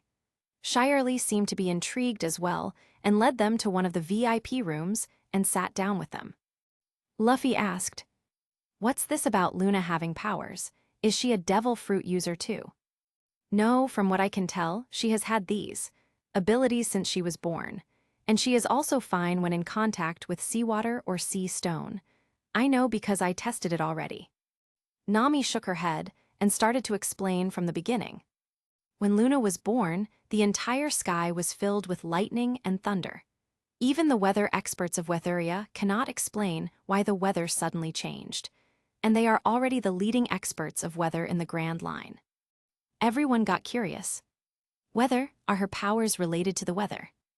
After Luna was born and stopped crying, her smile cleared the skies in an instant as if the lightning and thunder didn't even exist. That time, we all thought it was just a coincidence. But whenever Luna cries, disaster always follows. Everyone was dumbfounded. Once was a coincidence, twice an accident, but more than that is already an indisputable fact. If what Nami said was true, then it was as if Luna is God's favored child. Her cries equate to heaven's fury. Hearing about this, you would think that it is better if I leave her alone in the Sky Island, and it was better not to bring her, right? Right, I always wondered why you would bring a kid. You know we are pirates, right? In fact, no one here would blame you if you retired. Usopp spoke worriedly, and Lucas also nodded. That's right. You know I wouldn't think less of you if you chose not to continue being a pirate, right? At worst, I will also retire with you, and we can simply live normal lives. Nami smiled and shook her head. Thank you for that. To be honest, I had indeed thought about retiring and taking care of Luna. But Nami looked at Luna, who was playing with the Medaka quintuplets again and chasing each other around the room. One time, when I brought her with me to an island to go shopping, I discovered another talent of Luna. Really, what is it? Lucas asked curiously. For a talent to be so good that Nami would not mind bringing a kid, just what on earth can it be? Nami grinned and made a sign with her fingers. Her index finger and thumb were pressed together, while the rest of her fingers were stretched up. She's skilled at pickpocketing. I see, wait, what? Lucas and everyone did a double take. Pickpocket? You actually taught a 2-year-old to pick pockets. Rather, that's the reason why you wanted to bring her along. Nami laughed. Hee, just thinking about it makes me so proud. We easily took at least 10 million bali for each town we stopped by. Moreover, we can even pull off all kinds of con on people. After all, people tend to lower their guards with children. No one was able to refute it all. No, they actually have so many things to say that they didn't know where to start. They could only open their mouth and close them without words coming out. Luca's head started to hurt. I was too late. If only I can return back in time 2 years ago, I would definitely not let Nami raise Luna. As if to prove her point, Luna came over and tossed a few things on the table. It was everyone's wallets. What the hell, when did she take those? Hee Tilda mommy, did I do good? Yup Tilda, as expected of my little girl Tilda. Watching this mother-daughter duo, counting everyone's money, finally snapped everyone back to reality. Usopp quickly shouted, "Hey, that's my wallet. I haven't even bought anything in Fishman Island yet." Why are there so few? Didn't I already hand everyone an allowance of 100,000 bali? Nami frowned. As someone who was sensitive to numbers, she was confused as to why Usopp's money had already decreased to a mere 1,000 bali. It hasn't even been a day since they arrived at Fishman Island. Hearing that, Usopp froze and started to sweat bullets. I forgot. I actually bought a lot of stuff already. Usopp-san, didn't you give the beautiful mermaids 10,000 each earlier? Brook asked Usopp in confusion. Before Kaya took him away, Usopp had been with Brook and he hadn't seen him buy anything else. So he was confused as to why Usopp said what he said. However, Usopp was clearly lying, which Brook didn't manage to pick up. The reason why he hid the fact was because Ara, you gave everyone 10,000 bali. Is that right, Usopp-san? KKKA Kaya, this, I can explain. Ara, I'll listen to your explanation then. Wait, didn't you say you'll listen? Why are you dragging me outside? Nuo, help me. Everyone only watched on with sympathy in their eyes. They all saw the look in Kaya's face. Who would stand up for you in the face of that? Lucas stared at them dumbfoundedly before snapping out of it and shaking his head. We're getting off topic here. Is this really the only reason why you brought Luna with you? Nami's smile faded, and she turned to look at Luna again. Actually, I don't know why, but she has always believed that you were alive. Maybe a part of me started to believe in her too, so I decided if you were really alive, maybe you'd stop hiding and look for us if I take her out to the sea. I know, it was stupid. If things really get dangerous, I would have still retired. Seeing you now, I still wonder if I'm dreaming, and that when I wake up, you won't be there anymore. Luna felt a drop of tear fall on her cheeks. She looked up and saw Nami smiling at her with tears at the corner of her eyes. Mommy, don't be sad, look, Daddy is here. Yes, he is, isn't he? This isn't a dream. And Lucas sighed deeply and hugged the two of them. I'm sorry for leaving you two behind. Watching this scene, Brooke started to tear up. My eyes are overflowing with tears. But I don't have eyes, yo-ho-ho-ho. Robin smiled as well and wiped a tear that fell on the corner of her eyes. Hancock started blushing while pulling onto Luffy's sleeve. Luffy, I want one too. Oh, that's a good idea. Let's ask Frankie to build us a kid too.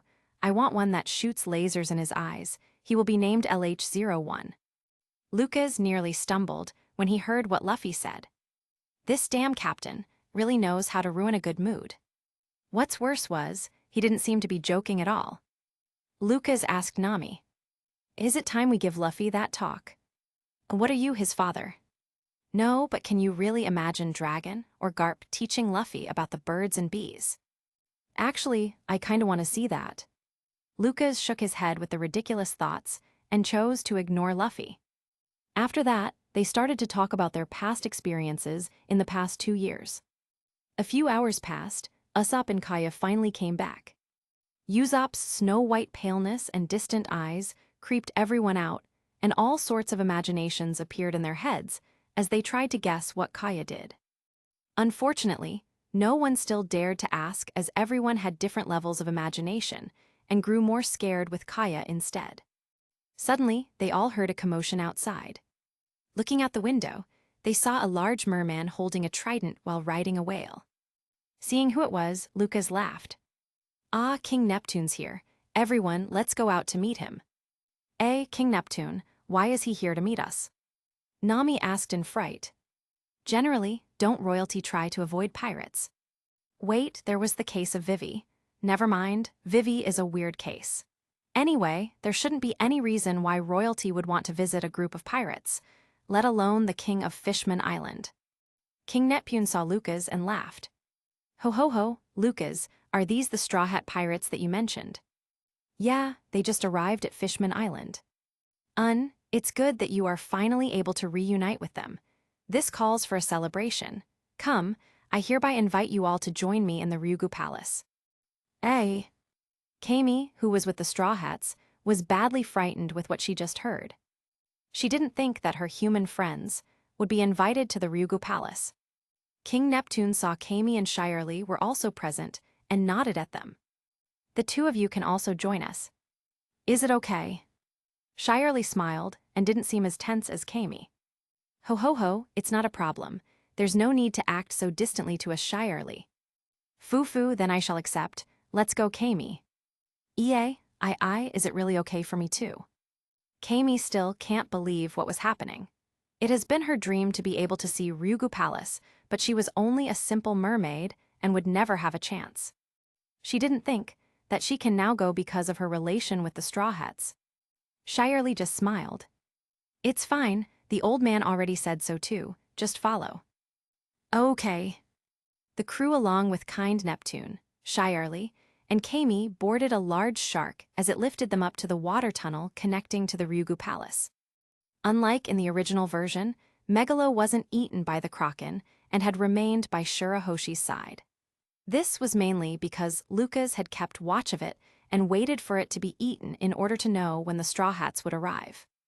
However, because of this, Megalo had become insecure with the looks he's been getting from Lucas and chose to hide in Shirahoshi's room the whole time.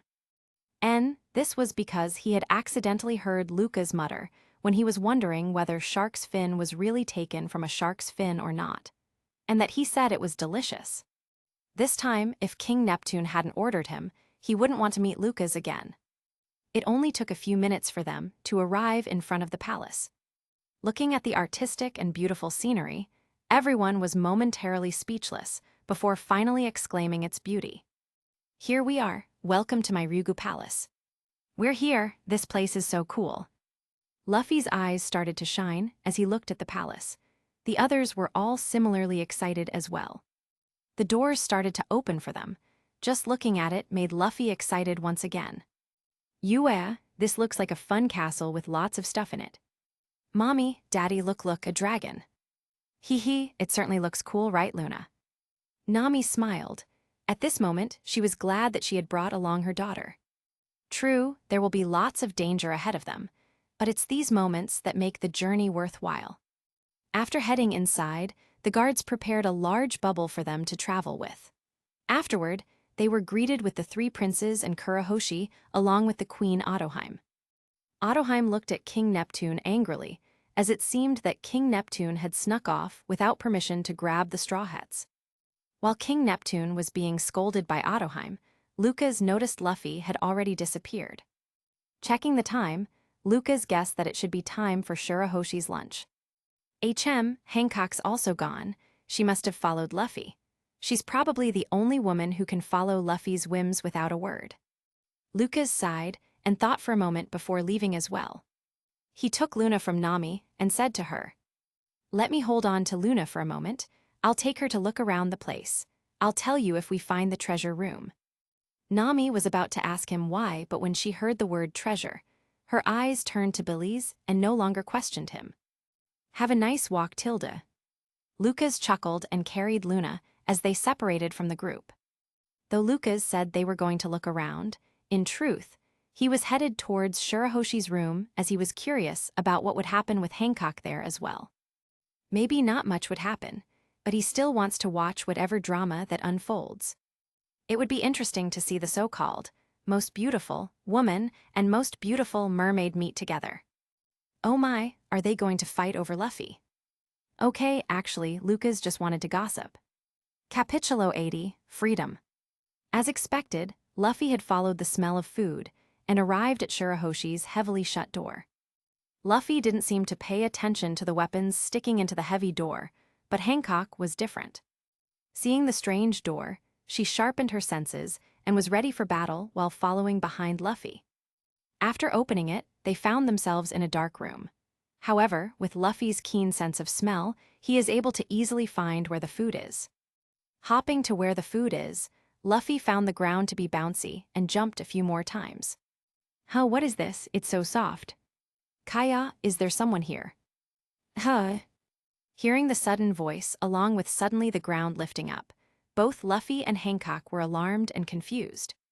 Suddenly, the lights opened, and they finally saw the person who spoke. In front of them was a large mermaid with pink hair and beauty that is comparable to Hancock herself. She was clutching onto her chest while looking at them with teary eyes. What do you think you're doing to someone else's body? Who in the world are you?" Hancock saw this huge mermaid and felt threatened. Before Luffy could speak, she had already appeared in front of him and pointed at Shirahoshi while looking down on her by tilting her head backward. "Who do you think you're speaking to? The people in front of you are the future Pirate King and Pirate Empress. You should be grateful for being graced by our presence." "Yay." "Apologize." "Eek, I am sorry." Shirahoshi was taken aback with what Hancock said and apologized instinctively. "Aren't they the ones who barged in and even stepped on me? But I have to be the one to apologize." Luffy laughed at that and calmed down Hancock. "Shishishi, well, it's fine, it's our fault anyway. No need for her to apologize. But if she apologizes and you're not satisfied, you can ask her to give her food to you. Apologize now, damn it." "Eek, I'm so sorry. Please take all of my food." Watching this scene, Lucas's face twitched and couldn't help but stare at Hancock. Damn, this woman knows how to control Luffy. And so vicious. Since things were getting a bit out of hand, Lucas decided to finally step in. Just as he was about to speak, he noticed something approaching. It was another weapon thrown by Vanderdecken towards Shirahoshi. Something like this wasn't an issue to Lucas at all, as he easily caught it by the handle and threw it back to where it came from. The mark ability had already disappeared when it was stopped, so the weapon didn't circle back to Shirahoshi anymore. Vanderdecken may be able to easily hit a target, but Lucas has no problem with throwing from a great distance as well. At a distance away, Vanderdecken was just feeling good about himself after throwing an axe to where Shirahoshi was when suddenly, he felt something approach.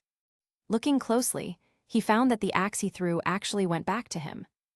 Vanderdecken quickly dodged away, which made the axe lodge itself on the ground where he was previously at.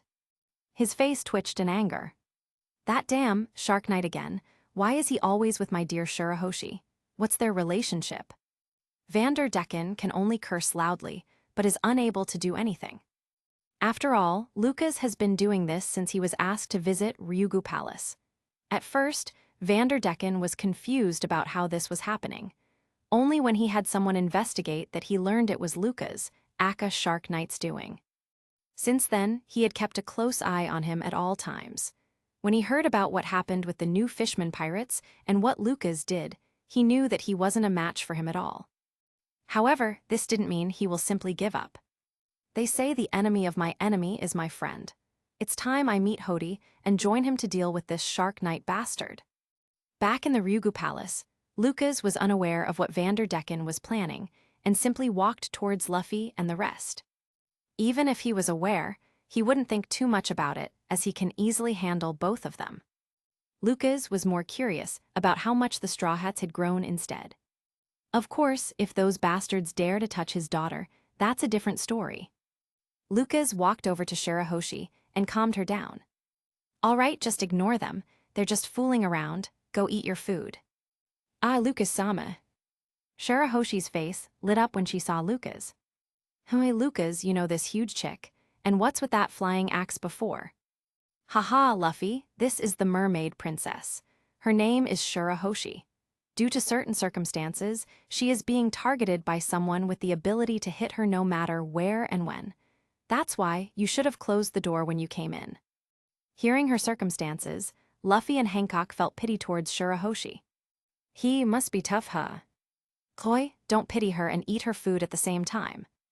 Lucas knocked Luffy's head as he saw him nonchalantly eat Shirahoshi's food like it was normal. Oh, by the way, this is my daughter, Luna. Luna, this big sister is Shirahoshi. Wah, big sister, you're so big. Luna-chan, is it? You're so small. Shirahoshi seemed to have forgot about what happened earlier and simply played with Luna. On the other hand, Luffy is still eating her food. Lucas sighed and shook his head. When it comes to food, there's nothing you can do to separate Luffy from it. Since Shirahoshi is playing with Luna and Luffy was busy eating, Lucas and Hancock had a rare moment alone and didn't know what to do. At this time, Lucas remembered something. That's right, Hancock, there's something I've been meaning to do for you. What is it? Hancock was confused about what Lucas meant. After all, she didn't really have that much interaction with him. Lucas grinned. I want to see if I can remove that mark on your back. Hancock's eyes widened and took a defensive stance. Did Luffy tell you? No, I just know. Anyway, no need to be so alarmed. Like I said, I think I can remove it. That's impossible. I've tried many ways to remove that mark, but it doesn't work. Hancock shook her head, afraid to gain hope and be crushed by it in the end. Lucas sighed and stretched out his hand. Just give it a try. You don't even have to remove your clothes. Just take my hand. Hancock looked at his hand skeptically. She hesitated whether it was okay to do it or not. Ultimately, she decided to have a little hope, and hopefully. Her hand stretched out and grabbed Lucas' hand. Water started to appear from his hand and moved to Hancock's arm, then to her back. Hancock felt a warm sensation on her back, accompanied by a soothing feeling. It only took a minute before that feeling was gone and was replaced with a sense of freedom.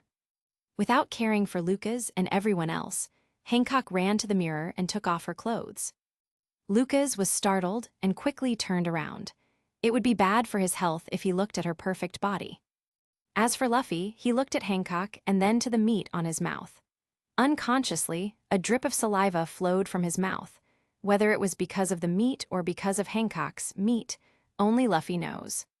Hancock didn't care for their reactions and simply looked at her flawless white back. Right, that mark is gone. The hoof of the dragon is gone. She is finally free. Tears started to flow from her eyes as she looked at the absence of the mark on her back. Luna saw her crying and comforted her. "Don't cry, Auntie Snake. Look, this pearl is so pretty. Big sis Shirahoshi gave it to me." Hancock saw her innocent smile and also smiled back.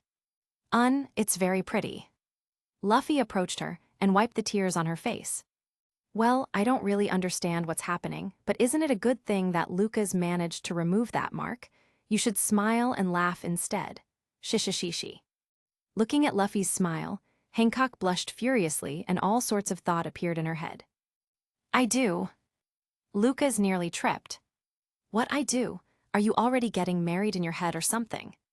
Speaking of marriage, maybe it was time I put a ring on Nami as well." Before Lucas could continue thinking about this, Hancock approached him and bowed. "Thank you for lifting my curse. If it's all right, I hope my sisters could also." That's no problem for me. More importantly, please wear some clothes." Hancock blushed even more and quickly ran behind Luffy to get dressed. "You already showed everything. Why are you embarrassed to dress up now?" Lucas smiled wryly and shook his head. Luffy didn't really care about her though, as he looked at Shirahoshi and asked, "Hey, don't you want to go somewhere?" Well, I do, but..." "Then let's go for a walk. Don't worry about those weapons flying at you. I'll protect you." Shirahoshi fell silent for a moment, then turned to look at Lucas. Lucas nodded. "It's fine, you can trust them." "Well, if that's the case, I want to visit the sea forest." Lucas raised a brow in curiosity. In the original, Shirahoshi only wanted to go there because that's where her mother was buried. This time, her mother is still alive and well, so why does she feel the need to go there again? Luffy asked as well.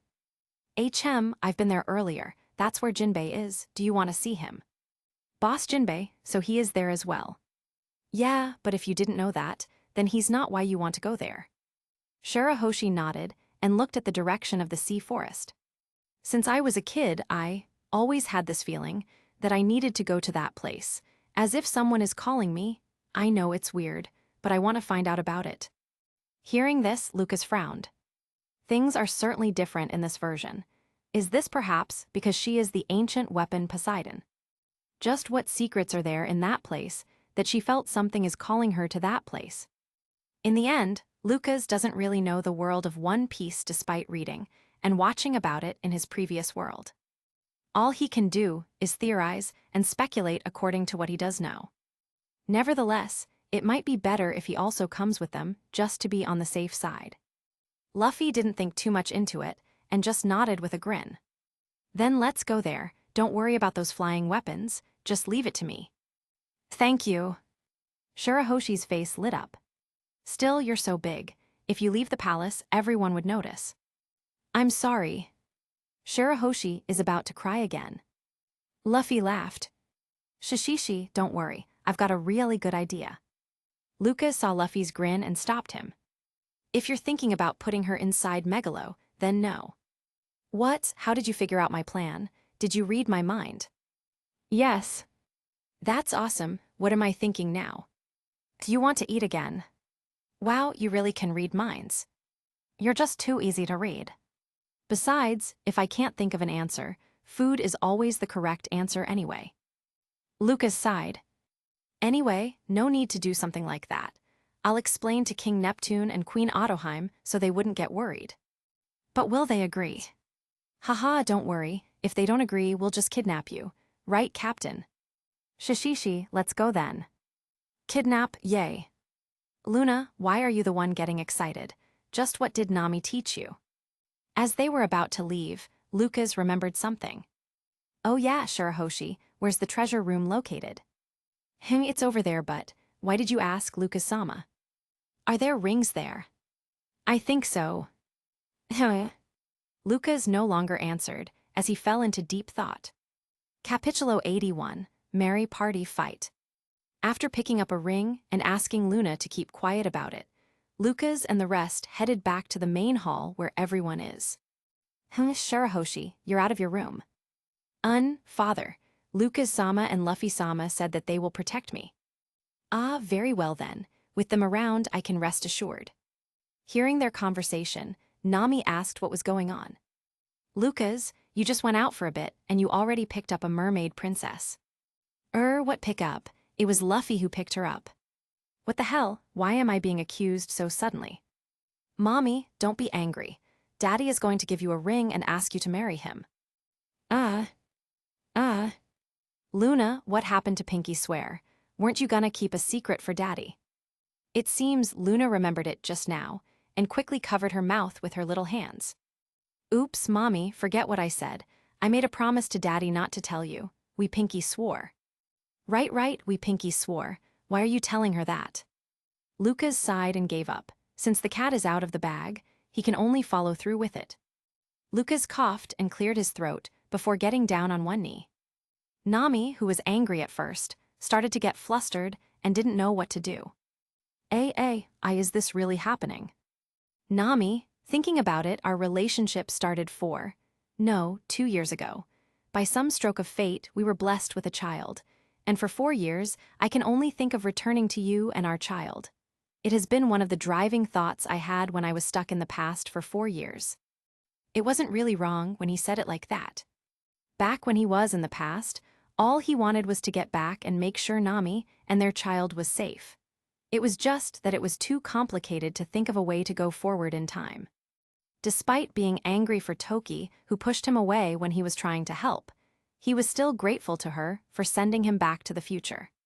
Pulling up the ring I took from the treasure vault, I presented it in front of Nami. It was a ring with a pearl mounted on top of it, which seemed to glow as it reflected the light from its surroundings. King Neptune saw the ring and recognized it. Hey, that's so wonderful, right, dear? Ottoheim quickly stopped him from ruining the atmosphere and sent a death glare at him, making Neptune sweat in fear. All right. Naturally, Lucas ignored King Neptune's plight and continued on. Nami, will you marry me? Yes. Nami rejoiced as tears appeared in the corner of her eyes. She jumped to Lucca's embrace and hugged him tightly. While embracing, Nami whispered, Where did you get the ring? I stole it. Kaya, you know me best, MWA. Nami kissed Lucca's cheek hard and squealed even more. Everyone approached with smiles and congratulated the couple. Congratulations, you two, I'm truly happy for you both. Robin smiled at them, but both Lucas and Nami can tell that her smile was a bit forced. Nami looked at Lucas worriedly and opened her mouth, but didn't know what to say without hurting Robin's feelings. Lucas smiled and nodded at her before walking towards Robin. Robin, just because I married Nami, doesn't mean that I've forgotten you. I'm fine. In the end, I am just a little lover. It was you and Nami who were a couple to begin with. That's not what I meant. It's just that I wanted my marriage with you girls to be special. I didn't want to do something like a double wedding where I marry you both at the same time. Robin froze, she asked as her voice shook. So you mean? Robin, one day in a very special place, will you marry me as well? Robin looked back at Nami, who nodded at her happily. Seeing Nami's approval, Robin hugged Lucas as well and answered. Yes. That's a relief. For the ring, I already have it, but I'm keeping it a secret until the actual day. Foo, I'm sure I will like it anyway. I got it from the past, and is full of historical memories. Robin's heart skipped a beat when she heard that, and quickly grabbed onto Lucca's collar. Where is it? Quickly let me see it. Like I said, I'll give it to you on the actual day. It has to be speci. Screw that, I want it now. Yes, ma'am. Lucas conceded, and handed her the ring which he found in one of his travels in the past. Robin separated from Lucas and snatched the ring as she started to scrutinize it in detail. Amazing, the metal on the ring seemed to be a material only found in, and the jewel is also something from. Judging from the inscriptions and engravings, this should be the long-lost treasure of. And she started mumbling about it. Lucas sighed and shook his head as he went back to Nami's side. Well, I went and married another woman without consulting you. Is it okay? Why are you asking me now? Nami rolled her eyes. After everything, is she supposed to reject now? Lucas smiled and knew that Nami was okay with it. He bent down to Luna and lifted her up. King Neptune coughed to clear his embarrassment and no longer mentioned the circumstances of the ring Lucas gave to Nami. I believe this calls for a celebration. Guards, tell the chef to start cooking a feast. Shishishishi, let's party. It seems to Luffy, this was the only thing that truly mattered. But if it's like this... Lucas smirked and walked towards Hancock, who seemed to be eyeing Nami's and Robin's rings. But this is your chance. Yeah. Look, if you tell Luffy that there will be a huge feast if you two get married, then... Hancock's eyes widened, and lightning seemed to strike in the background. Her eyes started to shine as if enlightened. She grasped Luca's hands and spoke excitedly. When we give birth to a child, you will be her godfather. No, if it's a boy, I'll name it Lucas. Oh boy, aren't you planning a little too far? Luffy tilde. Ah, she's not listening anymore. While watching Hancock chase after Luffy, Lucas noticed Zoro approaching him as well. Well, it's my first time attending a wedding. Congratulations. What congratulations? Why does it sound like he's congratulating me because he's going to attend the wedding? Lucas sighed. There's booze after the wedding. Say no more, do you need a best man? Best man, huh? Speaking of which, who would I assign as my best man? Logically, it would be Luffy as he is the captain. But that guy, nope, he's not suited for it. As for the others, they don't feel quite right as well. Koza would do fine too, but he's not here at the moment. Who else? Ah, there's Jinbei. Yep, he sounds more reliable than these guys here. Jinbei it is then. While the rest of the crew were celebrating, another voice rang out from the door. Oh, what's this? Is there a party here? That voice. Luffy heard the visitor and his eyes lit up. Hancock was about to propose to him, but Luffy no longer minded her as he ran to the door. Ace. Haha, I heard my little brother finally arrived. How can I not welcome you all? Ace laughed as he ruffled Luffy's hair. His appearance had somewhat changed since 2 years ago. His black hair was still short but a bit longer than before, and you could see a small mustache growing above his mouth. Looking at him now, Lucas was once again reminded by Roger. Lucas smiled and reminisced in his memories. Damned Captain, Whitebeard Geezer, your son is still alive now. However, the scar on his left shoulder was new. Judging from the marks, it looks like a frostbite scar. Lucas already asked Jinbei a bit of what had happened in the past 2 years. It seems that instead of Big Mom taking over Fishman Island when Whitebeard died, Ace and his crew were able to deter her from taking this territory. As the new captain of the Whitebeard pirates, Ace's own strength had also grown considerably, and he had also grasped awakening. When he did, he tried to go against the new fleet admiral, Aokiji, to prove his strength. Just like in the original, where Akinu and Aokiji fought in Punk Hazard, Ace also battled Aokiji on that island. It was said that the island is now divided into burning hot and freezing cold, but the cold area was far larger than the fiery one. The result was naturally, Ace lost. If it wasn't because of Marco who had arrived in time to save him, Ace would have died then and there if not captured. Still, the aftermath of the battle had shocked the world enough to acknowledge him as the new captain of the Whitebeard pirates. He is, after all, just a young man at the moment. It was unreasonable to think of him being Whitebeard's equal in terms of strength, but the potential is there. Not to mention, he is also the son of the Pirate King Roger himself. Just due to this identity alone, Big Mom hesitated to have a full-on war against them. Roger may be dead, but his crew isn't. If news of Ace being in trouble reaches them, they may just gather again and serve under him. If that happens, it will only be troublesome to deal with. This was why Ace was able to keep Fishman Island as part of their territory. As for the internal strife happening here with the new Fishman pirates, it was because Jinbei has asked them not to intervene. Matters of Fishman will only get worse if humans were to involve themselves, so Jinbei wanted to deal with the issue himself. While Ace and Luffy chatted amongst themselves, Marco approached Lucas with a smile. "Lucas, how was the old man?" "Haha, still as stubborn as ever." "Hee, that's our pops," Nami asked while carrying Luna in her arms. "Old man? Ah, you did mention that you sailed with Whitebeard in the past too. Were you a part of his crew back then?"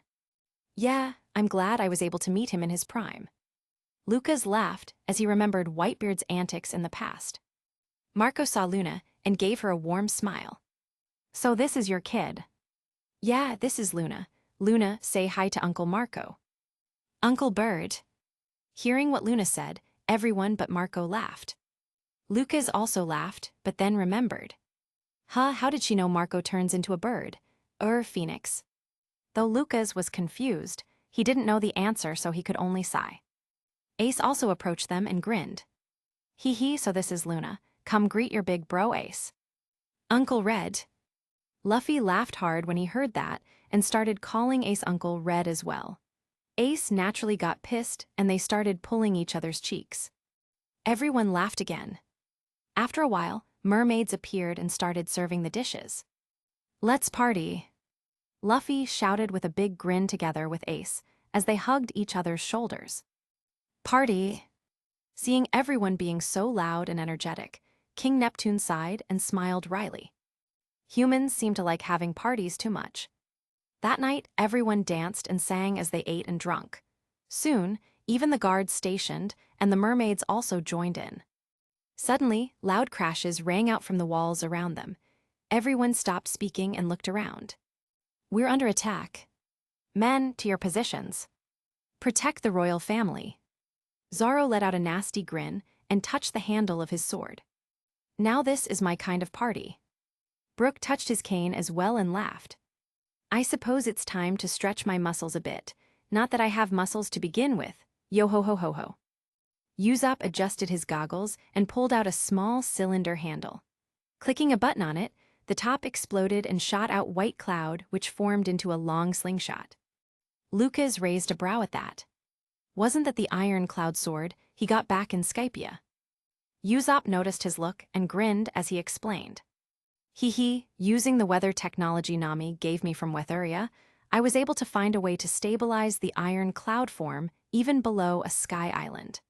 I figured such a weapon is a perfect fit for me."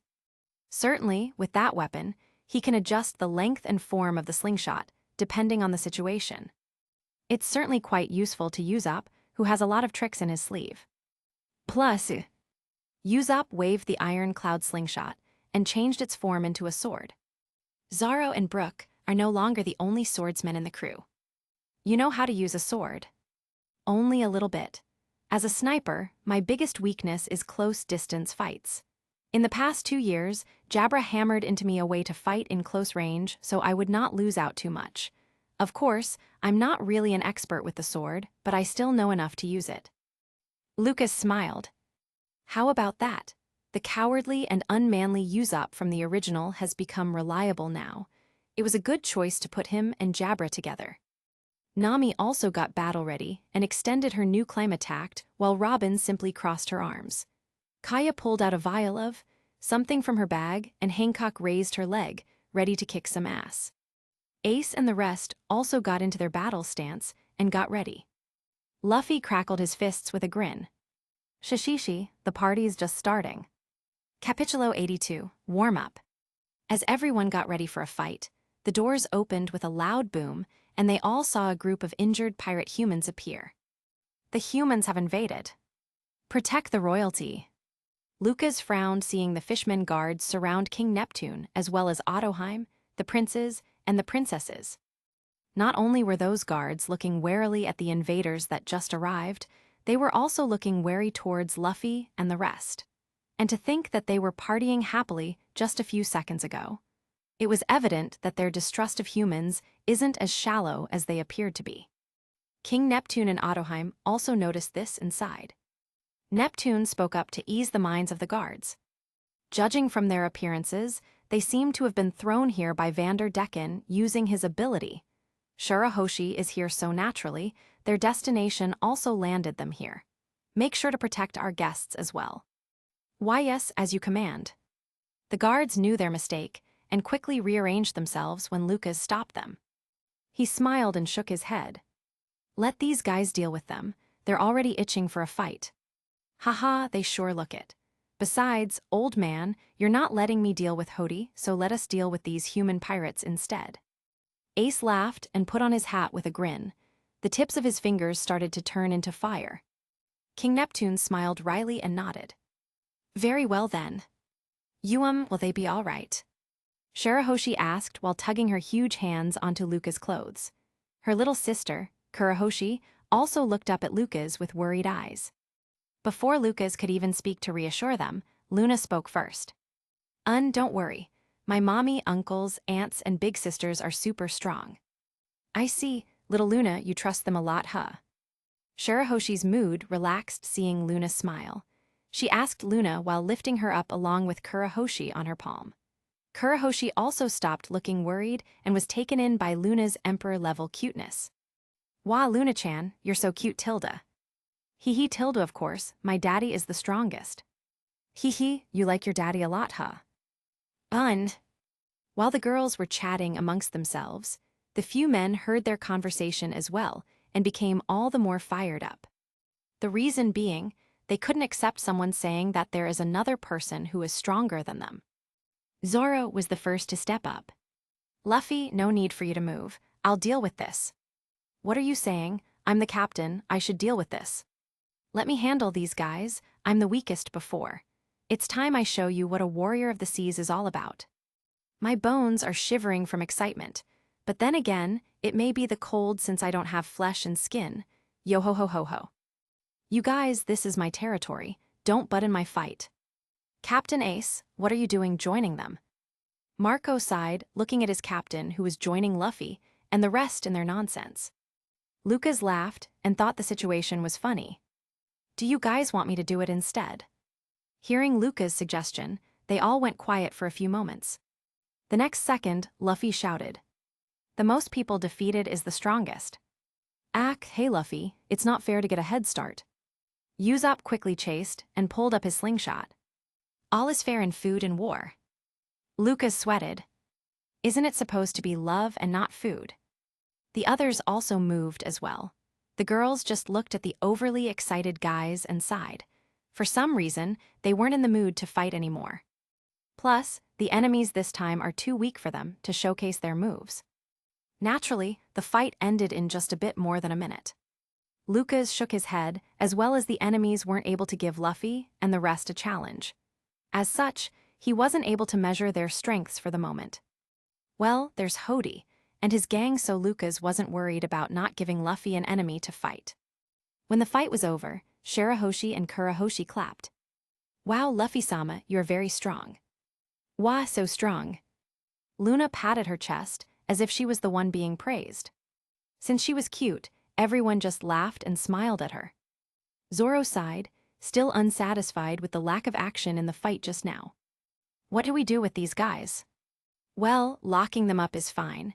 We can send them off to the surface and hand them to the Marines later. What's more important is how to deal with the one who sent them. King Neptune sighed as well. Vanderdecken has been harassing his daughter for the last couple of years, yet he is unable to catch him. Now, it wasn't just weapons that he threw, but human pirates. At this time, Lucas spoke up. There is a way where you can deal with Vanderdecken and Hody Jones. If you are saying you want to help, I'd like it if you leave this to us. Matters of fishmen are best handled by fishmen. There's no need to be too uptight about it. Look, Vanderdecken has indeed thrown these human pirates to the palace, but these human pirates said they were ordered by Hody. These two had formed an alliance, and it seems their goal this time is to infiltrate the palace. Lucas smiled and walked over to the lever to bring down the water bridge and open the entrance to the Ryugu Palace. All we need to do is let them in and make them believe that their plan worked. As for the rest, well, let's just say that we happen to be here as well. King Neptune smiled wryly.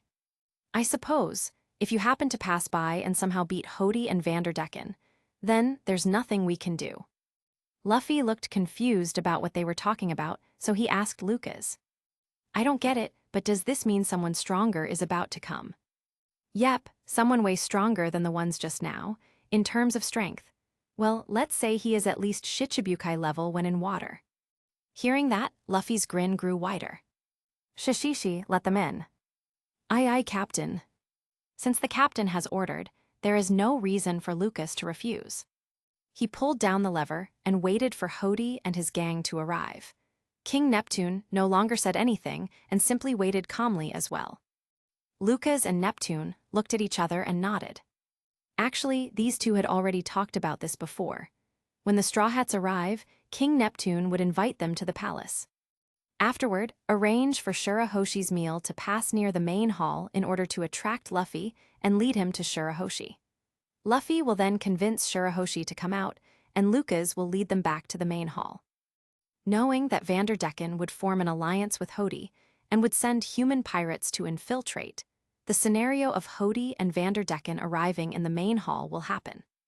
Under the premise that the Ryugu Palace was attacked by Hody and Vanderdecken, and that the human guests were also present and just happened to help defeat Hody and Vanderdecken, King Neptune can convince the public that humans are not all bad. In fact, they had even helped rescue the royal family. With this, the friction between humans and fishmen would lighten up even for a little bit. Not to mention that King Neptune can finally get rid of the thorn in his kingdom. It was a win-win-win scenario. Sure enough, a minute after Lucas pulled the lever, a new group arrived led by two individuals. Hody Jones and Vanderdecken. Hody arrived at the scene and frowned.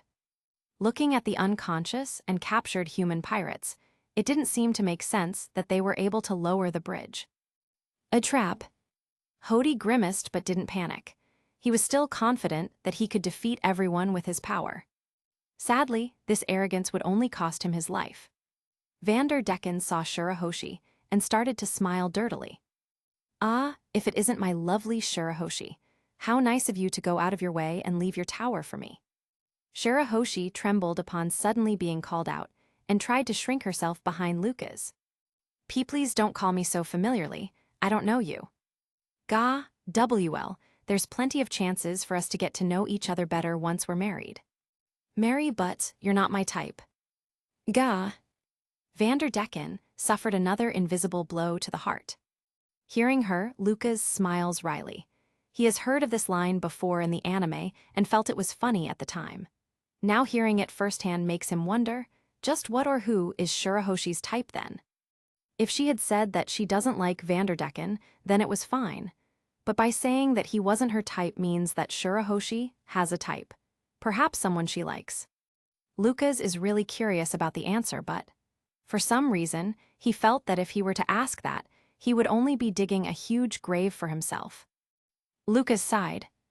Women, why are they always like Pandora's box? Open it and you will find yourself full of evil thoughts. Then Luffy suddenly spoke. Oi, are you the guy who's been throwing weapons at her? Straw Hat, is it you?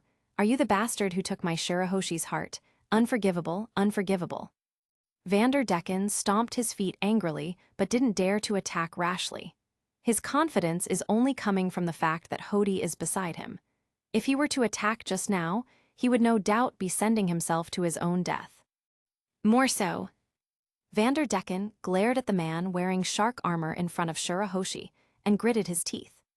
Why is this Shark Knight always getting in the way? Before Hody and his men had arrived, no, even before the throne pirates arrived, Lucas had already donned his Shark Knight armor to preserve his identity. If the Marines were to know that Lucas was still alive, it was unknown what they would do out of desperation.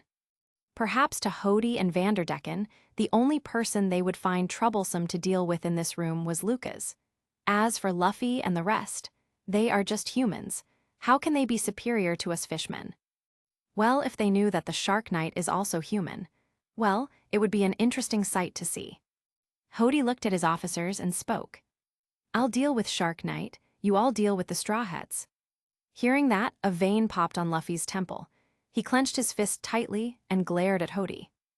Oi, do you think I'm not here? How about all of you come at me? I'll deal with all of you myself. Zoro glanced at Luffy and sighed. The next moment, he relaxed and sat down as he closed his eyes without care. Nami pouted but went back to Luna anyway. She wasn't interested in the fight anymore. Ace laughed and removed his hat. Since my little brother wants to take care of them on his own, there's no need for us to step in as well. Actually, Ace also wanted to see how much Luffy has grown. The reason why he went along with their fight earlier was simply because the guys earlier were too weak for him to see Luffy's strength. Might as well join them and deal with it quicker. Everyone also stepped down when they heard Luffy. They all believed that Luffy wouldn't lose. If he did, then he isn't worthy to be their captain. Hody frowned as he looked at Luffy's small figure. Human, don't think just because you're strong in the surface world that you're strong here as well. We are the superior ga. He wasn't even able to finish his sentence when suddenly he felt a strong pain on his stomach. The next moment, he was sent flying. Everything only lasted for a fraction of a second, and even the new fisherman pirates didn't notice it at first when their captain was sent flying. Only after a few moments, when they saw Luffy's arm was steaming red, and the fact that their captain was no longer in his spot, did it sink in. "Sea Captain." Hody groaned as he pulled himself out of the wall that he crashed on. His eyes turned red as he glared angrily at Luffy. This damn human dared. No longer speaking nonsense, his body shot forward with insane speed and his mouth wide open, ready to bite down on Luffy's neck. Luffy just glanced at him calmly and let him bite. Hody expected to see his blood splatter and his head rolling on the floor. However, what happened was completely different from what he expected. The sound of something shattering was heard. It wasn't the sound of Luffy's bones shattering. Instead, it was the sound of Hody's teeth being broken into pieces. What? His neck turned black. How hard can his neck be? Seeing this, Lucas and Ace nodded. Not bad. His armament haki is quite strong, and it seems he's able to freely control it as well without difficulty.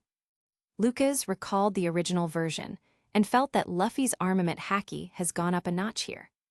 Luffy grinned and swung his fist down on Hody one more time. This time, Hody learned from his mistake and dodged quickly. Luffy let him retreat and simply stared at him. Hody grimaced. He waved at a fishman on his side who approached and presented him with a bowl of what looked like candies. Lucas sighed seeing that. Energy steroids. You know, even if this stuff can make you stronger for a period of time, taking in a lot of it will only lead to your own destruction. However, Hody wasn't listening to him at all as he took a handful of ease and gobbled it all up. Hody's whole body bulked up, and he felt a surge of power run through his veins. He didn't have white hair, yet like in the anime, but he was definitely a lot stronger than just a moment ago. Ha ha ha ha ha, this power. Let's see you send me flying ghhhh.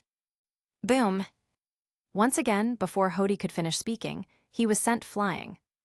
Luffy's fist was clad in black as it steamed. This time, Luffy had used armament haki as well at the same time of his second gear attack. Luffy frowned.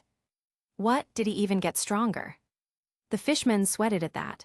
They all took a step back and looked at Luffy in fright. Too scary, this human, is too powerful. Luffy grinned and beckoned them with this steaming black hand. Like I said, why don't you all come at me at once? Just right, after a meal, I needed to warm up. Lucas smiled wryly once again. It seems he's starting to pity Hody a bit now. Capítulo 83, released. As soon as Luffy said that, the new Fishman Pirates officers went into action. Dawson wielded a huge hammer and swung down at Luffy. DOSUN. Luffy glanced at it and lifted his left hand to block. Bam!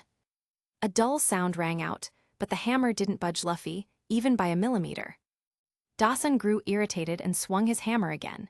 Each blow was stronger than the last. DOKN, BOKN, ZUKON, BAJON, GYBN. Bam bam spam, bam bam. Hearing Dawson shout out loud the onomatopoeia of his attack, even Lucas felt awkward and wished he could just GOGYAN his face. As if hearing what he was thinking, Luffy swung down his armament haki-clad fist and smashed it on Dawson's face. GOGYAN. Boom. Dawson was sent flying and landed right next to Hody. Luffy snorted and was about to look for his next opponent, but felt something on his foot. Looking down, he saw the ground suddenly changed and revealed a fishman with crooked blue and purple stripes. Zio calmly looked at Luffy, without a change of expression, then said, "HMPH, how did you like my super soul headbutt?" He was too proud to admit his mistake. Apparently, Luffy wasn't amused by it, and simply smashed his foot down hard. "Then have a taste of my Gamu Gamu no stamp." Gah! How merciless. After dealing with Zio, a small shadow quickly shot at Luffy from his blind spot. Daruma had used his sharp teeth to cut through the ground to create a network of tunnels underneath. Using this, he was able to easily enter Luffy's blind spot and launch his attack. Maybe if it was Luffy in the past, this would be considered troublesome for him to deal with. But now, Luffy didn't even turn around. He simply tilted his neck to dodge and swung his fist again. K-O-Ch-Ch. Daruma was confused how Luffy saw him coming, but knew not to dwell on it too much at the moment, as he needed to retreat. He can slowly think about it underground where Luffy can't reach him. That's why he tried to enter the ground again as soon as he landed, only for Luffy to reappear next to him before he could even bite through the ground. Bam! He was hit again. While Daruma was sent flying again, Ikaros charged at Luffy with his spears, but was easily dealt with as well with Luffy's attack. Gamu Gamu no Jet Harpoon. It was basically just Luffy extending his arm with all 5 fingers using Shigen. It was an attack meant to stab through even the thickest skin, a very deadly attack. Slash. Luffy tilted his body to the side and dodged Hyuzu's slash. Being an octopus allowed Hyuzu to hold multiple blades at once. What's more, he also has the ability to secrete poisonous venom and clad his swords with it. Unlike in the original, Luffy's resistance to poison isn't as high as it was because he didn't go through with Magellan's poison torture. Still, poison isn't a problem for Luffy, as he had armament haki. Cladding his hand with armament haki, Luffy disappeared from his position and reappeared behind Hyuzu. Hyuzu's eyes constricted and quickly swung his blade to meet Luffy's attack. Clang! The 2 attacks clashed and produced a dull sound and a powerful shockwave. Surprisingly, Hyuzu wasn't blown away but instead was simply pushed back by a bit. Zoro's eye opened and let out an impressed tone. Who? After that, he closed his eye again and no longer bothered. He was indeed interested, but since the fight was about to end soon, he had lost interest immediately. As expected, Luffy didn't give Hyuzu any chances and used his jet Gatling to deal with his numerous swords. At this time, Hody finally recovered from being hit. Seeing his officers were all defeated in that moment where he was incapacitated, Hody was angered. His eyes were bloodshot and his veins were bulging from the anger. He walked to the fishman holding the bowl of ease and chugged everything in it. Instantly, Hody felt pain like never before. He felt as if his insides were being pulled and constricted numerous times, as if it was undergoing some restructuring from within. He also felt a burning heat rising from within him, which turned into a power that could even be felt by those outside. Hody's hair started to turn white from the pain and stress his body is enduring. Luffy finally looked serious. Even he can feel that Hody is already different from before. Suddenly, without any warning at all, Hody's body disappeared and reappeared in front of Luffy. Luffy's eyes widened as even he felt that Hody was too fast. Seeing the attack heading towards him, Luffy twisted his body and dodged. It wasn't as if Hody knew haki, but Luffy knows Fishman Karate has a way to bypass devil fruit abilities as well, and there was no need to risk it. Luffy distanced himself and watched Hody cautiously. Hody's speed may be faster than his own, but it wasn't at a level that he can't deal with it. Heh, compared to that pigeon cat guy, your speed isn't much. Hody didn't bother to respond and simply attacked Luffy once again. Luffy blocked the attack and distanced himself again. Shishishi, there's finally someone else I can try this move on. Luffy brought his arm to his mouth and bit on it, then he blew. Gear fourths. Blowing air onto his bones, Luffy's body swelled up as he maintained his second gear as well as his armament haki. The result was a bulky Luffy with both hardness, elasticity, and speed. Boundman. Lucas smiled. As expected, Luffy still learned fourth gear. This isn't too surprising. But just as he was thinking that, Luffy did something else. And then, Luffy inhaled deeply before exhaling. As he did, thick steam started to be released from his body, covering himself to almost no longer seeing him. Lucas blinked. What is this? How come I never seen this in the original? Gear 4th, released. Released, huh? What is this Bankai or something? When the steam lit up, Luffy's body had slimmed back down, but he didn't seem to have powered down. His body was still covered in thick steam, and both his arms and legs were clad in black armament haki that also reached to his chest, where a spiral flame-shaped mark formed as well. It was as if his power was compressed and compacted.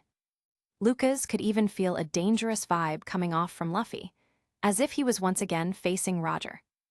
If this was true, Lucas sweated and his face grew pale. Damn, Gear 4th is already powerful enough. Compacting that power and focusing it will, at the very least, multiply his power twice of what it was, maybe even more. But why isn't it Gear 5th, but instead, he called it released? Hody also felt the dangerous intent coming off from Luffy, and was about to speak. You. Boom. While Lucas was still thinking of the power Luffy now had, he heard what seemed to be a sonic boom followed by a punch that smashed Hody at insane speed. Even with Hody in his current form, he was unable to even dodge the attack and can only get hit by it. Everyone was quiet.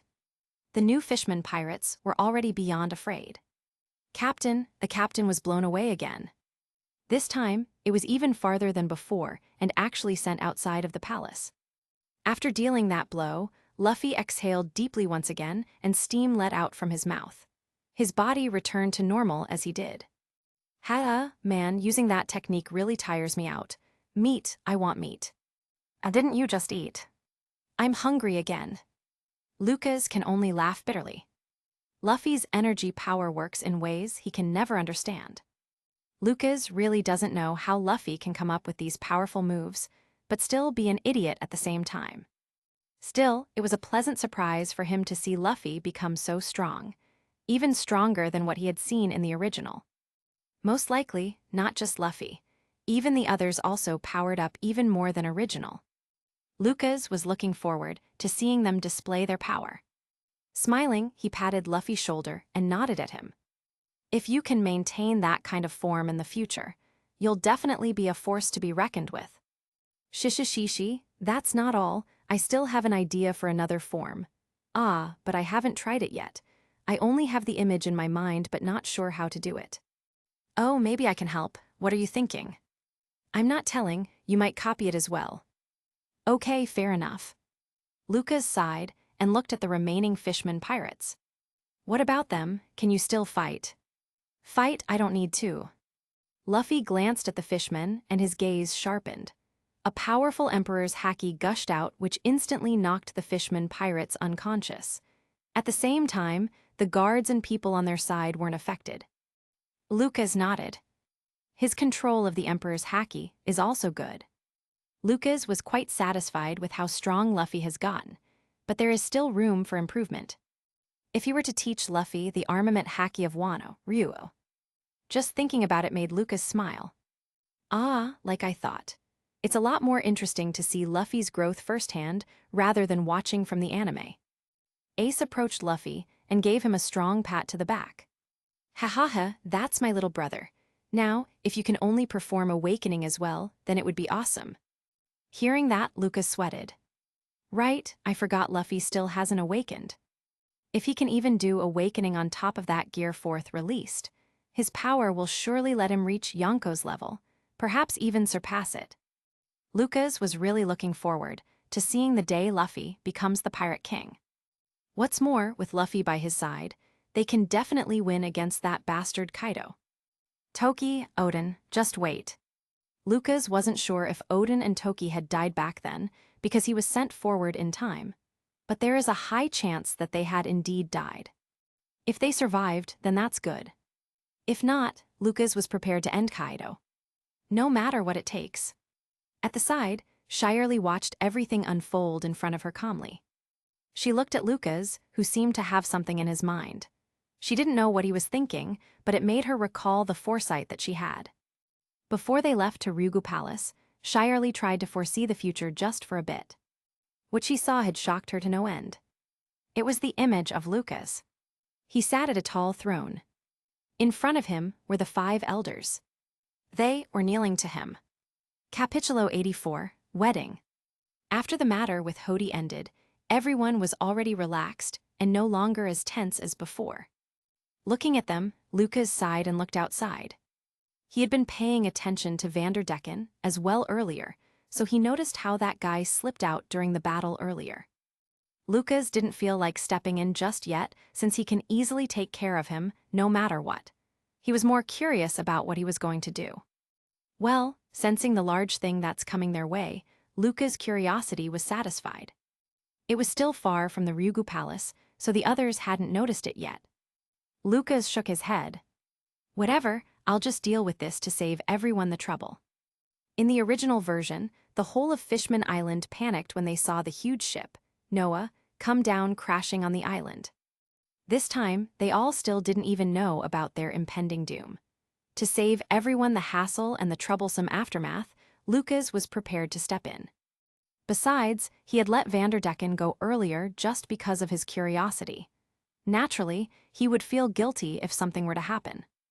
Lucas smirked when he saw Vanderdecken standing at the deck of Noah, looking as if he had already won.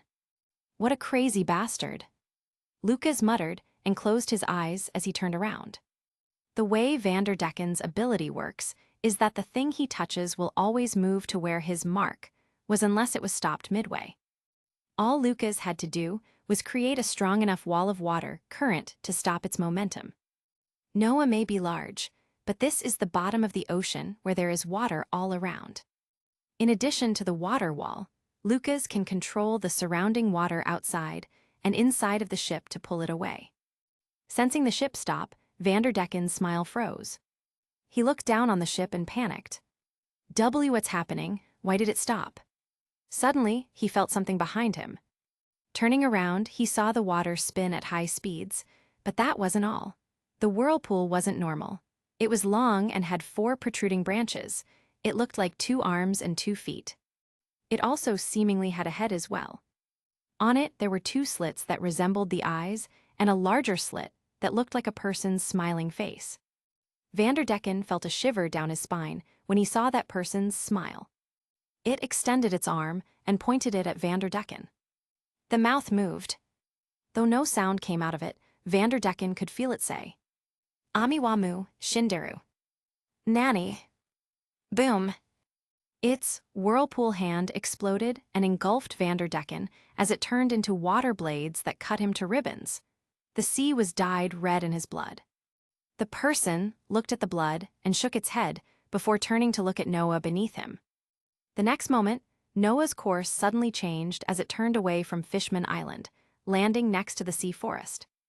In the sea forest, Jinbei, Frankie, and Den watched Noah park next to Sunny with their jaws dropped to the ground. At first, they panicked when they saw a huge ship move and head towards Fishman Island, but then it suddenly stopped and dropped next to them. The whole situation wasn't something they expected at all. Den, who was the brother of Frankie's teacher, Tom, looked at Jinbei and asked, Boss Jinbei, isn't this Noah? How can it move? You ask me, who do I ask? Such a huge ass ship. Who the hell made such a thing? Frankie's eyes sparkled. As a shipwright, he wanted to know more about such a legendary ship. The person made of whirlpool didn't pay them any attention and simply dissipated in the water. Naturally, Jinbei and the rest weren't able to notice him as well. Back in the Ryugu Palace, Lucas sighed.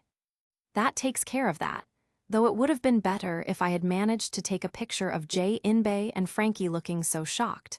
That would have been funny. Right, the person made of whirlpool was indeed Lucas. Actually, Lucas can make a clone of himself but chose not to. As for why, well, a person made from whirlpool looks scarier. Lucas remembered the look in Vanderdecken and laughed. Serves you right for always harassing Shirahoshi. Another reason was because he was too embarrassed to say that line with his actual voice and face. All right, this is really the main reason. Author, weeb bastard. Lucas, oi, don't pin this on me, you weeb author. It was settled. The author is prepared to make things harder for our main character. Lucas, oi. Somewhere in the New World. Captain, it seems the Straw Hats are back. A crew member reported to a white-haired man who was looking out the window with empty eyes. Looking closely, this guy resembled Lucas to some extent, except for the scars that covered his face and his long hair. This man was the self-proclaimed brother that Lucas had met back in Impel Down, Lucius. Lucius didn't bother to turn and look at the crew member who had reported to him. He continued to stare at the endless sea outside without any emotion. Have you found his body yet? Sea Captain, they said his body shattered into ice back in the war 2 years ago. I'm afraid W. Bam! A jet black vine shot out from Lucius' body without any warning and wrapped itself around the crew member's neck while pushing him to the wall. Afraid. Seacough, Seacap, Tane.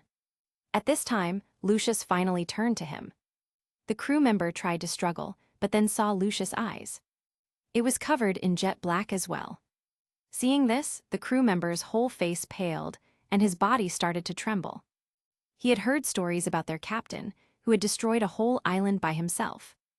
They said that his eyes had also changed that time. His seniors had also warned him about it.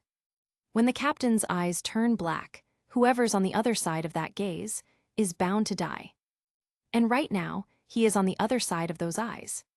His face started to pale even more until his heart stopped on its own. Lucius calmly looked at the corpse in front of him, and his eyes reverted to normal. No longer interested, he simply dropped the corpse and looked back out the window. He was no longer emotionless. However, there is only endless hatred in his eyes. Marines, pirates, revolutionary, world government. Lucius uttered. Who knows whether he was speaking to himself or to someone he knew, as if he was making a promise. I will destroy every single one of you. Boom!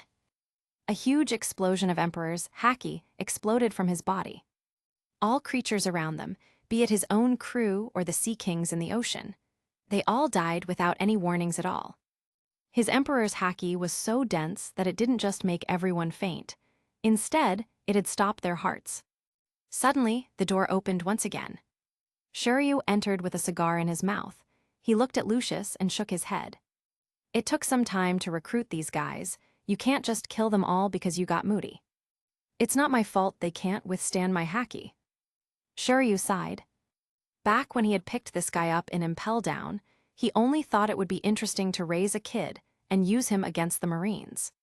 He didn't think that he would be creating such a monster. However, as monstrous as he is, this guy seemed to be strongly attached to someone else, his brother. Shiryu didn't care whether this brother is real or not, but when that guy went and got killed in the Marineford War, all hell broke loose. Shiryu touched his right shoulder, which suddenly ached. There was a scar on that shoulder that was as big as a person's head. This was the result of him stopping Lucius' rampage 2 years ago. Shiryu had somehow managed to calm him down by saying that his brother may be alive. It was really just bullshit from him, as he didn't know how else to calm him down. Even knocking him out didn't work, as he would still go on a rampage the next day. That was why he lied. But now, 2 years have passed. Lucius' patience is running thin.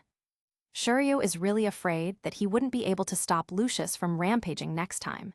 He might even die. Shiryu sighed. I shouldn't have picked up this brat 2 years ago. He was really starting to regret his actions. Lucius looked at him for a moment, then turned back to the window. He wasn't an idiot. He knew Shiryu was lying to him, but he still had this feeling that Lucas might be alive.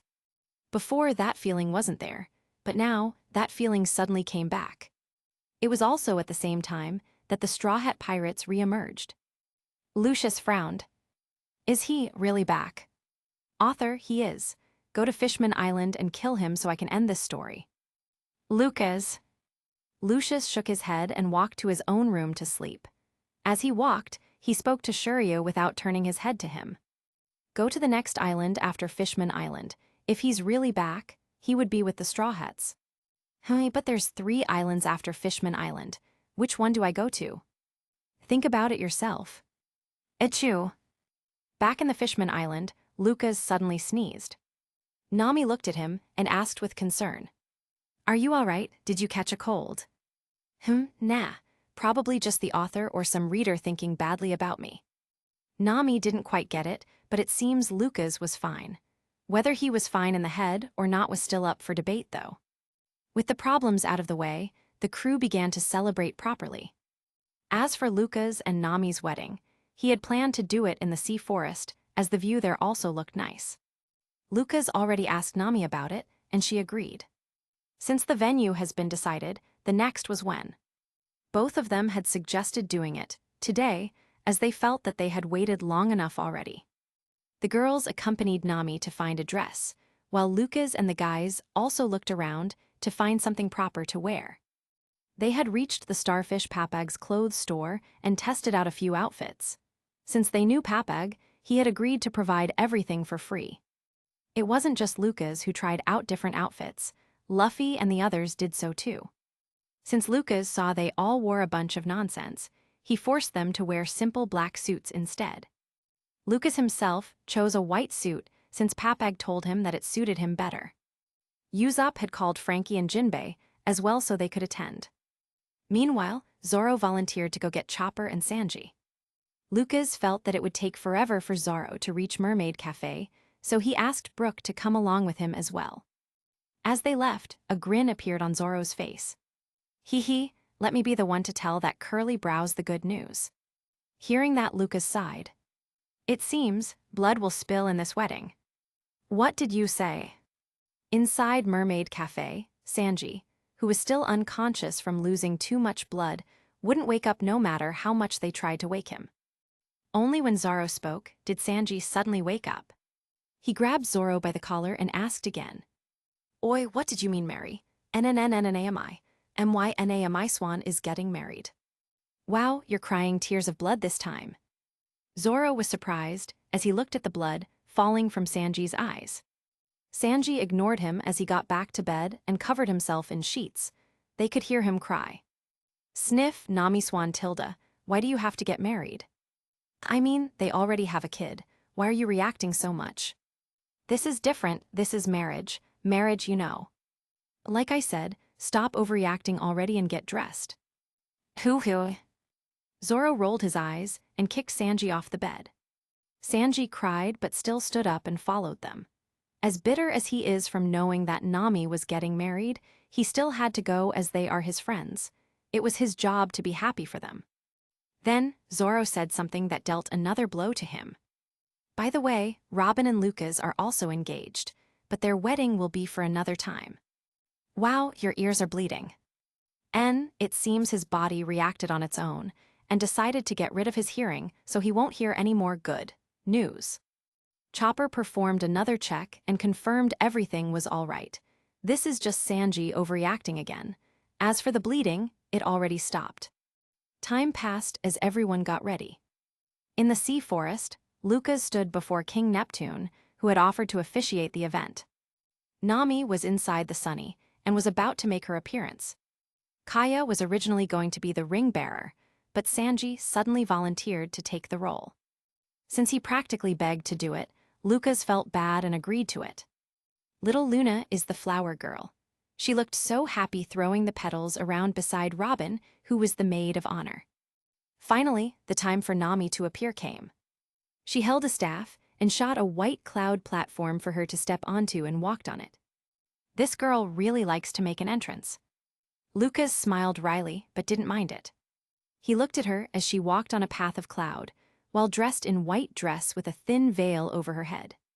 When she stood next to him, Lucas fell into a trance. It has been a long time since he had arrived in this world and met the Straw Hats.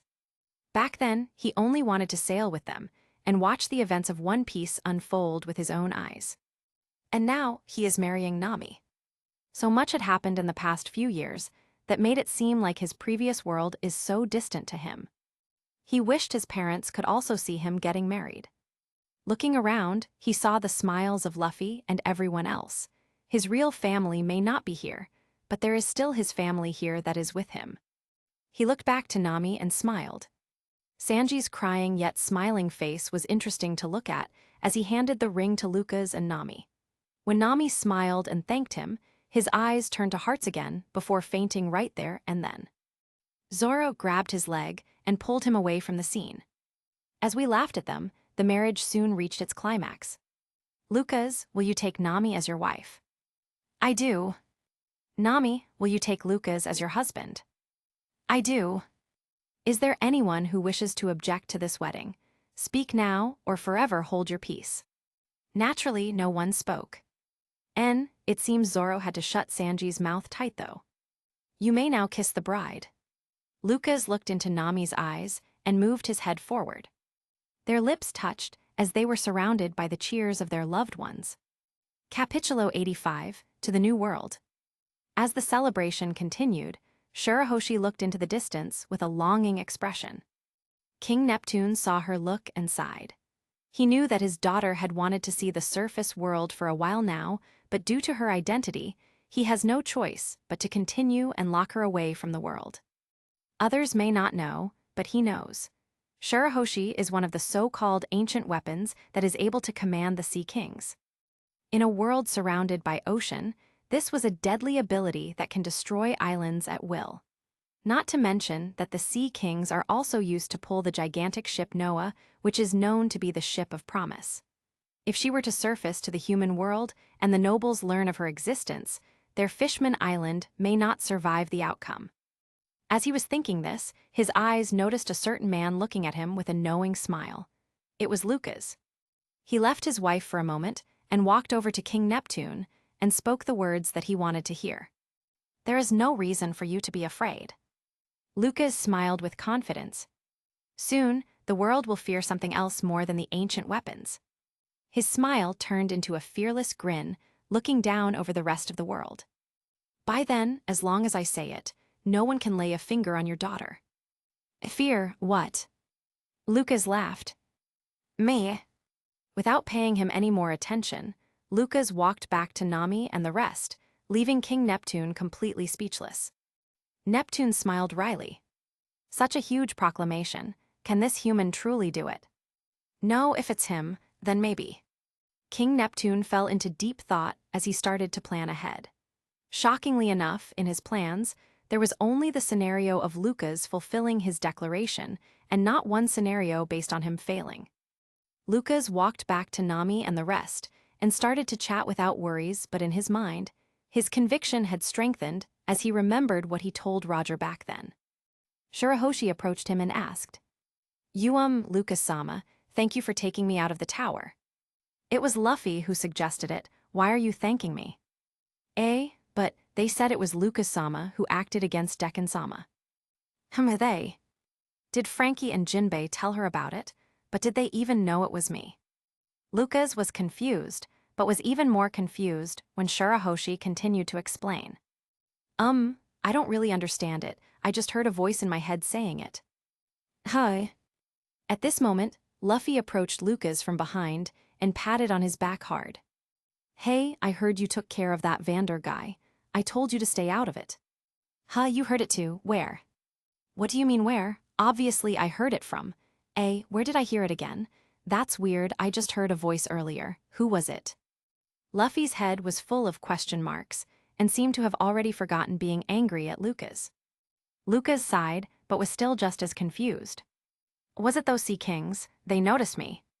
My daddy is amazing. He stopped the bad guy like whoosh.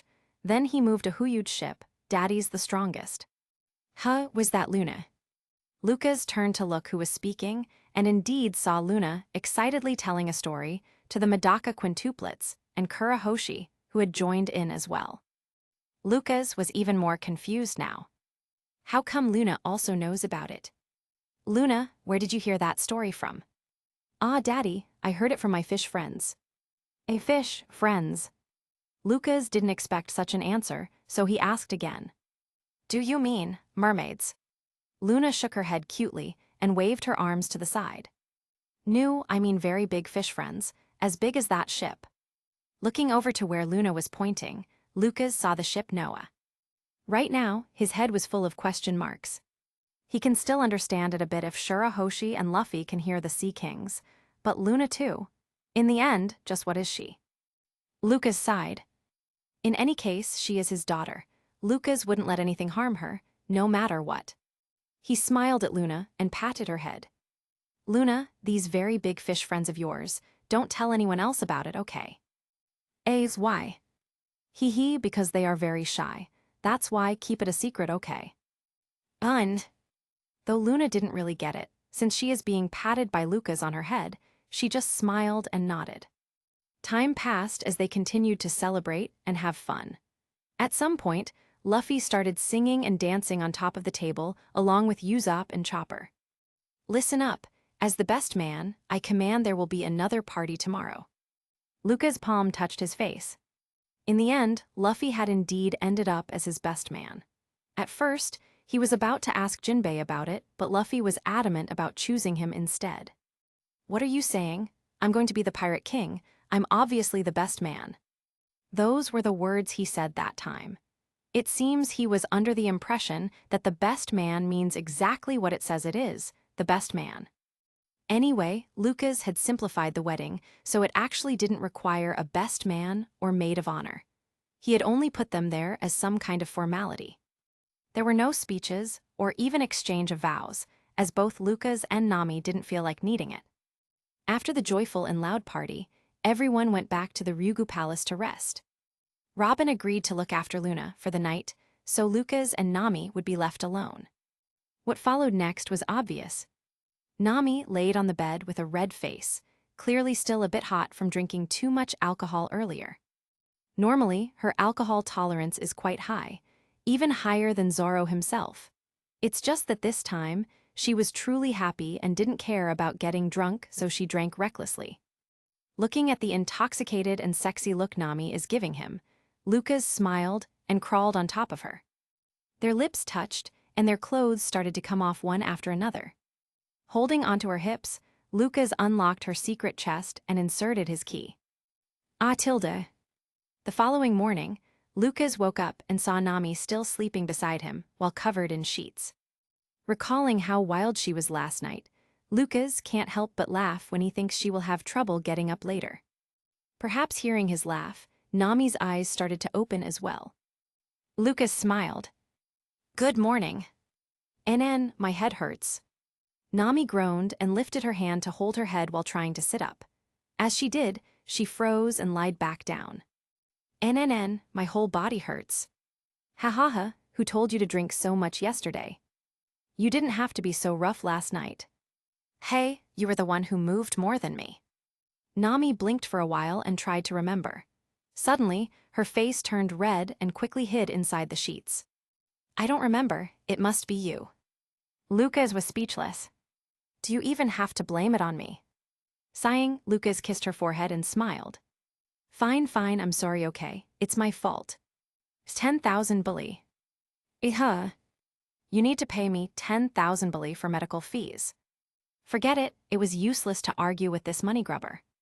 The days passed by quietly, as everyone enjoyed their stay in Fishman Island. Finally, Frankie announced that the ship had been coated again, which meant that they can leave the island to enter the new world at any time.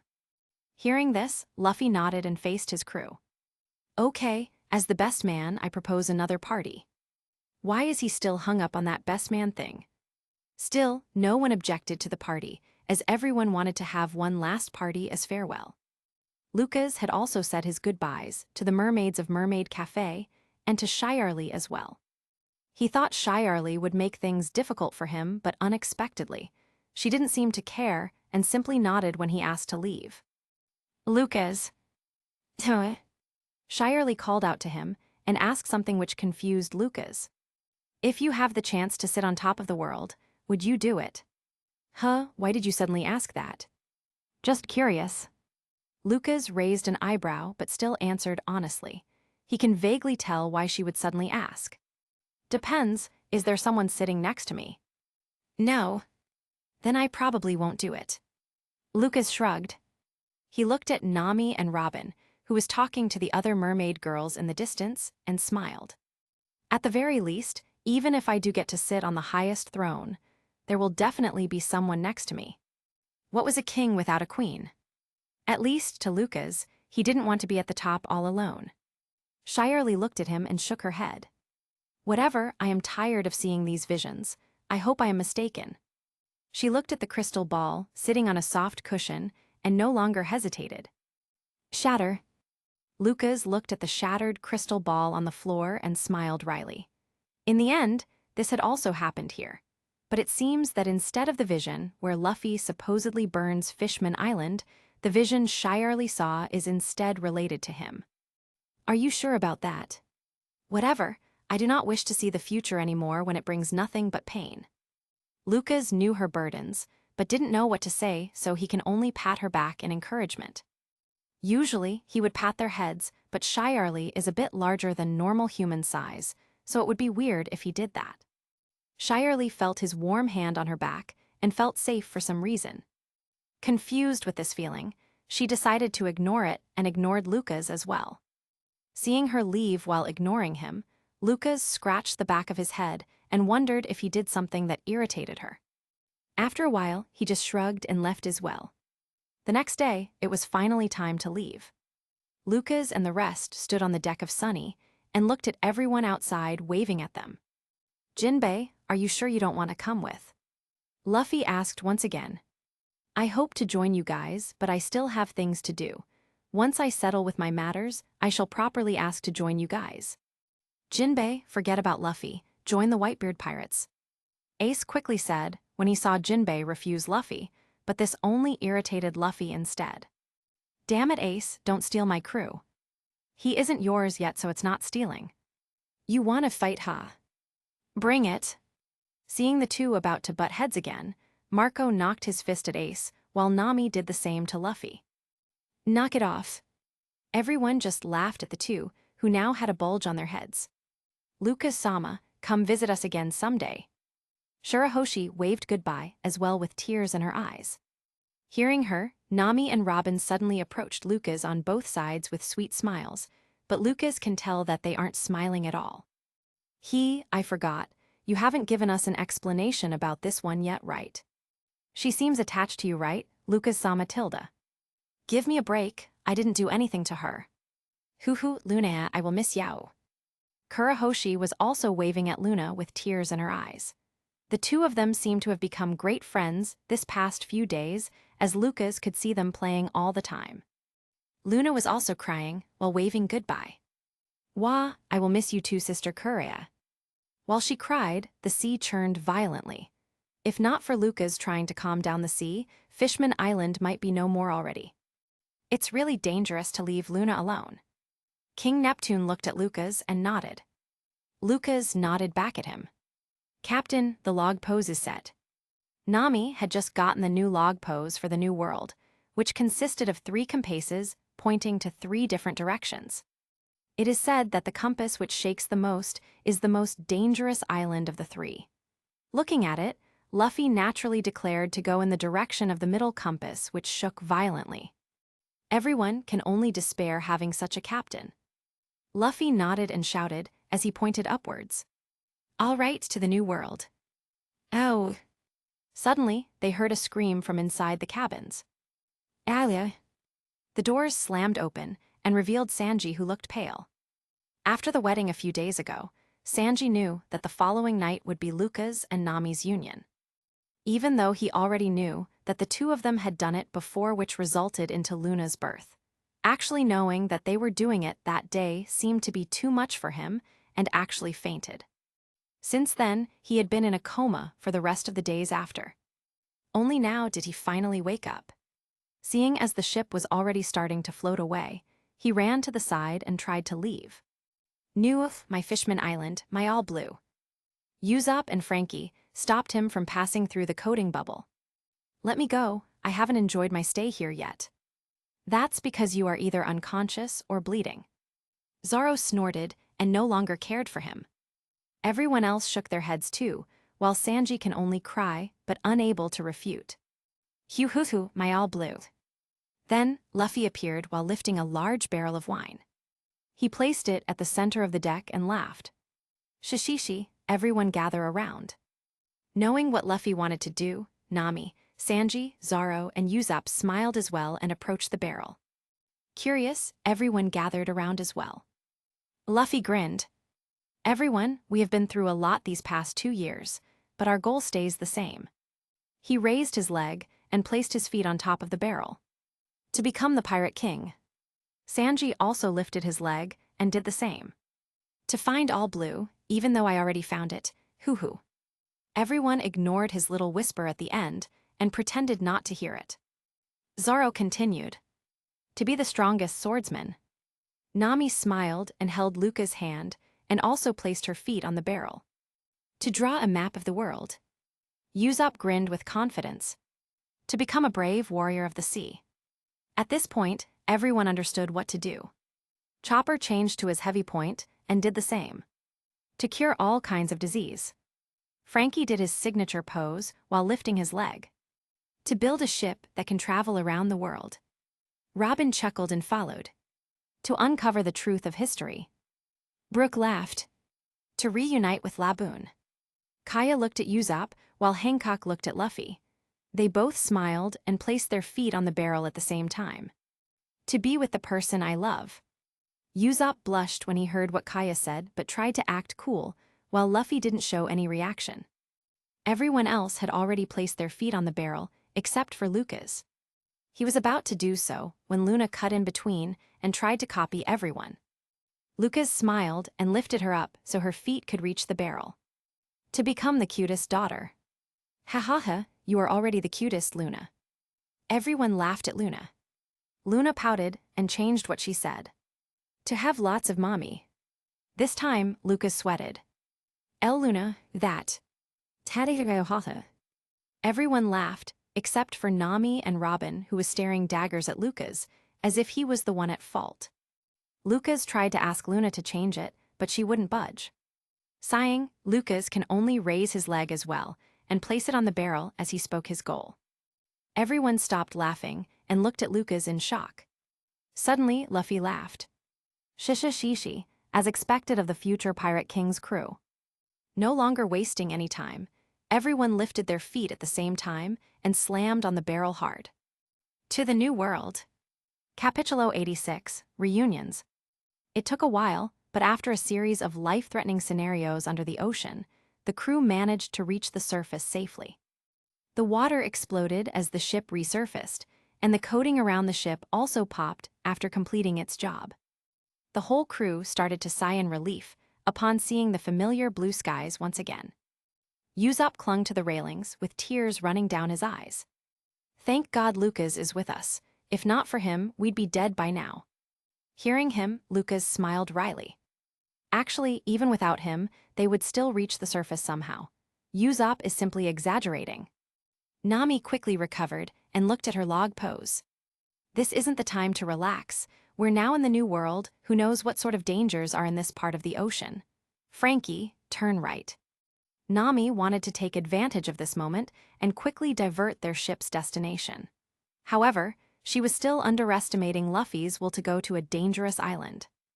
Luffy looked at her log pose as well and immediately dismissed her order. Frankie, straightforward to adventure. No, didn't you hear what they said? The more unstable the needle, the more dangerous the island.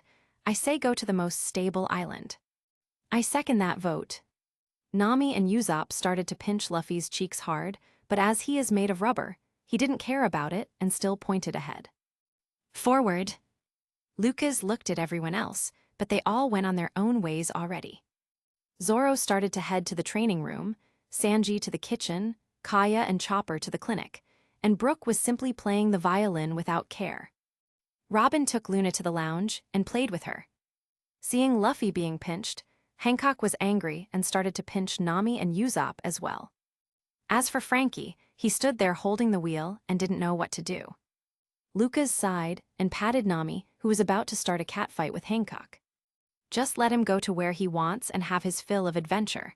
This is still just the starting point in the New World.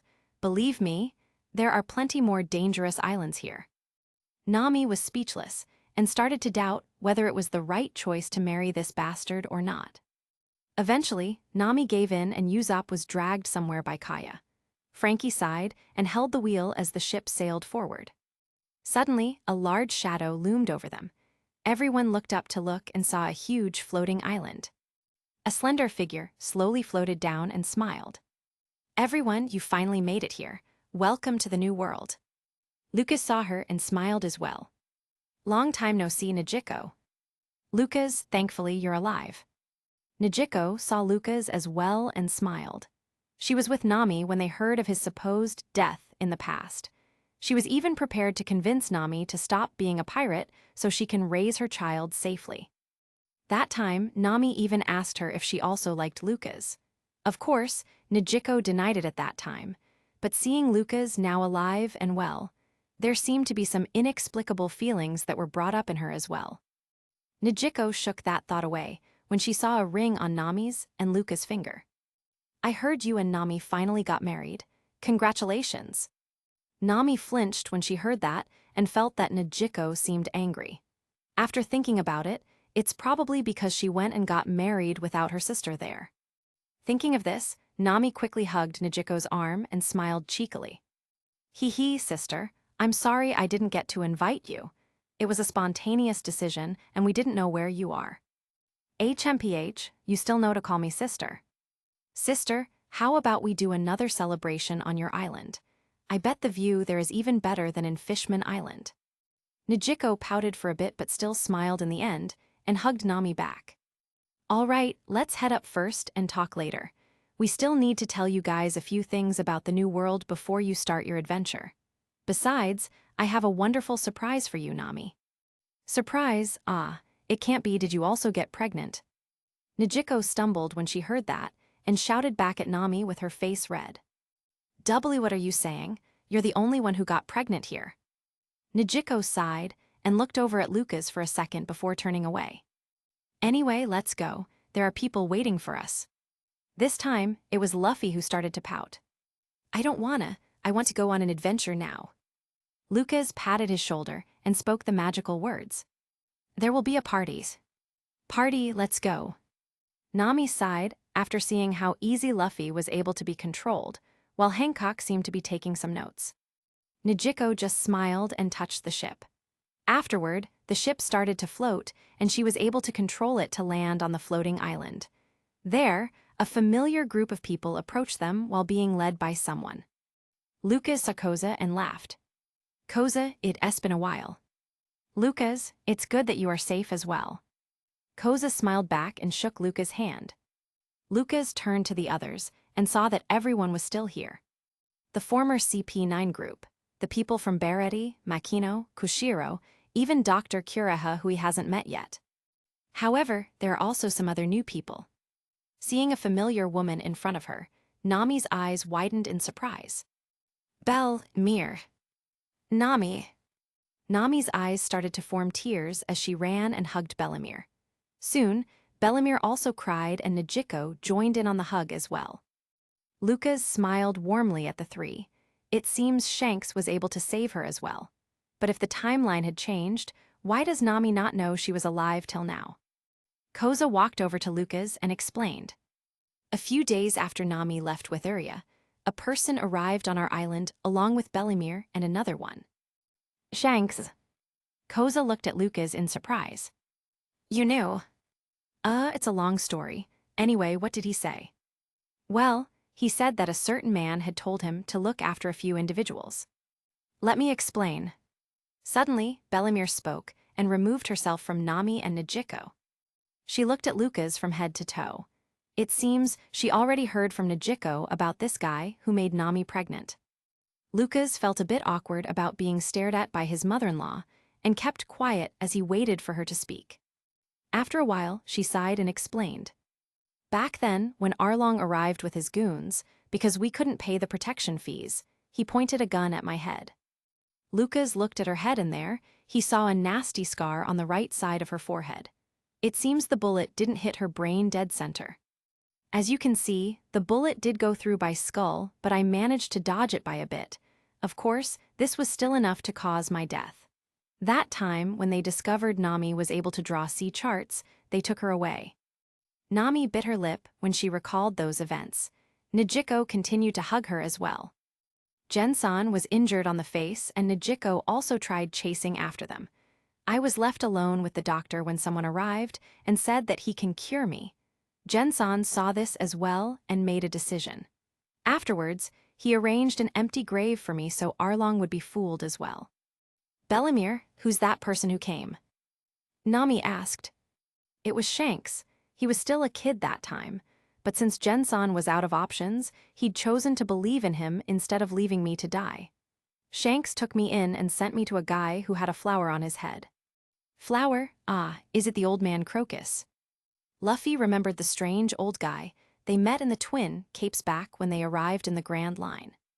He could vaguely remember him, saying he was once a doctor on a pirate ship before. Lucas was the one who nodded at him and explained. That's right, if it's old Crocus, then he can indeed treat Belimir in her condition.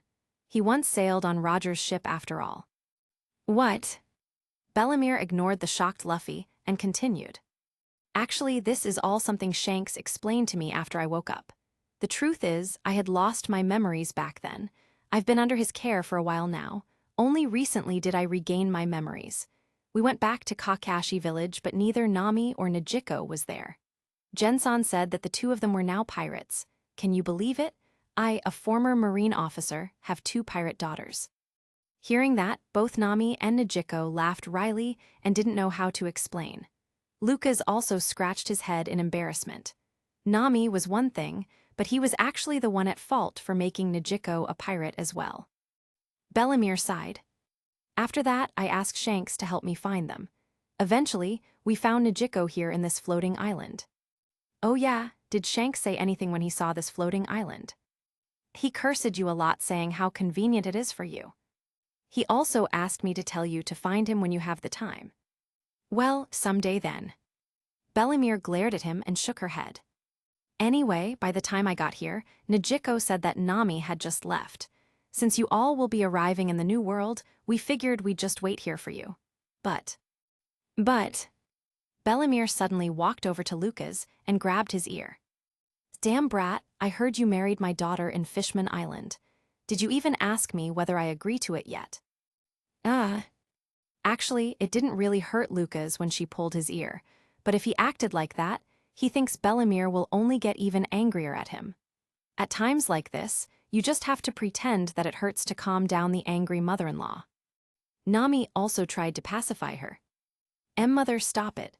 At that time, we didn't know you were still alive. You might not, but this one definitely knows. W8, I really didn't know. That time, I only asked Shanks to keep an eye out for you. I didn't know he was able to save you. Nami turned to look at Lucas in confusion. Lucas, what did you mean? I told you where I was in the past 2 years, right? Before, I didn't know when I would be able to return, so I asked Shanks to look after a few people. Ottoheim and your mother were an example. Belimir had already removed her hand from his ear. Lucas sighed in relief and continued. I know that you love your mother a lot, so I thought, maybe I. Before he could continue, Nami's lips were already planted on his. Belimir glared at the two, but sighed in the end, as she knew she can't really break the two apart, while Nijiko looked at the two of them and bit her lip. Thank you, Lucas. Well, it is what I should do. Suddenly, Lucas seemed to remember something as he asked Belimir. Right, Alvia, Nico Alvia, did Shanks also get to save her? Robin heard the name of her mother and was also hopeful in her heart. She felt jealous seeing Nami reunite with her mother, yet she. However, when she heard her mother's name from Lucas, she knew that he didn't ignore her as well. But reality was cruel. Belimir shook her head at Lucas' question.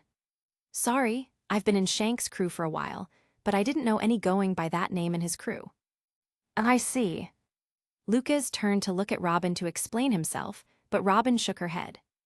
It's fine, Lucas. You already showed me that video of her. I'm already satisfied with that. Robin, I'll go get Luna. Lucas was about to go after her, but Nami stopped him. Lucas, let her go for now. She probably wants to be alone for a moment. Well, okay. The atmosphere turned gloomy all of a sudden, and no one knew what to say. Suddenly, Luffy shouted. Hey, where's the party? Koza smiled wryly and led the group inside their base. All right, I'm sure you all have a lot of catching up to do. For now, let's all go inside. Then we party. Then we party. Woo. Just as they were heading inside, a familiar figure approached them with a cheerful voice. Father, is that idiot Zoro here yet? Jay, why is a Marine here? Zoro saw this person and felt she looked exactly like Tashigi. However, he suddenly remembered what this woman just said. Kushiro smiled warmly at the woman and laughed. Haha, this isn't Captain Tashigi. Have you already forgotten her, Zoro? Don't tell me. Instead of looking at his master Kushiro for confirmation, he turned to Lucas instead. He had heard their discussion earlier regarding Nami's supposedly dead mother. Does this mean? Lucas nodded as well. He looked at Kuina, who looked similar to Tashigi only, unlike Tashigi who had long hair after the 2-year time skip, Kuina maintained her short hair which was cut at shoulder length. She also don't have glasses like Tashigi. Well, I also asked Shanks to look after Kuina. It seems he was able to save her too. Kushiro nodded as well. When Kuina fell on the stairs in the past, she was barely breathing. It was a good thing Shanks was passing by and his crew was visiting the dojo at that time, so his ship's doctor was able to administer first aid immediately. Afterwards, Shanks asked me if he could take her to the Grand Line for further treatment. I agreed. She just got back along with Bellamere. Hearing his explanation, Zoro was still confused. But, why did you tell me she died? Well, you were the one who arrived at that conclusion in the first place. I didn't say that was the case. But seeing as it drove you further in the art of the sword, I never did correct you about it. Zoro started to question his life. Lucas remembered something and asked, but what was that skeleton in the grave when I visited your island? Oh, that was just a thief skeleton. That guy broke in our dojo. Kuina saw him and was about to chase when she fell down, so I hunted him and killed him. Kushiro explained, with the same smile on his face. What the hell, there's even that scenario. Did that even happen in the original? While Lucas was trying hard to recall it, Kuina grinned at Zoro and teased him. Hee, I didn't know you cared about me so much. Shut up, who cares about you? I was only irritated that I didn't get to win against you before you disappeared. Zoro fell silent for a moment, then removed a katana from his waist. Wado Ikamanji, take it, it's yours. Kuina looked at the katana for a moment before looking back up at Zoro. Keep it, you're gonna need it in our fight. Huh? Kuina turned around and looked at Zoro with a smile and slight blush. I didn't just sit around all these years. Are you prepared to lose for the 2002nd time? What happened to you saying there is a limit to being a woman? Even though Zoro said it like that, he didn't really mean to look down on her. Kuina also knows that Zoro is just messing with her. Are you going to use that excuse when you win? But you'll lose anyway, so don't bother. Oh, interesting. Zoro grinned and his eyes flashed. Kuina saw his look and blushed for a bit. Where do we fight? Follow me. As the two of them disappeared off to somewhere, everyone was silent. Nami looked at their disappearing backs and spoke to Lucas. Hey, let's make a bet. Bet. The winner gets to do something to the loser. Hearing this condition, Lucas grumbled. But I already get to do something for you all the time. When in bed. What's the bet about? Lucas took a complete turn and looked serious. Bellamere looked at him with half-closed eyes and wondered if she should break his balls or not. Nami smiled slyly. I bet Zoro's gonna get laid tonight. Everyone was dumbfounded and recalled Kuina blushing earlier. Kushiro's hand suddenly touched his katana, still with the same smile, but he was already walking after Zoro and Kuina's direction. Seeing this, Lucas quickly reacted. I bet he won't. No fair, Uncle Kushiro. Don't go there, let's have a party. Nami's face paled when she saw Kushiro headed over to where Zoro and Kuina were, so she quickly pulled her away. Lucas saw this and was speechless. Capitulo 87, Parental Guidance.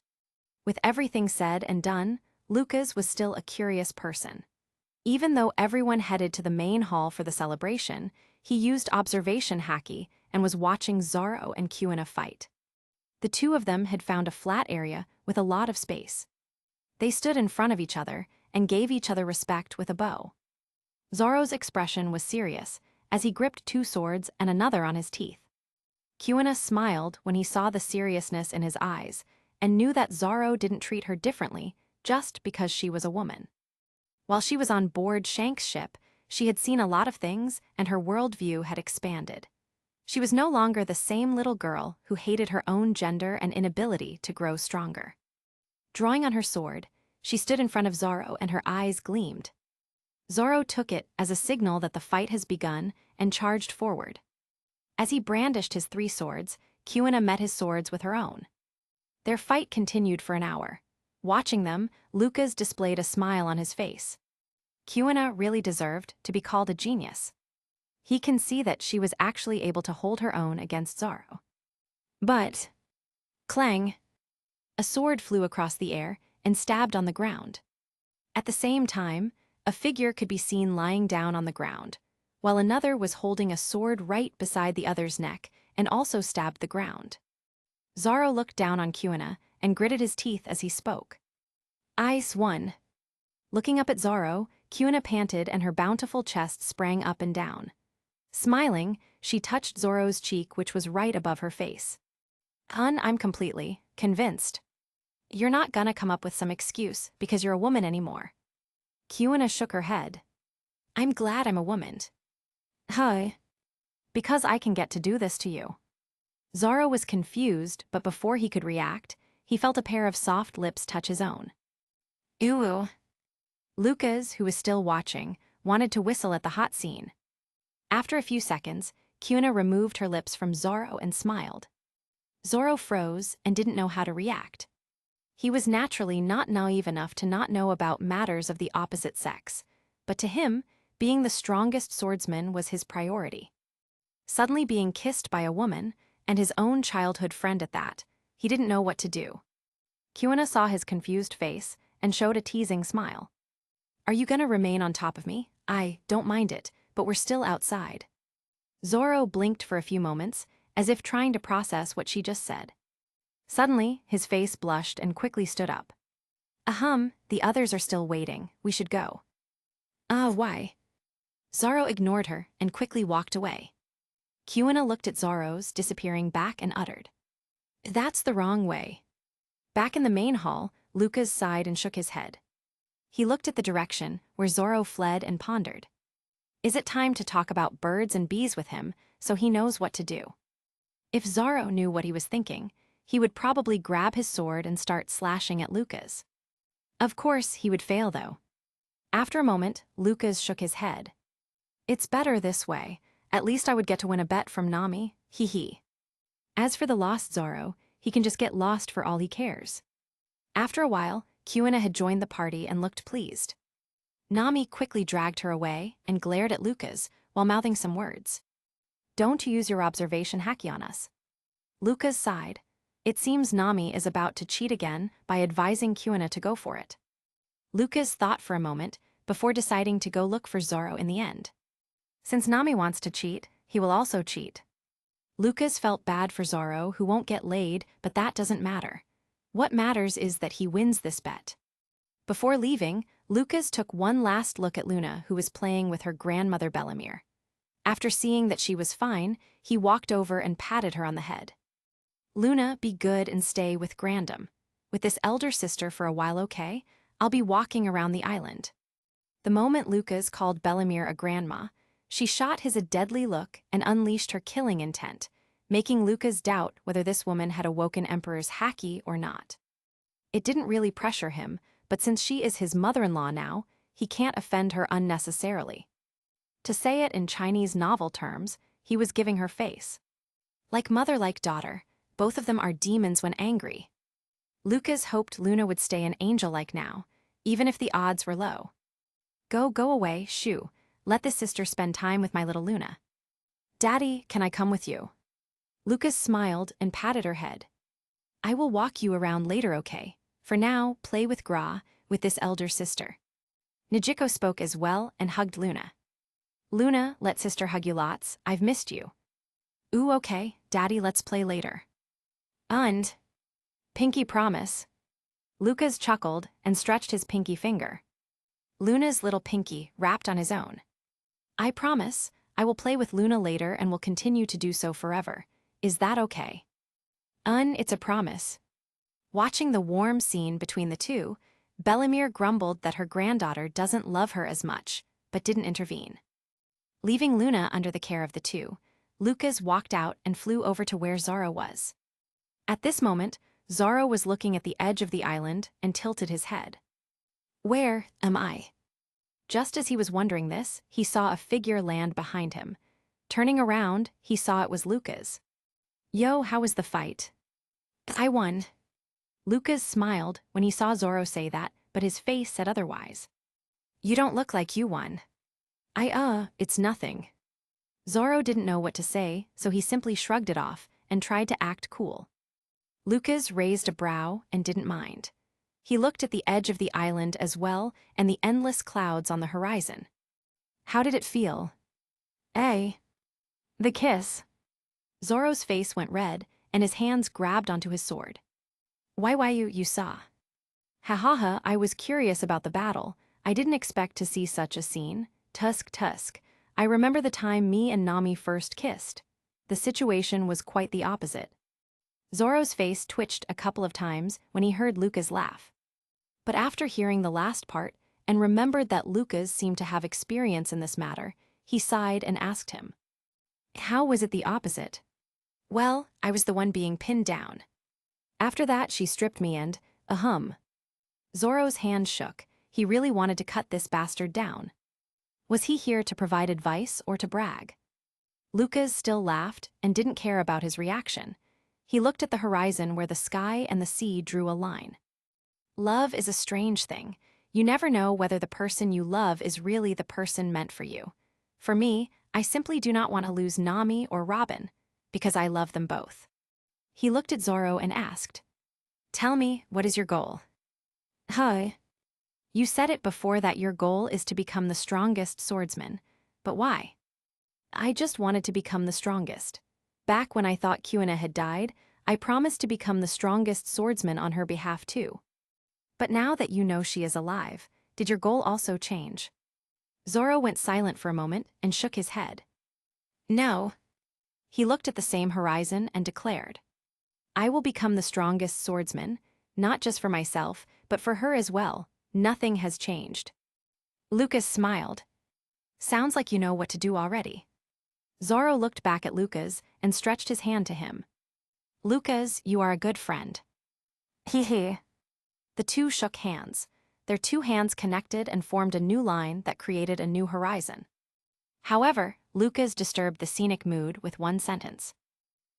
If you can hold it and do it tomorrow instead, I'd be grateful. Nami's bet only said tonight. As long as you don't do it tonight, I win. Zorro's head was full of black lines. He started to regret what he just said a moment ago. Meanwhile, on Nami and Kuina's side, Nami was busy whispering certain things to Kuina. Each time, Kuina's face would grow redder and redder. It was evident that whatever Nami was whispering to her about wasn't anything decent. Robin saw the two and laughed. She wondered if Zorro could even survive the night after Nami finished training Kuina. So once it becomes hard, you take it and start doing this. And then you can use your saliva to make it more slippery. You can also do this, and that. Oh, your chest is big enough so you can do this too. Not like that, more like this. Yes, that's right. While doing that, you can also lick. What does it taste like? You'll find it out on your own. Swallow. Lucas likes it when I swallow, but I'm not sure about Zorro. Anyway, while you do it, remember to look at his expression. That will let you know if you're doing it right or not.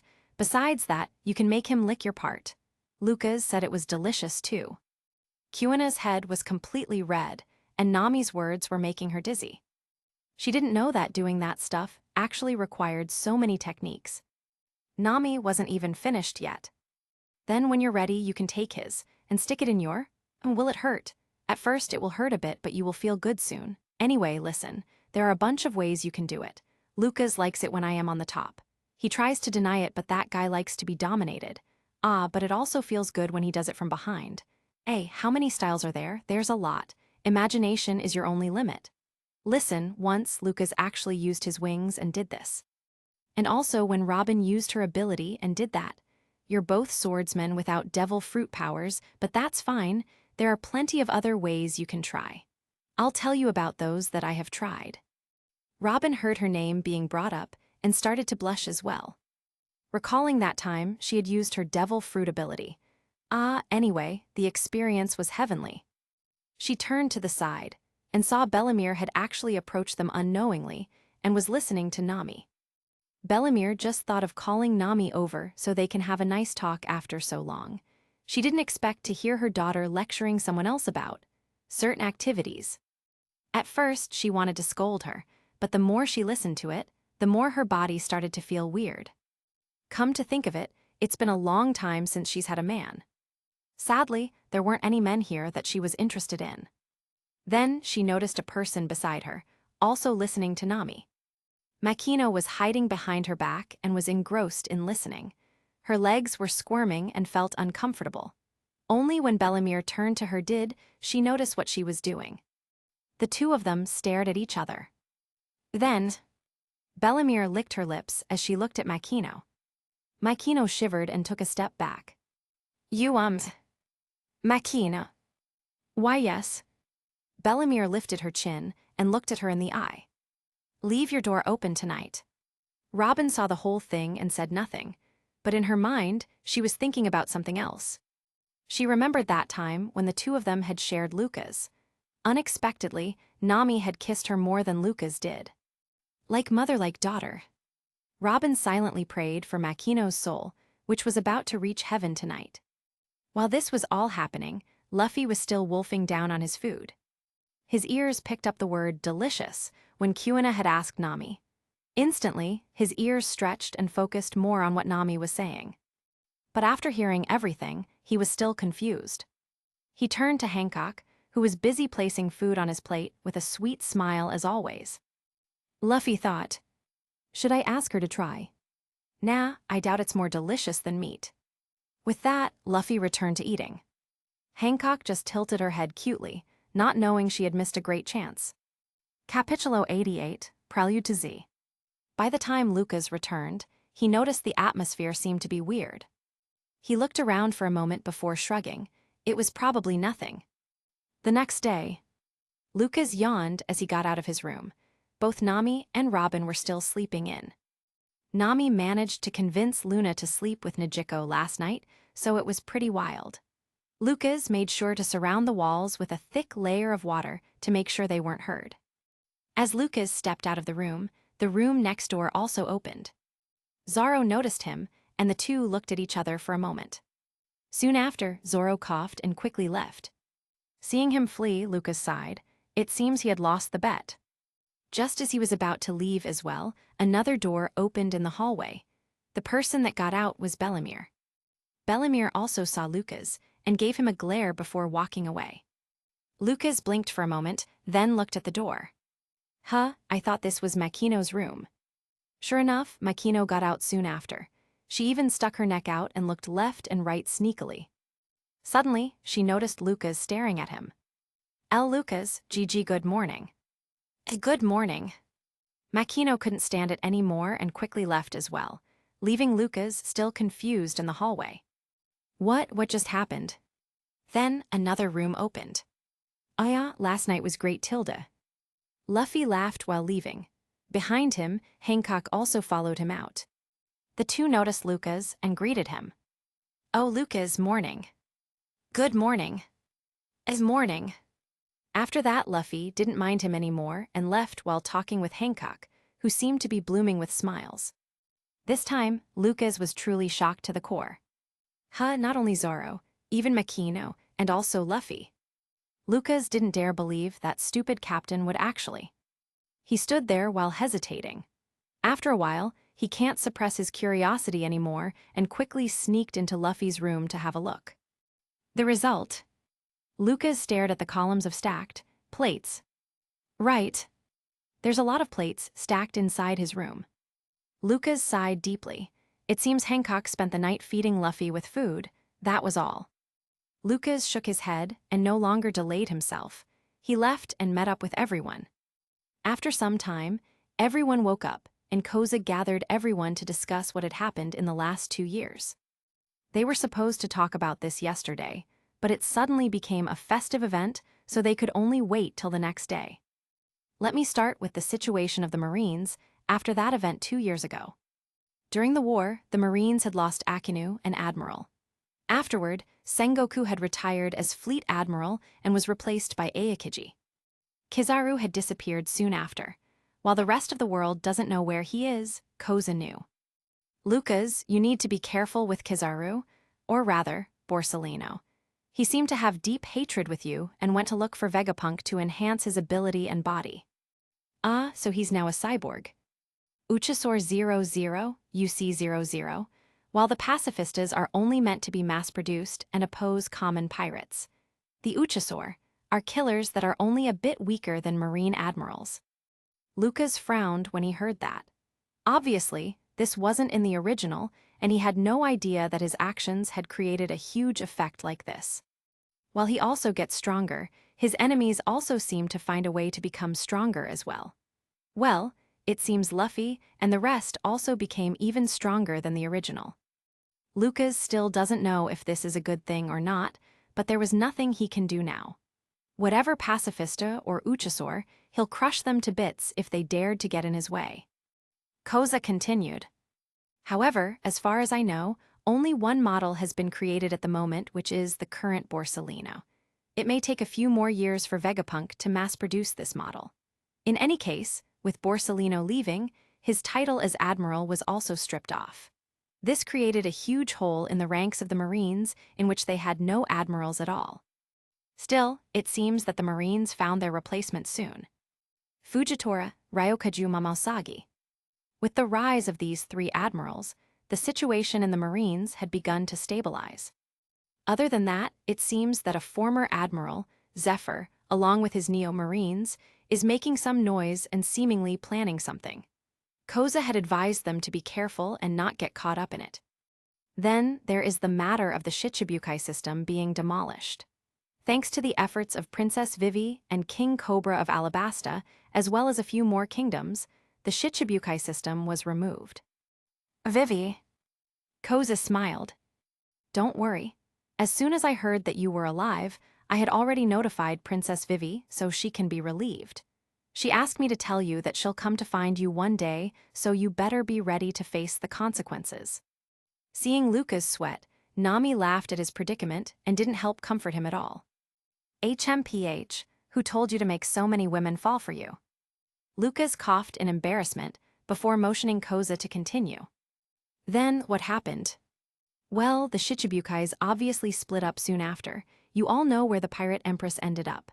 As for the others, it seems Moria had disappeared soon after, but Koza knew that not only did he disappear, he was actually killed by Doflamingo. As for Doflamingo himself, he had gone underground and there was no news of him for a long time. Of course, Koza still knows where he is and what he has been up to. Lucas looked at Koza and saw him in a new light. It seems there is nothing that this guy can't find out. The card Devil Fruit really suited him.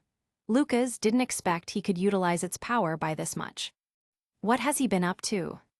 He's been creating various chemical weapons with the help of Caesar Clown and selling them to the highest bidder in the underworld.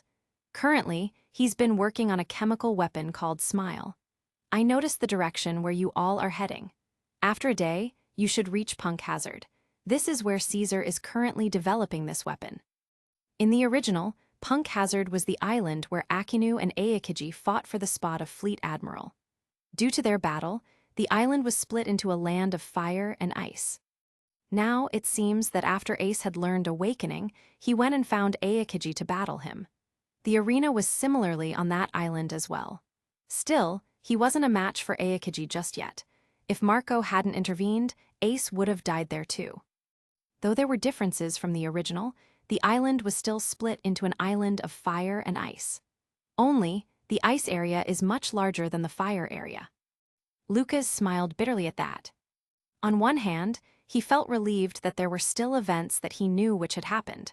On the other hand, he was worried if this would be good or not. Nevertheless, he would still face it head-on. Going back to the topic of the Shichibukais, Mihawk is still on his island, and at the moment, the Marines can't spare any strong soldiers to capture him, only leaving a few to monitor his movements. They weren't stupid. Mihawk's title as the strongest swordsman meant that his strength was no joke. The way they see it, as long as this guy stays in his island and doesn't cause any trouble, then they can ignore him for the meantime. As for Kuma, he was sent to Mariewa and became a slave to a world noble. Those are the only relevant news for the time being. Is there anything else you wish to know? As he asked that, Luffy stepped forward with a serious look in his face. Everyone was surprised to see their captain become serious, so their faces were also solemn. In the New World, is there a kingdom of meat? Everyone crashed to the floor. Forget it, nothing is serious to this captain. Koza sighed and answered nonetheless. No. Gah. But Boyne Archipelago is probably the closest thing. Everything is edible in that island. What? Luffy, who was depressed a minute ago, was not rejuvenated. Where is it? It's in the first half. That was where Usopp spent 2 years along with Jabra. Jabra, who was standing at the side, finally responded. Heth, you won't believe it. That guy actually became so fat because he kept eating everything. In the end, I had to keep increasing the training to put him into shape. I'm so jealous. Why was I sent to the Island of Women instead of there? Hearing that, a vein popped in Sanji's forehead. Giadidiamite, don't you know how lucky you are, you bastard? But I want meat, I want food. And I want women's. Everyone just stared at the two who were fighting, and Usopp being caught in the middle of their fight. After a while, they all decided to ignore them and continue. Lucas asked Koza, Kaido, what do you know about him? Why do you want to know about him? He and I still have unfinished business. Koza frowned as he didn't remember any intel about Kaido and Lucas having a feud. Still, he didn't question anymore and answered him instead. From what I know, Kaido is on an island called Wano. It's an isolated nation that is also not a part of the world government. It was the land of the samurais. Hearing the part about samurais, Zoro's and Kuna's eyes gleamed while Kushiro, who was listening in, seemed to be in deep thought. Do you have ears inside Wano as well? Yes. Koza nodded with confidence. There are only a few places where he cannot see or hear, and Wano isn't one of them. Lucas thought for a moment and gritted his teeth before finally asking. Oden Kazuki, as well as Toki, do you know about them? Koza frowned. At the side, Kushiro's calm breathing suddenly quickened. While there were no changes in his expression, deep down, he was shocked to hear those names appear from Luca's mouth. Are they from Wano? Because I haven't heard those names pop up in any important places in Wano. I see. Luca's expression was grave. Very well, Kaido, this time either you die or I die. Nami and the others saw his grave expression and knew that he was mad. Koza thought for a moment, after seeing Luca's expression, then spoke up. I'll immediately send some people to investigate everything about these two people. Lucas, rest assured and wait for my news. All right. Though Lucas nodded, inside, he knew that it was useless. After all, if Kaido is still alive, and the fact that these two names were never mentioned in Wano again, meant that they had indeed died. Still, Lucas was hopeful. If what happened was the same as in the original, then that means Momonosuke was also sent to the future with Toki's ability. He has to find him and protect him, no matter what. Lucas still doesn't know if Hiyori is also safe. He hasn't gotten far in the original yet before he was sent to this world. Naturally, he was anxious to make sure Hiyori was also safe. But for now, he needs to save Momonosuke, who he knew where he is. Since Punk Hazard is still here, and Caesar Clown is there, then Momonosuke should also be there, right? Afterward, Lucas and the others stayed for a few more hours before finally leaving. During this time, Kushiro had dragged Zoro somewhere. He's probably gonna get beaten for sleeping with Kuina, but his life shouldn't be in danger. Lucas just shrugged and carried Luna to walk around the island and play with her. When they were about to leave, Zoro returned with various bruises in his face. Kuina laughed at him for a while, but still helped treat his bruises. As they left, they gained a new member. Kuina had joined the crew. Lucas was about to board when Bellemere grabbed Lucas and gave him another glare. "You better take care of my daughter and granddaughter, you bastard." "Ha ha ha, I will, please don't worry, mother-in-law." "What did you call me?" Sister-in-law." Lucas' face went red in embarrassment. How is he supposed to call his wife's mother a sister? After finally being freed by Bellemere, Nijiko boarded the ship and made it float downwards. Soon, they reached the water, and it was time for Nijiko to say goodbye as well. She hugged Nami and Luna, then looked at Lucas. After hesitating for a bit, she bit her lip and gave Lucas a quick hug before floating away. Nami stared at Lucas. "It's not enough you have me, you even went for my sister." I don't want to hear your excuses." Nami snorted and took Luna to go inside. Lucas sweated. "What situation is this? How come I don't remember raising any flags?" In the end, Lucas sighed and just left it up to fate. While the crew separated and did their own thing, all of a sudden the skies turned dark. Then, marine warships appeared to surround them. Marines. How did they appear all of a sudden? Everyone ran to the deck to take a look. Luna saw there were a lot of ships, and her big eyes glittered. "Wah, so many." Beside her, Lucas looked at the ships with a weird expression. This scene was a bit familiar to him. This wasn't in the original manga, but it was in a filler episode in the anime. Then, he remembered what Koza said about Zephyr, and knew that the movie arc would also be happening. Lucas sighed. "Calm down, this is just a mirage." You're right. My observation haki doesn't pick up anything from the ships." Luffy exclaimed. As if to prove his point, he sent a giant punch to one of the warships in front. As soon as his hand made contact, the warship dissipated, and the other warships also disappeared soon. Nami looked at the dark sky, and her face paled. "Frankie, steer the wheel. We need to quickly get out of these waters." "Roger." Frankie quickly ran to the wheel and held it, ready for anything that would happen. Suddenly, a huge shadow loomed above them. Everyone looked up and saw huge droplets of water. "What is that?" "Rain, so huge." Lucas waved his hand and made sure none of the huge drops of water hit their ship. But this wasn't over. Suddenly, the huge drops of water turned to ice. Zoro and Kuina both drew their swords and sliced through the huge ice chunks, cutting it into pieces. The waves rocked the ship as the huge drops of rain and hail splashed on it. "What the hell is this weather?" Usopp shouted in fright. "These are the waters of Mobajumul." "Mode what?" Mobajumul, or, as they are called, the temperamental waters. Weather phenomena unlike anything anyone has ever seen or heard come one after another, as if by the ocean's whim. While Nami was explaining, a huge avalanche came from the sky. Robin crossed her hands and created two huge hands to catch the snow coming from above and preventing it from crashing on the ship. Then heavy rain appeared. This time it's rain. But it can't be normal rain. Suddenly, the whole ship seemed to tilt, and everyone's faces went pale. "The sea is parting." Lucas waved his hand again and made sure to keep their ship still horizontal, while Frankie activated coup de burst to leave the sea. Thinking that everything was over, huge pillars of lightning started to strike the ocean. So much bizarre weather that happened and kept rocking the ship back and forth. Eventually, Luna became dizzy from the rocking and shouted, "Stop!" Suddenly, the ocean stilled. The clouds quickly cleared away, as if it were fleeing. Then, nothing. Right, it was now calm all of a sudden. Everyone looked at Luna and couldn't help but wonder. Was it a coincidence, or? Seeing Luna grab her head from being dizzy, Lucas smiled and patted her head. There, everything is okay now. Thanks for stopping the weather, Luna." "Ooh, bad weather, making me so dizzy." Lucas thought he heard some whimpering in the sky, but that's probably his imagination. How can a weather whimper like a sad dog? Lucas was about to say something, but noticed something with his observation haki. It seems they have a stowaway.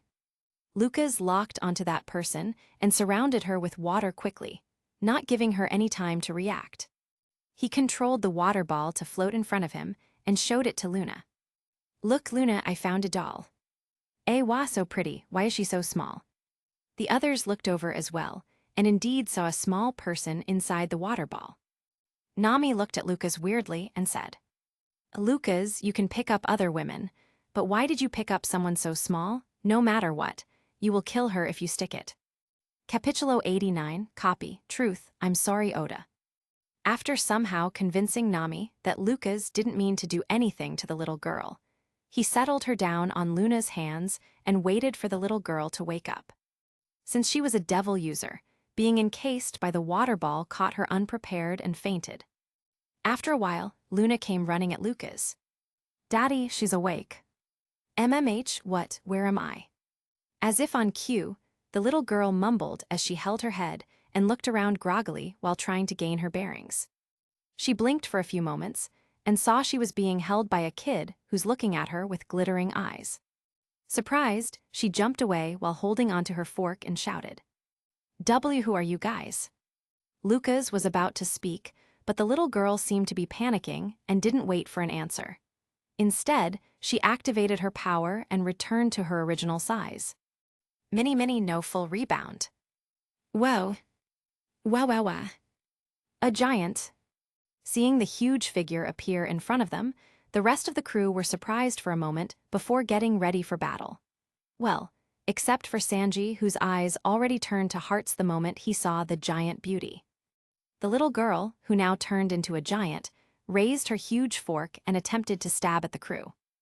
Luffy quickly reacted and jumped, while stretching both his arms backward. Gamu no, bazooka. A loud impact noise rang out. Surprised by the power, the giant staggered her feet backward and fell into the ocean. Lucas sighed and controlled the water to pull the giant back. Only now, she was back to the size of a palm. Luffy looked at the little girl and asked, What was that? How come she's little again? She's probably a devil fruit user who can change her size at will. Nami deduced while looking at the little girl in wonder as well. Luna's eyes were still shining. I want to grow big too. Hearing that, Luca's face went pale and instinctively thought that she really will grow big with that strange power of hers. Thankfully, it didn't happen, and Luna was still the adorable baby girl. Lucas sighed in relief and shook his head. She's probably a giant who ate the mini devil fruit. How can you say that? 'Cause she shouted mini no earlier. Zoro tried to open his mouth to refute, but can't find the words to say. Isn't that the case? Their own captain keeps shouting Gamu no in his attacks because he ate the rubber devil fruit. Was identifying devil fruits really this easy? Lucas just shrugged and looked back at the little girl, who was about to wake up again. Seeing everyone look at her, the little girl was badly frightened as she held her fork and raised it against the crew. What do you want? Shishishi, say, is it true that you're a giant who can shrink? Luffy didn't care about her wariness and simply laughed. The little girl looked confused at the question, but still nodded. My giant who ate the mini devil fruit. Other than my giant size, I can only switch to this size and a 5mm size. Perhaps seeing Luffy smile, she thought that they really didn't have any ill intentions towards her. She began to cheerfully explain her abilities and even demonstrated it. Both Luffy and Luna's eyes glittered when they saw it. Whoa, so cool. Big little sister, can you teach me how to do that? Lucas sweated. What the hell is big little sister supposed to mean? Also, how can you even teach someone how to use their devil fruit powers? Everyone laughed at their antics. Sanji brought drinks for everyone while the little girl, who introduced herself as Lily and Stomach, tried to teach Luna how to shrink using sound effects to explain. Luna looked eager and nodded repeatedly with a serious look, so it was hard not to laugh about it. Then, I did it. PFTTT. Everyone did a spit take, and Lucas even coughed up the drink that he was sipping. He rubbed his eyes repeatedly, but no matter how much he did that, the fact was, his daughter was now 5mm tall. They say that you have to see something to believe it, but sometimes it was still hard to believe something no matter how much he sees it. After a couple of times, Lucas was forced to believe the truth he was seeing in his eyes. His daughter seems to have the ability to copy other people's devil fruits. At the same time, he started to think more about his own ability. So far, he has the ability to control water, heal, fly with wings. But was this all he was capable of? Lucas remembered that time he acquired the ability to manipulate water and to turn his body into water like a Logia devil fruit user. That time, he was dried up thanks to Crocodile's powers. At first, he thought that his ability was to counter other people's devil fruit, which created his water ability. But going back even further, when he was exercising and a warm feeling was removing his tiredness, it didn't coincide with that logic. It was like his body was forcing him to adapt to the situation instead. Then there was the time he grew wings. If it was really his body forcing him to adapt, then there was no need to really grow wings. Any ability would do. He could control the wind instead and just lift himself up. Or maybe gain Enel's lightning instead and travel to the clouds. No, that time, he was thinking about wings. There was also that time with Aokiji. He could have gotten a fire ability like Ace or Akinu when he was encased in ice. But instead, he used his water power to create another branch of power, which makes use of heating the water instead. Such a roundabout method was because he was restricted to thinking that his main ability was to control water. But what if that wasn't the case? Let's not mention the fact that he even traveled through time by accident as well. How is his power simply water control, or healing, or flight? Even the counter or adapting ability that he thought of can't explain time travel. Now seeing Luna able to copy other people's devil fruit made him think that he has been thinking about his ability the wrong way the whole time. He felt like the answer was just at the tip of his tongue, but couldn't quite grasp it.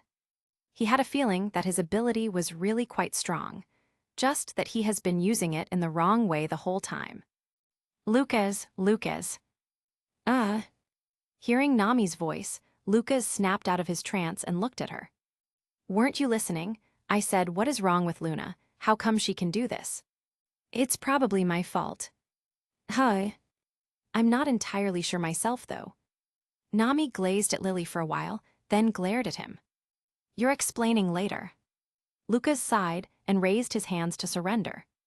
In any case, she was now his wife. It didn't feel right to still keep secrets from her. Plus, Lucas thinks it no longer matters much now, even if he tells the others that there is a book in his world that draws out their whole journey towards one piece.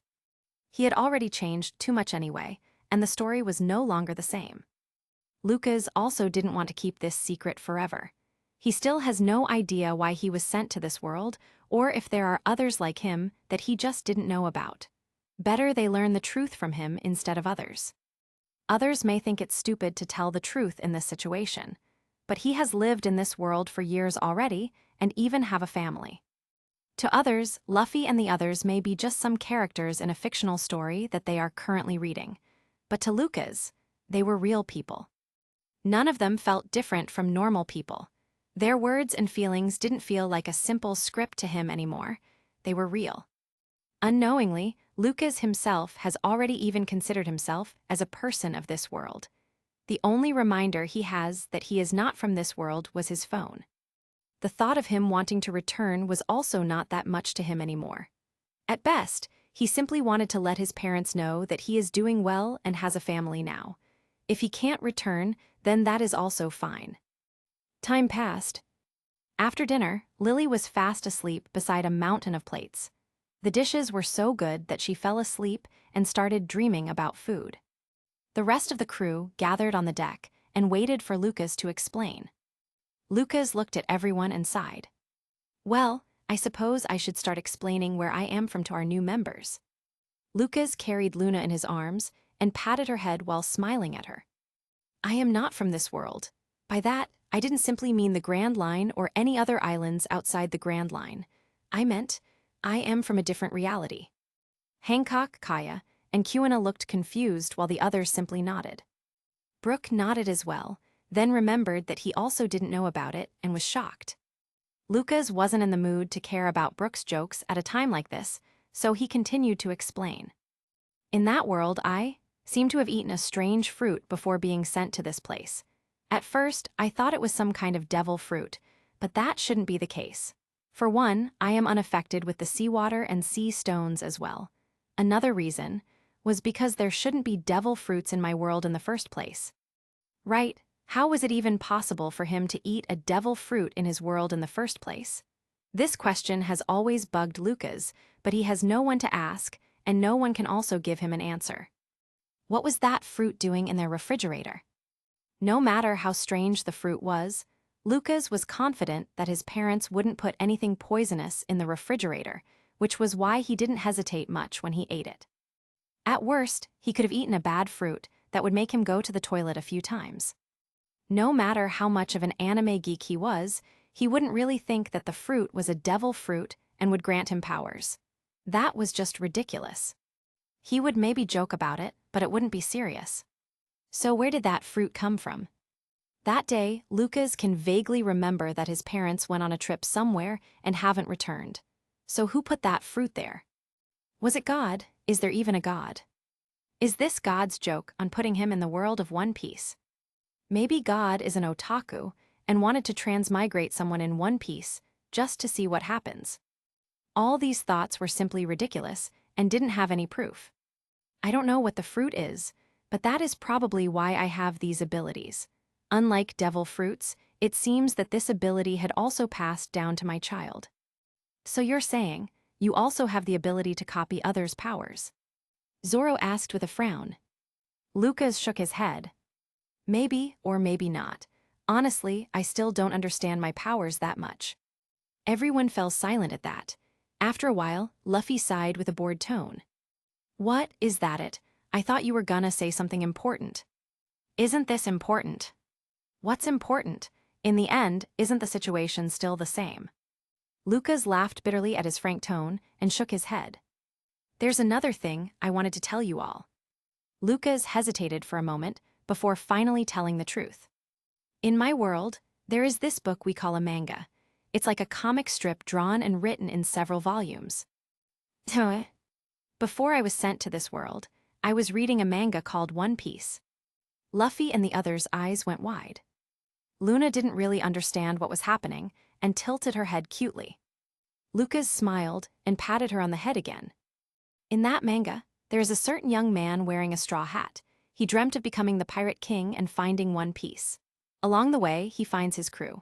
A pirate hunter with 3 swords, a thief girl who wanted to make a map of the world, a liar sharpshooter who dreamt of becoming a warrior of the sea, a cook who ran away from his family in search of freedom, a reindeer doctor who turned to a human, an archaeologist who was also the last survivor of a certain island, a pervert shipwright cyborg who wanted to create a ship that can circle the world, and a dead musician who longs to see an old friend. Lucas looked at them while thinking about the original story. Perhaps they could already guess what Lucas was meaning to say, but they can't find the words to speak. Right, in my world, your adventures were all drawn in paper. You were the main characters. Naturally, without me interfering, you would still become the Pirate King and find on. Right after Lucas finished that sentence, Luffy shot forward and grabbed him by the collar with an angry look. Lucas fell silent for a moment before continuing. If you're worried that I already know the ending, then don't be. Before the story ended, I was already sent here. I really don't know where Raftel is or how to get there. That's not why I'm angry. Luffy shouted. He started to realize everything that Lucas did in the past, and it all started to make sense. Luffy glared at Lucas and shouted. Don't be ridiculous. What story? I don't care about any of that. I know I'm going to be the Pirate King. Nothing has changed that. Why are you speaking as if you don't matter at all? Lucas was taken aback and didn't know how to respond to that. Is that why you kept putting yourself in danger? With Crocodile Enel Aokiji, every single time you keep putting your life on the line, is it because you think that even without you, the story would go on? That you don't matter? Luffy shouted angrily while glaring at Lucas. Hearing what he said, the others also started to notice this fact and looked at Lucas. Nami and Robin were especially saddened. Lucas didn't know what to say. Maybe a part of him indeed thought that way. He wasn't anyone important in the story. Luffy would still become a pirate king. After all, he's the main character. Nami and the others would also be safe as they had gotten stronger. Lucas looked back to Luna in his arms, who was looking at him with a worried gaze. He smiled at her warmly to reassure her. Maybe I did think that way in the past, but after having Luna, I can't afford to let myself die anymore. He looked back at Luffy and grinned. Luffy, I'll let you know now. My first priority is Luna, then Nami and Robin, then myself. I don't have time to keep protecting you anymore. HMPH, who needs your protection? I'm the captain. Luffy snorted and removed his hand from Luca's collar. Lucas just laughed and shook his head. Then Nami and Robin came and gave him a slap on both cheeks. I probably deserved that. Damn right you do. I don't care about some story in your world. We have our own story. When you get back, make sure to kick the author between his legs. Better yet, lock him up in a dark, damp cell and force him to stop writing. Lucas sweated when he heard that. Oda, I'm sorry. Capitulo 90, Z's ambition. Still, it's a unique feeling to know that our lives are already written in your world. How much has changed exactly? Are there any dangers that we should know about? Robin, you can't ask that. How will it be fun to adventure if we know what's going to happen? Luffy stopped Robin from asking more. To him, he didn't care if their lives were written in another world. His life is his life. He's the one in control. If there's going to be dangers in the future, he will deal with it himself. Lucas knew what he was thinking and laughed. A lot has already changed, so even I can't tell what danger we'll be facing. For one, Ace is alive now, and Akinu is dead. But Kizaru seems to be a lot more troublesome now. The Shichibukais were also disbanded a lot earlier than expected, which will cause a lot of ripples. The former CP9 is also now on our side, so there will be more unknown enemies for when we face CP0. Basically, there's no telling how many enemies we will face in the future, which I have no knowledge of. Not to mention there's still that Lucius guy, who seems hellbent on believing I am his brother. Lucas shrugged, then noticed that everyone was quiet. Confused, he saw Luffy staring at him with wide eyes, and the others looking at Luffy and Lucas silently. It took Lucas a moment, before realizing that it must be because he mentioned Ace being alive now. Luffy opened his mouth to say something, but then closed it again. After a while, he sighed. A lot has happened, and I feel like I haven't said something to you yet, Lucas. Say what? Thanks. Lucas was surprised by the sudden thanks from Luffy. Thinking about it now, you've known everything since we saw you that time before we reached Alabasta. Right. Probably you knew all the dangers and deaths that would happen, and yet you still chose to follow us. Well, it's annoying for me to suddenly be sent to this world without even reading the ending of the story, you know? What better way to know the ending than to see it with my very own eyes? Luffy laughed.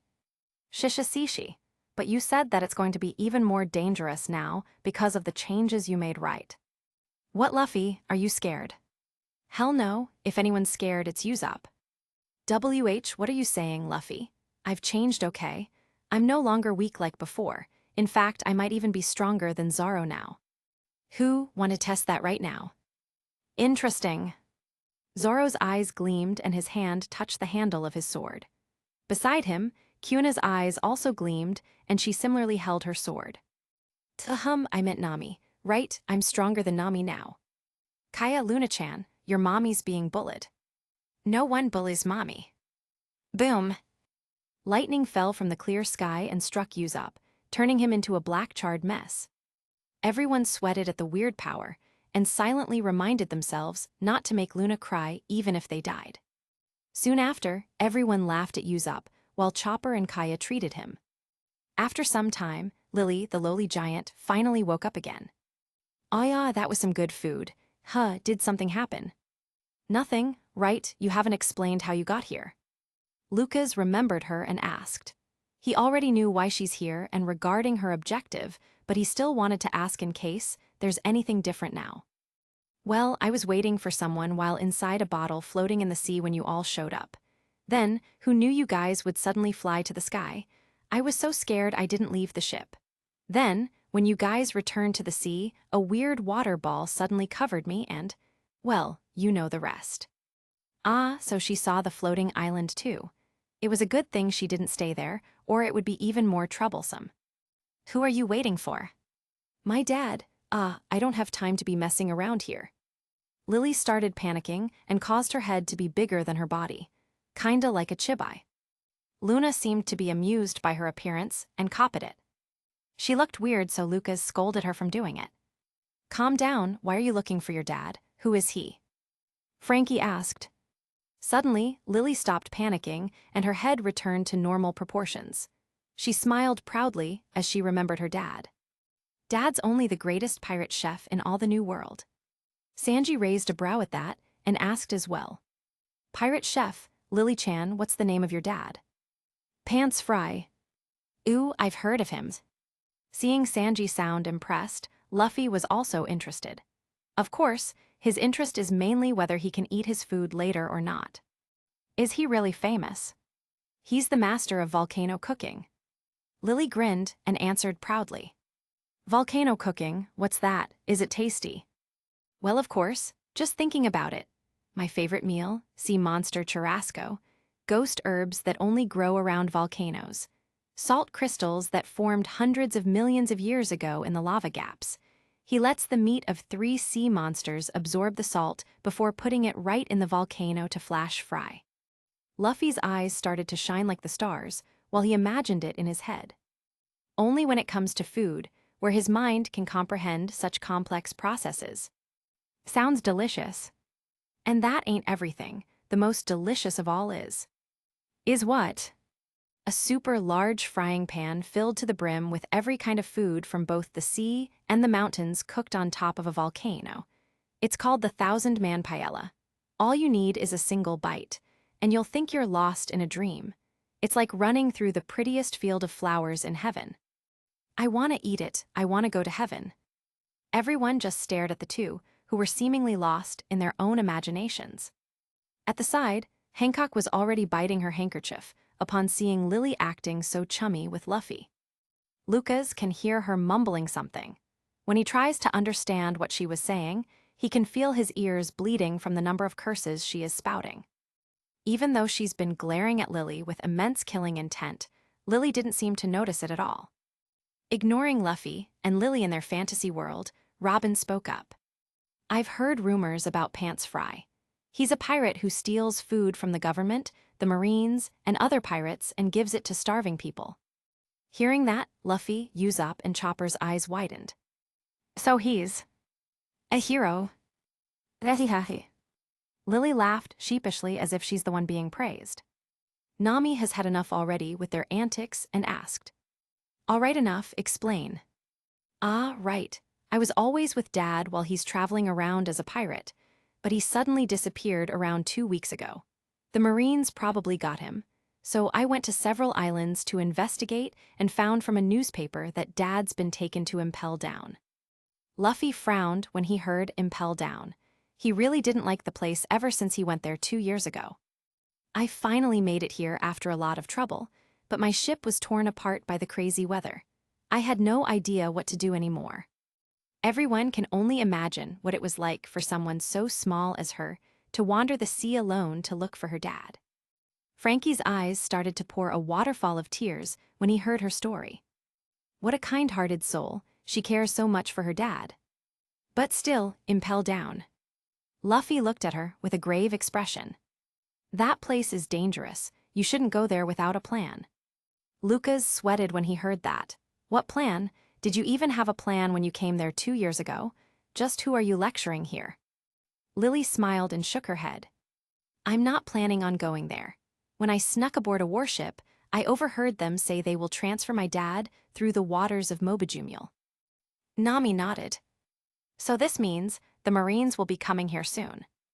"Going against the Marines is also still dangerous, Lily-chan." Sanji warned Lily.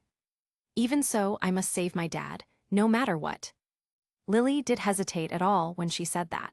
She was prepared to maybe even lose her life if it was to save her dad. Luffy looked at her silently before turning to Lucas and the others. "I'm thankful to you all, but there's no need for me to trouble you guys further. If you can give me a bottle, I'll be off. You all better get far away from here as soon as possible." Everyone else looked back at Luffy and nodded. Lily saw that and thought that everyone decided to do as she says. In her heart, she felt a bit disappointed but quickly shook it off. They aren't familiar with each other and also just met each other just now. There was no need for them to risk their lives for her. This was normal. Not to mention, they are pirates. It was already good for them to have given her food despite sneaking into their ship unannounced. There's no need for them to risk their lives for her. Lily repeated this phrase in her heart to convince herself. Lily.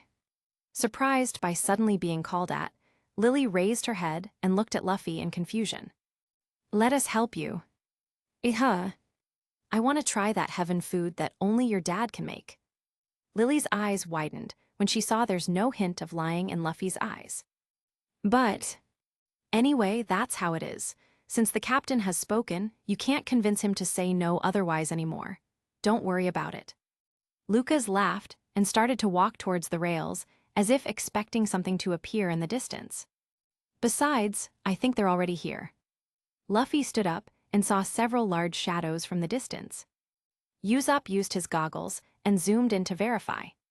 It's the Marines, they're here. Men, time to get Lily's dad back. Kuina saw the warships as well and frowned. Still, aren't there too many warships escorting your dad? Robin nodded, as well as she thought the same. Even going through Mobajimul as well, something seems odd. Maybe Lily's dad is really dangerous. Kaya asked and didn't understand why they found it odd. Hearing them, Lucas answered. No, Pants Fry isn't so dangerous as to warrant 4 warships and a vice admiral to escort him. There's another reason why. There's a vice admiral on board. Usopp shouted in shock, but then saw Kaya looking at him, so he quickly cleared his throat and corrected himself. So there's a vice admiral there, I can finally kill a vice admiral. No one minded Usopp and continued to listen to Lucas instead. If I'm not wrong, Vice Admiral Momonga should be there. The reason why Lily's dad is heavily guarded is that recently there have been many attacks on pirate ships lately. In fact, even for marine warships, as long as there is a pirate on board, they will also be attacked. Yeah, Koza told us about this earlier, right? So you're saying that because even marines are being attacked, they have increased their security to protect the pirates they captured? Nami asked when she remembered what Koza told them earlier. Others like Luffy or Zoro might not be listening properly, but she had noted the information that they received just in case. Lucas nodded at her. Right, the group that the former Admiral Zephyr is leading is called the Neo Marines. They are former Marines that believe pirates should all be executed. Even locking them up was unacceptable to them. Lucas sighed when he remembered the movie. Is this also part of the story that you know? I hope they wouldn't show this time, but if the Neo Marines are making this much noise now, probably Zephyr's ambition is close at hand. Ambition? Luffy asked. Lucas nodded with a grave expression. Yeah, he's planning to destroy the entire New World. Capitulo 91, Giant Luffy. Destroy the entire New World. Is that even possible? The rest of the crew were unable to believe such a thing. The New World stretches half of the world.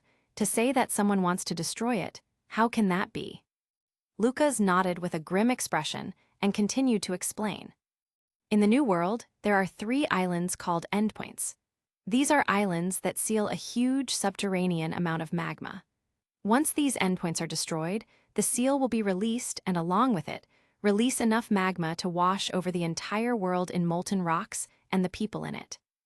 Everyone paled as they heard that. Nami asked frantically, Isn't it just a legend? The world government and Marines hid its existence to everyone else. Most likely, only people like Sengoku, Garp, and Zephyr knew about it. Aokiji will probably know about it soon as well as the new fleet admiral. Lucas shook his head and sighed.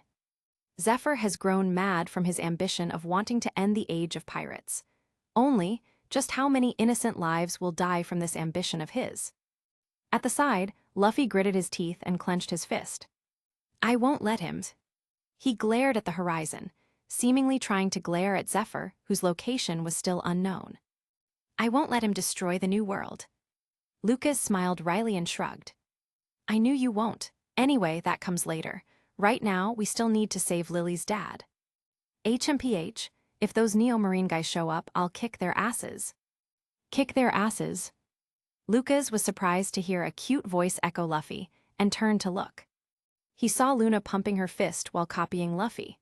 Suddenly, a vein popped in his and Nami's forehead as two fists clad in haki came crashing down on Luffy's head. Stop teaching Luna strange words. Everyone laughed for a while, before finally getting to the serious part, as they planned how to rescue Lily's dad. A few minutes later, everyone decided that having a plan is useless with Luffy around, so might as well launch an attack head-on. Nami held her forehead, as if it hurt from Luffy's stupidity, while Lucas just tried to console her. Well then, let's start. Luffy laughed and jumped off the ship. Lucas wore his Shark Knight outfit and jumped to the waters as well. As soon as he did, he unleashed his move. Freeze, second-degree frostbite. Lucas shot straight towards the marine warships underwater, while freezing the water above him to create a path for Luffy and the others to run. Beside them, Nami rode the Channel 1 Shiro Mokuba, while Robin clung to her behind. Brook was also running on the water on the other side, while laughing. The only ones left on the ship were Chopper, Frankie, and Kaya, who were watching over Luna and the ship. The Marines at the distance started to notice them and fire their cannons. That's Straw Hat Luffy. Fire at them. Vice Admiral Mamanga saw the ice they were using as a platform and frowned. What is this? Ice. Who else other than Aokiji can generate ice like this? While he was thinking about this, Luffy and the rest started to deflect all the cannons fired at them. Soon, they were already near the warships. Lucas started to spread the ice wider to provide everyone with a good enough foothold while fighting. Once that was done, he emerged from the water and landed on the ice he made. Mamanga and the other Marines were shocked to see his appearance. Why is this man here? Is that Shark Knight? The man who once stood side by side with the Pirate King himself. Why is such a legendary character appearing here? Mamanga gritted his teeth and jumped from the ship, landing in front of Lucas. Shark Knight, what is the meaning of this? What do you mean? For you to side with Straw Hat Luffy, does this mean you want him to replace Roger? Lucas laughed. Stop guessing. My relationship with the Straw Hats isn't as simple as you think. Lucas said no more and generated a water scythe clad in haki, turning it jet black. Mamanga gritted his teeth and met the attack with his sword as well. The instant they made contact, Mamanga was pushed back by a few meters. Don't bother fighting. We only came to get Pants Fry. Mamanga frowned. What was so special about this Pants Fry? Why is even Shark Knight taking action? Is he thinking of recruiting him? Is he saving him to get in touch with the Island of the Giants and gaining their favor, if the Straw Hats were to gain the forces of the Giants? All sorts of wild suspicions appeared in his mind. If Lucas can hear what he was thinking, he would probably be torn between laughing and crying. Bro, don't read too much into this. Not everything has a conspiracy. Meanwhile, Zoro and Kuina had already cut off the chains on Pants Fry. Everyone else was fending off the other Marines from getting close. Suddenly, torpedoes started to shoot from underwater. Since Lucas had already warned them about it, Luffy was able to react immediately and blocked the torpedoes from attacking Pants Fry. They're here. Sure enough, another figure shot out from underwater as he spun and attempted to attach a warship. Luffy's arm expanded and turned black. Gamu Gamu no, elephant gun. The person who appeared was surprised to see someone intercept him. He was blown away from the impact, but was still able to land properly on the ice platform. He wiped off the blood on his mouth and glared at Luffy. You're Straw Hat Luffy. HMPH, that's right, I'm gonna be the Pirate King. I won't let you destroy the New World. The man who appeared was someone from the Long Arm race, who had 2 elbow joints on their arms. Mamanga's eyes widened when he saw him appear as well. Shiuzo acted as if he didn't hear Mamanga as he continued to glare at Luffy. How did you know about our plan? Doesn't matter how, I am going to put an end to it no matter what. Sansatsu Lariat. Gamu Gamu no, Red Hawk. Boom. The two collided, and created a shockwave that pushed everyone back.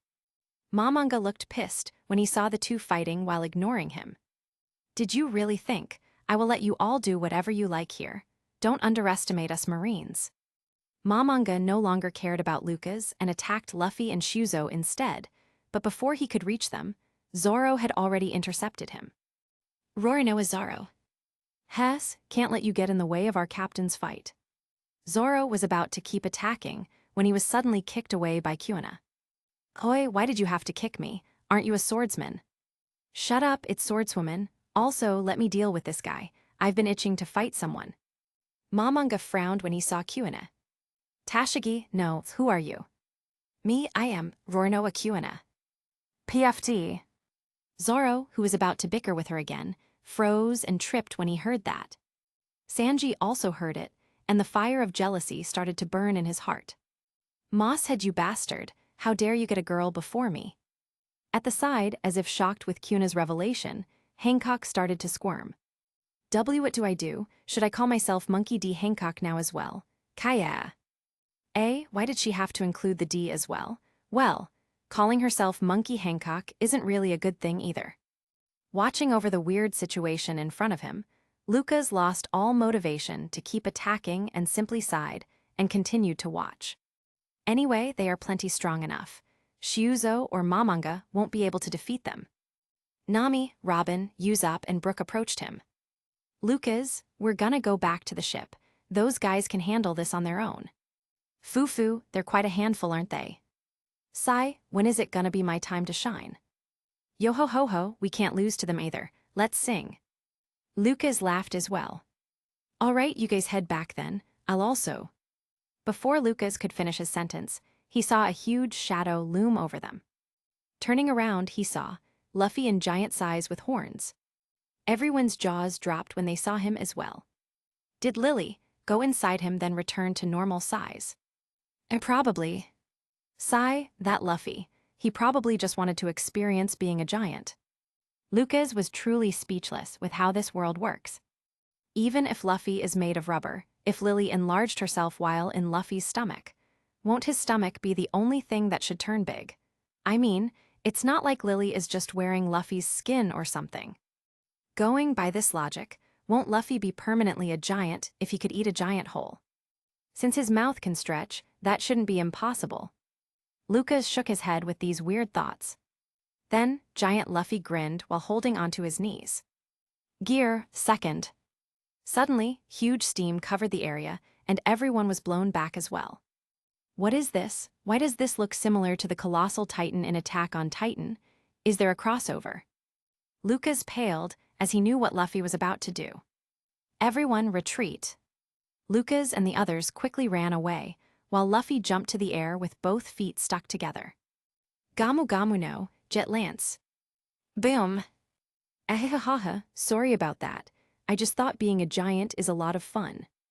A few minutes after the battle, they had managed to save Lily's dad and retreated while leaving chaos behind them. Because Luffy's power was too big, the ice platform naturally collapsed and they both sank to the sea. Lucas had to go find Luffy and Lily, who were sinking underwater, and pull them back to the ship. Once they woke up, Luffy started laughing while everyone glared at him. A few more days passed since then. Pants Fry managed to recover and cooked the heavenly dish for the whole crew. After tasting the meal, Luca's eyes gleamed, and he immediately asked them to join the crew on the floating island, which he agreed. Lily went with her dad as well to the floating island and followed along with Zeph and the other chefs. Today, everyone was relaxing when ashes fell from the sky. Snow. No, not snow. This is an ash cloud. A volcano must have erupted from somewhere. Nami frowned and looked at her log pose. For some reason, one of the arrows which were stable earlier was now shaking like crazy, even more than the one they were originally heading towards. A foreboding sense of danger rose from within her. She felt a presence beside her, and sure enough, Luffy's head was staring at the log pose with a stupid grin. Hee hee, that island looks like fun. Luffy, stop joking. Who knows how dangerous that place is? Usopp paled when he heard Luffy's tone and quickly tried to dissuade him. Alas, it didn't work. Lucas smiled wryly and shrugged. Well, you're right that it's dangerous. If I'm not mistaken, the island where that arrow is pointed is one of the endpoints I mentioned earlier. For it to shake like that means that Zephyr has already destroyed it. Everyone tensed up and looked back at Luffy. Luffy grinned and pointed to the horizon. Everyone, I've decided on our course. We'll go to that endpoint and kick Zephyr's ass. Everyone looked at each other and shrugged. Since the captain has decided, what else can they say?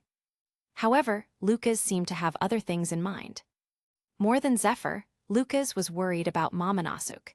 If things had remained the same or at least similar, then Momonosuke may be in danger in Punk Hazard. Lucas wasn't sure about the timeline of the original manga and the movies. He can't expect the scenes to play out in Punk Hazard right after the Zephyr's arc.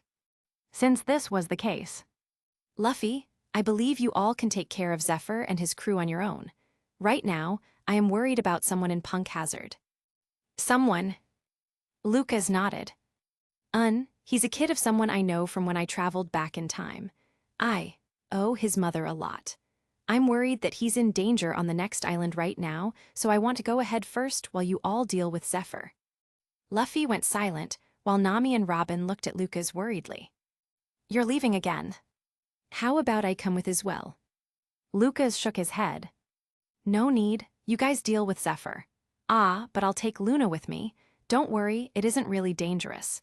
It's more dangerous to let her stay here while you guys fight Zephyr. While saying so, Lucas smiled and picked up Luna before looking back at Luffy. After a while, Luffy grinned and nodded. All right, since this is important to you, I won't stop you. As for that Zephyr guy, we'll deal with him. Hee, I'll count on you guys then. With that, Lucas went down and found Going Merry in Channel 2, or Sunny's Soldier Dock System. Looking at the familiar ship, Lucas let out a smile again as he was filled with nostalgia. Merry, it's been a while. Time to set sail once again. Capítulo 92, Walk Beside Me. The new world is quite different from the first half of the Grand Line. After leaving Fishman Island, there are 3 islands the log pose would point towards. These islands are Risky Red Island, Ragin Island, and Mystoria Island. The needle shaking the most would be pointing at Ragin Island, where lightning strikes all day long.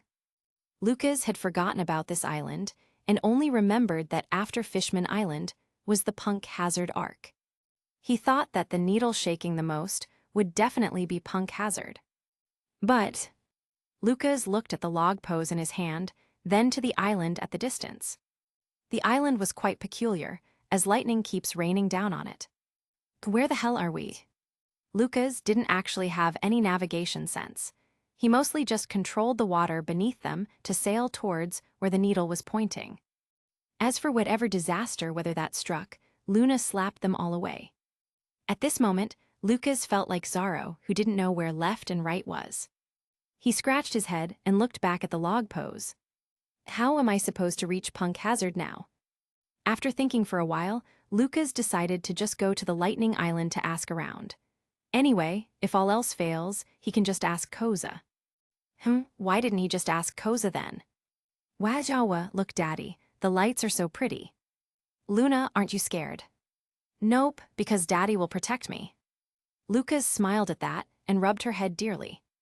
Yep, since his little miss seems like she wants to visit the island, might as well go then. They settled Mary a bit away from the island so it wouldn't be hit by the lightning. After which, Lucas carried Luna and jumped to the sea. He walked leisurely on top of the water while chatting with Luna. It was a surreal scene where a man and a child were chatting and laughing, while on the background was an island being struck by thousands of lightning. Lucas had worn a hoodie to lie low and had a mask ready in case he needed to cover his face. He didn't bother to wear his shark knight armor as that thing stands out too much. He just wanted information on the island. At a distance, a marine ship was also waiting a few distances away from the island. On board was a man with a scar stretching from his forehead to his right cheek, wearing sunglasses and 2 cigars on his mouth. You could also see a few dozen cigars placed on his jacket. Beside him, a woman with glasses and a sword on her waist asked, "Smoker-san, will the Straw Hats really appear here?" "There's a 1 in 3 chance, normally at least." "What do you mean?" Smoker shook his head and sighed. I don't know, I just have a feeling we won't be seeing Straw Hat here. I doubt he will choose the other 2 islands which were stable. If it isn't these 3 islands, then the only island left would be Punk Hazard. Tashigi blinked in confusion, then asked, What do we do then? Should I call back Hina? Tell her to stop moping around and get a move on. Hearing that, Tashiga's face twitched. If you're that gutsy, why don't you tell her instead? Why me? Do you want me to die, Smoker-san? Tashigi sighed again and tried to use a Denden Mushi to contact Hina, but was only met with silence.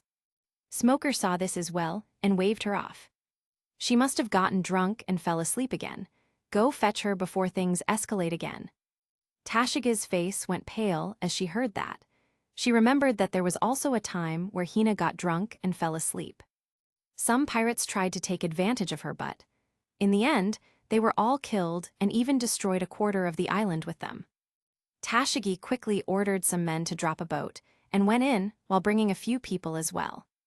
Smoker looked into the distance where the island was and shook his head. Suddenly, he saw a shadow, seemingly walking on the sea towards the island. A flash of lightning appeared, and the next moment, the shadow was gone. Was I seeing things? Smoker frowned, then shook his head again.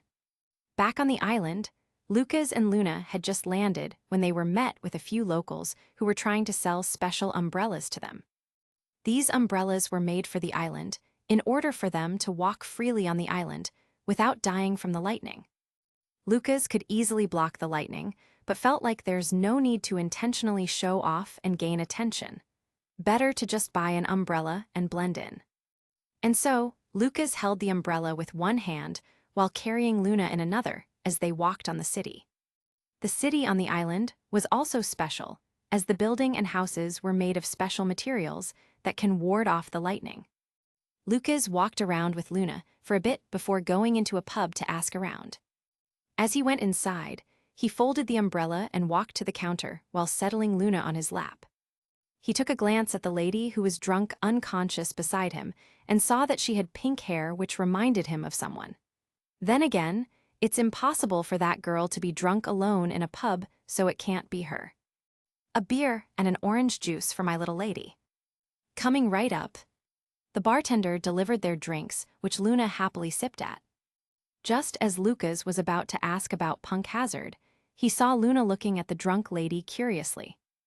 Then, smack. Ah, Luna, you can't just go smacking other people. But Mommy said it is bad for girls to be sleeping in a bar. Bad people will take her and do bad things. Luna pouted, but her hand wasn't stopping in smacking the face of the lady. Lucas sweated. Just what has Nami been teaching their daughter when he was gone? He was about to lecture Luna when the lady woke up and started screaming. Ah, who is it? Who's the bastard that keeps hitting Hina? Hina looked around and only saw the bartender and a guy holding a child beside him. Suddenly, the child pointed at the guy beside her. Lucas was speechless. Weren't you obviously the one smacking her? Why point me? Where is the trust between people these days? Mommy said, if I do something bad, blame Daddy. That an AMI. On a certain ship in another side of the sea, a certain orange-haired girl suddenly sneezed inexplicably. Chew. Nami sighed. Highs, that Lucas really keeps thinking about me. Beside her, Robin could only roll her eyes. With how you were teaching Luna, who knows how much Lucas is already cursing you right now. Back to Ragin Island, Hina was just about to flare up from anger when Lucas sighed and raised his hood a bit. He smiled at Hina and spoke. Hina, you sure have been drinking too much. Hina's eyes widened when she saw his appearance. Lucas quickly covered her mouth when she was about to shout his name. SHHH, others don't know I'm alive yet. I'm sure you have a lot to ask me. How about we take this talk somewhere else? Hina glared at Lucas hatefully, but still nodded. Damn Lucas, stupid Lucas, pervert Lucas. Do you know how many days Hina has been wishing to meet you again? But you went and smacked Hina awake while even bringing a child. Not even a word for 2 long years. And now you suddenly come and order Hina around. But it's good that you're alive. Hina's thoughts were a mess before, but calmed down after a while. She kept quiet and followed behind Lucas. As they walked, she couldn't help but remember the days where she had used to walk behind him like this before. That time, Lucas had given her a sidelong glance and frowned. "Why are you always walking behind me? You look like my servant or something. Just walk here beside me." And now, that same Lucas looked at her with the same sidelong glance and smiled. "Why are you walking behind me again? Didn't I say you can walk beside me?" Hina smiled as well and quickened her pace to walk beside him. Standing by his side, it felt like everything that was missing to her for 2 years had finally been found. She felt at peace and quietly walked beside him. When they reached the shore, Lucas grabbed her waist with his other arm and sped back to Mary. Hina landed on the deck and looked around. "This is the old Straw Hat's ship. Where are they?" "Ah, it's just me and Luna here. The rest are dealing with Zephyr and his Neo-Marines." Though Lucas answered her question truthfully, it seems like more questions just appeared. Hina ignored the part of Zephyr and Neo-Marines for now and asked, "So, who's this girl?" Lucas scratched his head embarrassingly. She's my daughter." "Dow, who's the mother then?" Hina frowned and glared at Lucas again. "Damn Lucas, stupid Lucas, pervert Lucas. Hina was missing you for 2 years, but here you are knocking someone up and having a baby." Lucas could guess what Hina was thinking and quickly shook his hands. She was maid. Before that incident 2 years ago, I only met her a few weeks ago too. Her mother is also a crew of the Straw Hats. It's Nami." "I see, then where the hell have you been? Do you know how much Hina has?" Hina gritted her teeth and didn't finish her sentence as she didn't want to admit it first. Still, Lucas could tell what she was already feeling 2 years ago. How can he not tell what she was feeling now? Lucas sighed and explained what happened to him in the time he had disappeared. Once he finished his story, Hina was even more confused. She can tell that Lucas wasn't lying to her, but still, to travel back in time. Suddenly, she remembered something. "Did you, by any chance, meet Vice Admiral Tsuru back then as well?" Yeah, but why did you suddenly ask?" Hina tried to say something, but sighed and shook her head. "Nothing. Anyway, what are you planning on doing now?"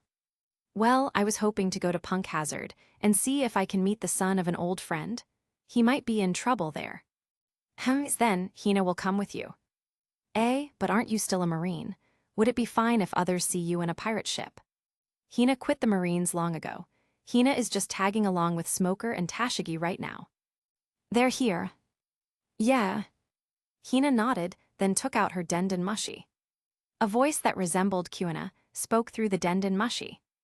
"Hina-san, it's good that you're okay. Where are you? Smoker-san asked me to pick you up. He said that we're moving to Punk Hazard next."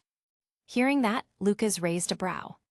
Smoker and Tashigi are still heading to Punk Hazard, but Luffy and the rest aren't there. Hina frowned as well. She didn't want to have these guys tag along on her date. On her time together with Lucas. It was bad that his daughter is already here. If Smoker and Tashigi join in, it will get annoying.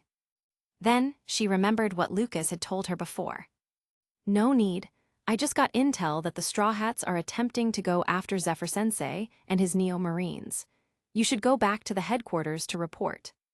"Ah, is that true? All right, I'll tell Smoker-san. Then how about you?" "Hina is not going. Hina found a guy. We're going on a date now. Don't disturb, bye."